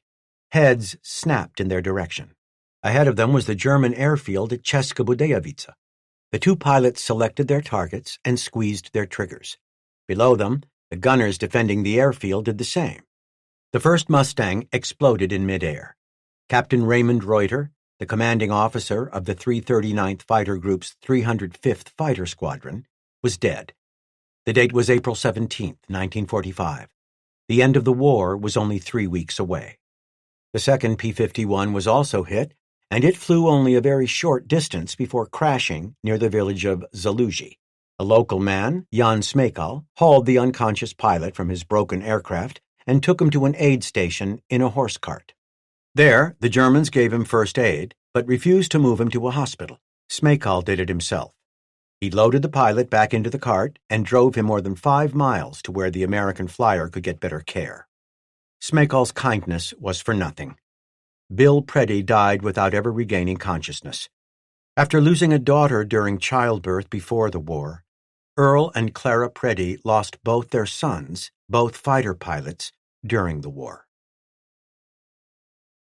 By the spring of 1945, there was little real need to keep the 352nd in Belgium under the control of the 9th Air Force. Accordingly, the unit started the move back to Bodny on April 5, 1945. The group's last mission out of Chièvre was flown on April 12th, and operations resumed out of Bodny on April 16th. Although it was clear that the war was nearly over by mid-April 1945, it was only nearly over, rather than entirely over. Accordingly, the 352nd still flew missions, and men still died. James White remembered the morning of April 19th. I was in the ready hut reading newspapers and magazines. No one else was there, not a soul. The 328th Fighter Squadron was taking off, and blue-nosed Mustangs roared overhead 4 abreast. They were low, White remembered. I thought to myself that if they got much lower, someone was going to hit the treetops. He stepped outside to watch. Before I got to the door, I heard a boom. White rushed toward a wood where an aircraft had gone down. On arriving, he came upon the smoldering body of John Reiners. Wisps of smoke rose from his parachute as I peered into his blackened face. It was John, all right. No one else was around, just John and me. It was so peaceful. Shadows and splashes of sunshine lay on the ground. I ran back for help, but in my state of mind I could not fully fathom the grief that would come over me later. He was such a good-looking boy. Reiners was the 352nd's last casualty. The 352nd's daily bulletin for April 19, 1945, included the following notice. Any person on this station having a claim against or who is indebted to First Lieutenant John F. Reiners, 0-832408 AC, contact First Lieutenant Julius J. Beyer, 0-860681 AC, 328th Fighter Squadron, as soon as possible. The Daily Bulletin never reported when pilots were lost, but throughout the war when a pilot was shot down or otherwise killed, it printed notices like the one above. It was part of a process that was similar to putting an estate in order. Debts and claims, insurance matters, and other financial affairs had to be settled. Additionally, next of kin had to be notified regardless of whether the pilot was listed as missing or killed. Moreover, his personal effects had to be collected, boxed, and sent home or put in storage. Punchy Powell remembered, "It fell mostly on his best friends to pack up his footlocker after carefully checking to see if there was nothing in his belongings which might be embarrassing to his widow or family. The S2 guys, intelligence section, were also involved to make sure that no security issues were involved. Quite often it took a while to get these things back to the family. It was a rather low priority." The group didn't hold memorial services for its fallen pilots. Firstly, there was simply too much to do to stand everything and everyone down. Moreover, repeated memorial services would have dulled the intent, detracted from the task at hand, and been a depressing and unneeded reminder of the dangers the pilots faced on every sortie. Don McKibben recalled the perspective that he shared in common with most of his comrades. Everyone knew the risks and accepted the fact that some of us, but always someone else, would not make it. When a friend was lost, there was grief, but it was contained and private.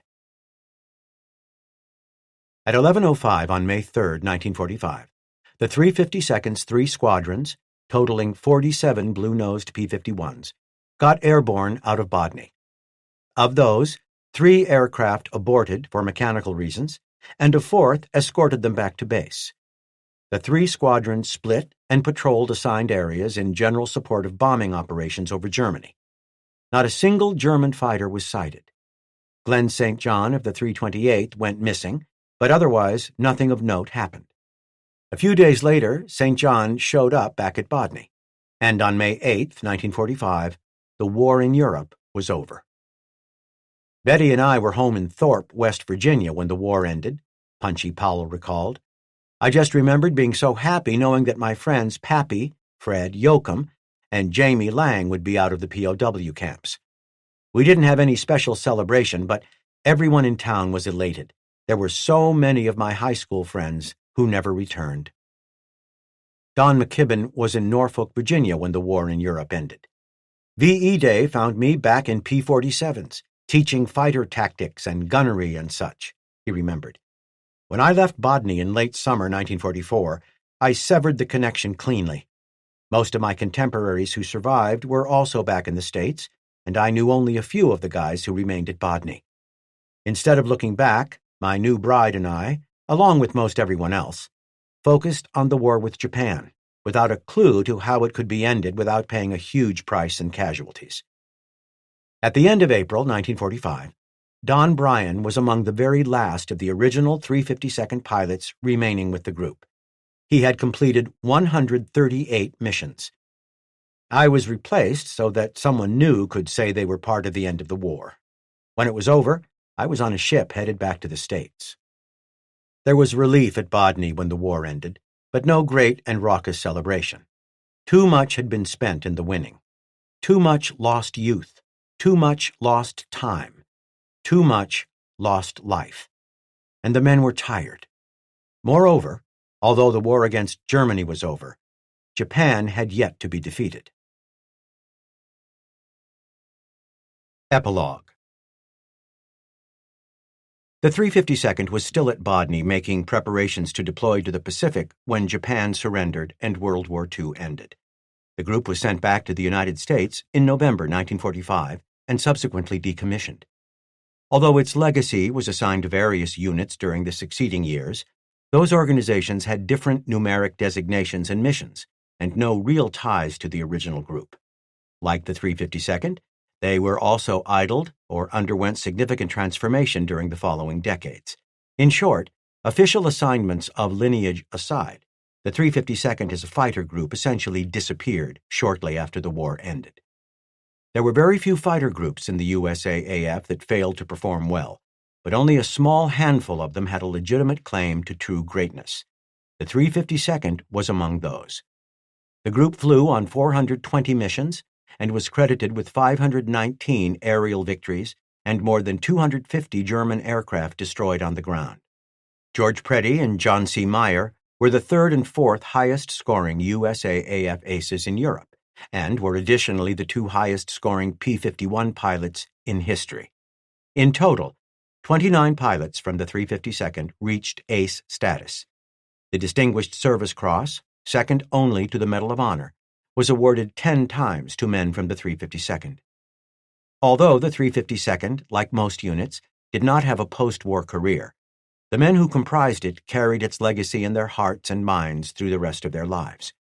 Many of them stayed in military service, and 7 of them reached the rank of general. One of them, John C. Meyer, was the only fighter pilot from World War II to earn 4-star rank. However, the vast majority of them, their jobs complete, returned to civilian life where they created the wonderment that was post-war America. It was a nation like no other in history, and one that continues as the world's military, industrial, scientific, and industrial leader. Brief recaps of the post-war careers of a few of the 352nd's men follow.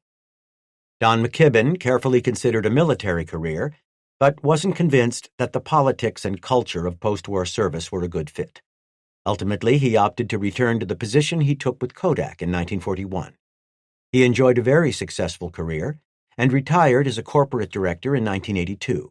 He currently resides in Maine. Robert Punchy Powell stayed in the reserves for several years following the war and was recalled to active service during the Korean conflict.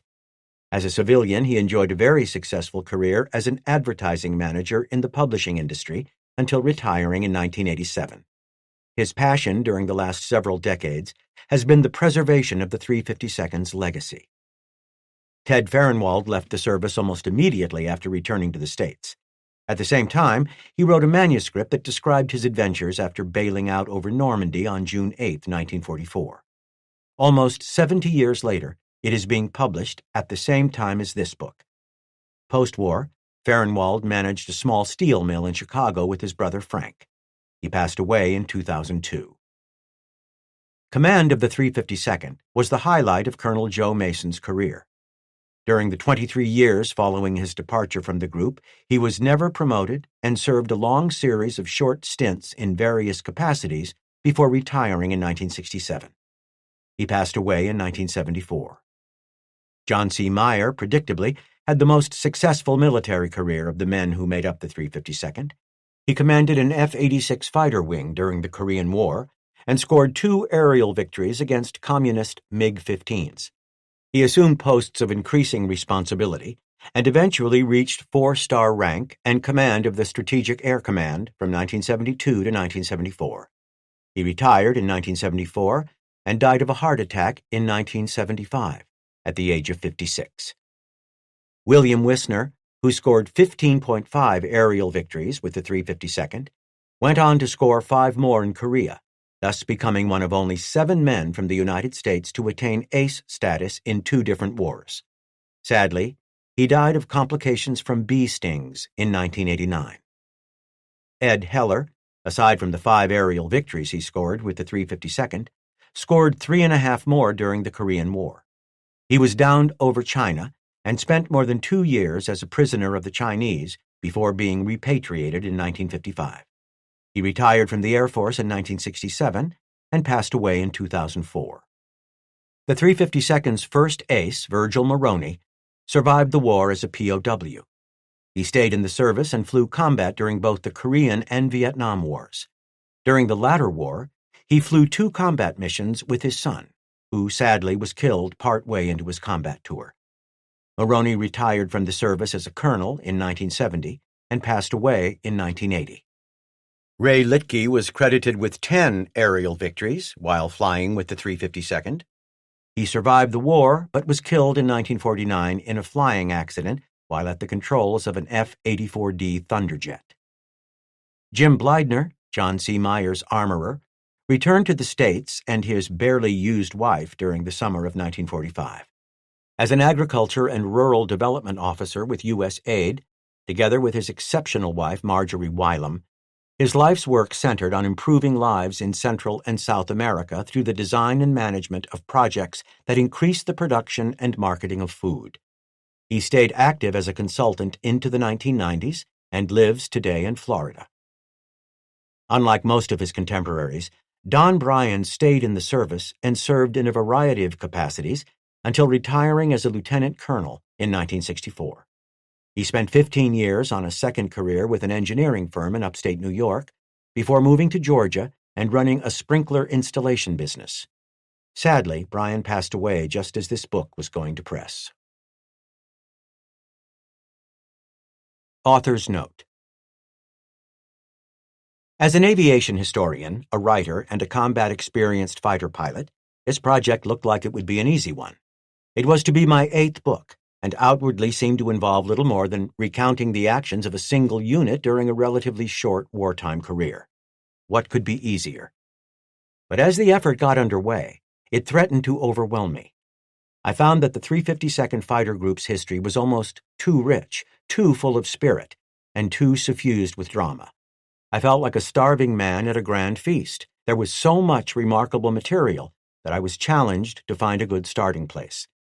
Ultimately, I did find such a place, but was often challenged to let go of one compelling person or topic and move to another. I possessed the group's official records, more than 10,000 pages to support my work. But at war's end, these documents weren't archived with an eye toward helping me write a book nearly 70 years later.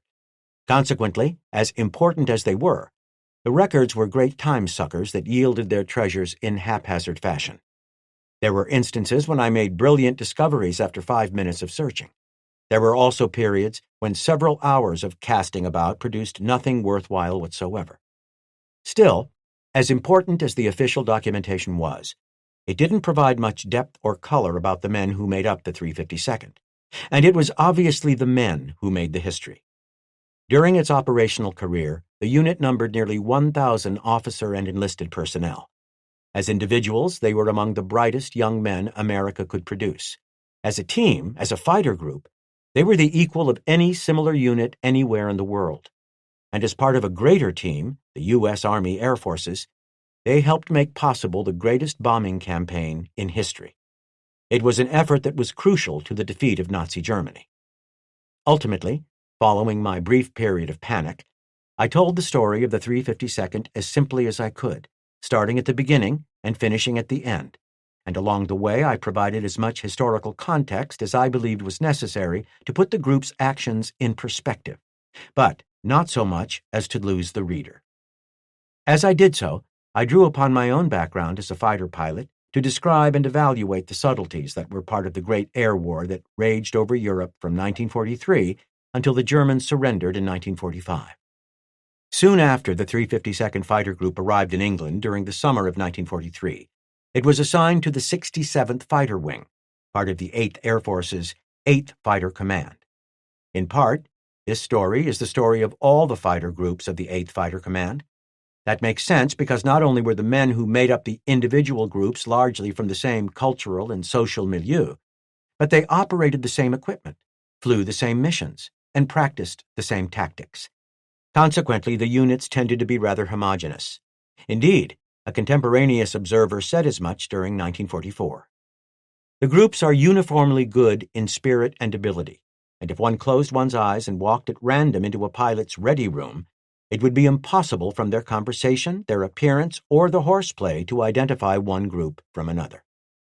That being said, each of the 8th Fighter Command's groups differed from the others in nuanced ways that were manifested in their records. Some of them had strong and aggressive leaders who were superlative flyers. The 56th Hubert Zemke comes to mind.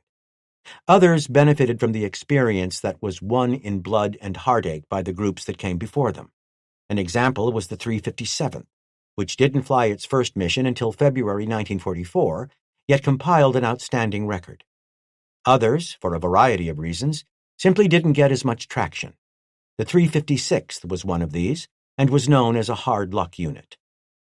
Then there were those fighter groups that had a certain undefinable quality to them. There was something about their mix of leadership and talent, together with the luck they made and the luck that tapped them on the shoulders, that made them standouts. Chief among these fighter groups was the 352nd. Flying P-47s initially, and later its famous blue-nosed P-51s, the group scored 519 aerial victories. That tally was the fourth highest among the 8th Fighter Command's 15 fighter groups. Of the 3 groups that outscored it, one was in combat a year longer, and the other 5 months longer. Only one other fighter group had a better victory-to-loss ratio in aerial combat, and no other group had a better victory-to-loss ratio in total air and ground victories. The 352nd produced 29 aces, men who scored 5 or more aerial victories. One of its flyers was the 8th Air Force's first ace in a day. Moreover, the group counted a total of 4 aces in a day on its rolls, more than any other group. Overall, it destroyed 779 enemy aircraft, while losing 76 of its own men to all causes while deployed overseas.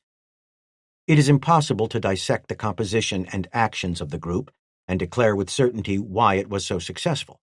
But my hope is that by telling the story as clearly as I can, and as much as possible through the eyes of the 352nd's men, the reader will gain at least a sense of what made the unit special.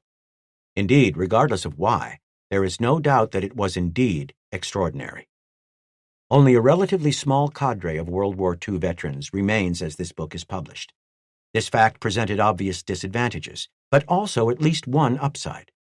The chief problem was that there were fewer actual participants to interview, and because memories fade, the details the veterans provided were sometimes unclear or inconsistent. On the other hand, the survivors felt less constrained when discussing negative or controversial aspects of the war or of former comrades who have passed. Although I understand and appreciate where these men came from and what they accomplished, I did not gold-plate them. Rather, I presented them as I found them, either through official documents or via the recollections of their comrades. I confirmed what I knew already. The World War II generation was made up of the same personalities and attributes as their ancestors and their progeny. And although they were largely hard-working, intelligent, and likable, there were also a handful of men who were otherwise. Nevertheless, in doing the research, I found myself becoming friends with men who are long gone. Such a thing speaks volumes about the character of the 352nd Fighter Group. It was impossible to cover even briefly the actions of every pilot who flew with the 352nd. There were more than 300 of them. Likewise, there were more than 1,000 enlisted support men. The constraints of space and the rigor required to tell the story as tightly as possible precluded covering even some of the group's most successful pilots. This is unfortunate. Nevertheless, the actions of the men described herein are outstanding representations of the 352nd's efforts as a whole. They cover a wide gamut of missions while underscoring specific and important perspectives of the air war over Europe. Sourced with material from the veterans, official documents, and other important material, and processed with the benefit of hindsight and the historical record, I hope this work will become the seminal book on American fighter group operations over Europe during World War II. This concludes the reading of Fighter Group, the 352nd Blue-Nosed Bastards in World War II, by Lieutenant Colonel J. A. Stout. Copyright 2012 by J. A. Stout.